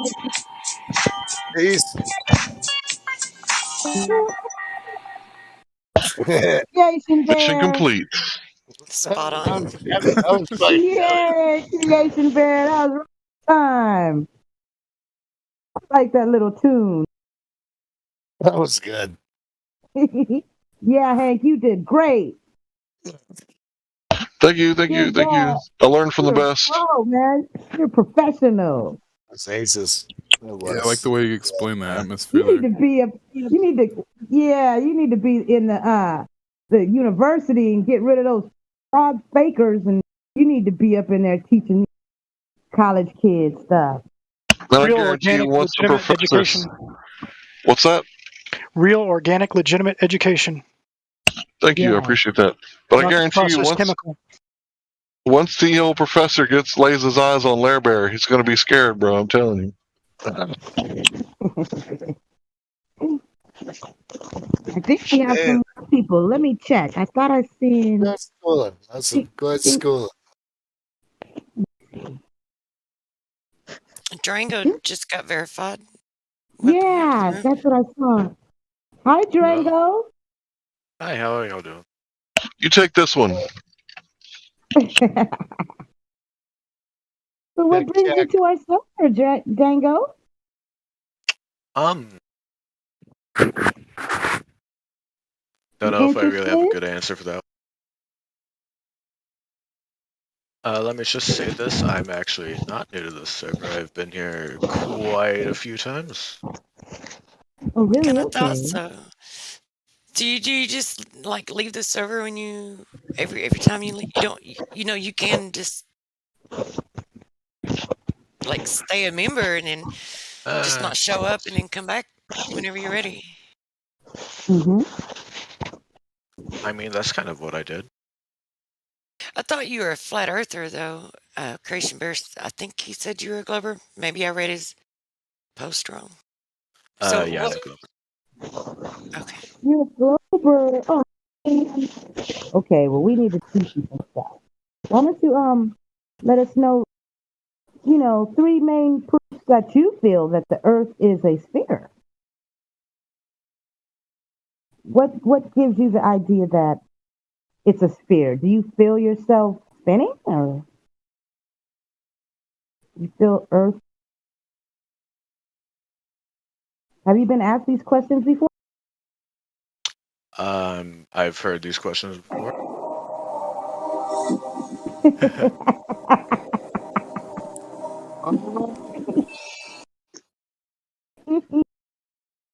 Okay. I can always appreciate a good soundtrack. That was awesome. I liked it. It was like, do, do, do. Oh shit! It's the invasion of the Canadians, eh? What's up, bro? Oh, yeah. Hey, how you doing? Yeah, the puck's here. Yeah, I check it out. The puck Check stops. it in. Well, yeah, puck stops there. Puck stops everywhere. There you go. Up corner. How you doing? Yeah. Puck's in. It's Puck, okay. Yeah. We're talking to Drake. I think it's Drake. Drake? Puck is. Yeah. Name wrong. But Good. Good. do you feel the Durango? So back to you. Tell me, when you walk outside, do you see or feel like you're spinning, or tell me a little bit about this globe that you believe.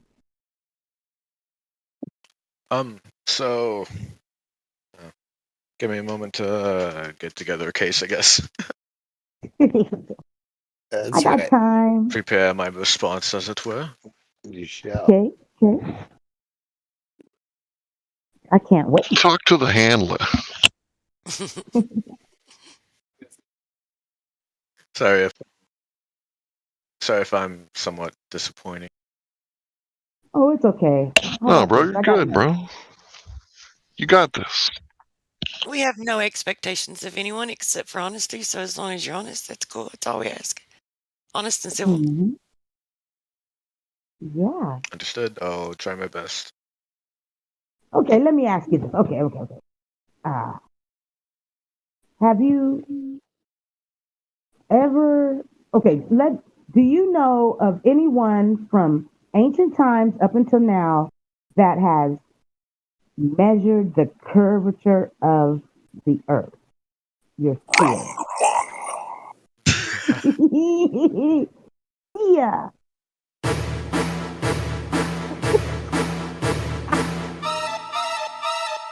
Sorry. Does that mean you've got? Does that mean you have a measurement?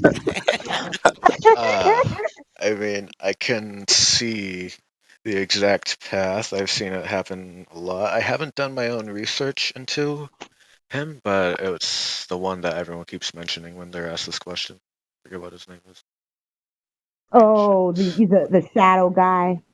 The well with the shadows kind of guy thing.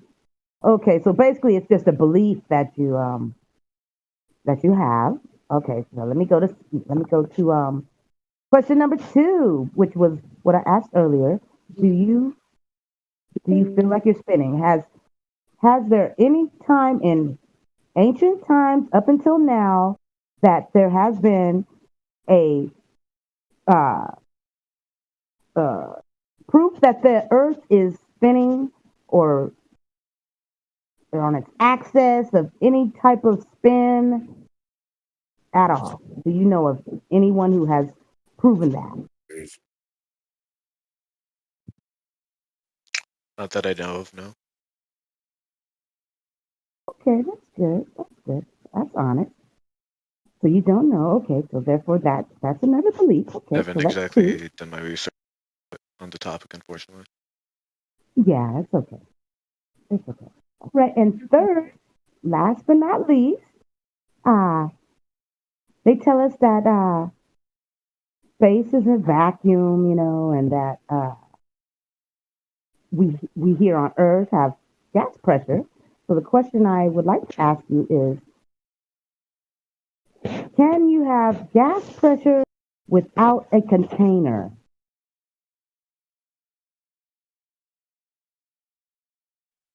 That one, alright. Yeah. Like, okay. Like your bicycle, like a bike tire, say, it's pumped up. You kind of know what I mean, right? Yeah, I get what you're saying. Yeah, I'm gonna have to say no, and I know the path that I have started to go down. Woohoo. Hit it, Creation Bear. That's just a belief also.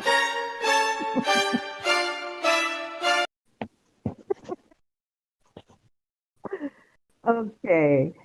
So basically, I would like to let you know all that you have is a belief in the sphere. There is no proof. You just believe it because that's what you were told since you were a child, and therefore, I guess. I wouldn't quite say that there's no proof. Okay, what you got? What you got? Tell me. I can see the exact path that this is gonna go down, but I'm gonna go down it. Okay, you can do it. Evidence, NASA, all that. Oh boy, here we go. Okay. Dig you down. Dig you down. There we go. Okay, Dango, I'm ready. Durango, I'm sorry. I'm ready. What you got for me? Images from NASA. Oh, Durango. I'm sorry to tell you, but NASA, they're just a bunch of liars. I'm going to, if you look. You're gonna play Chris Hadfield. This is where we're going. What it is. He's gonna play his guitar, pull my heartstrings over. You said that with so much pity for him, though. It's like, I hate to tell you this. Yeah, I've heard, I've seen. Like I said, I've been here a while. I know exactly the path that I am going down. Yeah. That's brutal. Yeah, you've seen all that. Those fake, I'm pretty sure the ISS photos with them hanging from I can do that in our liver.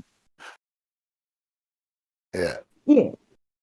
All the green screens, bubbles in space. Is that your go-to move? So, what? I know, man. I can do the robot. Do the robot. Do the robot. That's what it is. I can swim. They're swimming. Oh, they're cool. Swimming. Bubbles in space. Yeah, there goes Elvis. Oh, yeah. He didn't Why go do there, you did he? believe them? Why do you believe them, Guy? Why? We have so much evidence to prove that they've been lying.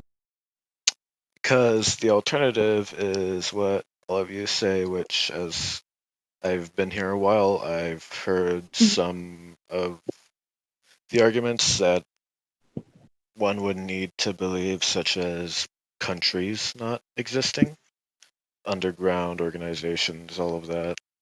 All of the space agencies are one agency, no countries not really existing, stuff like that, which I can't believe.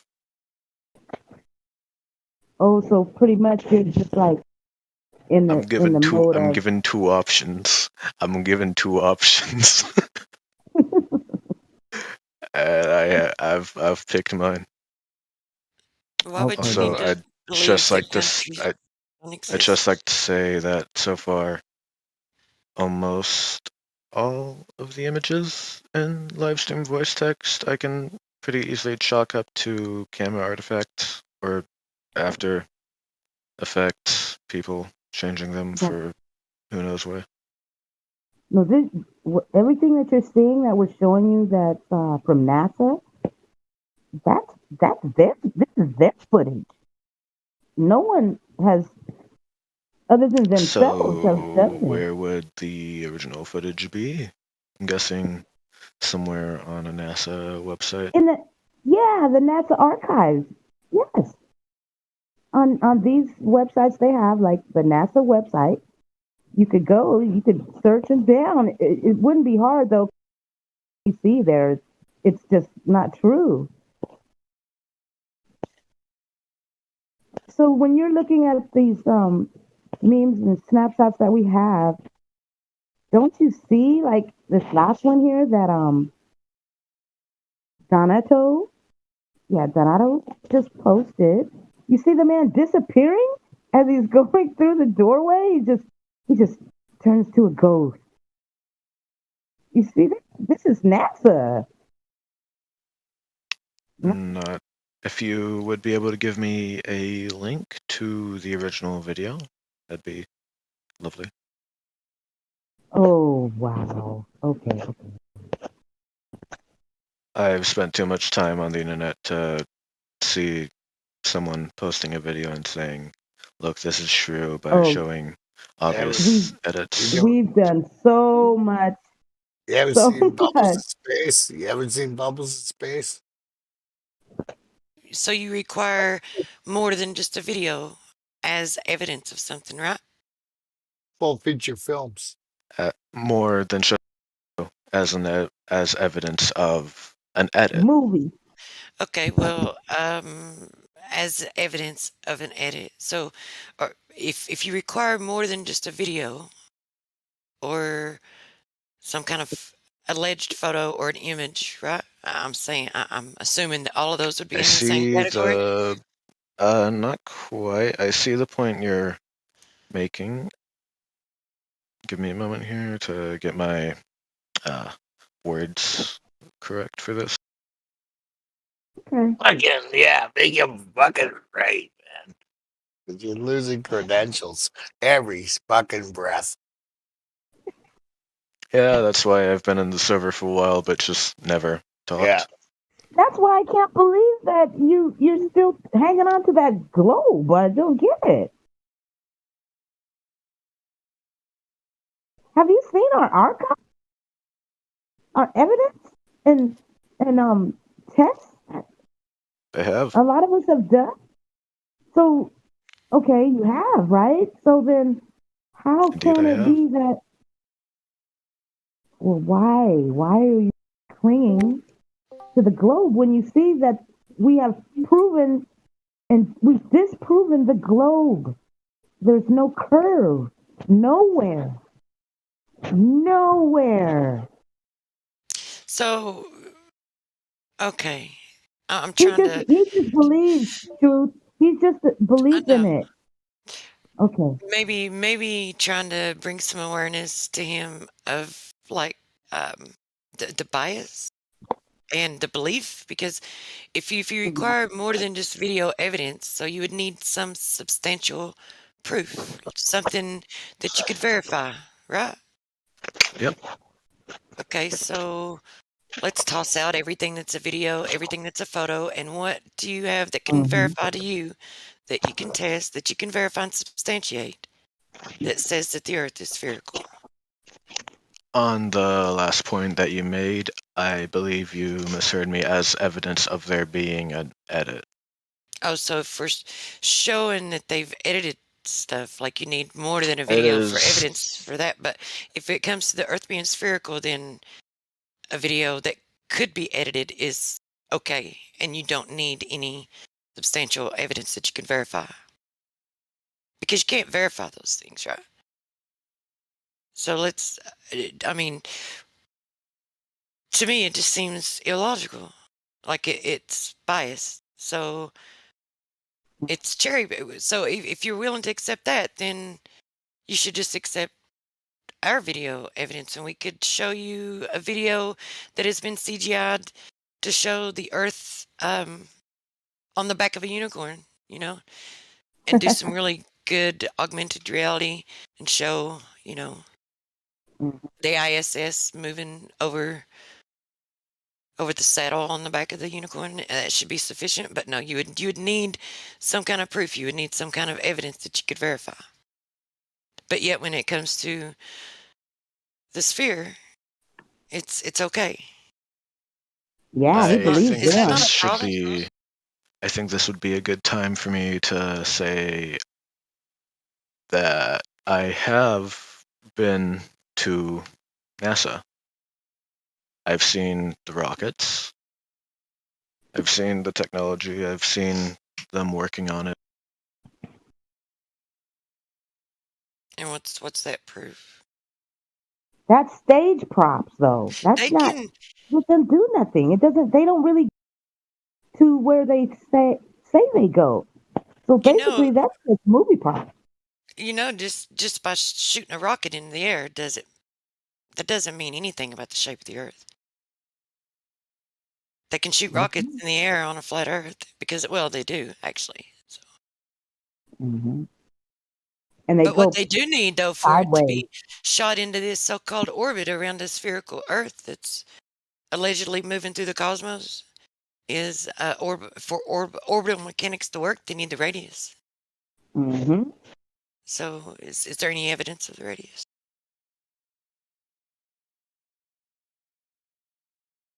Durango? Have you looked into it more than just the NASA videos?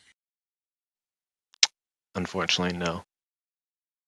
Oh, that's what it is. You're a NASA fanboy. So you went to the NASA, like to their space station place. I mean, wherever you live. I guess I don't know where you're from, but you're saying you went to like their museum or the Kennedy Space Center.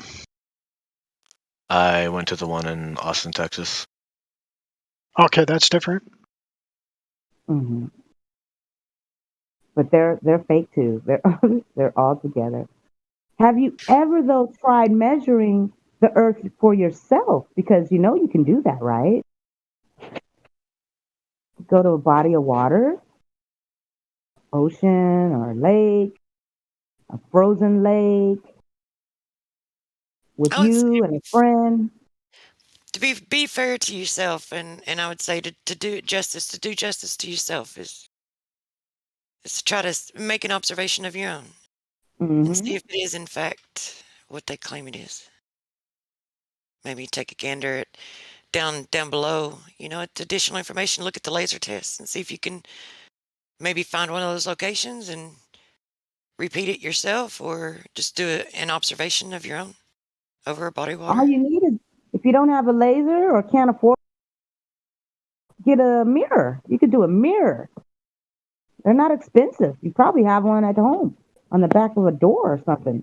Take that mirror and a friend of yours to some water, a lake or ocean, like I said earlier, and you just aim it in the daytime. You just aim it at your friend and have your friend with their camera or cell phone or, or probably have another friend. But basically, it's going to reflect. It's going to hit them. And therefore, by that happening, means that it's level, like they say, sea level. That's what that means. You see, with your eyes, see level. You see level. That's where it comes from, sea level. Get it? Because it's flat. And you could do it yourself. You don't need to go to NASA anymore or any. You could just go and see for yourself that it is not true. There is no sphere, no curve. That's right. Peace out.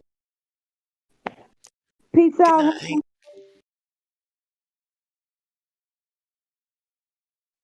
So did you get that? I can't help but notice a slight issue with that experiment. If the mirror was... Tell me now. I've done it myself, and a few other people have too. What you got to say? If the mirror was big enough, you'd be able to see the mirror without that much difference. Wait, say that again. What did you say? If you see with the a hump mirror, of Earth between you? Yeah. No. So you're talking about if the mirror had a height that was taller than how much hump of Earth? Is that Pretty what much, you're yeah. saying? Okay, well, that's different now. But if you just have a mirror and you're at the level of the water, then you'd be all right. You wouldn't have to worry about that. So you just have to make sure of your observer height and the distance. It's kind of like, I'm pretty sure, like when you're younger, it's like having a magnifying glass. And when you would probably, you might have burnt bugs or a leaf or whatever, you get the sun ray to your magnifying glass, and you could aim your magnifying glass wherever you need to burn, you know what I'm saying? So it's kind of that same method. You're at the You're at the shore of the lake or the ocean. You have your mirror. You sit down and you tilt your mirror and you just keep wiggling it. And your friend is so far away, however, wherever the other side or down the shoreline, wherever, you know what I mean? And if they see it, which I know they will, it proves you'll prove to yourself that it's level, flat. You get it? You get me? You know what I mean? Have you ever tried that when you were young with a magnifying glass or a mirror? Like someone gets a mirror and they're far away from you and you could be across the park and then you happen to turn around and then this beam of light is just in your eye like, bow, and you're like, whoa, and you put your hands up to block it because someone is on the other side aiming at your face. You get me? You understand? Same to you. Okay, that's what I'm saying. You do that by being at the shore. And if you're down, you know, you could be probably try that a foot or whatever. You know, the mirror is going to reflect to your friend, whoever you are at. You know, wherever you're at, you aim it to them. That's the thing. Across the level plane. Get it? It's really easy. It's not that hard to do, I'm telling you. It's very simple. Maybe that's what it is. You just can't, you're in shock that it's so easy to prove, and it's like took you this long to even think about it or whatever. But that's what happened to all of us. We figured it out, and we're trying to help you and other people to understand it too. Understood. All right. And when you do that, you come back and you tell us about it, okay?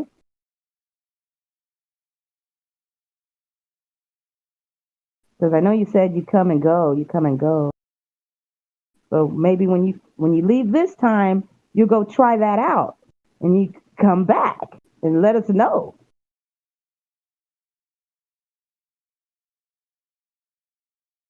Well, thank you for your time. Thank you for entertaining me. You know, You're welcome. And if you can, tell us some friends of yours or bring them along. Tell them to come check us out. All right. 24/7 Flat Earth Discord live. Thank you for your time. I'm sorry if I wasted it. No, I will... you didn't, because you're gonna remember what I said. And if you don't leave this chat and try it, sometime in the future, something's gonna come across your path, and you're gonna be like, "Whoa, unbelievable! Oh my gosh, they told me about this," and you'll see. It'll happen. But you have a nice evening. I don't know what time it is there, but evening, afternoon, morning, you know, have a good one. Thank you. You too. Thank you. Goodbye. Come back anytime, buddy. Take care, brother. All right. Well, I'm going to do the cycle that I've done many, many times before. Thank you all for You're welcome. Circle of Life. Yep, we're still here too. You notice that? You left and come back, and we're still here. Flat smack in. All right. Let's see. But who else? Anybody else? Check it out. Let's see. Got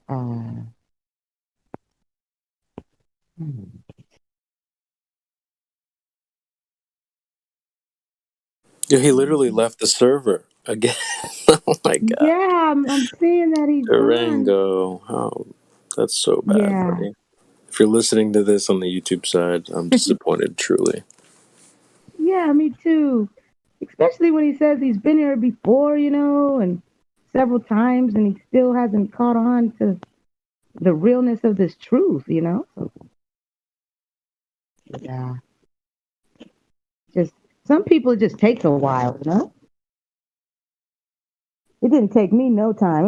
It was so quick. I didn't leave I didn't leave my house for like a month, 2 weeks to a month, just watching, and oh man, I was just so like, wow, cried. I was crying. I couldn't even leave my house because I was so into what I had found out. Yeah. I think for me, the only way I could take it seriously is when Rob Skiba started taking it seriously. Because I started watching him back when he believed in the heliocentric model. Oh, really? Yeah. So you got to see his transition. Well, I think I transitioned right along with him, for the most part. Oh, okay. Okay. I was on the journey too. Oh, And, I was never active in any of his communities back then or anything like that. I just watched the YouTube videos, and I wasn't watching them to make fun of it. He talks about, Genesis 6 and the giants from the Bible. That's mainly why I was there, because I wanted to hear his take on that and his interpretation of prophecies. But at the same time, he was exploring it. And so I watched that stuff too. And I wasn't watching it to make fun of it. I was considering it. Yes. I hear you. Yeah, Rob. He was a great man.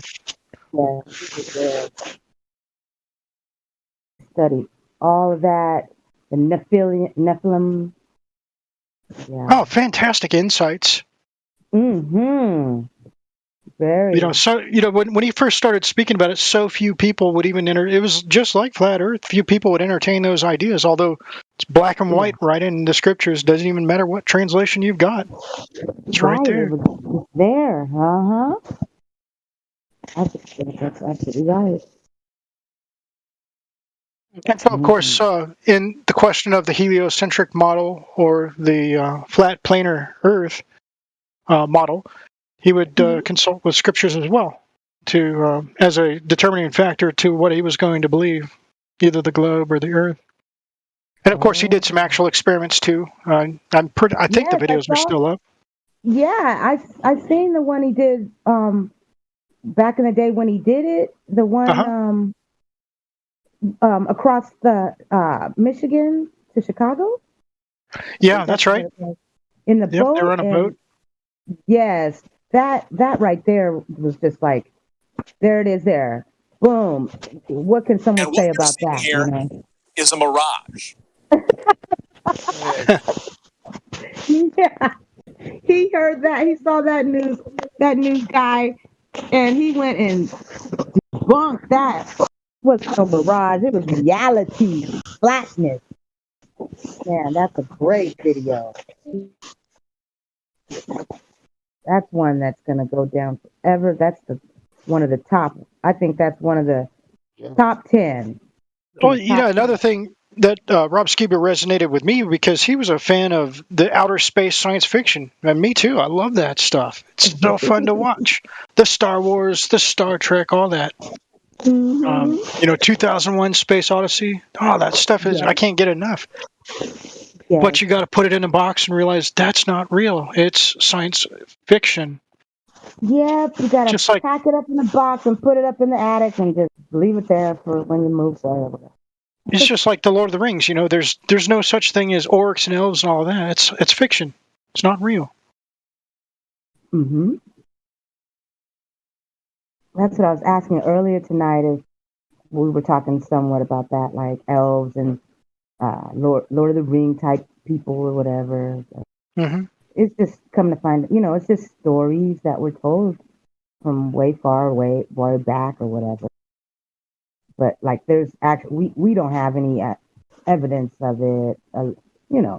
Elves or whatever. I mean, fairies. That's what we were talking about. Fairies and stuff. Well, you see, there's a difference. I'm talking about the J.R.R. Tolkien, what's conventionally known as the fantasy realm.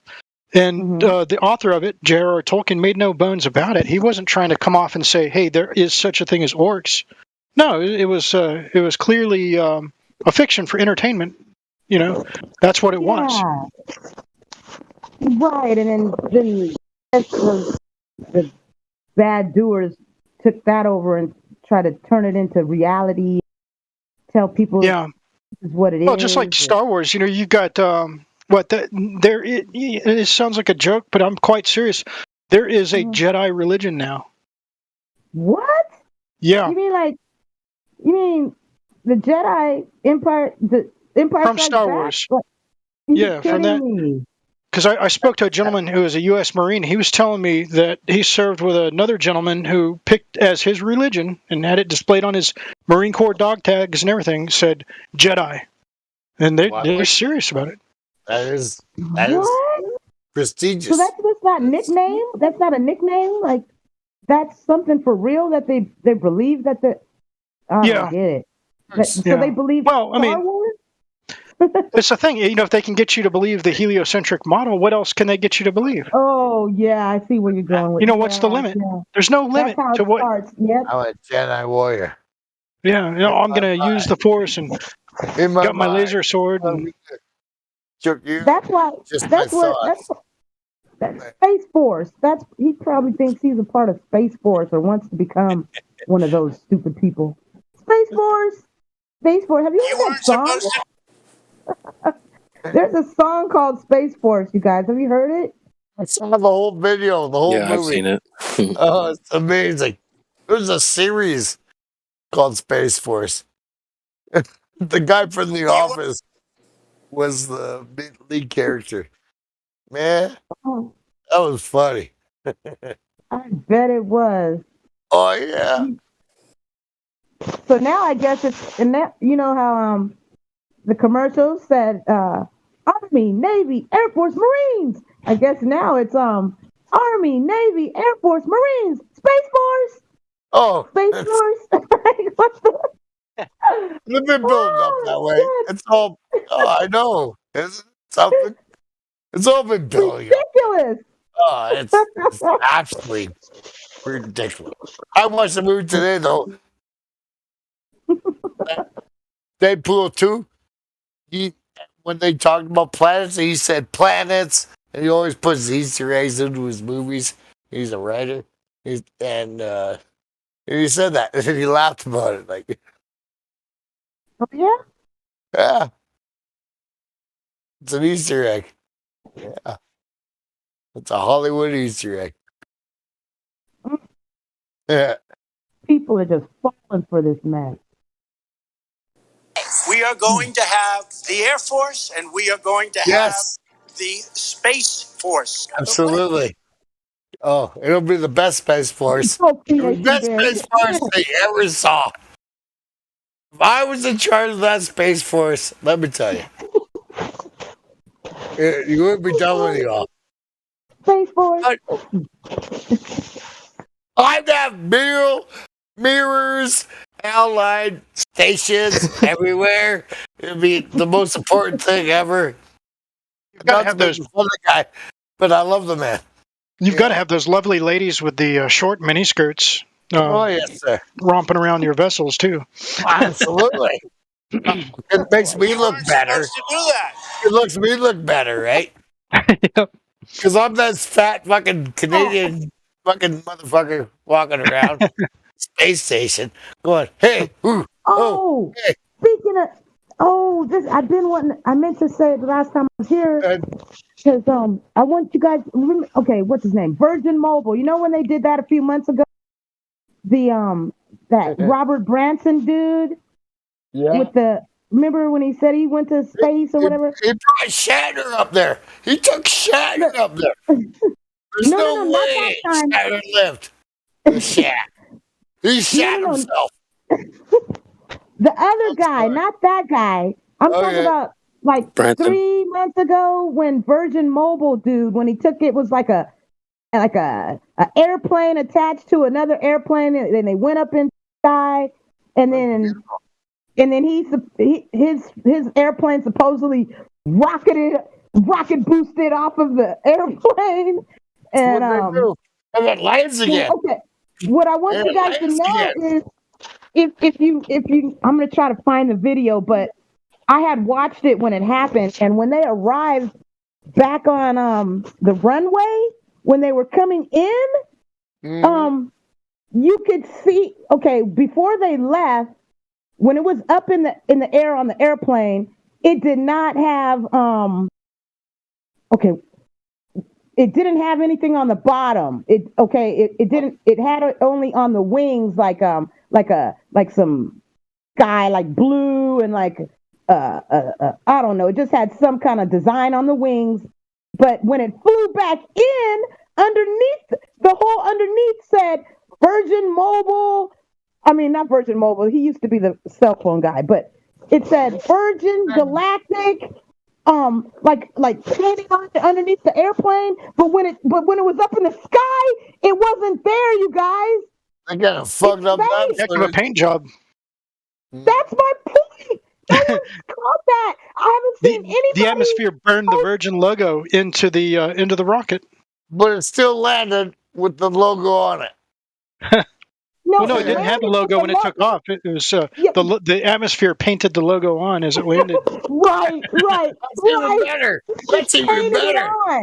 Oh, the whole like, oh, fuck. Oh my gosh, you guys! It's on the. It like glides in. It's like supposedly gliding back to Earth, and when it right before it comes on that runway, they show the camera to it because they kept switching the cameras and stuff on the way down, But there was camera people on the ground, and when it was coming in, they were on the ground, so they got the underneath of it coming in, and out of nowhere, all of a sudden, it's just Virgin with blue and red and all this shit. But when it was up in the sky, it was it was plain. It wasn't. Yeah, it was. It was. Well, I have another question for you. I have another question. Yeah. Who was holding the camera? Who was holding? Exactly.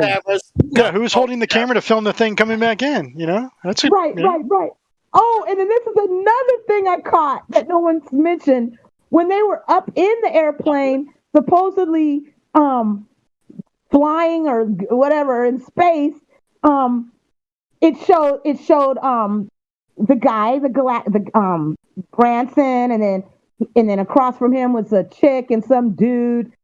But who's flying the plane when they were before it went up? The news people are all talking about, yeah, Branson. You know, they were saying how he's flying his jet, or you know, he's behind the cockpit or whatever. But then when they're showing us them supposedly floating in space, he's not even up in the cockpit. He's in a chair or floating. So what he do? He left the cockpit and ran to the. No, the stunt double was handling the craft. Yeah, we're on a zero-G plane. It's no surprise it's a zero-G plane manifesting that reality, right? Everybody, when it came, you know, people clapping. Oh man! So it's bullshit. It's fake, and I caught it. And you guys can rewind it, look it up. I'm going to try to find it myself, and you guys will see. It's just, it was so. You know, something you can do is you can make your own YouTube channel and paste together a video and get started that way. Something you can do. Maybe make a little money off of it. How do you mean grab the video and chop it up and. Yeah, and then, you know, put your commentary over it, speak, and, you know, just tell us what you're telling us, or tell in the video what you're telling us now. Just an idea. I mean, you don't have to. Just throwing some. I could talk about it. I don't know. I'm really busy all the time, but yeah, that's why if any of you guys are video people already, like YouTubers or whatever, look up what I'm saying, and you could do it because you probably already, you know, you got viewers. It's worth pointing out, yeah. I'm going to see that. I'm going to see that, folk. I'm going to bring you in as a special guest. Absolutely. That's what I'm going to do. But, you know, since you're the one who caught it, you should have first dibs at, you know, making the video and stuff like that. Absolutely. I would, but I'm not, I don't really, I know already that I don't have time, like. Yeah, fair enough. It does take a little bit of doing. But it is stuff that I have shown my friends and family though, and you know they're just like they're like you watch this?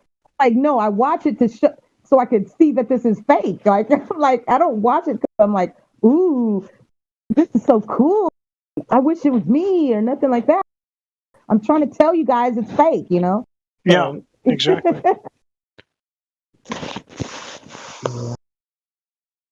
Yeah.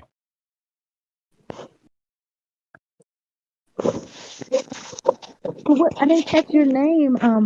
Okay, I know one of you is Pock, I think. Yeah, I'm Huggy Puck. Okay, Puck. And what's your name? I'm Yes, Aldion. gentlemen. Aldion, nice to meet you. I'm Tracy. Pleasure to meet you, Tracy. Awesome. You too, Pock. Pock. Yeah. I'm not looking at the name, so I'm just Yeah, well, that's understandable. going up a little bit quick. Awesome. I love this chat. I love all the people. Yeah, see, my mother, she came to the same conclusion I did, just by differing means. I think her awakening started back in the 1960s because she was watching live television when they supposedly showed the moon landing, right? But she noticed, hey, what's that soda can doing on the surface of the moon? Or They left a soda can on the moon on the stage. Well, yeah, but you got to understand this is the 1960s. They didn't have DVR. You know, you couldn't rewind it. You think, did I just see that? I don't know. You know, it's black and white. It's grainy. There's no rewind button. But when you see it, you see it. But they wouldn't lie to us, would they? Wait a minute. Yeah, maybe they are lying to us. No. Like, they're lying to us, man. They've been lying to us forever. I mean, when they're trying to film a moon landing, they need to get all the soda pop cans off the set. Yeah, before they say, and action. But you can get away with that with black and white and grainy images, from the 1960s. I mean, think about, I'll give you an example, the show The Munsters, right? Those had very colorful sets, but you'd never know by watching the show because it's all black and white. Black and white. Yeah. You'd be shocked to see how colorful all the stuff really was when they filmed it, but since it was all black and white, there's no real way to notice it. So any piece of debris, piece of garbage on the set like that wouldn't, nobody knows, and they didn't have to worry about it because who's going to rewind it? And anything that they release later, they can easily scrub it out. And then when people say, "Hey, I saw a soda can," they'll just say, "Oh, you're crazy," just like they do with everything else. Yeah. You're right, because back then, you are so right. They didn't have like VCRs or rewind thing, cassette tapes. There wasn't any movies for us to have at home to be able to rewind and look and really key. And most people, you had the rabbit ear television. It was all fuzzy. It didn't have a clear picture. And that was normal back then. Yes, you're right. Nixon on a regular telephone, landline, that's, wow. They really, I can't believe they pulled that bullshit off. It's amazing. It was a lot easier to get away with back then. I mean, just imagine even when they were just using radio. Remember Orson Welles and the War of the Worlds? They did that broadcast, and everybody thought, "Oh, we're really getting invaded by aliens. This is we're in trouble." People were scared because they believed it was real. They were freaking out. That is right. You're right. That was before television, correct? And it was just radio. Yeah. Ooh, been a lot of stuff they've been just. So it's a double-edged sword. It was easier to get away with deceptions and lying to people with the older primitive technology, but with the more advanced technology, it's also easier to fake things. Because if they do a good Photoshop job, a good CGI job, and remember to put the logos on when the thing is taking off and landing, then it's a lot less noticeable and could be mistaken for real footage. But in your particular case, you caught them before they added in the logos. For example, I've seen cases where there's a sporting event, and let's say they want to advertise a soda pop beverage or something of that along those lines. Well, they don't actually have to paint and print out a big banner, which is very costly. They can just CGI the soda pop advertisement or whatever product onto the sports field. So it's not actually physically there, but you just CGI add it in there. Easily done, and they do that. with and sports. it shows on our TV screen that, Yeah. like, oh, Looks like it's real. Pepsi-Cola. That's it. Mm-hmm. Good grief. They're just really doing fake everything. Fake this, fake that. That's why you've got to be skeptical of everything. Yeah. Even the news story, oh, this guy went and committed this crime. How do you know it really even happened? How do you know those people aren't all actors? You ever seen the footage where you go, there's a news story where, oh, there's this car wreck and this brave citizen did this or did that, or he went and witnessed that. And it's in 3 different cities, 3 different footages, but it's the same actor in each one. Yes. I found a lady, one of those, they call them crisis actors or whatever. Yeah, I found videos, and like she's in that I've personally seen at least 2 to 3 different different like things that have happened, and she's at both of them, and oh my, like, and it's the You same talking about lady. Waynell? I don't know her name, but she's Waynell Sexton. She was George Floyd's teacher, quote unquote. You might be onto something, Tracy. I'm talking about. Okay, the one. Okay, I'm going a little further back than George Floyd. It might be the same lady, but this lady was in the that school. I don't want to say the school, but you guys should know what I mean. Hookie Sam. Yeah. Yes. She was in that, and she was also in the oh my gosh, it was the fake. Let me just think real hard, because I know I've seen her in 2, and I was like, that's that lady. Like when I seen the video. But you guys remember the Pulse nightclub shooting incident? The Pulse nightclub shooting incident. You remember that? Oh, in Miami. No, Orlando, Florida. Yeah. Orlando, Florida. Well, I was in Orlando downtown working that particular evening. I was there, and I didn't hear any gunshots or anything like that. I was just getting ready to ask you. There was supposed to be a big shootout, right? I didn't hear any pop, nothing. I didn't hear anything like that. Yep. And not only that, the very next day they started installing surveillance cameras at all the surrounding intersections on the road. Mm-hmm. That's their way of bringing in all these cameras, and they try to act like something. Got to keep you safe, so you're gonna have to give up some of your liberty and your privacy. Mm-hmm. You can trust us. We're gonna tell you the truth. Gosh. OMG, Creation Bear. Her, yes. That lady. She's in so many. Yes. And I've seen her in that the one in the lower right corner. I've seen that one. And I think she was at the Pulse nightclub thing too, the day after. Mourning the loss, saying, "Oh, you Americans need to turn in your firearms. Trust the government. We'll protect you and keep you safe." Yes, her. This lady, she's paid to do these things and be evil and lie to us. And people see. Bear false witness against her neighbors. Yeah. Bad coming from her. It's all good. But then again, she's in so many different cities. Who are her neighbors? Where does she really even live? Man, I think they don't live in regular neighborhoods. I think they got them like, I don't know where they're at. They live in underground bunker. Who knows? They won't come out to do these little psyops. This is the same lady.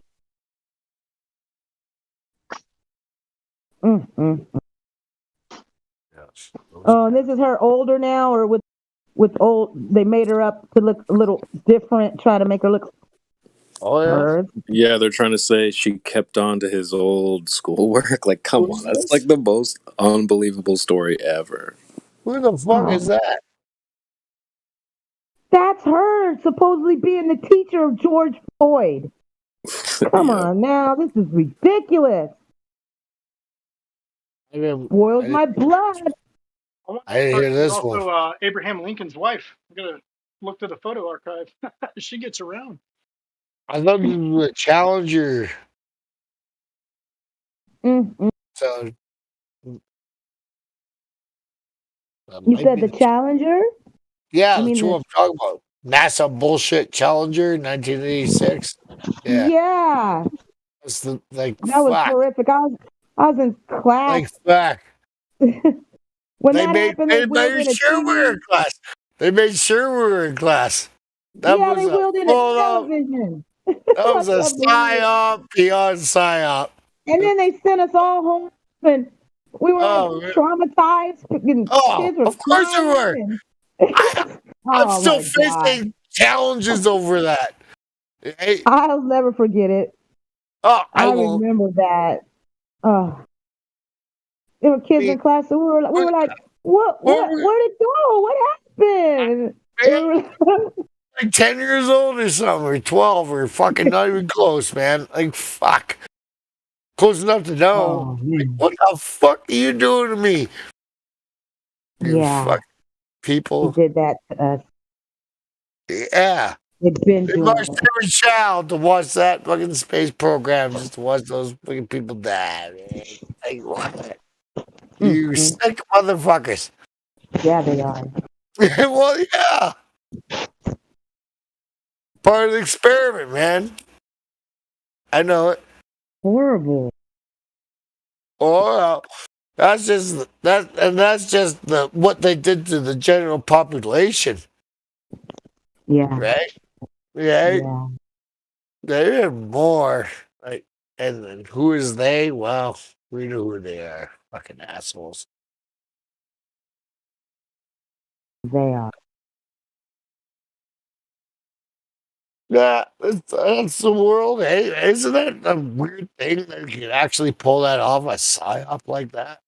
Oh, and you and then you get uh, It just makes me so angry because it's not does just make you her. angry. It's all those other people that are that are the ones that claim they were injured, like they were shot. I'm shot.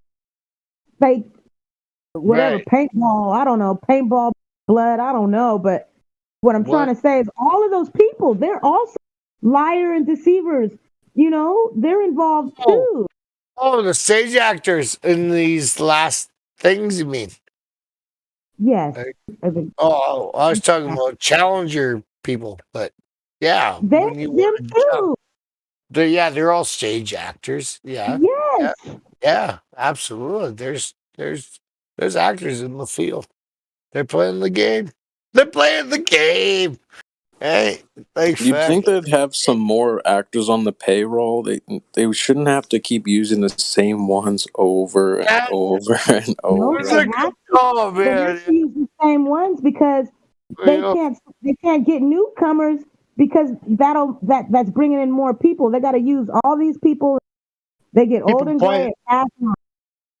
Right. Somebody that they've got dirt on, say like that woman, and say, hey, if you talk, then we're going to reveal that you did X, Y, and Z because we got this on tape. That's how you get ahead. If you go and commit the act and let them film you, then they pay you money, give you opportunities, give you those jobs. But if you step out of line, well, guess what? Your career is over. Yeah, and that goes with any profession. That goes with any profession. And it's not even. And then what I think they do is they get people from their family. So like this lady here, she tells her kids, and then like they groom them, and then, or their sisters and brothers, they bring them. Or they got a friend, their next door neighbor or something. Hey, you're looking for work? I got a job for you. But here's the thing about it. There's an art to acting. It's not as easy as it looks to people that aren't actors. I mean, it takes training. It takes some natural talent to be able to pull it off believably. That's why William Shatner, one of the greatest actors of our age, they got him out there, I love that man. Believe he was there. That guy with his big old ass on an old fucking space jet up in space. Fuck man. But the guy is a phenomenal actor. I mean, he's a first-rate professional actor. William Shatner. I love the man. No. I do. I totally adore the man. Sure. You didn't get his big ass on the fucking goddamn space. But you have to understand what he is. He is an actor. That's what he does. Oh, He's yeah. one of the best. Right? Yep. And aren't we all? He's one of the best sci-fi actors. He's a sci-fi actor, science fiction actor. That's it. You know, if they were going to send Tom Cruise up there, I wouldn't believe it either because that guy's an actor too. He's a good one. He's, but why, but he's fucking Mr. Star Trek, right? Like, to me and you, he's the old Canuck or whatever, right? Or maybe that's just me. Well, yeah, Shatner was Captain Kirk. You know, he's when you think of planets and outer space, you think of William Shatner. Yeah, he's Canadian to me. Yeah, that's true. He is. Canadian born actor. Yeah. But he's still a phenomenal actor. He's good at that. Oh, impressive. Because he's been doing it his whole life. I love him, man. To act. Isn't that the funny thing about fun? He doesn't know how to be real because he's been acting his entire life on. But he did a few things there. He questions. He actually questions something between the difference between science fiction and reality. Like, oh, really? Do you really know? Yeah. He's well known to do that. He questions stuff. Okay. I like the Shatner. Yeah. Yeah. No, I'll back him I'm up. just mad at him because he went along and did that dumb. Well, I mean, you can't get mad at an actor for acting. That's what he does. Well, that's what he does. Yeah. But this was presented, as realness. We knew, at least when he was acting, doing, Star Trek, we knew that it was science fiction, and we did. Oh man, and we love it. I always love it. I'm totally moored within the fiction of the world that we're in, right? I think you like him because he's from where you're from. He's from Canada. I'm a little biased, yeah. But, it's the most amazing thing that you ever seen, like his acting. That was exactly how I am saying. Hey, he's a shitty actor. We call him a shitty actor. I don't agree. I think his acting is good. That's all stereotype. It's amazing. It's amazing. And he didn't just do space. He's an actor. He's an actor. At the end of the day, he's an actor. Yeah. Right? Had T.J. Hooker was another thing he did. Remember that? The policeman? Of course I did. Yeah, I remember T.J. Hooker. Yeah. That was pretty rare, man. That's pretty rare. But, yeah. He did that. Yeah. Miami Vice did better, but TJ was. Well, yeah. Oh yeah, Miami Vice. That was my show. That was hip back then. A-Team showed up. A-Team showed up, and he was done. I'm pretty sure. B.A. Baraka showed up, and that was the greatest show ever. I think we got a new person. I think MacGyver was in there somewhere. Hang on. Let me see. The Creation Bear said hi to April. Yeah, they were typing in the chat. They don't seem to be in the VC though. But if you want to join, Anon, if you're listening in, feel free. The floor is yours if you have any questions. Yeah. Hey.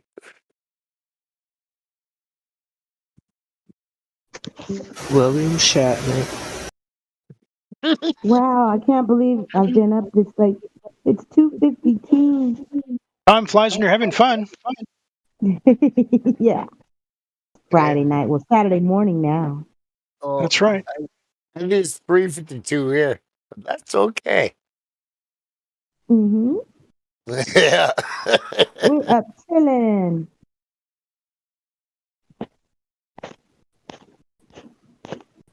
Late night, Friday night.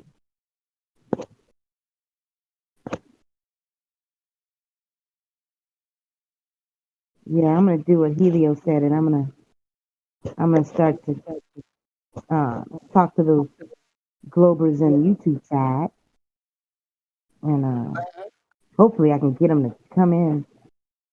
You know, I'm gonna do that today, later on today. let's look on that, sister. Yeah. Okay. I'm gonna try. I could probably talk them in, and Wow. coming in. I don't mind. Stop them from being on that keyboard so much, Well, We want to talk to them. Life. There's some straight up backstrap life that people need to learn around here. And they don't, they've never even been there.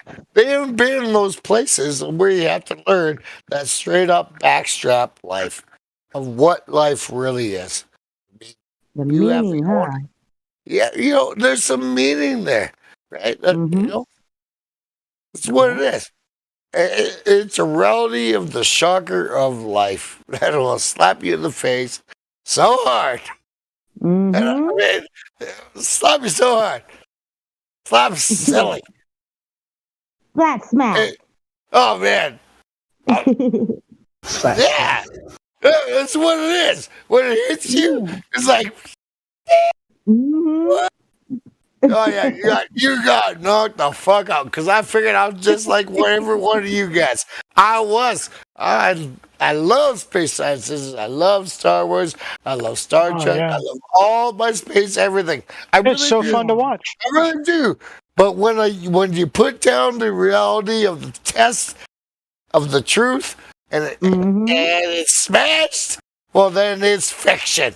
And then now I'm William Shatner. And anybody comes at me, you're an actor. You're William Shatner, right? Yeah. Because I know the reality of it, man. Right? Yeah. It's straight to the blade. That's it. Here's something to be aware of, though. With the fiction, consciously, you can separate the difference between reality and fiction. Your subconscious mind cannot. Really? Yeah. Well, I know I can agree with that. When I watch, sci-fi films or television programs, I know off the top, like, oh, this isn't real. Like, I never consciously you know that. But subconsciously, on the subconscious level, your brain can't tell the difference. No, I know. I know that when I was watching Star Trek, that wasn't real. Like, I knew it was a TV show. Yeah.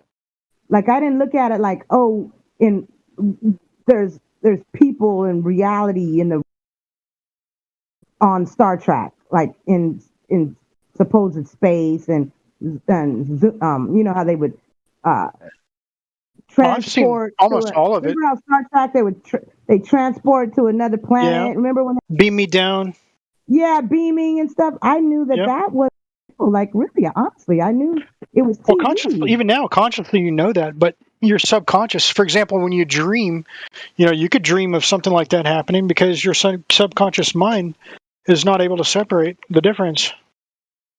Oh, like when I'm dreaming. Yeah, that's the subconscious mind.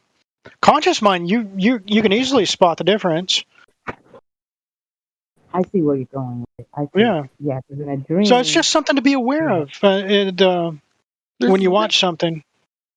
Isn't it? Yeah. Just exercise a little bit of caution and be aware. That's all. Yeah, that was a great point because your subconscious can see certain events as threatening to you, and your subconscious then feels threatened even though your conscious mind didn't. And then you can spend weeks trying to process that subconscious threat, and you didn't actually consciously realize that you were doing it, but it can disrupt sleeping patterns and everything. Mm-hmm. And that's why they do predictive programming. That's what it is. That's what it is. They over embargo you with mass. Think about before they faked the moon landing, they had all kinds of space science fiction. The Twilight Zone had episodes, the rocket ships and everything like that. So that when they told people it was real, their subconscious mind had already prepared their conscious mind for it. And so it was easy for people to swallow. So when they saw the Coca-Cola can on the set, they didn't question it, and they said, "Oh, that must not have really seen that." Wow. Then think of it like this also. Okay, let's go back, let's say 200 years when there was no radio, there was no television. You had books, but not everybody was literate. And Right. so what governed people's actions was what they actually saw and the actual behaviors in which they saw people behave. But so when a situation would arise, what dictated their reaction was absolute reality, things that had actually happened and truths. But now, not so these days, because what dictates somebody's reaction is how they saw actors on TV behave. Right. And they invent these fictional situations that are not real, and they use that to pervert people's morality and slide that Overton window that much further to the left and out of reality. And people can accept that and behave in absurd ways. You wonder, how can people believe that? Why do people act like that? Well, all you have to do is turn on the television, and the answer is not hard to find there. Wow, you called it. That's so real. My grandmother, she used to always tell me and my brothers, like, don't watch like when we went to her house, we couldn't watch TV. She had a TV, like one of those floor models. Oh yeah, that older generation, they were wise. They knew. Yeah, and she would tell us like we couldn't watch TV, and that's why we would be like, oh, whatever. But Grandma was not crazy, and she wasn't stupid. Yeah, Grandma, she wouldn't let us. But if she was gone and we were there with Grandma, she would let us watch TV. So it kind of like when you said what you said, she knew those things. Yes, she was, because her actions were dictated by reality and things that had actually happened, and so she understood the dangers of these artificial things. Right. And that's why they want you to think that the older people are stupid. They want us to call them boomers. They want to separate us. They want to pick us off so that we cannot benefit from the wisdom of our elders, whereas we should be respecting and learning from them. Absolutely. Because now I see what she was trying to do, trying to teach us or whatever. But when you're a kid, you want to watch a cartoon. You don't know. Yeah. You want to watch Soul Train or whatever, and like now I don't watch TV like that. Yeah. Well, Soul Train probably wasn't that bad of a show either. Well, it was a dance program, and we wanted all some dancing and see the. Yeah, that's good exercise too. That's one of my favorite things to do. That's one of my hobbies. I love dancing. Yeah. I do that like almost on a daily. I couldn't dance if I was on fire.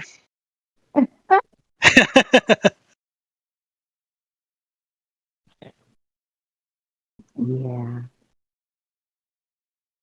You gonna be on tomorrow or later on Saturday? It's Saturday now. Yep. Maybe super late. Because my birthday is Sunday, so I'll probably stop in and hang out with good people. Yeah. Celebrate my birthday, maybe. Yeah, it'd be fun. Let's see. Hockey Puck, maybe I could enjoy a shot with him. Yeah. He'll do it with, because Hockey Puck, I like to have a nightcap. It'd be fun. Awesome. Well, nice meeting you. Indeed. You and Puck. And hi, Solar, if you're still there. Hello. And I'm going to sign on out. Hi. I'm going to sign on out and call it a night and go Mimi. Well, have a great night. You too, fellas. Good night. Go, Tracy. Go, Tracy. Hey, I'll catch you guys later on today. Take care. Okay, good night. I'm trying to log out. I gotta find live chat. Live chat. The Discord, you have to hit the what looks like the hang up button. It looks like a telephone with a plus sign or an X. Here it is. Okay, I'll see you fellas later. Good night. Bye.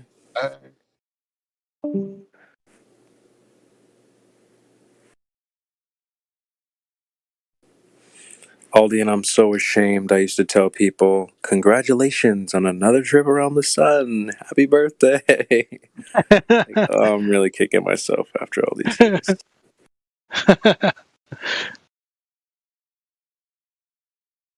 I thought I was so cool telling people that. That's what it is, right? That's the reality of what people's situation is. It's hilarious. I never heard of that one, man. The trip around the sun, motherfucker. I guess I'd be a crispy critter if I did a trip around. The mathematics that go behind that statement. Get some awfully fascinating footage, though. Hey, check it out! I got a close-up footage of the firmament. Oh yeah, here we go. I want to see myself trip around the sun. I mean, and I get trippy.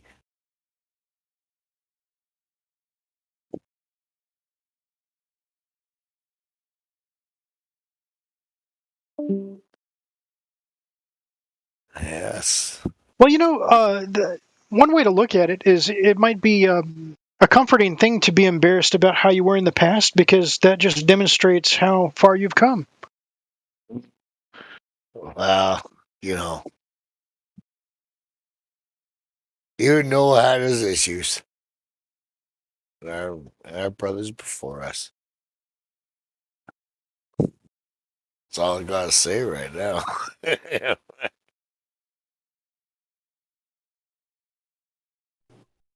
Yeah, it's funny how that all works out. I feel like being into the heliocentric model was part of this journey. Arriving as a flat earther, because I was into it. I was really into it.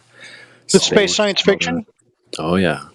Yes. I still like the science fiction, even though it is dangerous and it does rot your brain. It's a fantasy world. It is. And I enjoy it. It's amazing the way they make motion pictures now, like they were actually in space, and yet very believable. Oh, it's amazing. Gravity. Wow. Holy smokes. That was pretty good. Pretty good. Motion pictures, huh? Oh, it's amazing. going to the bioscope. It's amazing. It's not teleport now, Scotty. I mean, that was some serious. Yeah, even now the new Star Treks are like getting there, right? They've got one. It's a space science fiction. It's called Life. It's kind of a scary movie type of thing, but the way they portrayed outer space on the space station looks more believable than the NASA footage. It would be seamless because they've got a better studio than NASA. Absolutely, they got some guy named photography cinematic guy. He's paid big money to make sure. That's like Elon Musk saying, if we faked it, we've got way better CGI. So we'd make it look way more real if we were actually just faking it. Man, there's no space. Oh, that breaks my brain. Oh, Lord.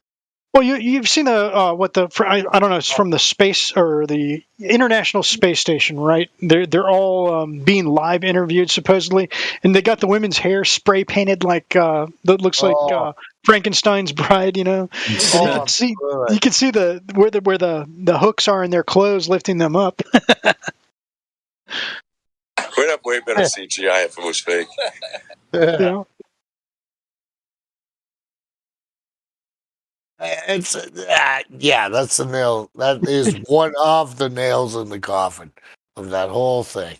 And you can't even put a camera on the moon and show the Earth spin on a 24-hour live feed. See, hypothetically speaking, I mean, you've seen, let's say, somebody with long hair underwater, right? Yeah, so if somebody dives down with long hair, the hair can kind of stick up a little bit, but it moves in a natural flow every time they turn their head, So these people in space, when they turn their head, it's stiff. You can tell it's been glued into place with a industrial strength hairspray. oh yeah, when they're in the ISS, yeah, absolutely, yeah, laughable. Yeah.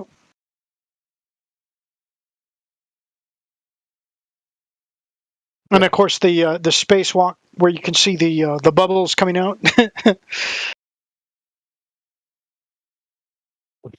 Oh yeah, gotta love the space bubbles. I loved it. Like,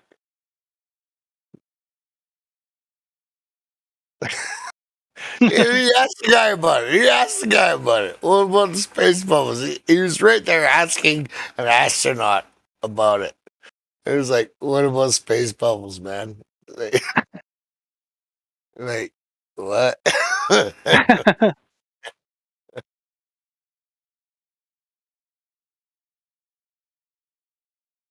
And they have to deny it, but it's obviously there. I mean, you're not getting away from it. You know. Oh yeah, if you don't deny that, you don't get paid, or you can get prosecuted, or you broke this agreement. No, the last 50 years has been complete fucking bullshit. Yeah. They're lying to us about some things. They're lying to us about everything. The whole fucking thing. Everything. And the land which we stand on. One second.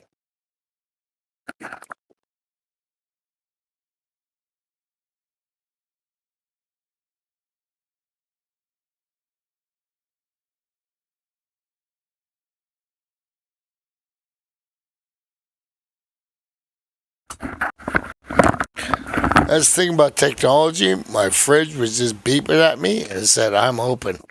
Please close me." Hey, I didn't have that growing up. That used to be what I called my mother. What's a fucking fridge? Hey, just close the fridge.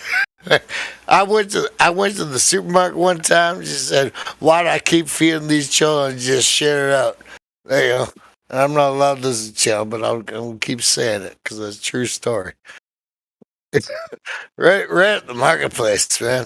That's random. I guess it might be. I have a question for Aldian. Yeah, what's up? About that whole subconscious mind and the conscious mind thing. Once there's been a threat instilled on the subconscious, have you heard of a way to alleviate or how to deal with the subconscious when it comes to those kind of things? I don't know 100% for sure, but me personally, if I was dealing with it, I would read scripture, the Bible. I would pray, and I would listen to scripture-based music, not like the radio gospel type stuff. There, for example, there's a band that does the 23rd Psalm in Hebrew put to music. I would imagine something like that could have curative properties for something like that. But that's just my opinion on it. I'm sure there are other techniques.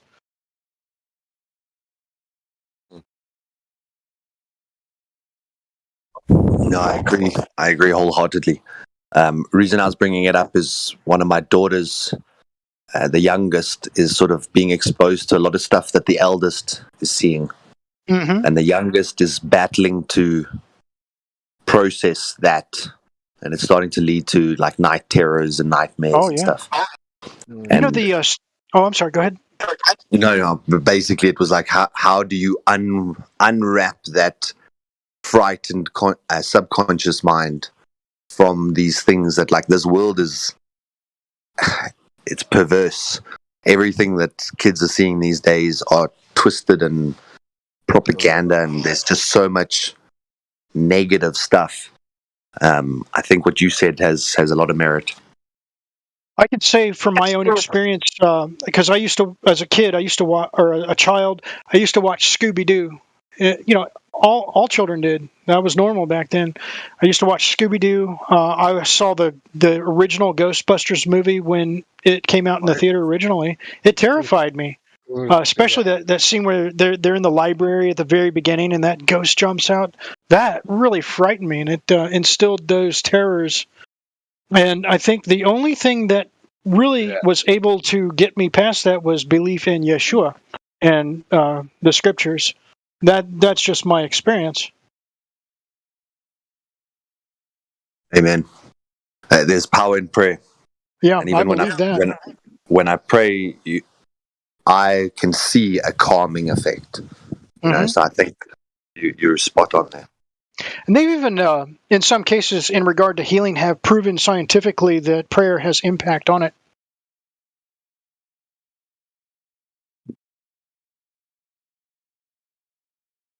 So there's a legitimacy to the power of prayer. Even the most staunch atheists have to admit.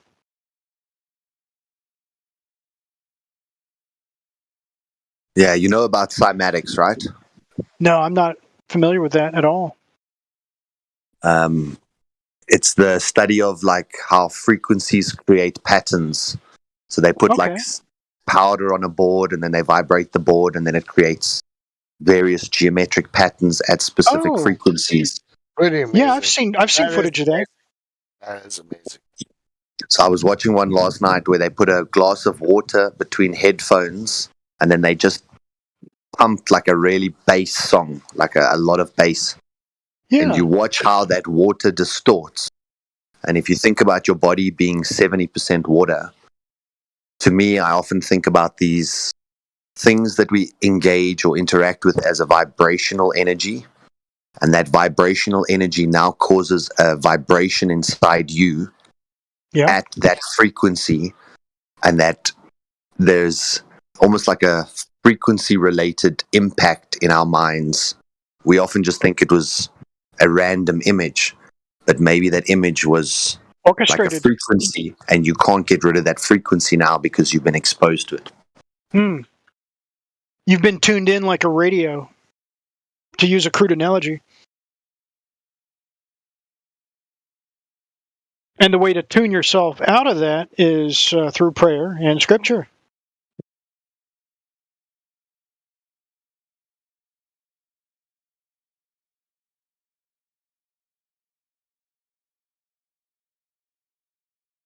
It does have to be a big challenge to be a child these days because they're just bombarded, man. Oh, the stuff is worse.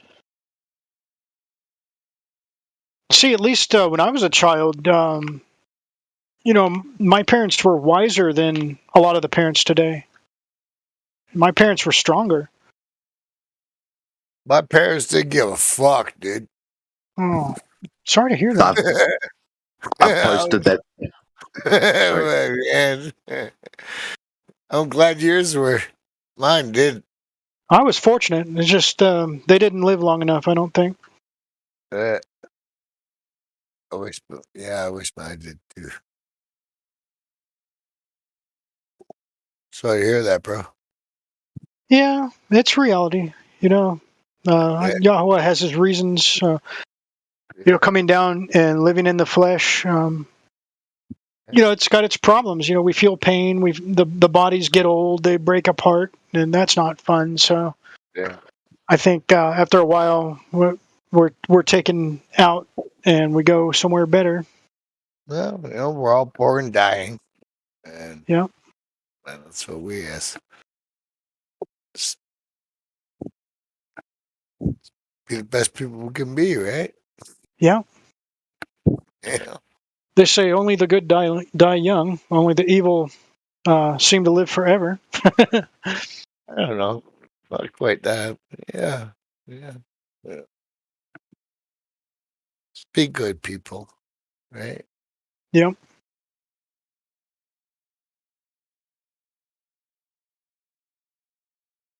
That's all we do.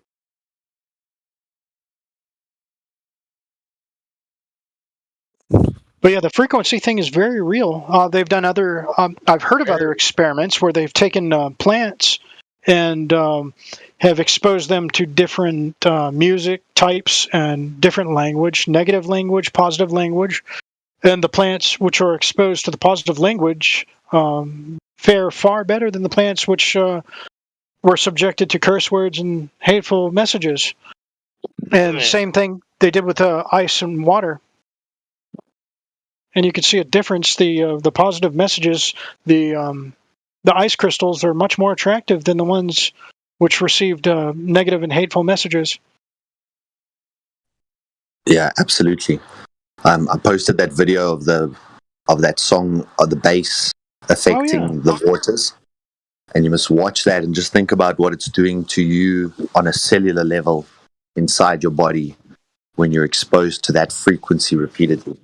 Yeah, because that's going to ripple across your brain. It's going to make your brain take on those patterns.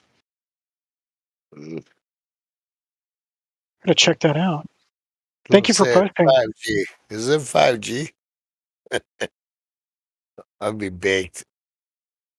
I know better. I shouldn't sleep with my cell phone beside your head. But who doesn't, right? I thought about the other day. Like, why am I sleeping with this fucking thing beside my brain? It's got to be cooking everything in my everything. Well, you know what you can do, Hockey Puck? You can get a Faraday cage bag, and you know, when you don't want to use your phone, you can put it in. But just be aware, if somebody has an emergency, they won't be able to contact you in the middle of the night. I got a bad habit. I watch whatever my, like whatever mystery videos or whatever of the evening, and you go to bed and you listen to that shit. And I thought about that. It's just beaming in your brain. Oh right? yeah. Oh yeah, it is. Well, people get addicted to the frequency of televisions. I played in a band with a guy. We roommated together for a time, and this gentleman could not fall asleep without the TV on. Ugh, horrible. I can't stand that. Right. When you got a roommate, right? Yeah. Well, it was a big apartment. We were in separate rooms, so it didn't affect me. But I just knew that this guy could not sleep without the television on. It's just interesting. It's an interesting, phenomenon. Because he'd been accustomed to those waveforms. You know, he had to have, if he didn't have that, then he wasn't able to relax and go to sleep. Because it does have a hypnotic effect. Well, yeah. The flicker rates and all that stuff. Actually, I look for that hypnotic effect. I actually search that out. Those delta waves or beta waves or whatever they are to make it. They say, oh, it's the immune thing or whatever. But I enjoy it. Well, these days, hardly anybody doesn't watch TV anymore. No, I don't. No, it's everywhere.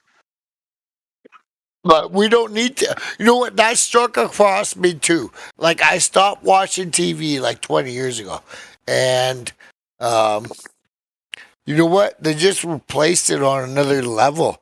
I understood this today. I was sitting there going, you know what? They're just bombarded with advertisements on every other avenue or network that I'm on. I went to this Roku network. I guess that's TV now. And I was just bombarded like for fucking 2 hours with infomercials. But every browser, every channel, or I scroll my Facebook, I'm still bombarded by it, man. It's just on a different level, right? It's on a different level, right? We don't notice it as much. I mean, they're getting keener, right? Like we don't even know when they're doing what they're doing because they're doing it without. It's more subtle than any beast of the field. Oh, it's amazing. Where have I heard that before? It's amazing how much they sneak in to our consciousness, not our subconsciousness, but in our consciousness to make us understand that yes, you're there, and yes, you're selling me this. We're I don't know what we is, man. We're consumer beings or whatever we is, right? We're human beings. We love people. We want the truth in the world that we live in. That's why we're sitting here tonight, right? That's why I'm sitting here. I don't know about anybody else, but that's what I'm doing. Hockey Puck. You know what I mean? Also, to be able to speak about these topics without being ostracized. Oh, absolutely, and that's important. You know, that's a part of it. I don't mind. I don't mind the fight. I don't mind it. That's fine. I'll never deny it because that'll go against everything I believe in.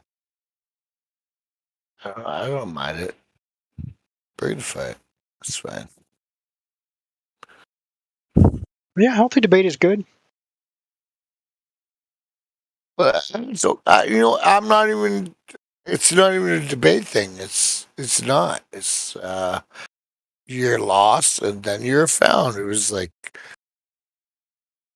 every time I I heard "Raise Your Hands to Jesus" like 20 times growing up. I was like, "Dad, I ain't never do that. That never happened." And then finally one day I thought, you know what? This is the only way it's gonna happen. It's the only way. Well, think about. It took 20 times, man. It took 20 times of my life. I can tell you a couple of concepts. First is when you go to close your hands together, you're completing a circuit. Whereas if you open your hands and raise them, then that's an open circuit and can interact with something else. Also, think about let's take an authority figure like a police officer, right? And you're being, they're approaching you and they're commanding you, they're detaining you or whatever. You don't close your hands, but rather they want you to raise your hands up in the air, right? Wow. So it's a token of respect, but to close your hands is a challenge. So, something to consider when you pray, maybe raise the hands in the air. You know what? That's the most difficult, eh? That's the most difficult move. I was like, Yeah, wow. I mean, over time, That means you really gave yourself, man. Like, I do, and I have to. I mean, I owe my life to giving myself over. And, like,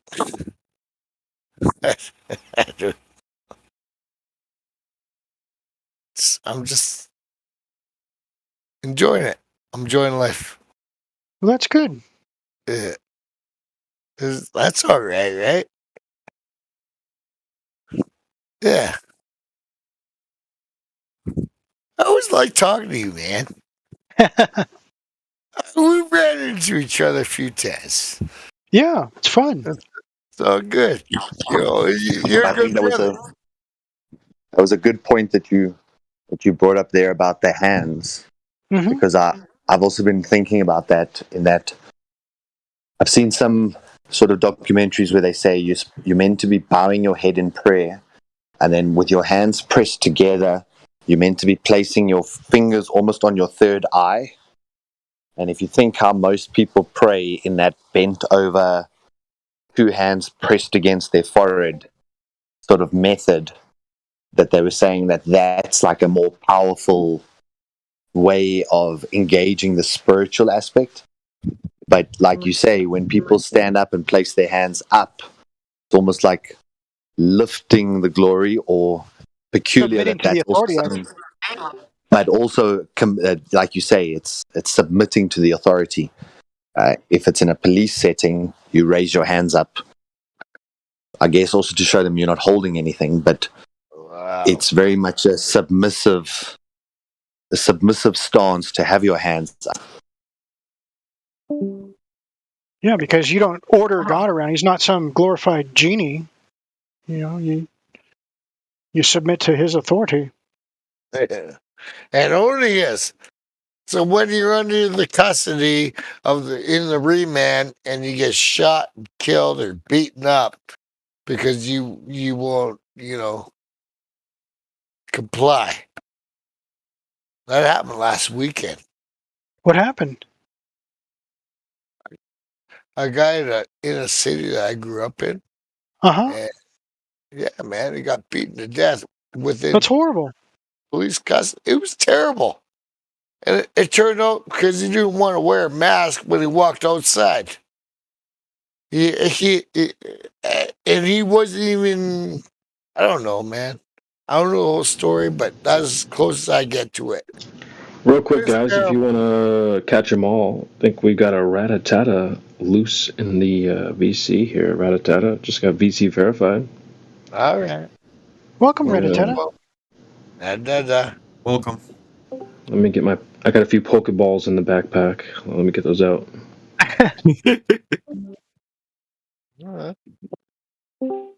Rat-a-tat-tat, rat-a-tat-tat-tat, rat-a-tat-tat, rat-a-tat-tat-tat. How you doing? Yeah, what's I'm up, buddy? good. How was the VC check-in? Truth prevails is nice. She helps me a lot. Good stuff.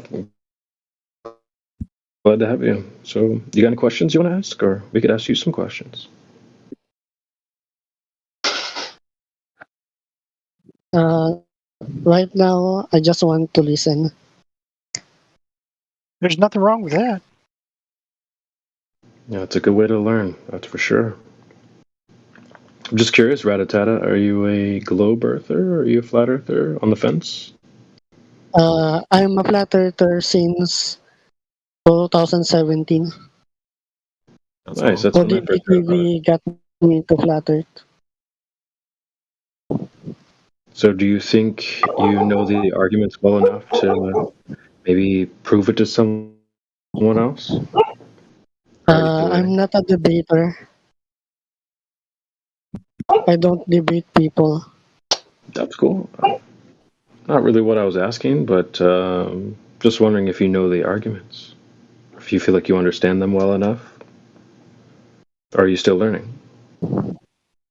I'm still on the process of learning. I think maybe phrase that in a different way. Instead of knowing the arguments, maybe ask, "What do you know the reasons why the world is not a globe?" Does that make more sense? I think it does. Man just wants to hang out, man. He just wants to hang out. Be real. Yeah, nothing wrong with that. He wants to be with people, man. Just want to chill out.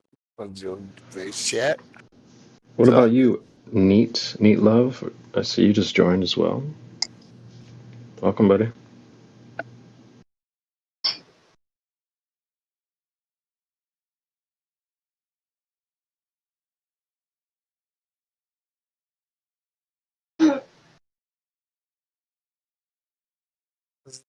yeah, how is these doing?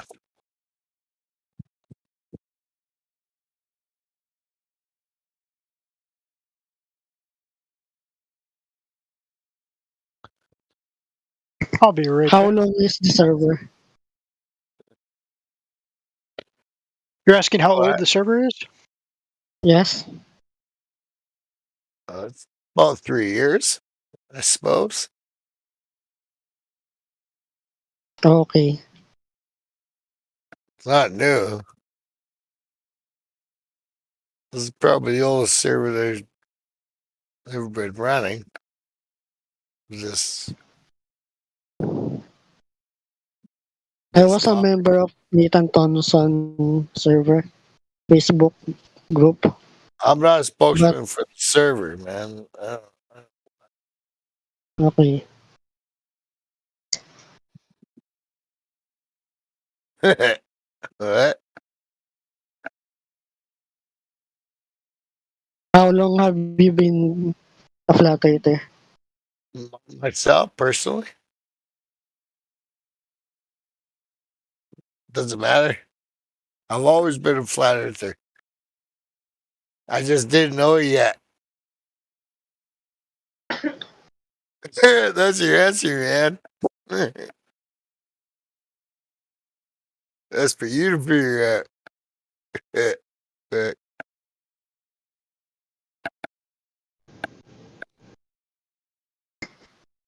Next. Well, that's a nice answer. Well, we've all been on a flat earth, man. You just didn't figure it out yet. Okay. So, where do you go from there?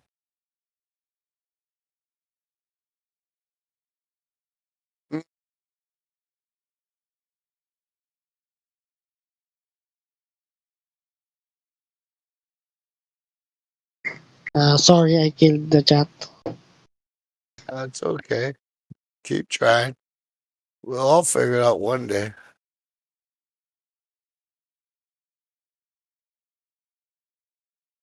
You got a chat today?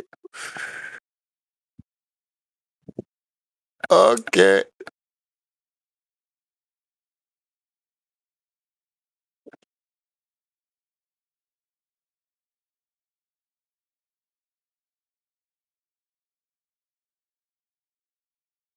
By the way, how is the sextant is a flat earth proof? Yeah. I'm trying. You ever had a triangle that was curved, Ratatata? No. Okay.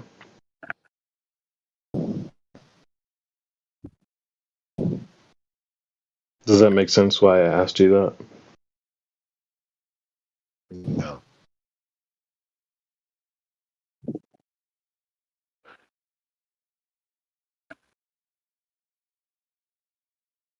Well, I don't understand yet the argument with sextant.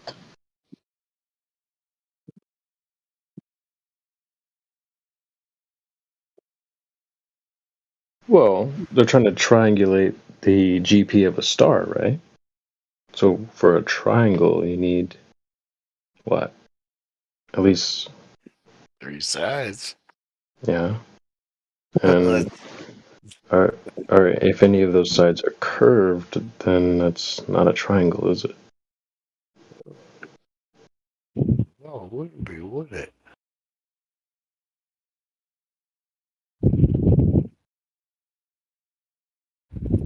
And don't you need a 90-degree angle?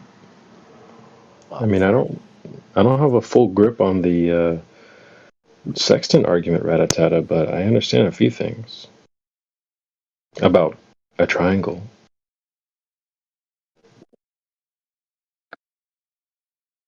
Oh, Okay. you've been somewhere outside of reality? Oh, I'm sorry. Rattata, please continue.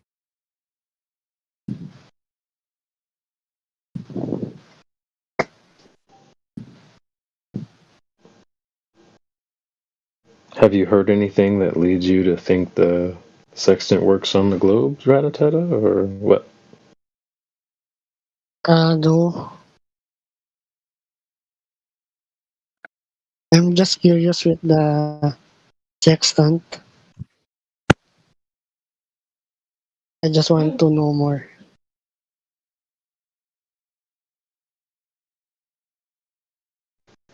Yeah, no problem. It's definitely some new hotness when it comes to the debate, the sextant argument. It's definitely fresh off the press, so glad to hear you're interested.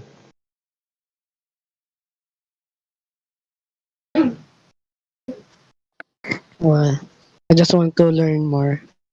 Maybe in the future I can debate with people.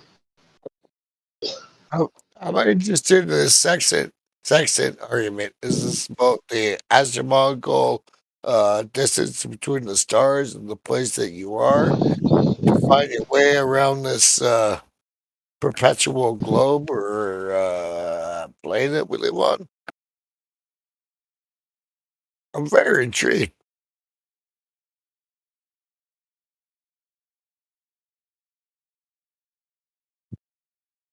I don't know it yet. Oh, I know nothing about it. you know nothing about. Okay.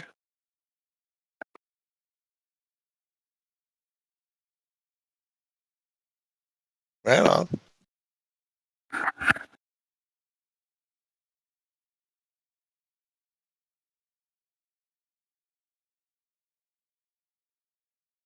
By the way, Flat Earth fucker died. Oh, really? Yeah, I did see that, Rattata. Very interesting. Him and Rob Skiba, didn't What? they? Fuck off, fuckers. It's sad. What? Very interesting, very interesting. I do follow, just to No. throw a huge No, rock not in the that pot. guy. Really? Yeah, Mac. But From Vancouver? yep, Mac, the Flat Earth Fokker, Yeah. has been reported dead. Yeah. Oh, man. Same with Rob Skiba. Yeah, I know that. But fuckered? Yep, that was last night. Whoa. Very sad news. That's not good. If true, right? There's just to throw a big rock out into the conspiracy puddle. There's another. If you're familiar with IPS or Infinite Plane Society, Yeah. The penguin guy. Yeah. yeah, he's a little suspicious. He says that both of the quote unquote deaths are possibly, Yeah. not true, but who knows? Yeah. Well, it's COVID death for sure. Yeah. You got to be careful what you say, but yeah. Yeah. Whatever, right? Yeah. No, I don't like Fokker, man. That's a Canadian boy. Man, no way. No, fuck that. And Rod Skiba, I love the man. I love the fucking man. But now him? Ooh, yeah. Fuck that. I love Skiba too. Well, they're good people, man. They're good people in the fight. Yeah. Fuck. I heard Rod Skiba, that's okay. I'm okay with that. So, okay, we don't all live every day. But another one, that man, he was a straight up street preacher. I met him in Edmonton. Not personally, but a little bit, But I've seen him. That's man. I hope it was an accident. I mean, I really do. I don't like that. The timing's a little fishy. Yeah, I imagine this. I mean, I haven't listened to IPS in years. What's he been doing? Yes, we're talking about Mac. We're talking about the fucking. He's talking about the guy. I still tune in every now and again. So, hold on, Puck. I still tune in every now and again just to kind of get a sense of what's going on there. Yeah, But he yeah, pissed me off a lot, but he's still a brother, man. It still hurts. just curious, Puck. On a scale of 1 to 10, how lit are you right now? Man, I'm always on a 10, man. That's what the nurses ask me. We want to give me more morphine. What do you want to say, man? Get on the whatever, man. That's what it is.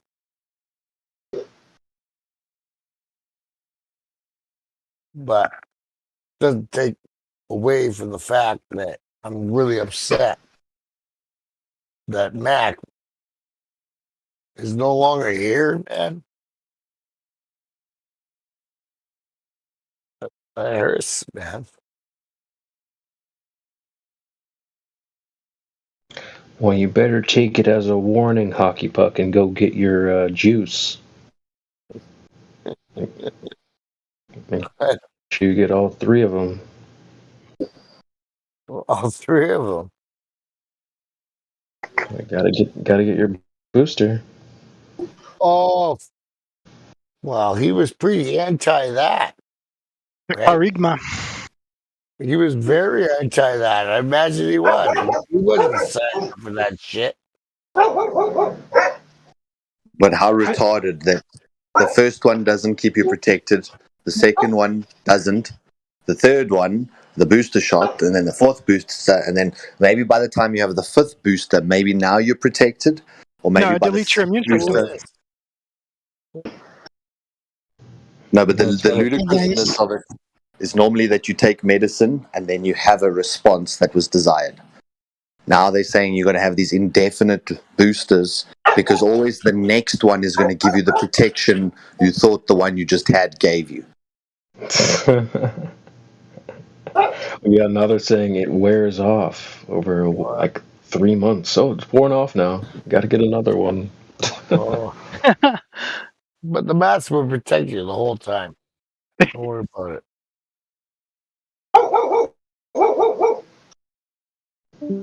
Yo, Ratatata, your dog wants something. Yeah, sorry.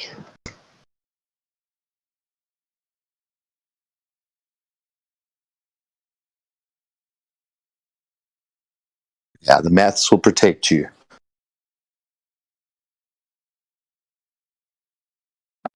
But make sure you put on 2 or 3, maybe 4. Yeah, one's not enough.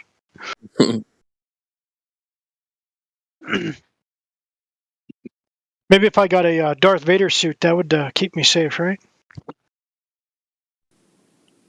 Actually, it's funny. Mayor de Blasio came out and said, well, if you're going to go out in your Halloween costume and you've got a, Darth Vader mask, make sure you wear another one underneath or it doesn't work. That guy. Well, he's actually German. He just he changed his name to De Blasio to try to appeal to the Italian vote. That's appropriation. I'm offended. It is, but it's legitimate appropriation.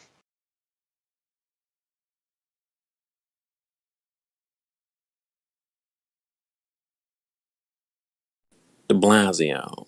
Like, yeah, really? Yeah, exactly. It's phony.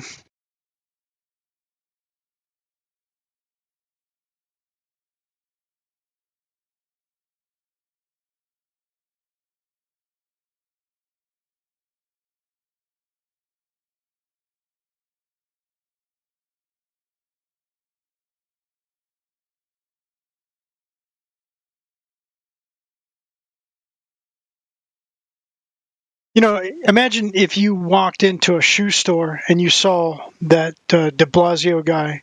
Wouldn't you just turn around and leave and find another store? I would be absolutely repulsed by that guy. I don't truly believe that they elected him by any sort of honest means. Or maybe New York is that corrupt. But then again, you see all these demonstrations, zounds of people marching in protest. And, those people, they've got a brain. That's a sizable portion. And I'm sure they voted.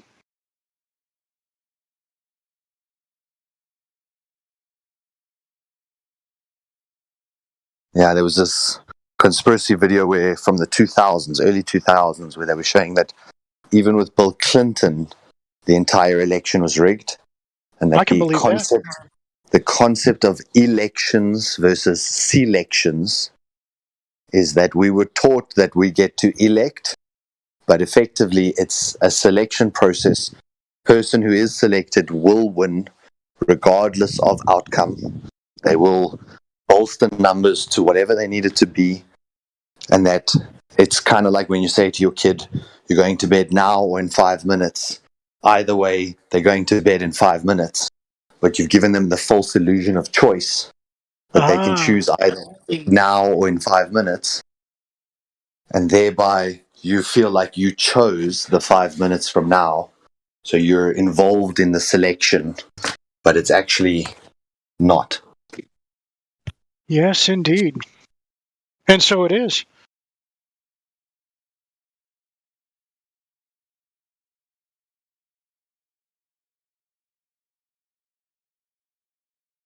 And taking that same train of thought, I'm not gonna.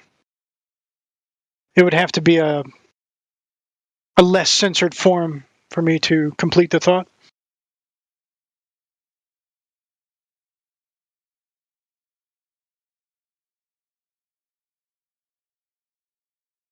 But the concept holds true. I believe they employ that. Can you use a moniker and still get the point across, or use an analogy? Okay, I could use the term charigma, which charigma comes from the Textus Receptus, the Greek book of Revelation, in reference to the mark of the beast. It's not a tattoo, which would be a stigma, but rather a charigma. So, yeah, in regard to the charigma, there were several, going back as far as I remember to the year 2000 even, there were ballot measures where companies that produce that sort of thing would be exempt from liability if something went wrong with it. And so they had people vote to give them liability protection. And of course it passed, giving people the illusion, oh yeah, they're just trying to save us, and they shouldn't be prosecuted if something goes wrong.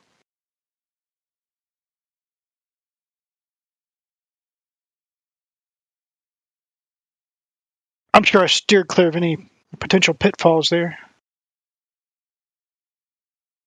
Well, give me one other industry where that same concept would be considered acceptable. If I produce a vehicle and the vehicle explodes and burns people, I couldn't go to the government and ask them to give me liability free on my vehicle that's causing damage. And if I was producing a food type, and even just 5 people became infected from, or became ill from consuming my food type, I couldn't go and ask for liability free so I can continue to injure people. But unless the food type was classified as a Kerygma, then it could be, it'd be okay. It'd be protected. Yeah, and it's the only thing of its kind where the person, the user of the product is valueless, and the manufacturer of the product is the only value that needs to be considered. And even when they were pushing that whole liability-free thing, they were indicating that if they were to have to pay fines, they could be put out of business, and that could put more harm to the society if they were unable to Kerygma everyone. That's right. So, like, it's just ludicrous. There's nothing else on the earth whereby the person using the product is valueless and the person who made the product is everything, except this. You can see how easily such a Kerygma could be weaponized.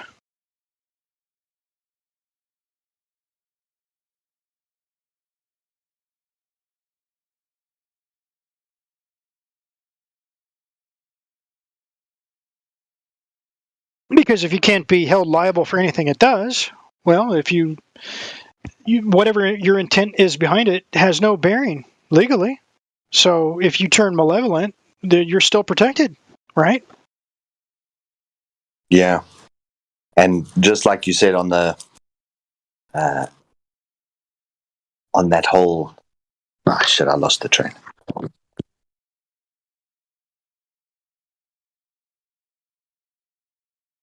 Was it referring to other items being classified as Kerygma? It was about the weaponization. Yeah. And the intent behind it. So, like, if you look at the difference between the definition of a poison and a venom, a poison is ingested, and your stomach then deals with it through the acids. But a venom has to be injected into the bloodstream. And that, to me, I just found as very interesting, because what is a venom typically used for? Either the sedation of the prey or to actually kill the prey. But Or that kill an when adversary. or an adversary. But basically, once it's injected, that's it, you're done. Unless you get an anti-venom. And obviously with something like this, they would always develop them in conjunction. So there would be the venom and the anti-venom being worked on in the Kerygma form. That's right.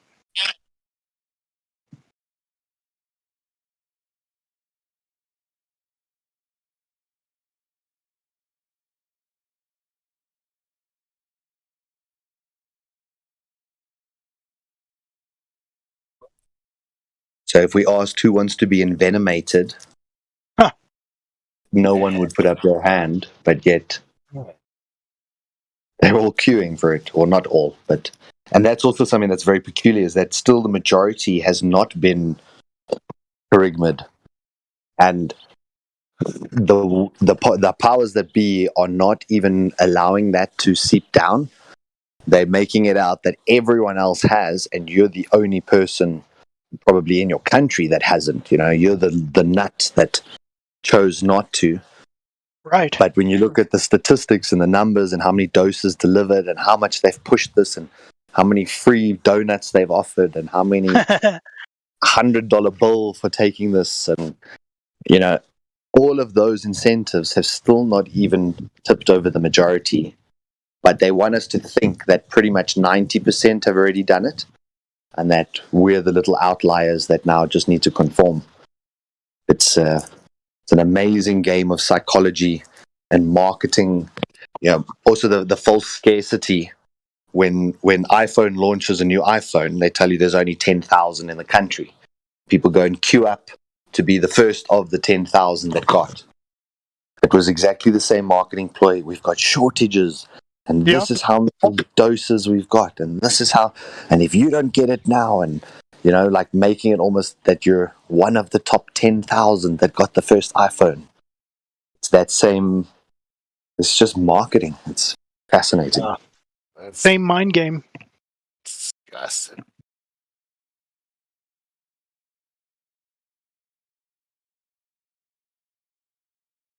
And good people fell for it. Yeah. And good fucking people fell for it, man. Killed. Well, People who know better. my father is not alive right now because of it. Yeah.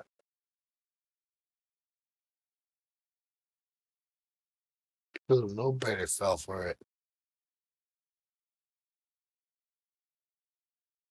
Fucking bullshit.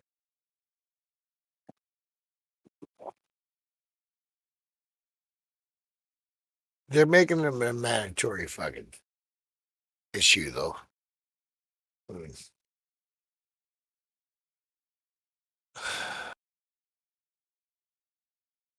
One thing I think that we should try to do is, when a mandate is nothing more than a dictate, and these are dictates being issued by dictators. Yeah, this is our elected government bringing down these kind of. So when somebody says mandate or whatever colorful fancy speech they want to use, correct them and say, no, that's a dictate issued forth by a dictator. It's on a world fucking playground, right? We see it. It's on a world playground. It's happening everywhere. Poor Australia. And our Canada, I'm probably just in denial, man. What's going on in Toronto or whatever. Oh, it's terrible. It's terrible, man.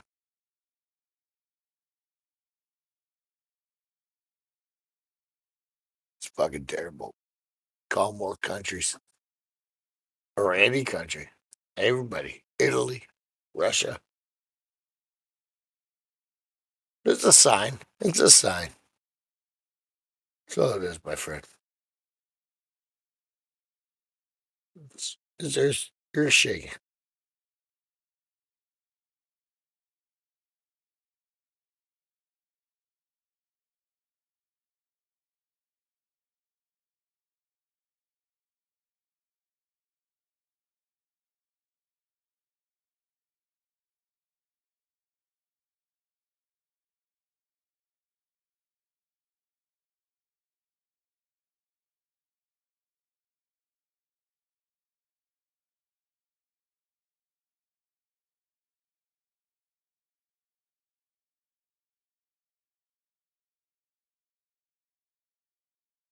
Well, gentlemen, I'm heading off voice for the night. Have a great night. It's a pleasure chatting with you all.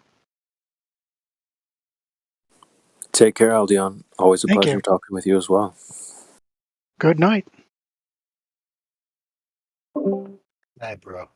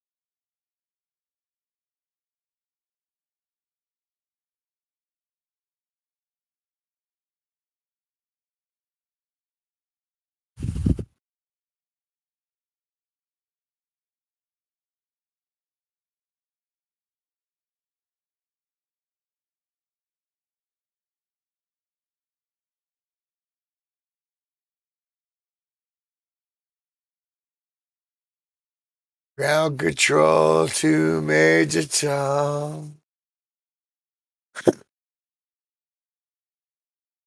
Ground control to Major Tom.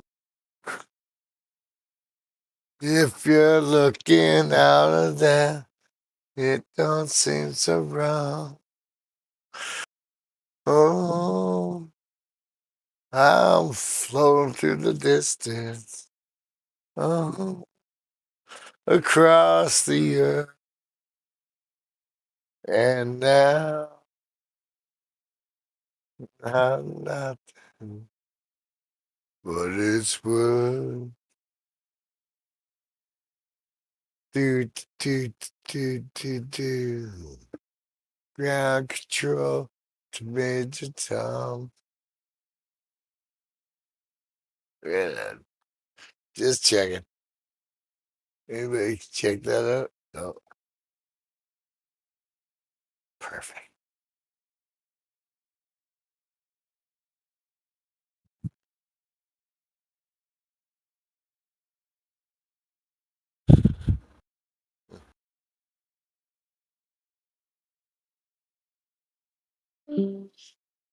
Uh-oh. See ya. We don't want to be here.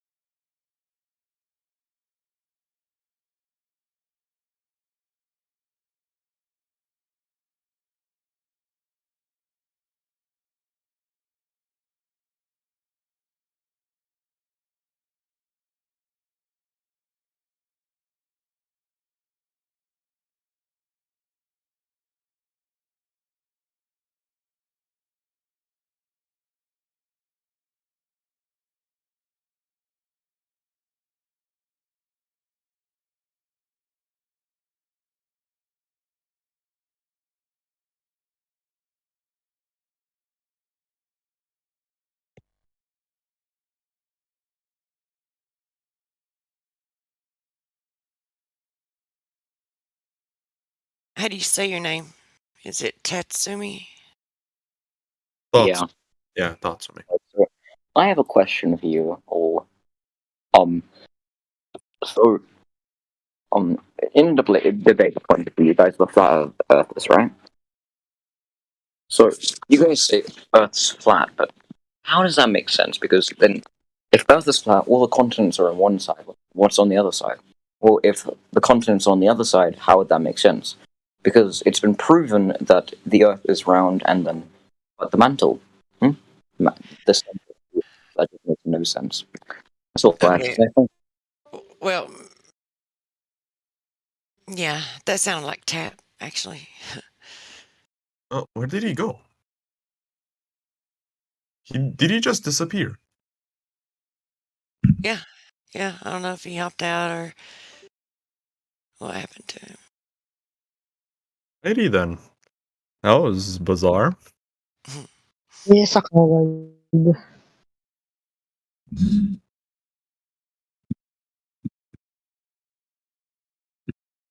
That's coward move. Yeah, it sounded like Tap anyway. But even though it's more of a trollish question to begin with. Well, I mean, I say that, but I mean, truly, there could be some people that actually think that that's, if they went to the Flat Earth Society first and saw that, and that's really all the information that they saw except for the debunking videos. I guess they could honestly think that that's what we say.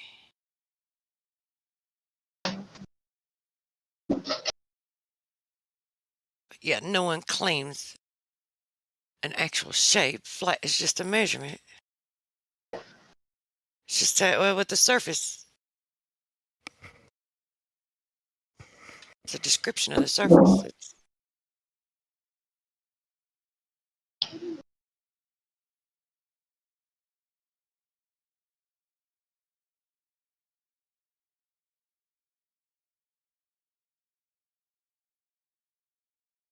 Flat Earth fucker died last night. Do what? Flat Earth fucker. He died last night. Oh, really? See, I didn't know Yeah. this.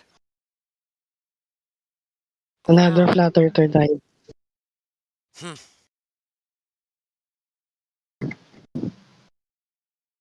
Just last night, huh?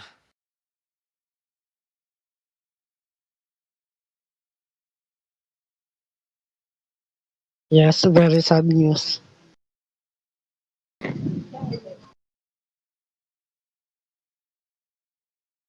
Well, I have so many questions, but I can't really ask those particular questions here. I'm sure you guys know what my questions would be. Yeah.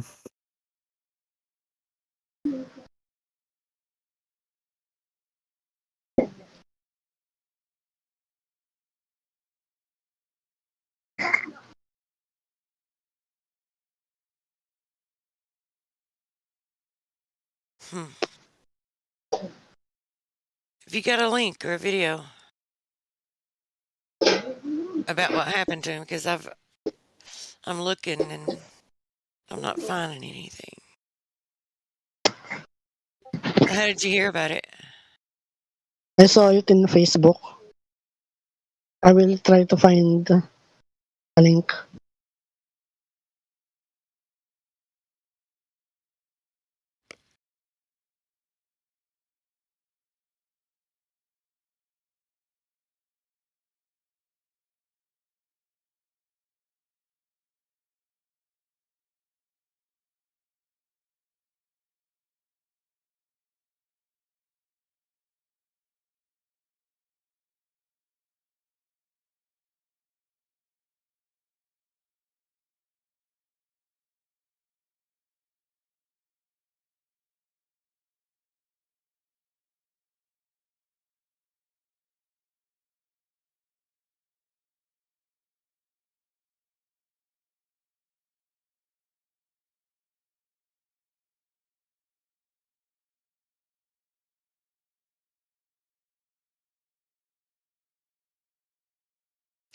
Well, I wonder where he's looking for that link. He said he was going to try to find a link, and he's just He just disappeared.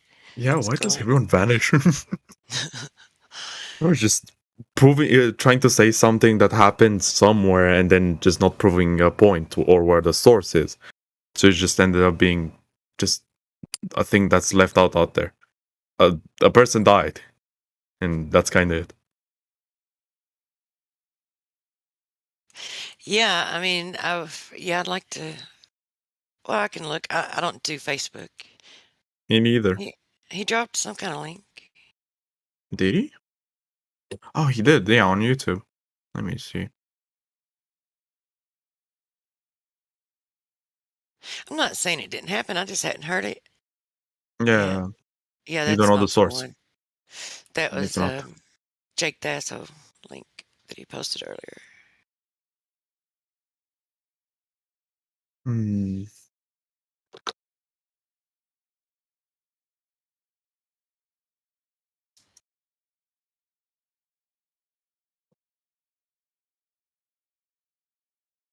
The orbs that you see during a solar eclipse.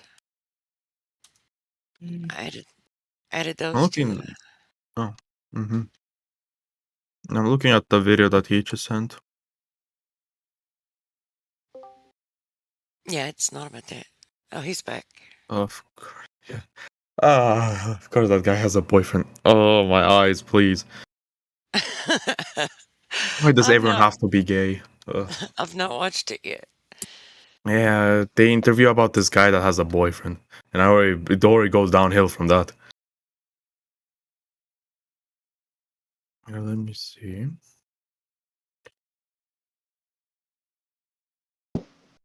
I'll see if it lets me look at it.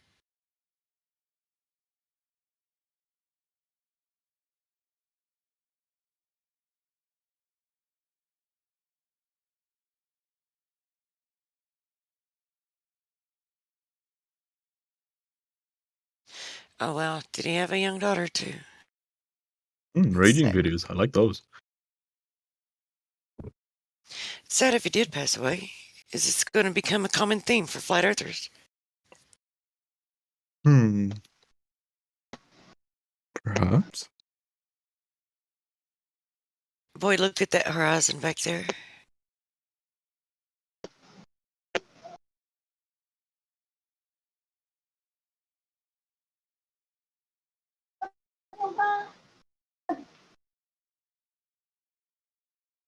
Thanks for the link, Ratada. I don't really do Facebook, so it won't let me look at anything except for. Oh my god, look at him. Oh no, my eyes. Oh, the guy looks. Oh man. That's one road to hell or Sheol. Oh, that doesn't look nice.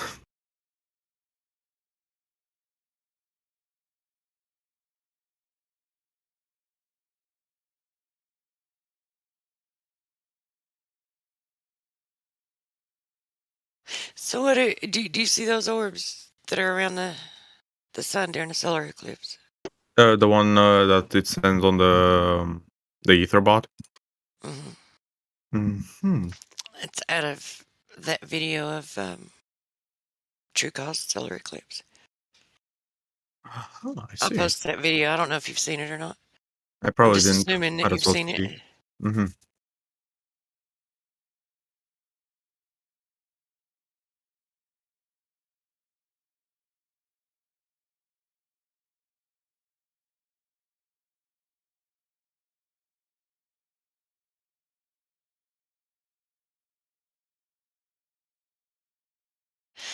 So I'm wondering if what we see is the sun. Like if those orbs don't just, whatever those orbs are, they seem transparent. What if they don't just spread out and that's what we see? Like each one in a different place. Yeah, I won't get into that too much here, but I do wonder if that's possible. Very well could be possible. That's the video it's from. Yeah. If you want to check it out.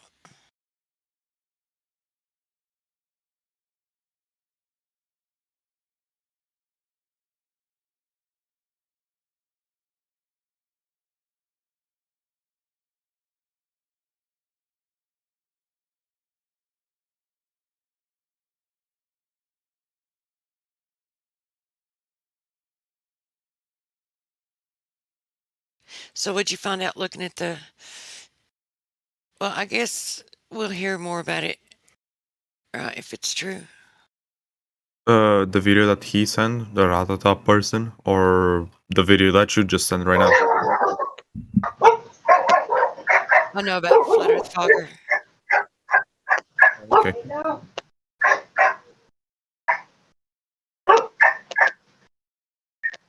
Rattata.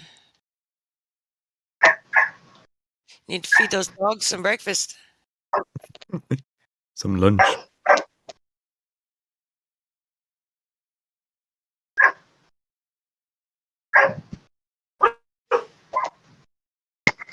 Sorry.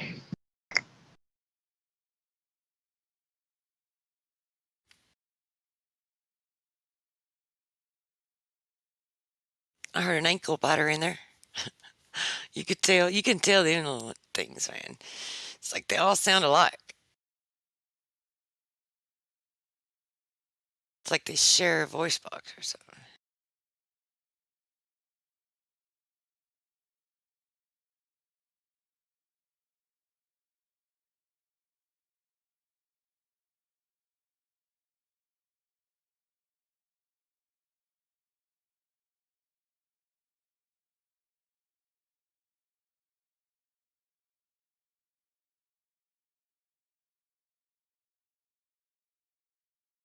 So I was thinking about like the electrical effects, electromagnetic, both electrical and magnetic effects that could be happening in on the water. Like it very well could just be that like tides and waves are just from. I mean, the Earth could just literally be breathing in and out water. I mean, we never know because there's definitely water that goes into the Earth, and there's water tables, and they're connected. They're all connected for the most part, and like it could just be moving around within the Earth, and that very well could be all it takes to make them. But if there is some electrical effect or magnetic effect, like we should be able to demonstrate it. And I'm trying to figure out how to go about doing it because,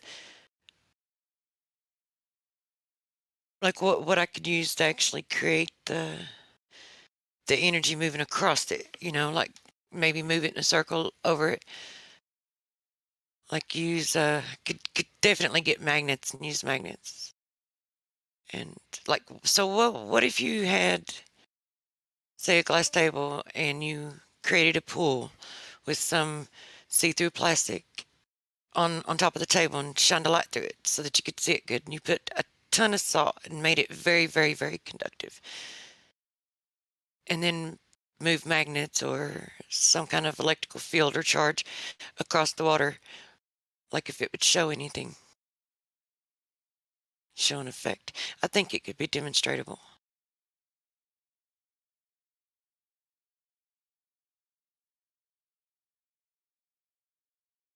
Just need more ideas on different ways to produce the cause, Because right now the only ideas that I have are magnets and static electricity from balloons, or just straight up, an electrically charged something, whatever, doesn't matter. Just move it across it.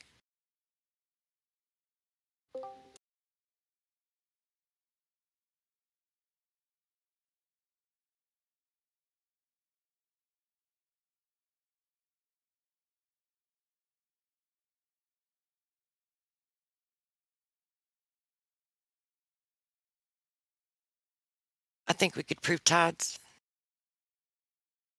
are partially, not solely, but partially caused from electromagnetic fields. Movement of energy across the water.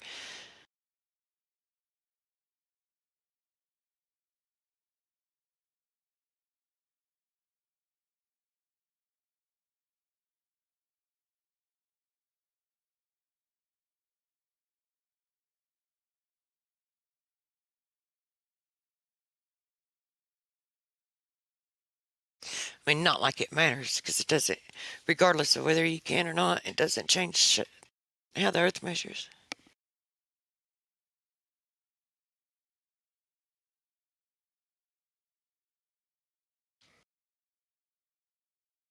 Where does everybody go this time of night? Like, we used to Yeah. have a pretty good crew in here.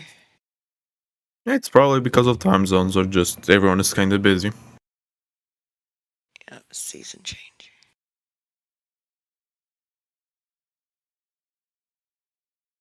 No, I'm gonna have to jump off here soon, but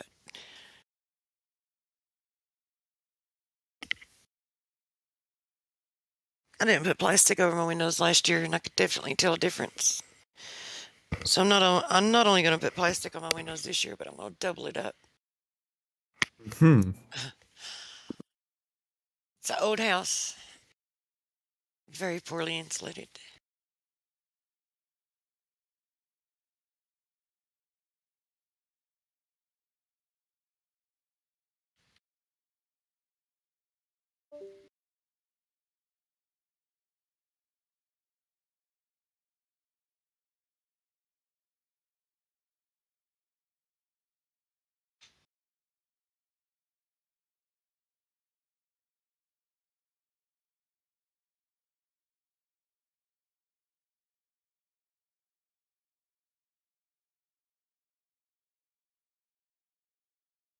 I don't think I remember you.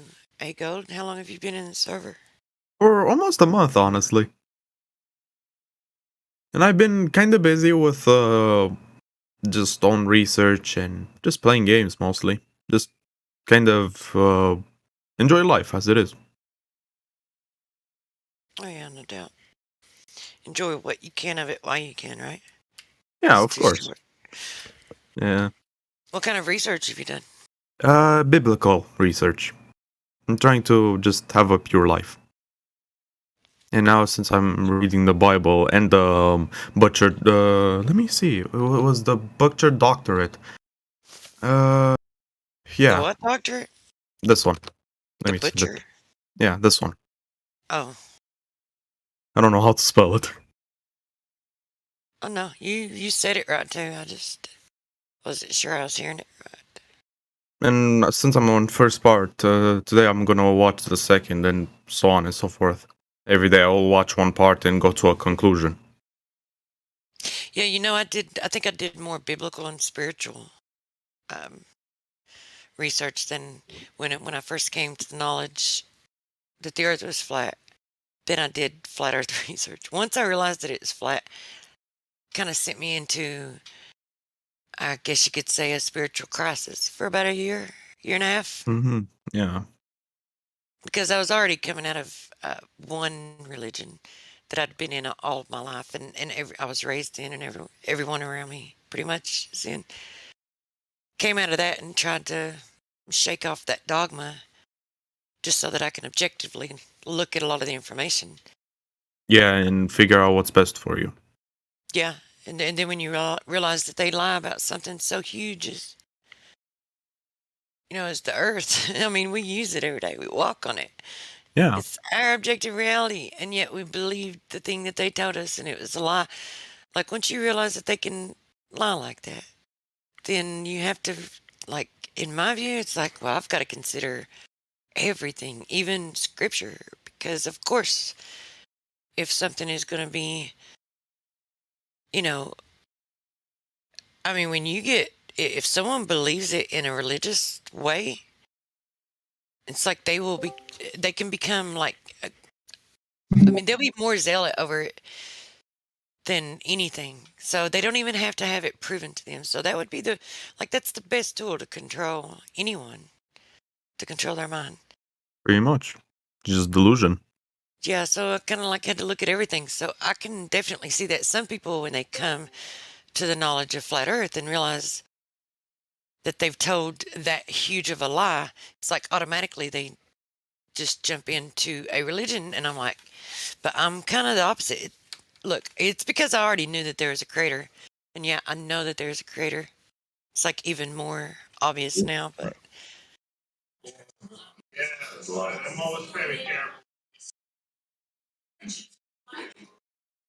Sleeping Warrior. Haven't seen you in here in a while. Hey. I've just been busy milling around in life, really. Not really. Actually, it's not really true. I don't know if you guys are familiar with the argument of incoherent dielectric acceleration that Bob Nodell makes. Have you come across that? Not really I've for heard me. it. I've heard it in different, like, from many different people. His main argument is that there's a little bias caused by a slight voltage, and it's a downwards bias, and that's what we perceive as gravity, right? Well, there's a couple of things wrong with that in the sense that we don't perceive anything. Like, he claims that there's a perception that there's a downward bias, but we see things go up as well, like balloons, clouds, smoke. Lots of things go up, and he seems to ignore that. But he claims that there's a voltage causing a little bias, a little kick. It's in the direction of the Earth. And he claimed he's claimed about 6 months, 8 months ago, that the relative density argument's incomplete. He argues that there's an additional thing that we're not considering, which is the voltage that causes the kick in the first place that allows relative density to work. And I'm like... My standpoint is that I would go even further than that and say that there's even more than those two things. Like, so it's the relationship between the object and the medium that it's in terms of A, B, C, and D, like whatever these variables are. And the most prominent one that we see is density. But then there is also a magnetic and an electrical, or if you want to combine the two, electromagnetic. Or the incoherent electrostatics. And if you wanted to use a vibration, like a sound vibration, you could probably do some stuff with it, but we don't really like observe that happening too much naturally without us artificially creating it, but I would say that it's just the relationship between the object and the media that it's in terms of density, electrostatics, electromagnetism. Yeah, that's Bob's claim. That he said that there's more to it, and that might be true. There may well be other factors, right? I'm not bigoted in the sense that it's only that. There could be something else as well. But if you claim it the way Bob claims it as fact, then you've got to accept that you've got to support it with some supporting evidence to prove it. And to be fair to Bob, he's presented the fleck of paint that Zach's got between two plates that were different voltage, basically current passing through the plates and then not.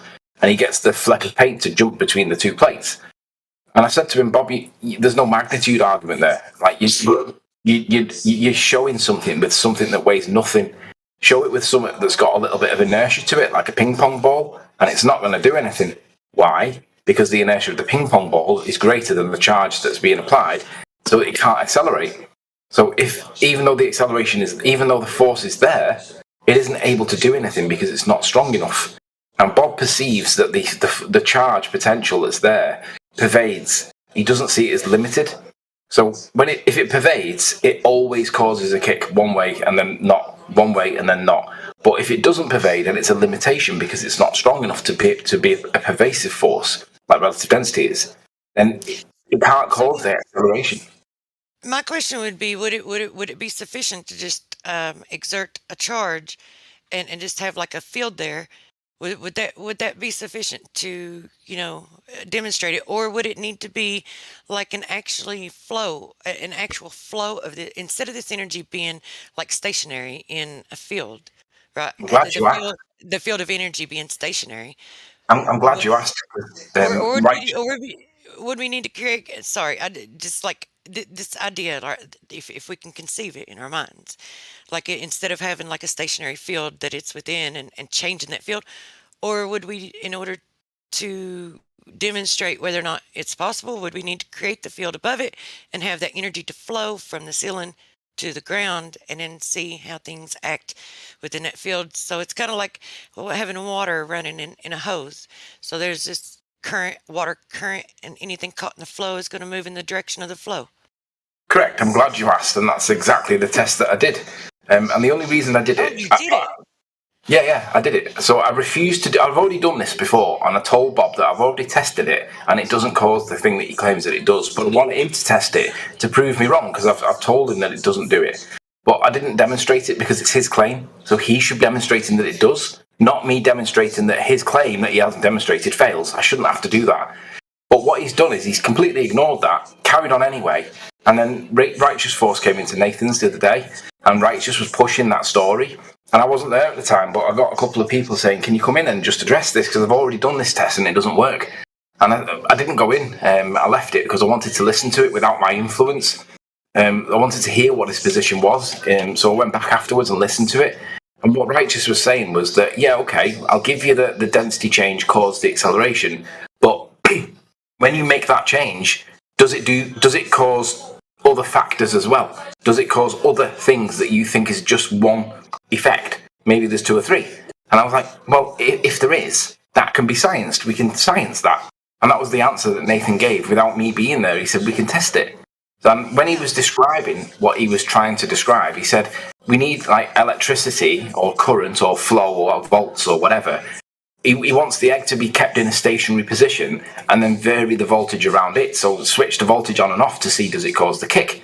And I thought, this is what I asked Bob to do months ago and he ignored it. Now, because Righteous is on the doormat of Nathan's, he's pushing this story that Bob knows he's already been told to address and he's ignored it. I'm now going to have to do it because Bob's not done it. And Righteous has come in thinking that it is a plausible explanation and therefore it's probably true. And therefore, his words were, relative density didn't go far enough. And I'm like, that's nonsense. I thought Bob's had the opportunity for months to do this and he hasn't done it. Now I'm going to have to do it because Righteous has come in thinking that it's plausible that my test was inconclusive or incomplete. So I thought, right, I'll do exactly that. I got a 2-litre bottle of pop. I chopped the lid off. I put a wire at the top and at the bottom of the thing, filled it with water, put salt in it, got the egg to sit in the middle, and then got it in a state of equilibrium. And then I passed a current through it. So there was a current flow. Now, electrolysis started on the cathode, but that proves that there was a flow of currents. There was a current there, there was a voltage, an amperage, whatever you want to call that electricity, right? It was a flow, exactly the way you're describing. So the egg was in the field of flow that Bob describes, and it didn't do anything. Now, I showed it 3 or 4 times, and I said, we'll do best of 3, and then it became best of 5. But it didn't cause anything, right? When I flicked the voltage on, yet electrolysis was started and you could see the bubbles forming. So you know there was a flow there, but it didn't cause acceleration.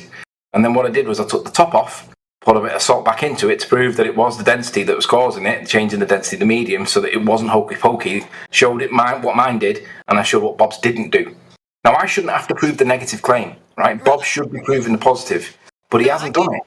I get you. I've been thinking along these terms about how to. I was just talking about it right before you hopped in here, and I've been sitting up in VC talking to someone else about different tests to do different, just a couple different things, and that was one of them. Like maybe taking, but it was more along terms of like tides. Like, can we, if we're having the idea that there could be some kind of electrical energy of things moving, within the ether that are pushing like this energy that flows across it, which is what I was kind of thinking, that maybe it's like pushing because it's very conductive, that maybe you can make like a pool with on top of a glass table where you could see the table and shine a light through it so that you could you could pour salt in there and see what the salt's doing. Then you could make it very conductive, but have you wouldn't have to have a light going up to it. It would just enable you to do other kind of different tests and experiments, but like producing this field and moving it like across it and seeing if after a while if it wouldn't like have a push or a pull or whatever, because it very well could be that the earth is just breathing. But I'd also thought about that. See, I've been wanting to know, like, how would you create a flow of energy? Well, this is the problem when you make the positive claim and you push it as though it's factually true, like Bob does.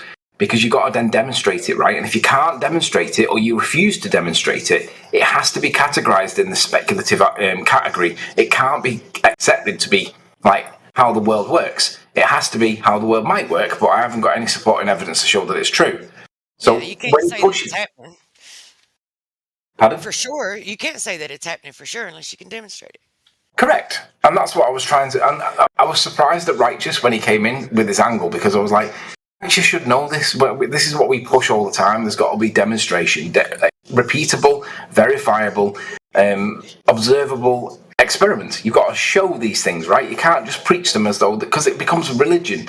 Now, Nathan's response was, well, go and science it. If you think that electricity passing through water could cause the acceleration of the egg, then go and science it. And he was bang on the money. And it was when Nathan said that, I realised that basically Righteous needed to realise that woo-woo stuff like what is being passed off as a force does exist.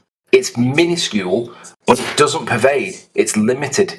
It's not always causing an acceleration. It's not causing a bias. It's not causing an acceleration. It only does it when there's like very little to no inertia, which is why you can only demonstrate it with a fleck of paint. You can't go beyond that. You can't get a ping pong ball to move. Maybe you could. Maybe a ping pong ball's got less of it. But the point is, you've got to demonstrate it. So Righteous came in with the woo-woo talk, and he was thinking it was a possibility, and I thought, right, he needs to have the evidence to support this. Bob's he's telling him stuff, and I thought Righteous should be asking for the evidence, not going with the story. So I thought, right, I'm going to now go and do this because someone's now been deceived that's close enough on my doorstep where it's going to actually matter. So I went and demonstrated that Bob's claim that he's never demonstrated to be true isn't actually true. Relative density is not subject to the little kick that he demands that it is, and the little kick that he demands doesn't even exist. Now, no one's saying it's not there. No one's saying it's not there.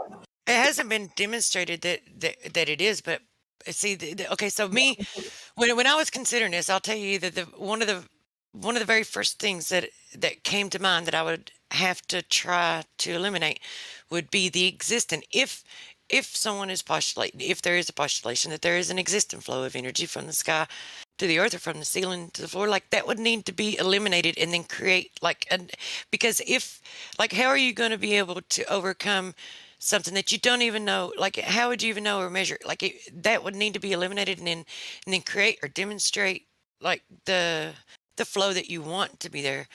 So, I mean, I don't know how that would it need to be. So if you're going to try to cause it to go in a different direction or do something different, then it would have to be, if there is a flow, it would have to be a counter flow, right, that overcomes it to cause it to do something different. The problem is you're now into the realms of spooky wooky. You're outside of science. You're into the realms of pseudoscience in the sense that if you believe that it's there, you're going to foul the affirming the consequence. You're going to say, if spooky wooky, then acceleration. Oh, we see acceleration, so it must be spooky wooky. You're essentially arguing No, it's more like the modus tollens, right? If P, then Q. So you're saying if this is going on, then when I do this, then this, well, maybe not modus tollens, but similar. So what I'm okay. So who was it? Zach that demonstrated that you can change the electrical charge of, what was it, helium balloons and cause them to find a different location within the medium that it was in of equilibrium. Yeah. But that's like changing, it is changing the relationship between the object and the medium in terms of the electricity, electrostatics. I don't know if it would be. The issue is when he demonstrates that light, because it's a very lightweight thing that he's playing with there, right?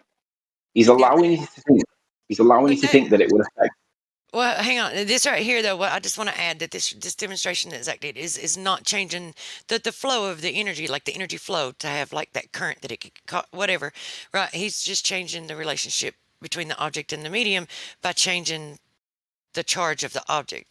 So I wasn't saying it like it would be, this is the same kind of test, but it is showing like that is one of the variables that you can manipulate to cause an object to find a different location in its medium of equilibrium.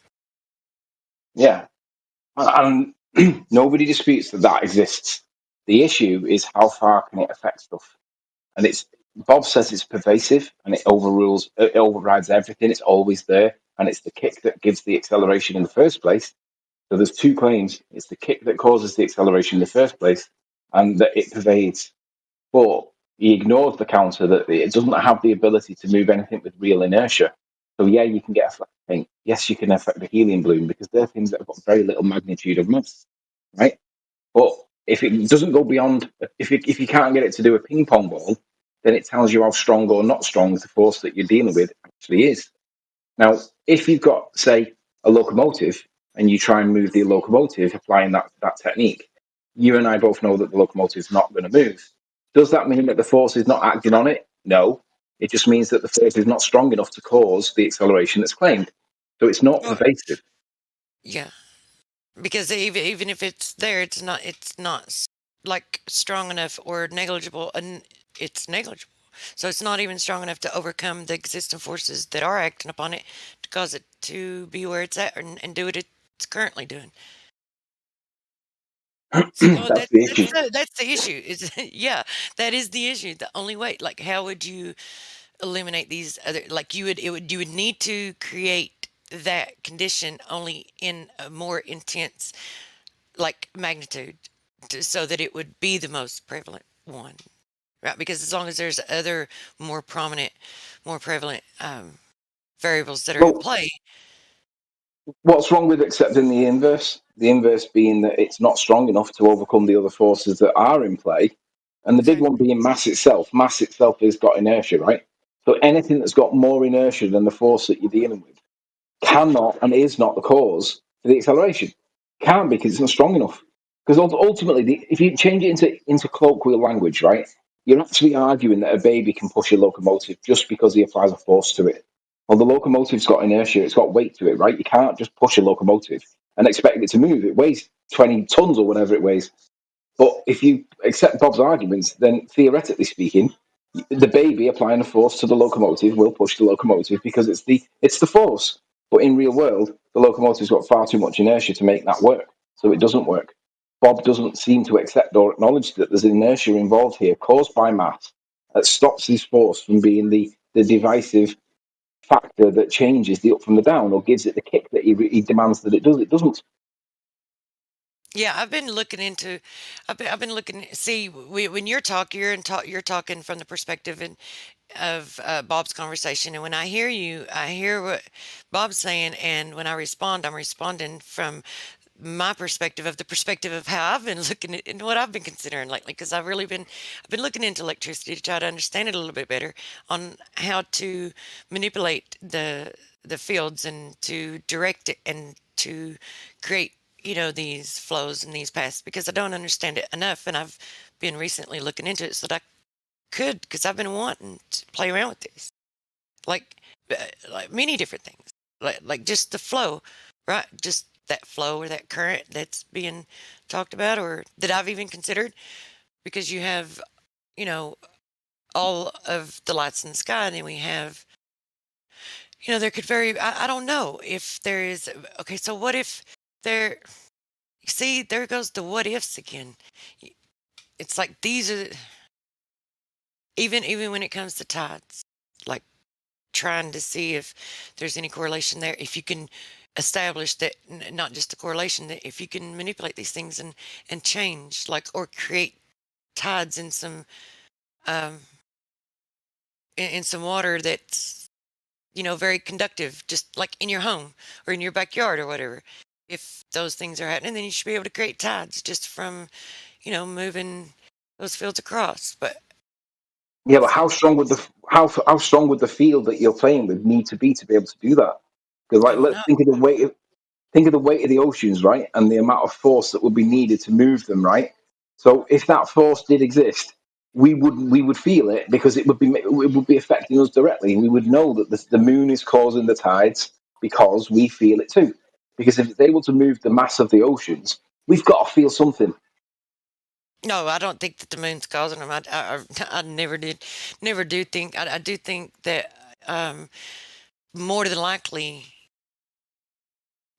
like the most probable answer to me would be that there's water tables that go in the earth, and it just, like, it's kind of like it breathes. It's like the water could move in and out, and when you have large bodies like that, it doesn't really take a lot. Once you start disturbing the water, you'll have these ripples that'll move from one side of the large body to another. When you have a large body like that, the ripples are very large, and over time, it's just going to continue.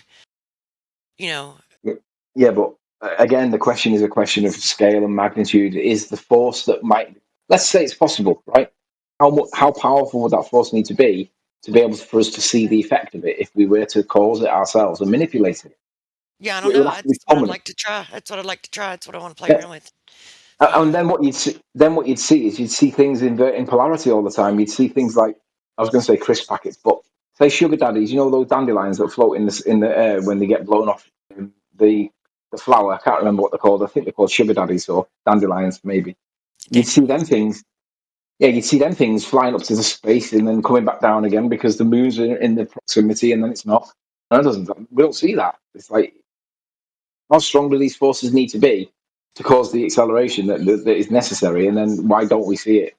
Well, I honestly think that the sun has more energy coming from it that would be more likely to affect than the moon would. That more than likely would be more likely to affect something that is conductive, like salt water. I think the sun would be more likely to than the moon. But maybe it's a correlation. Maybe it's the field in between them both. There's an exchange of energy. That I mean, who knows? I don't know. This is what I would like to play around with. I'd like to understand it better so that I could. But the difference between what you're talking about here is you're in the realms of speculative, right? You're not in the realms of preaching it as gospel. There's a big difference between spitballing and preaching it, and that's the problem. Because when Righteous comes in to Nathan's and he's asking the questions and he's obviously listening to something that somebody else has said and he's not thought about it, and it's like, of all the people, it's like, come on, Righteous, you should have thought about this. Think. And then I realised that it is influencing people when he speculates, but he does it in such an assertive way. It is deceiving people. And I thought, right, okay, I'm going to have to now go and do this to show that this speculative talk that he describes doesn't actually do what he thinks it does. Yes, it exists. Is it doing the thing that he thinks it is? And the answer is no. Why? Because mass has got inertia, and once the inertia gets beyond something that's tiny, it can no longer affect it anymore. That's really what's going on. So yes, it is there. Is it causing the effect? No. Cause mass. So what do they say when?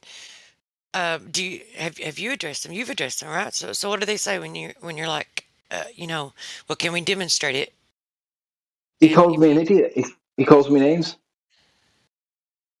He doesn't address the point. He refuses to. I've said to him, you repeat it. If you think I've done something wrong, or you think that I'm incomplete, or in any way, or you think that there's more to it, it's on you to demonstrate it. And if you can't demonstrate it, you've got to accept that it's speculative.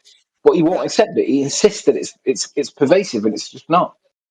Well, I mean, the rule applies to all. If you present something as fact without evidence, it can be dismissed without evidence. So.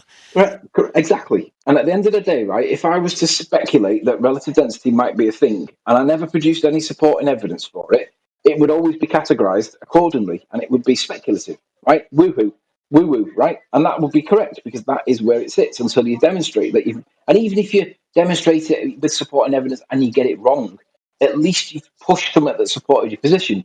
And if someone says, yeah, but look, I can do the same thing by doing this, which nobody's done for my test, by the way. But if somebody shows that you did something wrong or you didn't account for something and you should have done, then you've got to say, okay, maybe I didn't. Maybe there is a correlative effect I didn't consider. But until that actually happens, the rebuttal to it remains speculative only.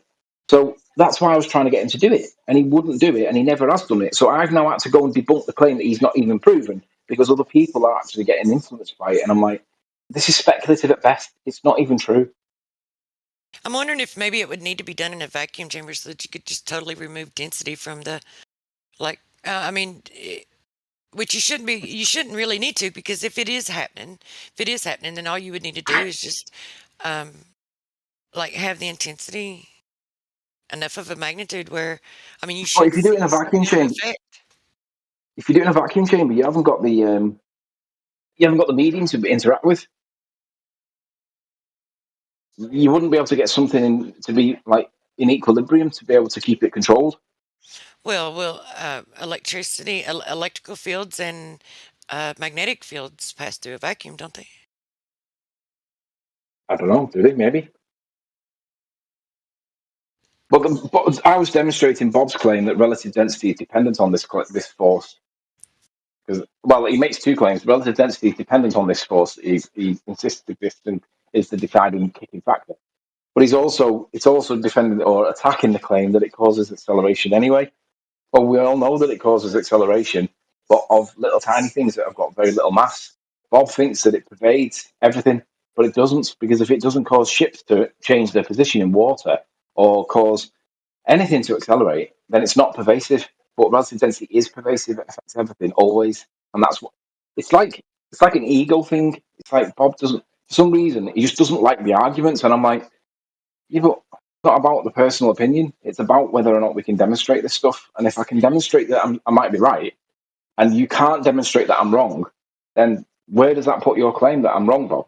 And he just won't accept that it goes in the bin. He insists that it's right, and I'm like, Bob, it's not right. You've got to support your claim. Now, I might be wrong. It may go further. Somebody may come across and say, look, I did your egg test, and I varied something else, and I got the same result that you didn't account for, right? And I'll have to say, hey, shit, let me repeat that and see, do I get the same result? And then if I get the same result and it's verified, it's true. But that's not happened. Yeah, Bob insists that there is this pervasive thing, that the kick, this downwards acceleration, that kick. Well, don't forget, we're talking about something that's going up here, not even something going down. The opposite of what he claims. But the point is, he doesn't seem to accept that he can't speculate this as truth when it's not actually demonstrable. And when we try and demonstrate it, it fails. Like, what's going on there, Bob? You're actually deceiving people because you know this. I told you this. You've ignored it. Why have you ignored it? Because you know it doesn't do it. So now I've had to do it because you've not even addressed it, to demonstrate that you're deceiving people because you're telling them shit's not true. Yeah, Like you say, it applies to everyone. like he's got, like, if that's what he's doing, because I mean, I haven't heard him, and I haven't ever heard you speak falsely to me. So, but if it turns out that that is in fact what he's doing and what he's saying, it sounds like that's an issue that he's going to have to work out. He'll just ignore it. He'll completely ignore it because he doesn't like the fact that someone stands up to him. And I'm not even standing up to him. I'm standing up to his arguments. What he's saying is incorrect. And do you know what? What the worst thing about it is, regardless of who's right and wrong on the point, the division it actually causes is causing a red team versus blue team scenario, and it shouldn't be, because we're on the same side here, right? We should be able to disagree properly, and we should be able to support our arguments with some supporting evidence. And when that happens, you've got to be able to say, maybe you're right. And is that now going to happen? Maybe this is like separating the wheat from the tares within the community, you know? Like, if you're gonna, it's like, well, I mean, obviously, you can't advocate for something being the truth if you can't prove it, if you can't demonstrate it, verify it somehow. I mean, it has to be established. You have to be able to establish it. Otherwise, it is speculation. And anyone who argues against that, or, gets into that camp of claiming things that are true that can't be demonstrated, then, I mean, it's kind of like dividing the wheat from the tares. It's like, to me, it's not credible. It makes anything, if someone does do that, then that's my point. Later on when they claim something, it's like, I'm going to question it. I'm not going to put as much credibility into what they say in the future at all, like I would someone who...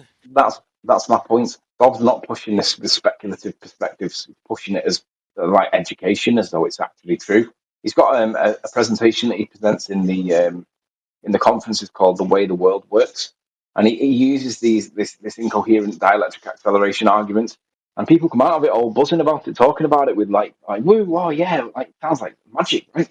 That's all well and good, but he doesn't tell them that it's got very limited applicability on the basis that mass itself causes the resistance that this cannot overcome.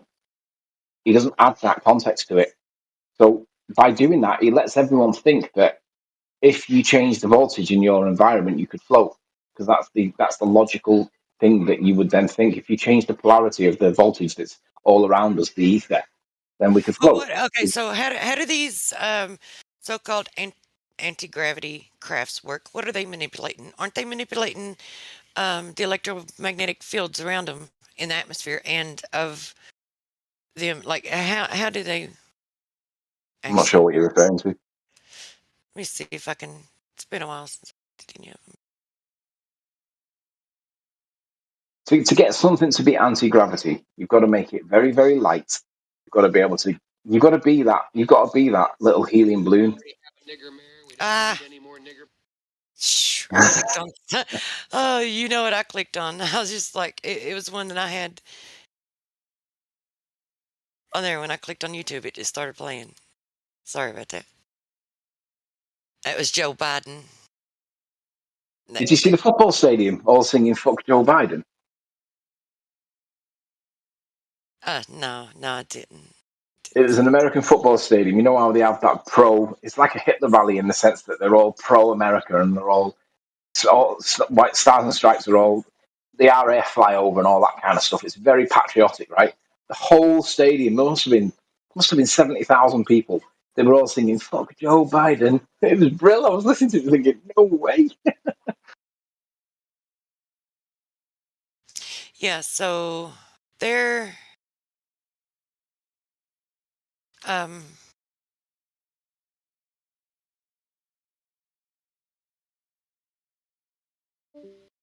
would say, okay. Maybe that's what we should do. We should just look at all the different so-called, I don't even like using the word anti-gravity, but gravity meaning weight. So anti-weight graphs, what fields they manipulate and how they function, because if I'm not mistaken, that's what they do. I'm not sure what you're referring to, but I don't remember what this one is about, but I'll post it anyway just in case. Just to respond to your previous point, anti-gravity. Let me have a quick look at this. Yeah, I would just probably maybe save it for later because I don't remember what that one is about. Actually, it was just in one of my saved playlists. That looks like it's an example of quantum levitation. It looks like it's a charge through a plate and then a cold product put on top, and then there's an interaction between the two based on how cold it is and how much voltage goes near it. It looks like you describe, demonstrating quantum levitation there, which is cool. These are just things that I'm posting. I haven't watched it. These are my saved watch later stuff. So I've been putting it off. Now I guess is the best time, better time than any, right, to watch them. Well, quantum levitation is it combines the effect of two things. One is very, very cold temperatures relative to one of the items, and then a magnetic charge, an electromagnetic charge creates. There's an interaction between the two of them, right? Now, the problem with the great thing is it shows the possibility of what might happen up there in the sky. I'll not say space, but if it's very cold up there, which it appears to be, it makes sense that they might be able to utilize quantum levitation because very cold is one of the ingredients for work. Now, if there's an electromagnetic field, which there is, and very cold temperatures, which there is, who knows what's possible up there? It is possible that they've got spacecraft I say spacecraft loosely. It is possible that they've got man-made devices that they will tell us is the International Space Station, and it's simply running around a track above us in the same way that quantum levitation demonstrates. If you look at if you look at the Mobius strip quantum levitation example, it's like a roller coaster, and there's a little spaceship that's flying around. It's doing all the curves, turns, tumbles, loop the loops. It's doing all the roller coaster thing, and it's not in contact with the rail, and it goes upside down as well. So it's possible that they're utilizing very cold temperatures and the electromagnetic field that we're in, and they might be utilizing that somehow. But does that mean that we can do that? No, because we're clearly too warm for that, because it needs to be cold. And is the electromagnetic field that we're in, which no one disputes is there, we accept that it's there, and it's probably coming from the sky, not coming from below. But are we able to utilize it here? Or are we just too far away from the source for that to happen, in the sense that we're too far away from the sun or to get too much warmth or whatever? Only a proximity relationship. But yeah, you're right. All that is interesting and it is tech. But how much of it's science? Can we do that here? Is it naturally occurring where we are? And if the answer is not natural where we are, no, you need to be out in very cold temperatures. It's not science, then, is it? It's technology. Yeah. Well, I mean, if the technology is producing, like, manipulating the fields of, like, so it would be creating. Yeah, that would be different. We would need to, like, produce. So the only way to demonstrate that is to actually produce that flow, that current, and then have something that is, generally something that you can and place into that medium where that field is and where it's flowing from one place to another, and then it move. That's what my video shows. Yeah. But I did exactly that, and it didn't move. Now there might be valid arguments against it, right? But Bob won't be approached on this, so to have the constructive discussion or disagreement with Bob is essentially impossible. But he really should stand up for it, because if I've done something wrong and I've misrepresented his claim in some way, given that I just played his words, then it would be really useful if he would actually say, "Hey, Riley, you got this wrong," and I'll say, "Oh, right, okay." But it's because he won't even allow anyone to challenge him on either side. It's a one-way monologue. It's not a dichotomy or a dialogue. It's a monologue. So because it's a one-way thing, he won't let me have the conversation with him, because I understand how this stuff works. And I'm not saying it's complete, but I do understand that the medium and the density of the object in question is the thing that gives the direction and the magnitude. So because we're in that slight medium called air, that slight medium is why we have this downwards perception, but not everything goes down. So it's like, well, what about the helium balloons, Bob? What about the water vapor that's evaporating, surface water? What about smoke? What about hydrogen and helium? These are things that don't go down. And he doesn't like talking about them because it's not true. That's the reason why he doesn't like being approached. It's So not true. my question about the helium is, because I think, well, aside from the charge of the molecules, right, and that there's an oscillation, the vibration, which, if I'm not mistaken, the charge is correlated to the oscillation, isn't it? Like, isn't that what determines? So doesn't that have a lot to do with the charge that it carries? Like the oscillation of the molecules? Don't know, to be honest. Or maybe it's not. See, this is what I'm saying. I've got a lot to learn about this to totally understand it. But if But don't it's you think not, then that would that be a totally separate thing. Then it would be an additional variable, because the vibration, the oscillation of it, of the molecules would be. So I wonder about helium. Like, what is it a certain type of vibration that could also play a role in it? vibration is In the molecules of the oscillation helium. is vibration? Yeah, I don't know is the answer, because I'm not even sure that these molecules, the way they describe them, even exist the way they describe them. They describe them as though they're a physicality, and I'm not even sure that they are. I think they might be actually supernatural in the sense that whatever they might be, they're not of our world. In the same way that when I say that, let me contextualize it. I mean, when they describe light as a photon and they call it a massless particle, that's a violation of that's a contradiction of the or a violation of the law of non-contradiction. You can't have a massless particle, right? You can't have a fast slow or a hot cold. You can't have a massless particle either. So I don't tend to accept the definition of a photon. It I just think it's seems more to be likely that like electrons and photons just seem to be like different effects of the same energy, really, because or the same energy field. Because if like okay, so anyway, continue. I'll go into this in a minute because this might take a second. I don't want to totally interrupt. what about the equal and opposite interpretation of the photon being that, yeah, okay, maybe photons do exist as a mass and they are a particle.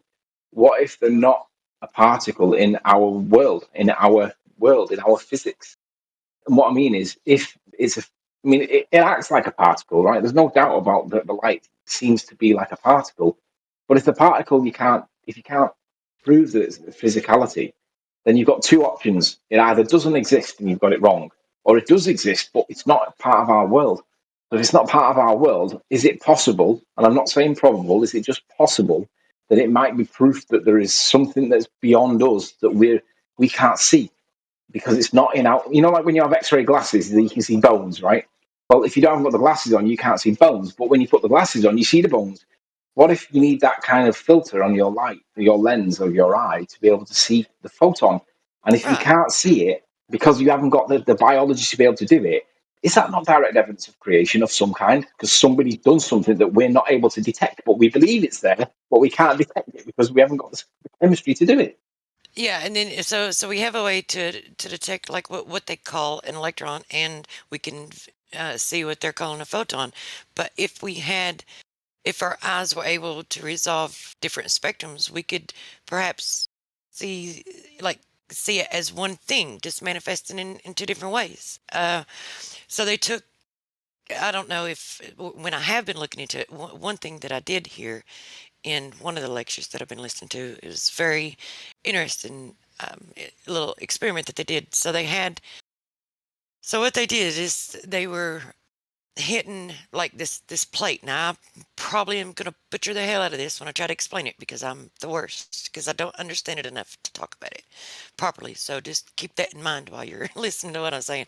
So they took, like, they were shooting electrons at, or was it electrons? No, it was light. Okay, so they were shooting photons. What they were calling photons, right? They were shooting light at a plate, and it was bouncing off of it, and they were measuring the electrons that were coming off of it. So the intensity of the electrons stayed the same. It was the number of the electrons that reduced when they reduced the intensity of the light. But the intensity of the electrons never reduced. It was the same intensity when the light was at a high intensity, and then when they turned the light down to a low intensity, when it bounced off, the intensity of the electrons remained the same. It just reduced in the number of electrons. So it's like this energy is being converted into a different source, because the intensity, if the intensity of each one, like each what they're calling electrons, stays the same, then you have to take the number of electrons, right, and figure out the total intensity, the sum of all the intensity of the number of electrons that they're seeing and the intensity of each one. You add those up and you get this like net intensity. So that net intensity is going to stay the same in regards, like, correlating with the intensity of the light. So if they reduce the intensity of the light, you're still going to have the same intensity, but it's just going to be less electrons, which makes me, I mean, to me, that makes me think that it's the same thing manifesting in different ways. Like, it's manipulating. Do you see what I mean? Yeah, but it makes me think that whatever we're looking at, whatever we're researching in terms of the science for this thing, whatever we're seeing, it tells me that we're only seeing a portion of it. We're not seeing all of it. So, like, however you interpret what's going on, I also see that as we're only getting half the story, indicating that there's something stopping us from seeing the whole picture. And whether it's being alive and you only see that in death or not, or because there's a creator that's made it that way, because basically to confuse the fuck. Is it not proof of a creator that we can't see this shit, but we're talking about it as though it's a physicality? Yet none of us can identify an electron, a neutron. We believe that they're there. They behave like they're there, but we can't detect them. So it's like, is that not itself proof of creation? There was actually something, I'm going to have to find this, because I don't, like, I'm not going to be able to explain it, but you may have already seen it, where they actually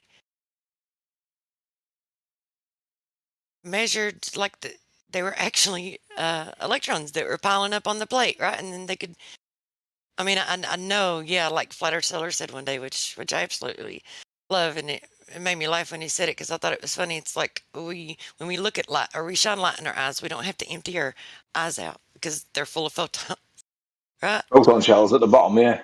Yeah, but they did kind of do that with electrons. But again, though, let me ask you the question for an answer. Is it not evidence that we're created in some way because we're not able to see what's going on, or we understand how it's behaving, but whatever it is we're talking about, it doesn't seem to have any physicality to it. Yet we're acting as though it is a physicality. Like, is that not evidence in itself of creation? Oh yeah, of course. I don't know of anyone that even would dispute that. Oh, every Yeah. ball earther would. I'm just trying to take the conversation in more depth, so I can get, whoever's in here that's got any knowledge of it can expound on something, because where I have a lack of knowledge of a lot of it, it's like, it's very interesting to me. I could talk about it, like, I want someone who has knowledge of it to just start spilling it, so that I can start soaking it up.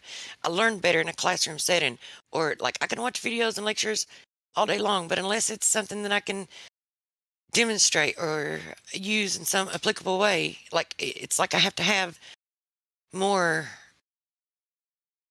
like, when I have questions, I need to be able to ask questions. I can't do that in a video. I can't just stop and call the guy that's doing the lecture and just ask questions. If I could do that, I could probably learn a lot more about it, but short of actually taking classes in electrical engineering, which I don't have any intentions of doing. No desire to do. Mm. Yeah, I mean, I think I'm probably too old for that now. It'd be like a Yeah, but knowledge is overrated unless you've got support in everything. well, and then there's that. It's like I know if I take classes, what am I going to learn? I'm going to learn their watered down, controlled, like lacking in some areas and conflated in other areas. It's not going to. I'm not going to learn what I'm looking for. I don't think. Like just the basic fundamentals of. I don't think I need to take classes to learn that. But I may be proving myself wrong because I am struggling. Or maybe I just haven't ran across the right information.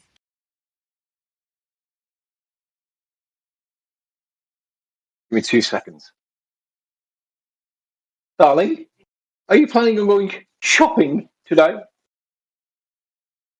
If you are, make sure you pick up some of those little tiny bulbs with the 2 prongs on them.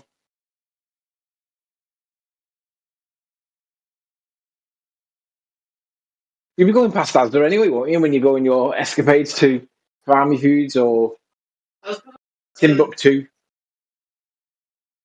Hello, Truth. Hello, Sleeping Warrior. Hello, family with capital FE from Flat Earth. Hello, Get. Me too. I don't know if you won't. I don't know if you know your hot mic and I'm hot micing. Yeah. I mean, I don't know if you want everybody to hear your conversation. I didn't know I was hot micing. What mic's picking me up? I'm putting myself on mute. Sorry. Oh. Yeah. He's gonna have his wife to go pick up the ball with the 2 prongs on it. I sense an experiment going on.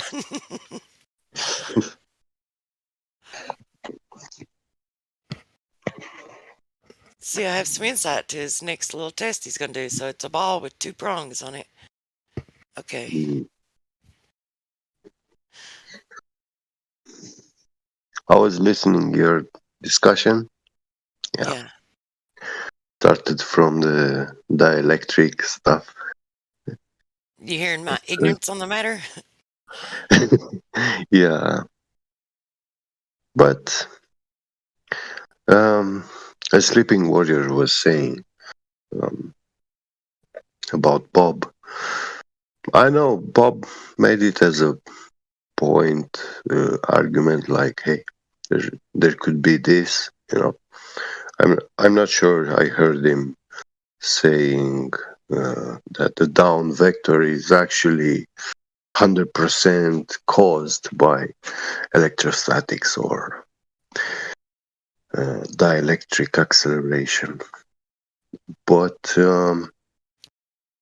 I would say that there is a direct relation between the down vector and magnetism. It definitely has, definitely it's a cause of magnetism. Magnetism is what creates the down vector. Well, if like okay, so so if there was some way to demonstrate it, that would be awesome. I know that we can manipulate the magnetic fields and change, like we can change the relationship of the object and the medium it's in terms of magnetism, and that will affect certain material, but it won't affect all material. Well, what leads me to this certainty is Boyd Bushman discovery.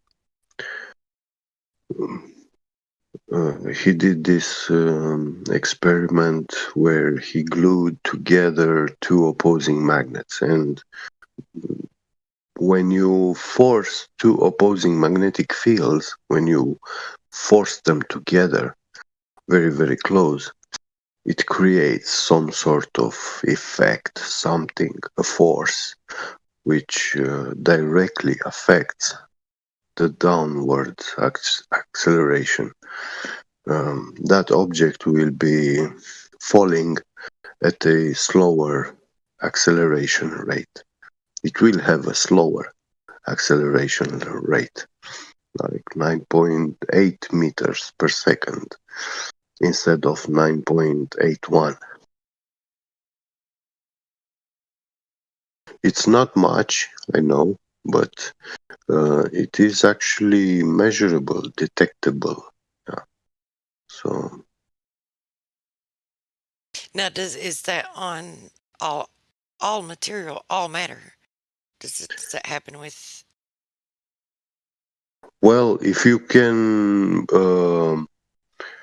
I mean, this thing which is happening when we push together two opposing magnets. Yeah, but you're just talking I about. don't know exactly what's happening there in the Okay, matter so itself. the magnets Yeah. will fall at a different when you do Yes. that, right? They'll fall at a different rate when you do that. But will Yeah. when you well, my question to him is though, even Mm. regardless of what the two magnets do, when you put the two magnets together like that, will it have any effect on everything else in the in the field, right? In the effect where you're manipulating that effect within the medium, does it affect any other objects, all other objects like that?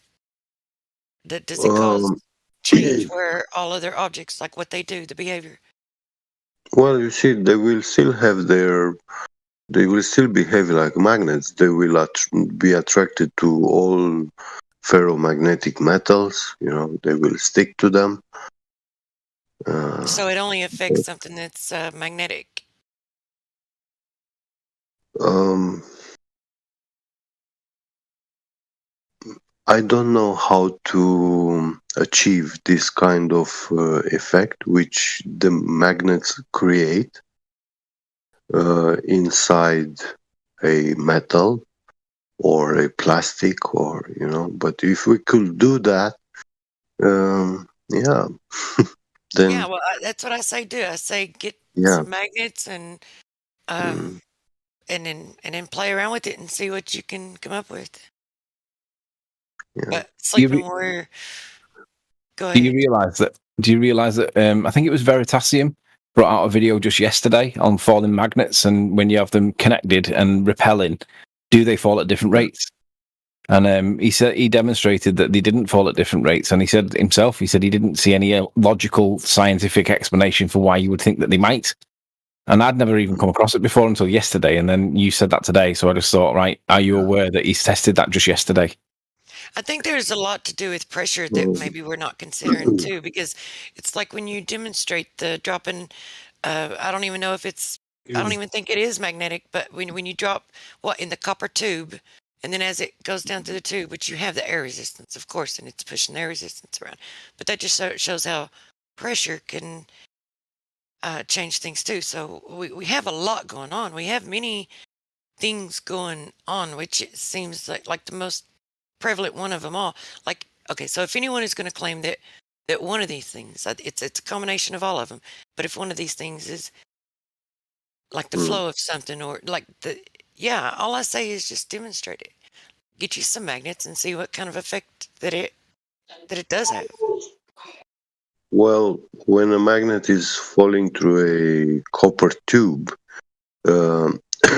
is actually creating an electric current inside the copper by the motion of the magnetic field of the magnet near the copper. So that creates electric current in the copper metal. And is it a magnet?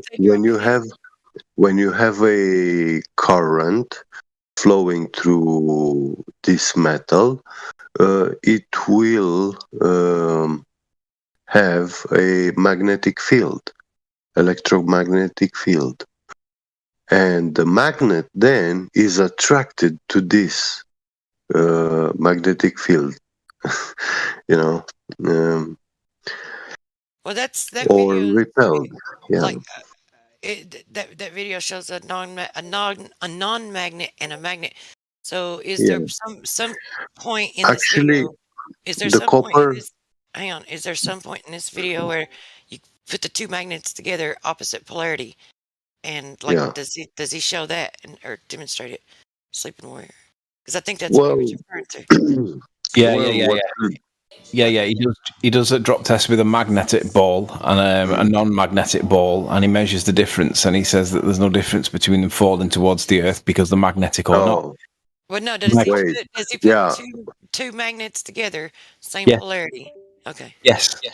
Two magnets together with the same polarity, and then two magnets together with opposing polarity, and basically makes them the exact same. And if you listen to what he says, he literally says, "I don't know why anybody would think that it would do that." And that would be my gut reaction before I even heard that it was a thing. Why would you think that it would? Right. I don't know what the supporting argument for it is. Yeah, I'm just asking questions and gathering info. Right. My question for the tube and the piece, like whatever's dropped in it that actually, because I know the air resistance can cause that. Is it a magnet that he drops in the copper tube, or is it? Just go and watch it. It's only an 8-minute video, and if you watch it at double speed, you'll get the gist of it. But basically, he does a variety of drop tests, and he measures it with a really high-speed camera, and sees exactly how long it takes for them to drop. He does. I was asking get on what he was referring to on the. I haven't seen Veritasium videos. I wish I see them now. Sorry, He's actually got some good ones. It wasn't Veritasium on this occasion. It was the Action Labs. I got the wrong guy. Oh, Action Labs. Okay. Yeah, I'm very curious to see, but this claim I made is not my personal. It's from Boyd Bushman. This was a Martin Lockheed engineer who discovered, and this thing is a U.S. patent. Okay, so if you have a tube and you drop plastic in it, what will happen with it? But other than air resistance, because you're going to have a certain amount of air resistance, it's going to slow it down because the air is caught in the tube and it can't just freely flow and spread out. So there is going to be that effect when you drop something down in it. But that's minuscule. What happens when you drop the magnet through the copper tube is that it almost gets to a point of standing still, depending on the size of the magnet and the size of the copper tube.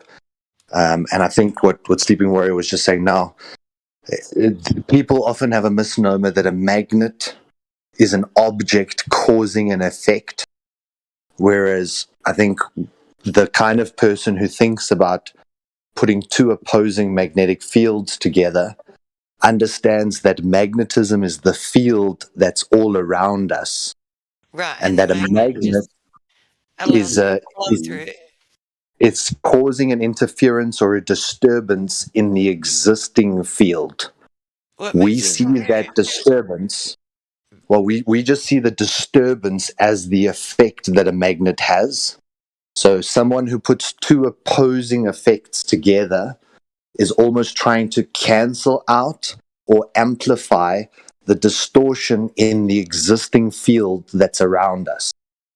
So that's why when you break up a magnet, every little shard that you break a magnet up into still has a north and south pole alignment based on this field around us, and not the inherent property of the magnetite or the material that the magnet is actually made of. Well, actually, the polarity of the molecules are said to be all in a line to where all of the like the positive and the negative polarity of each molecule, like they're all aligned going in the same direction, which causes the coherency, which allows. Well, when they synchronize, the alignment is in reference to this field that's around us. So they're aligned to this field.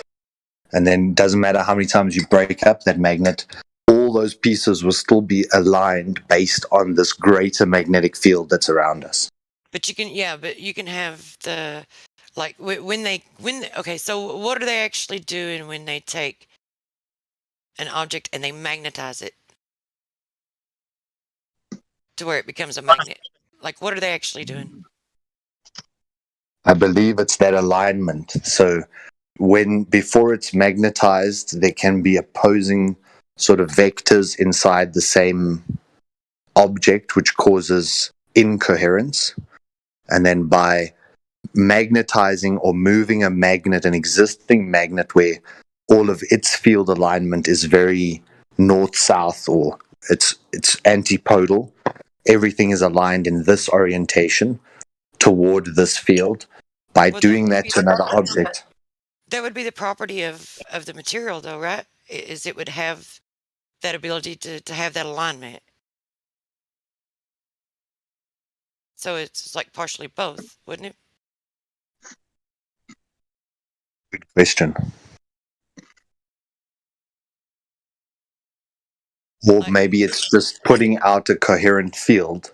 So then that coherent field allows other molecules to align into that coherence, versus when it's incoherent and there's all different vectors, it's not giving off anything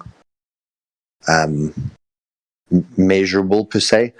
But this idea, when you try and push two magnets together on the opposing side, there is an incredible force that's generated.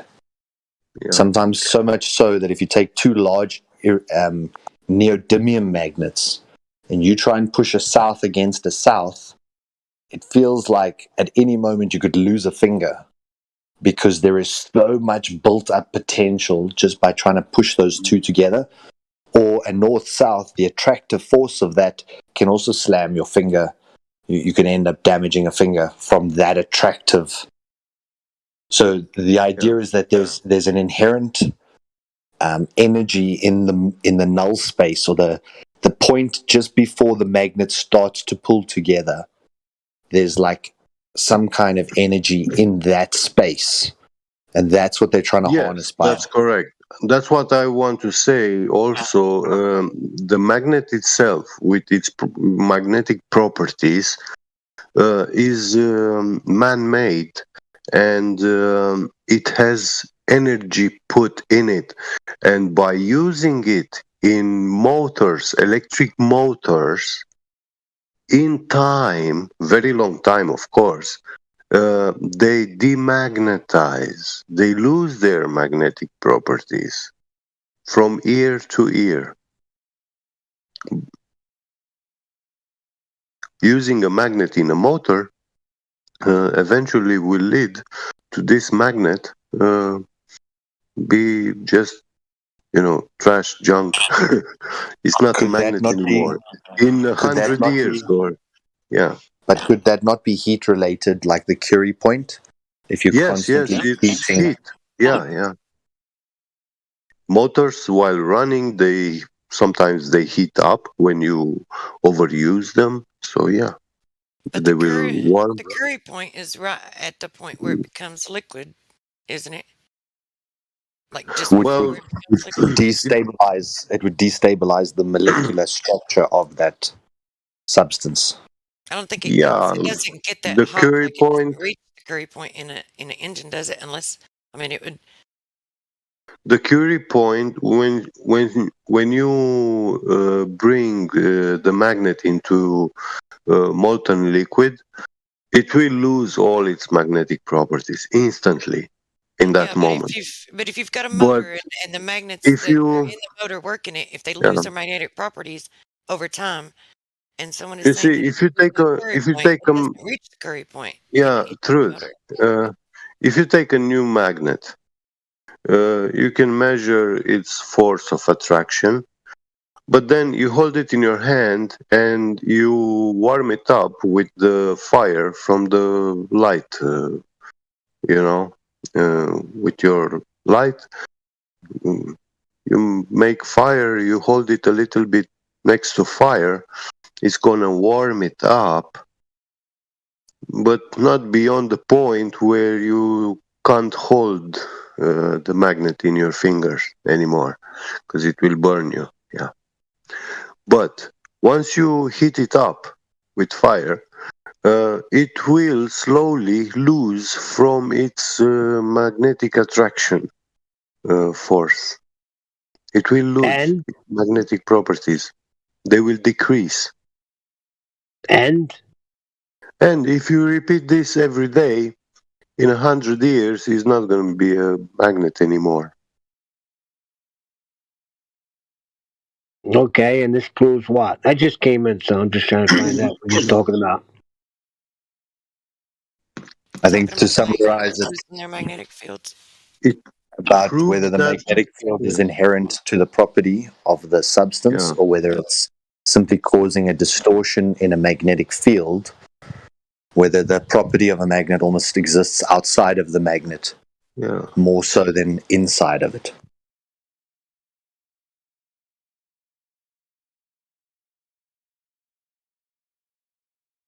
What is interesting is with the electromagnets,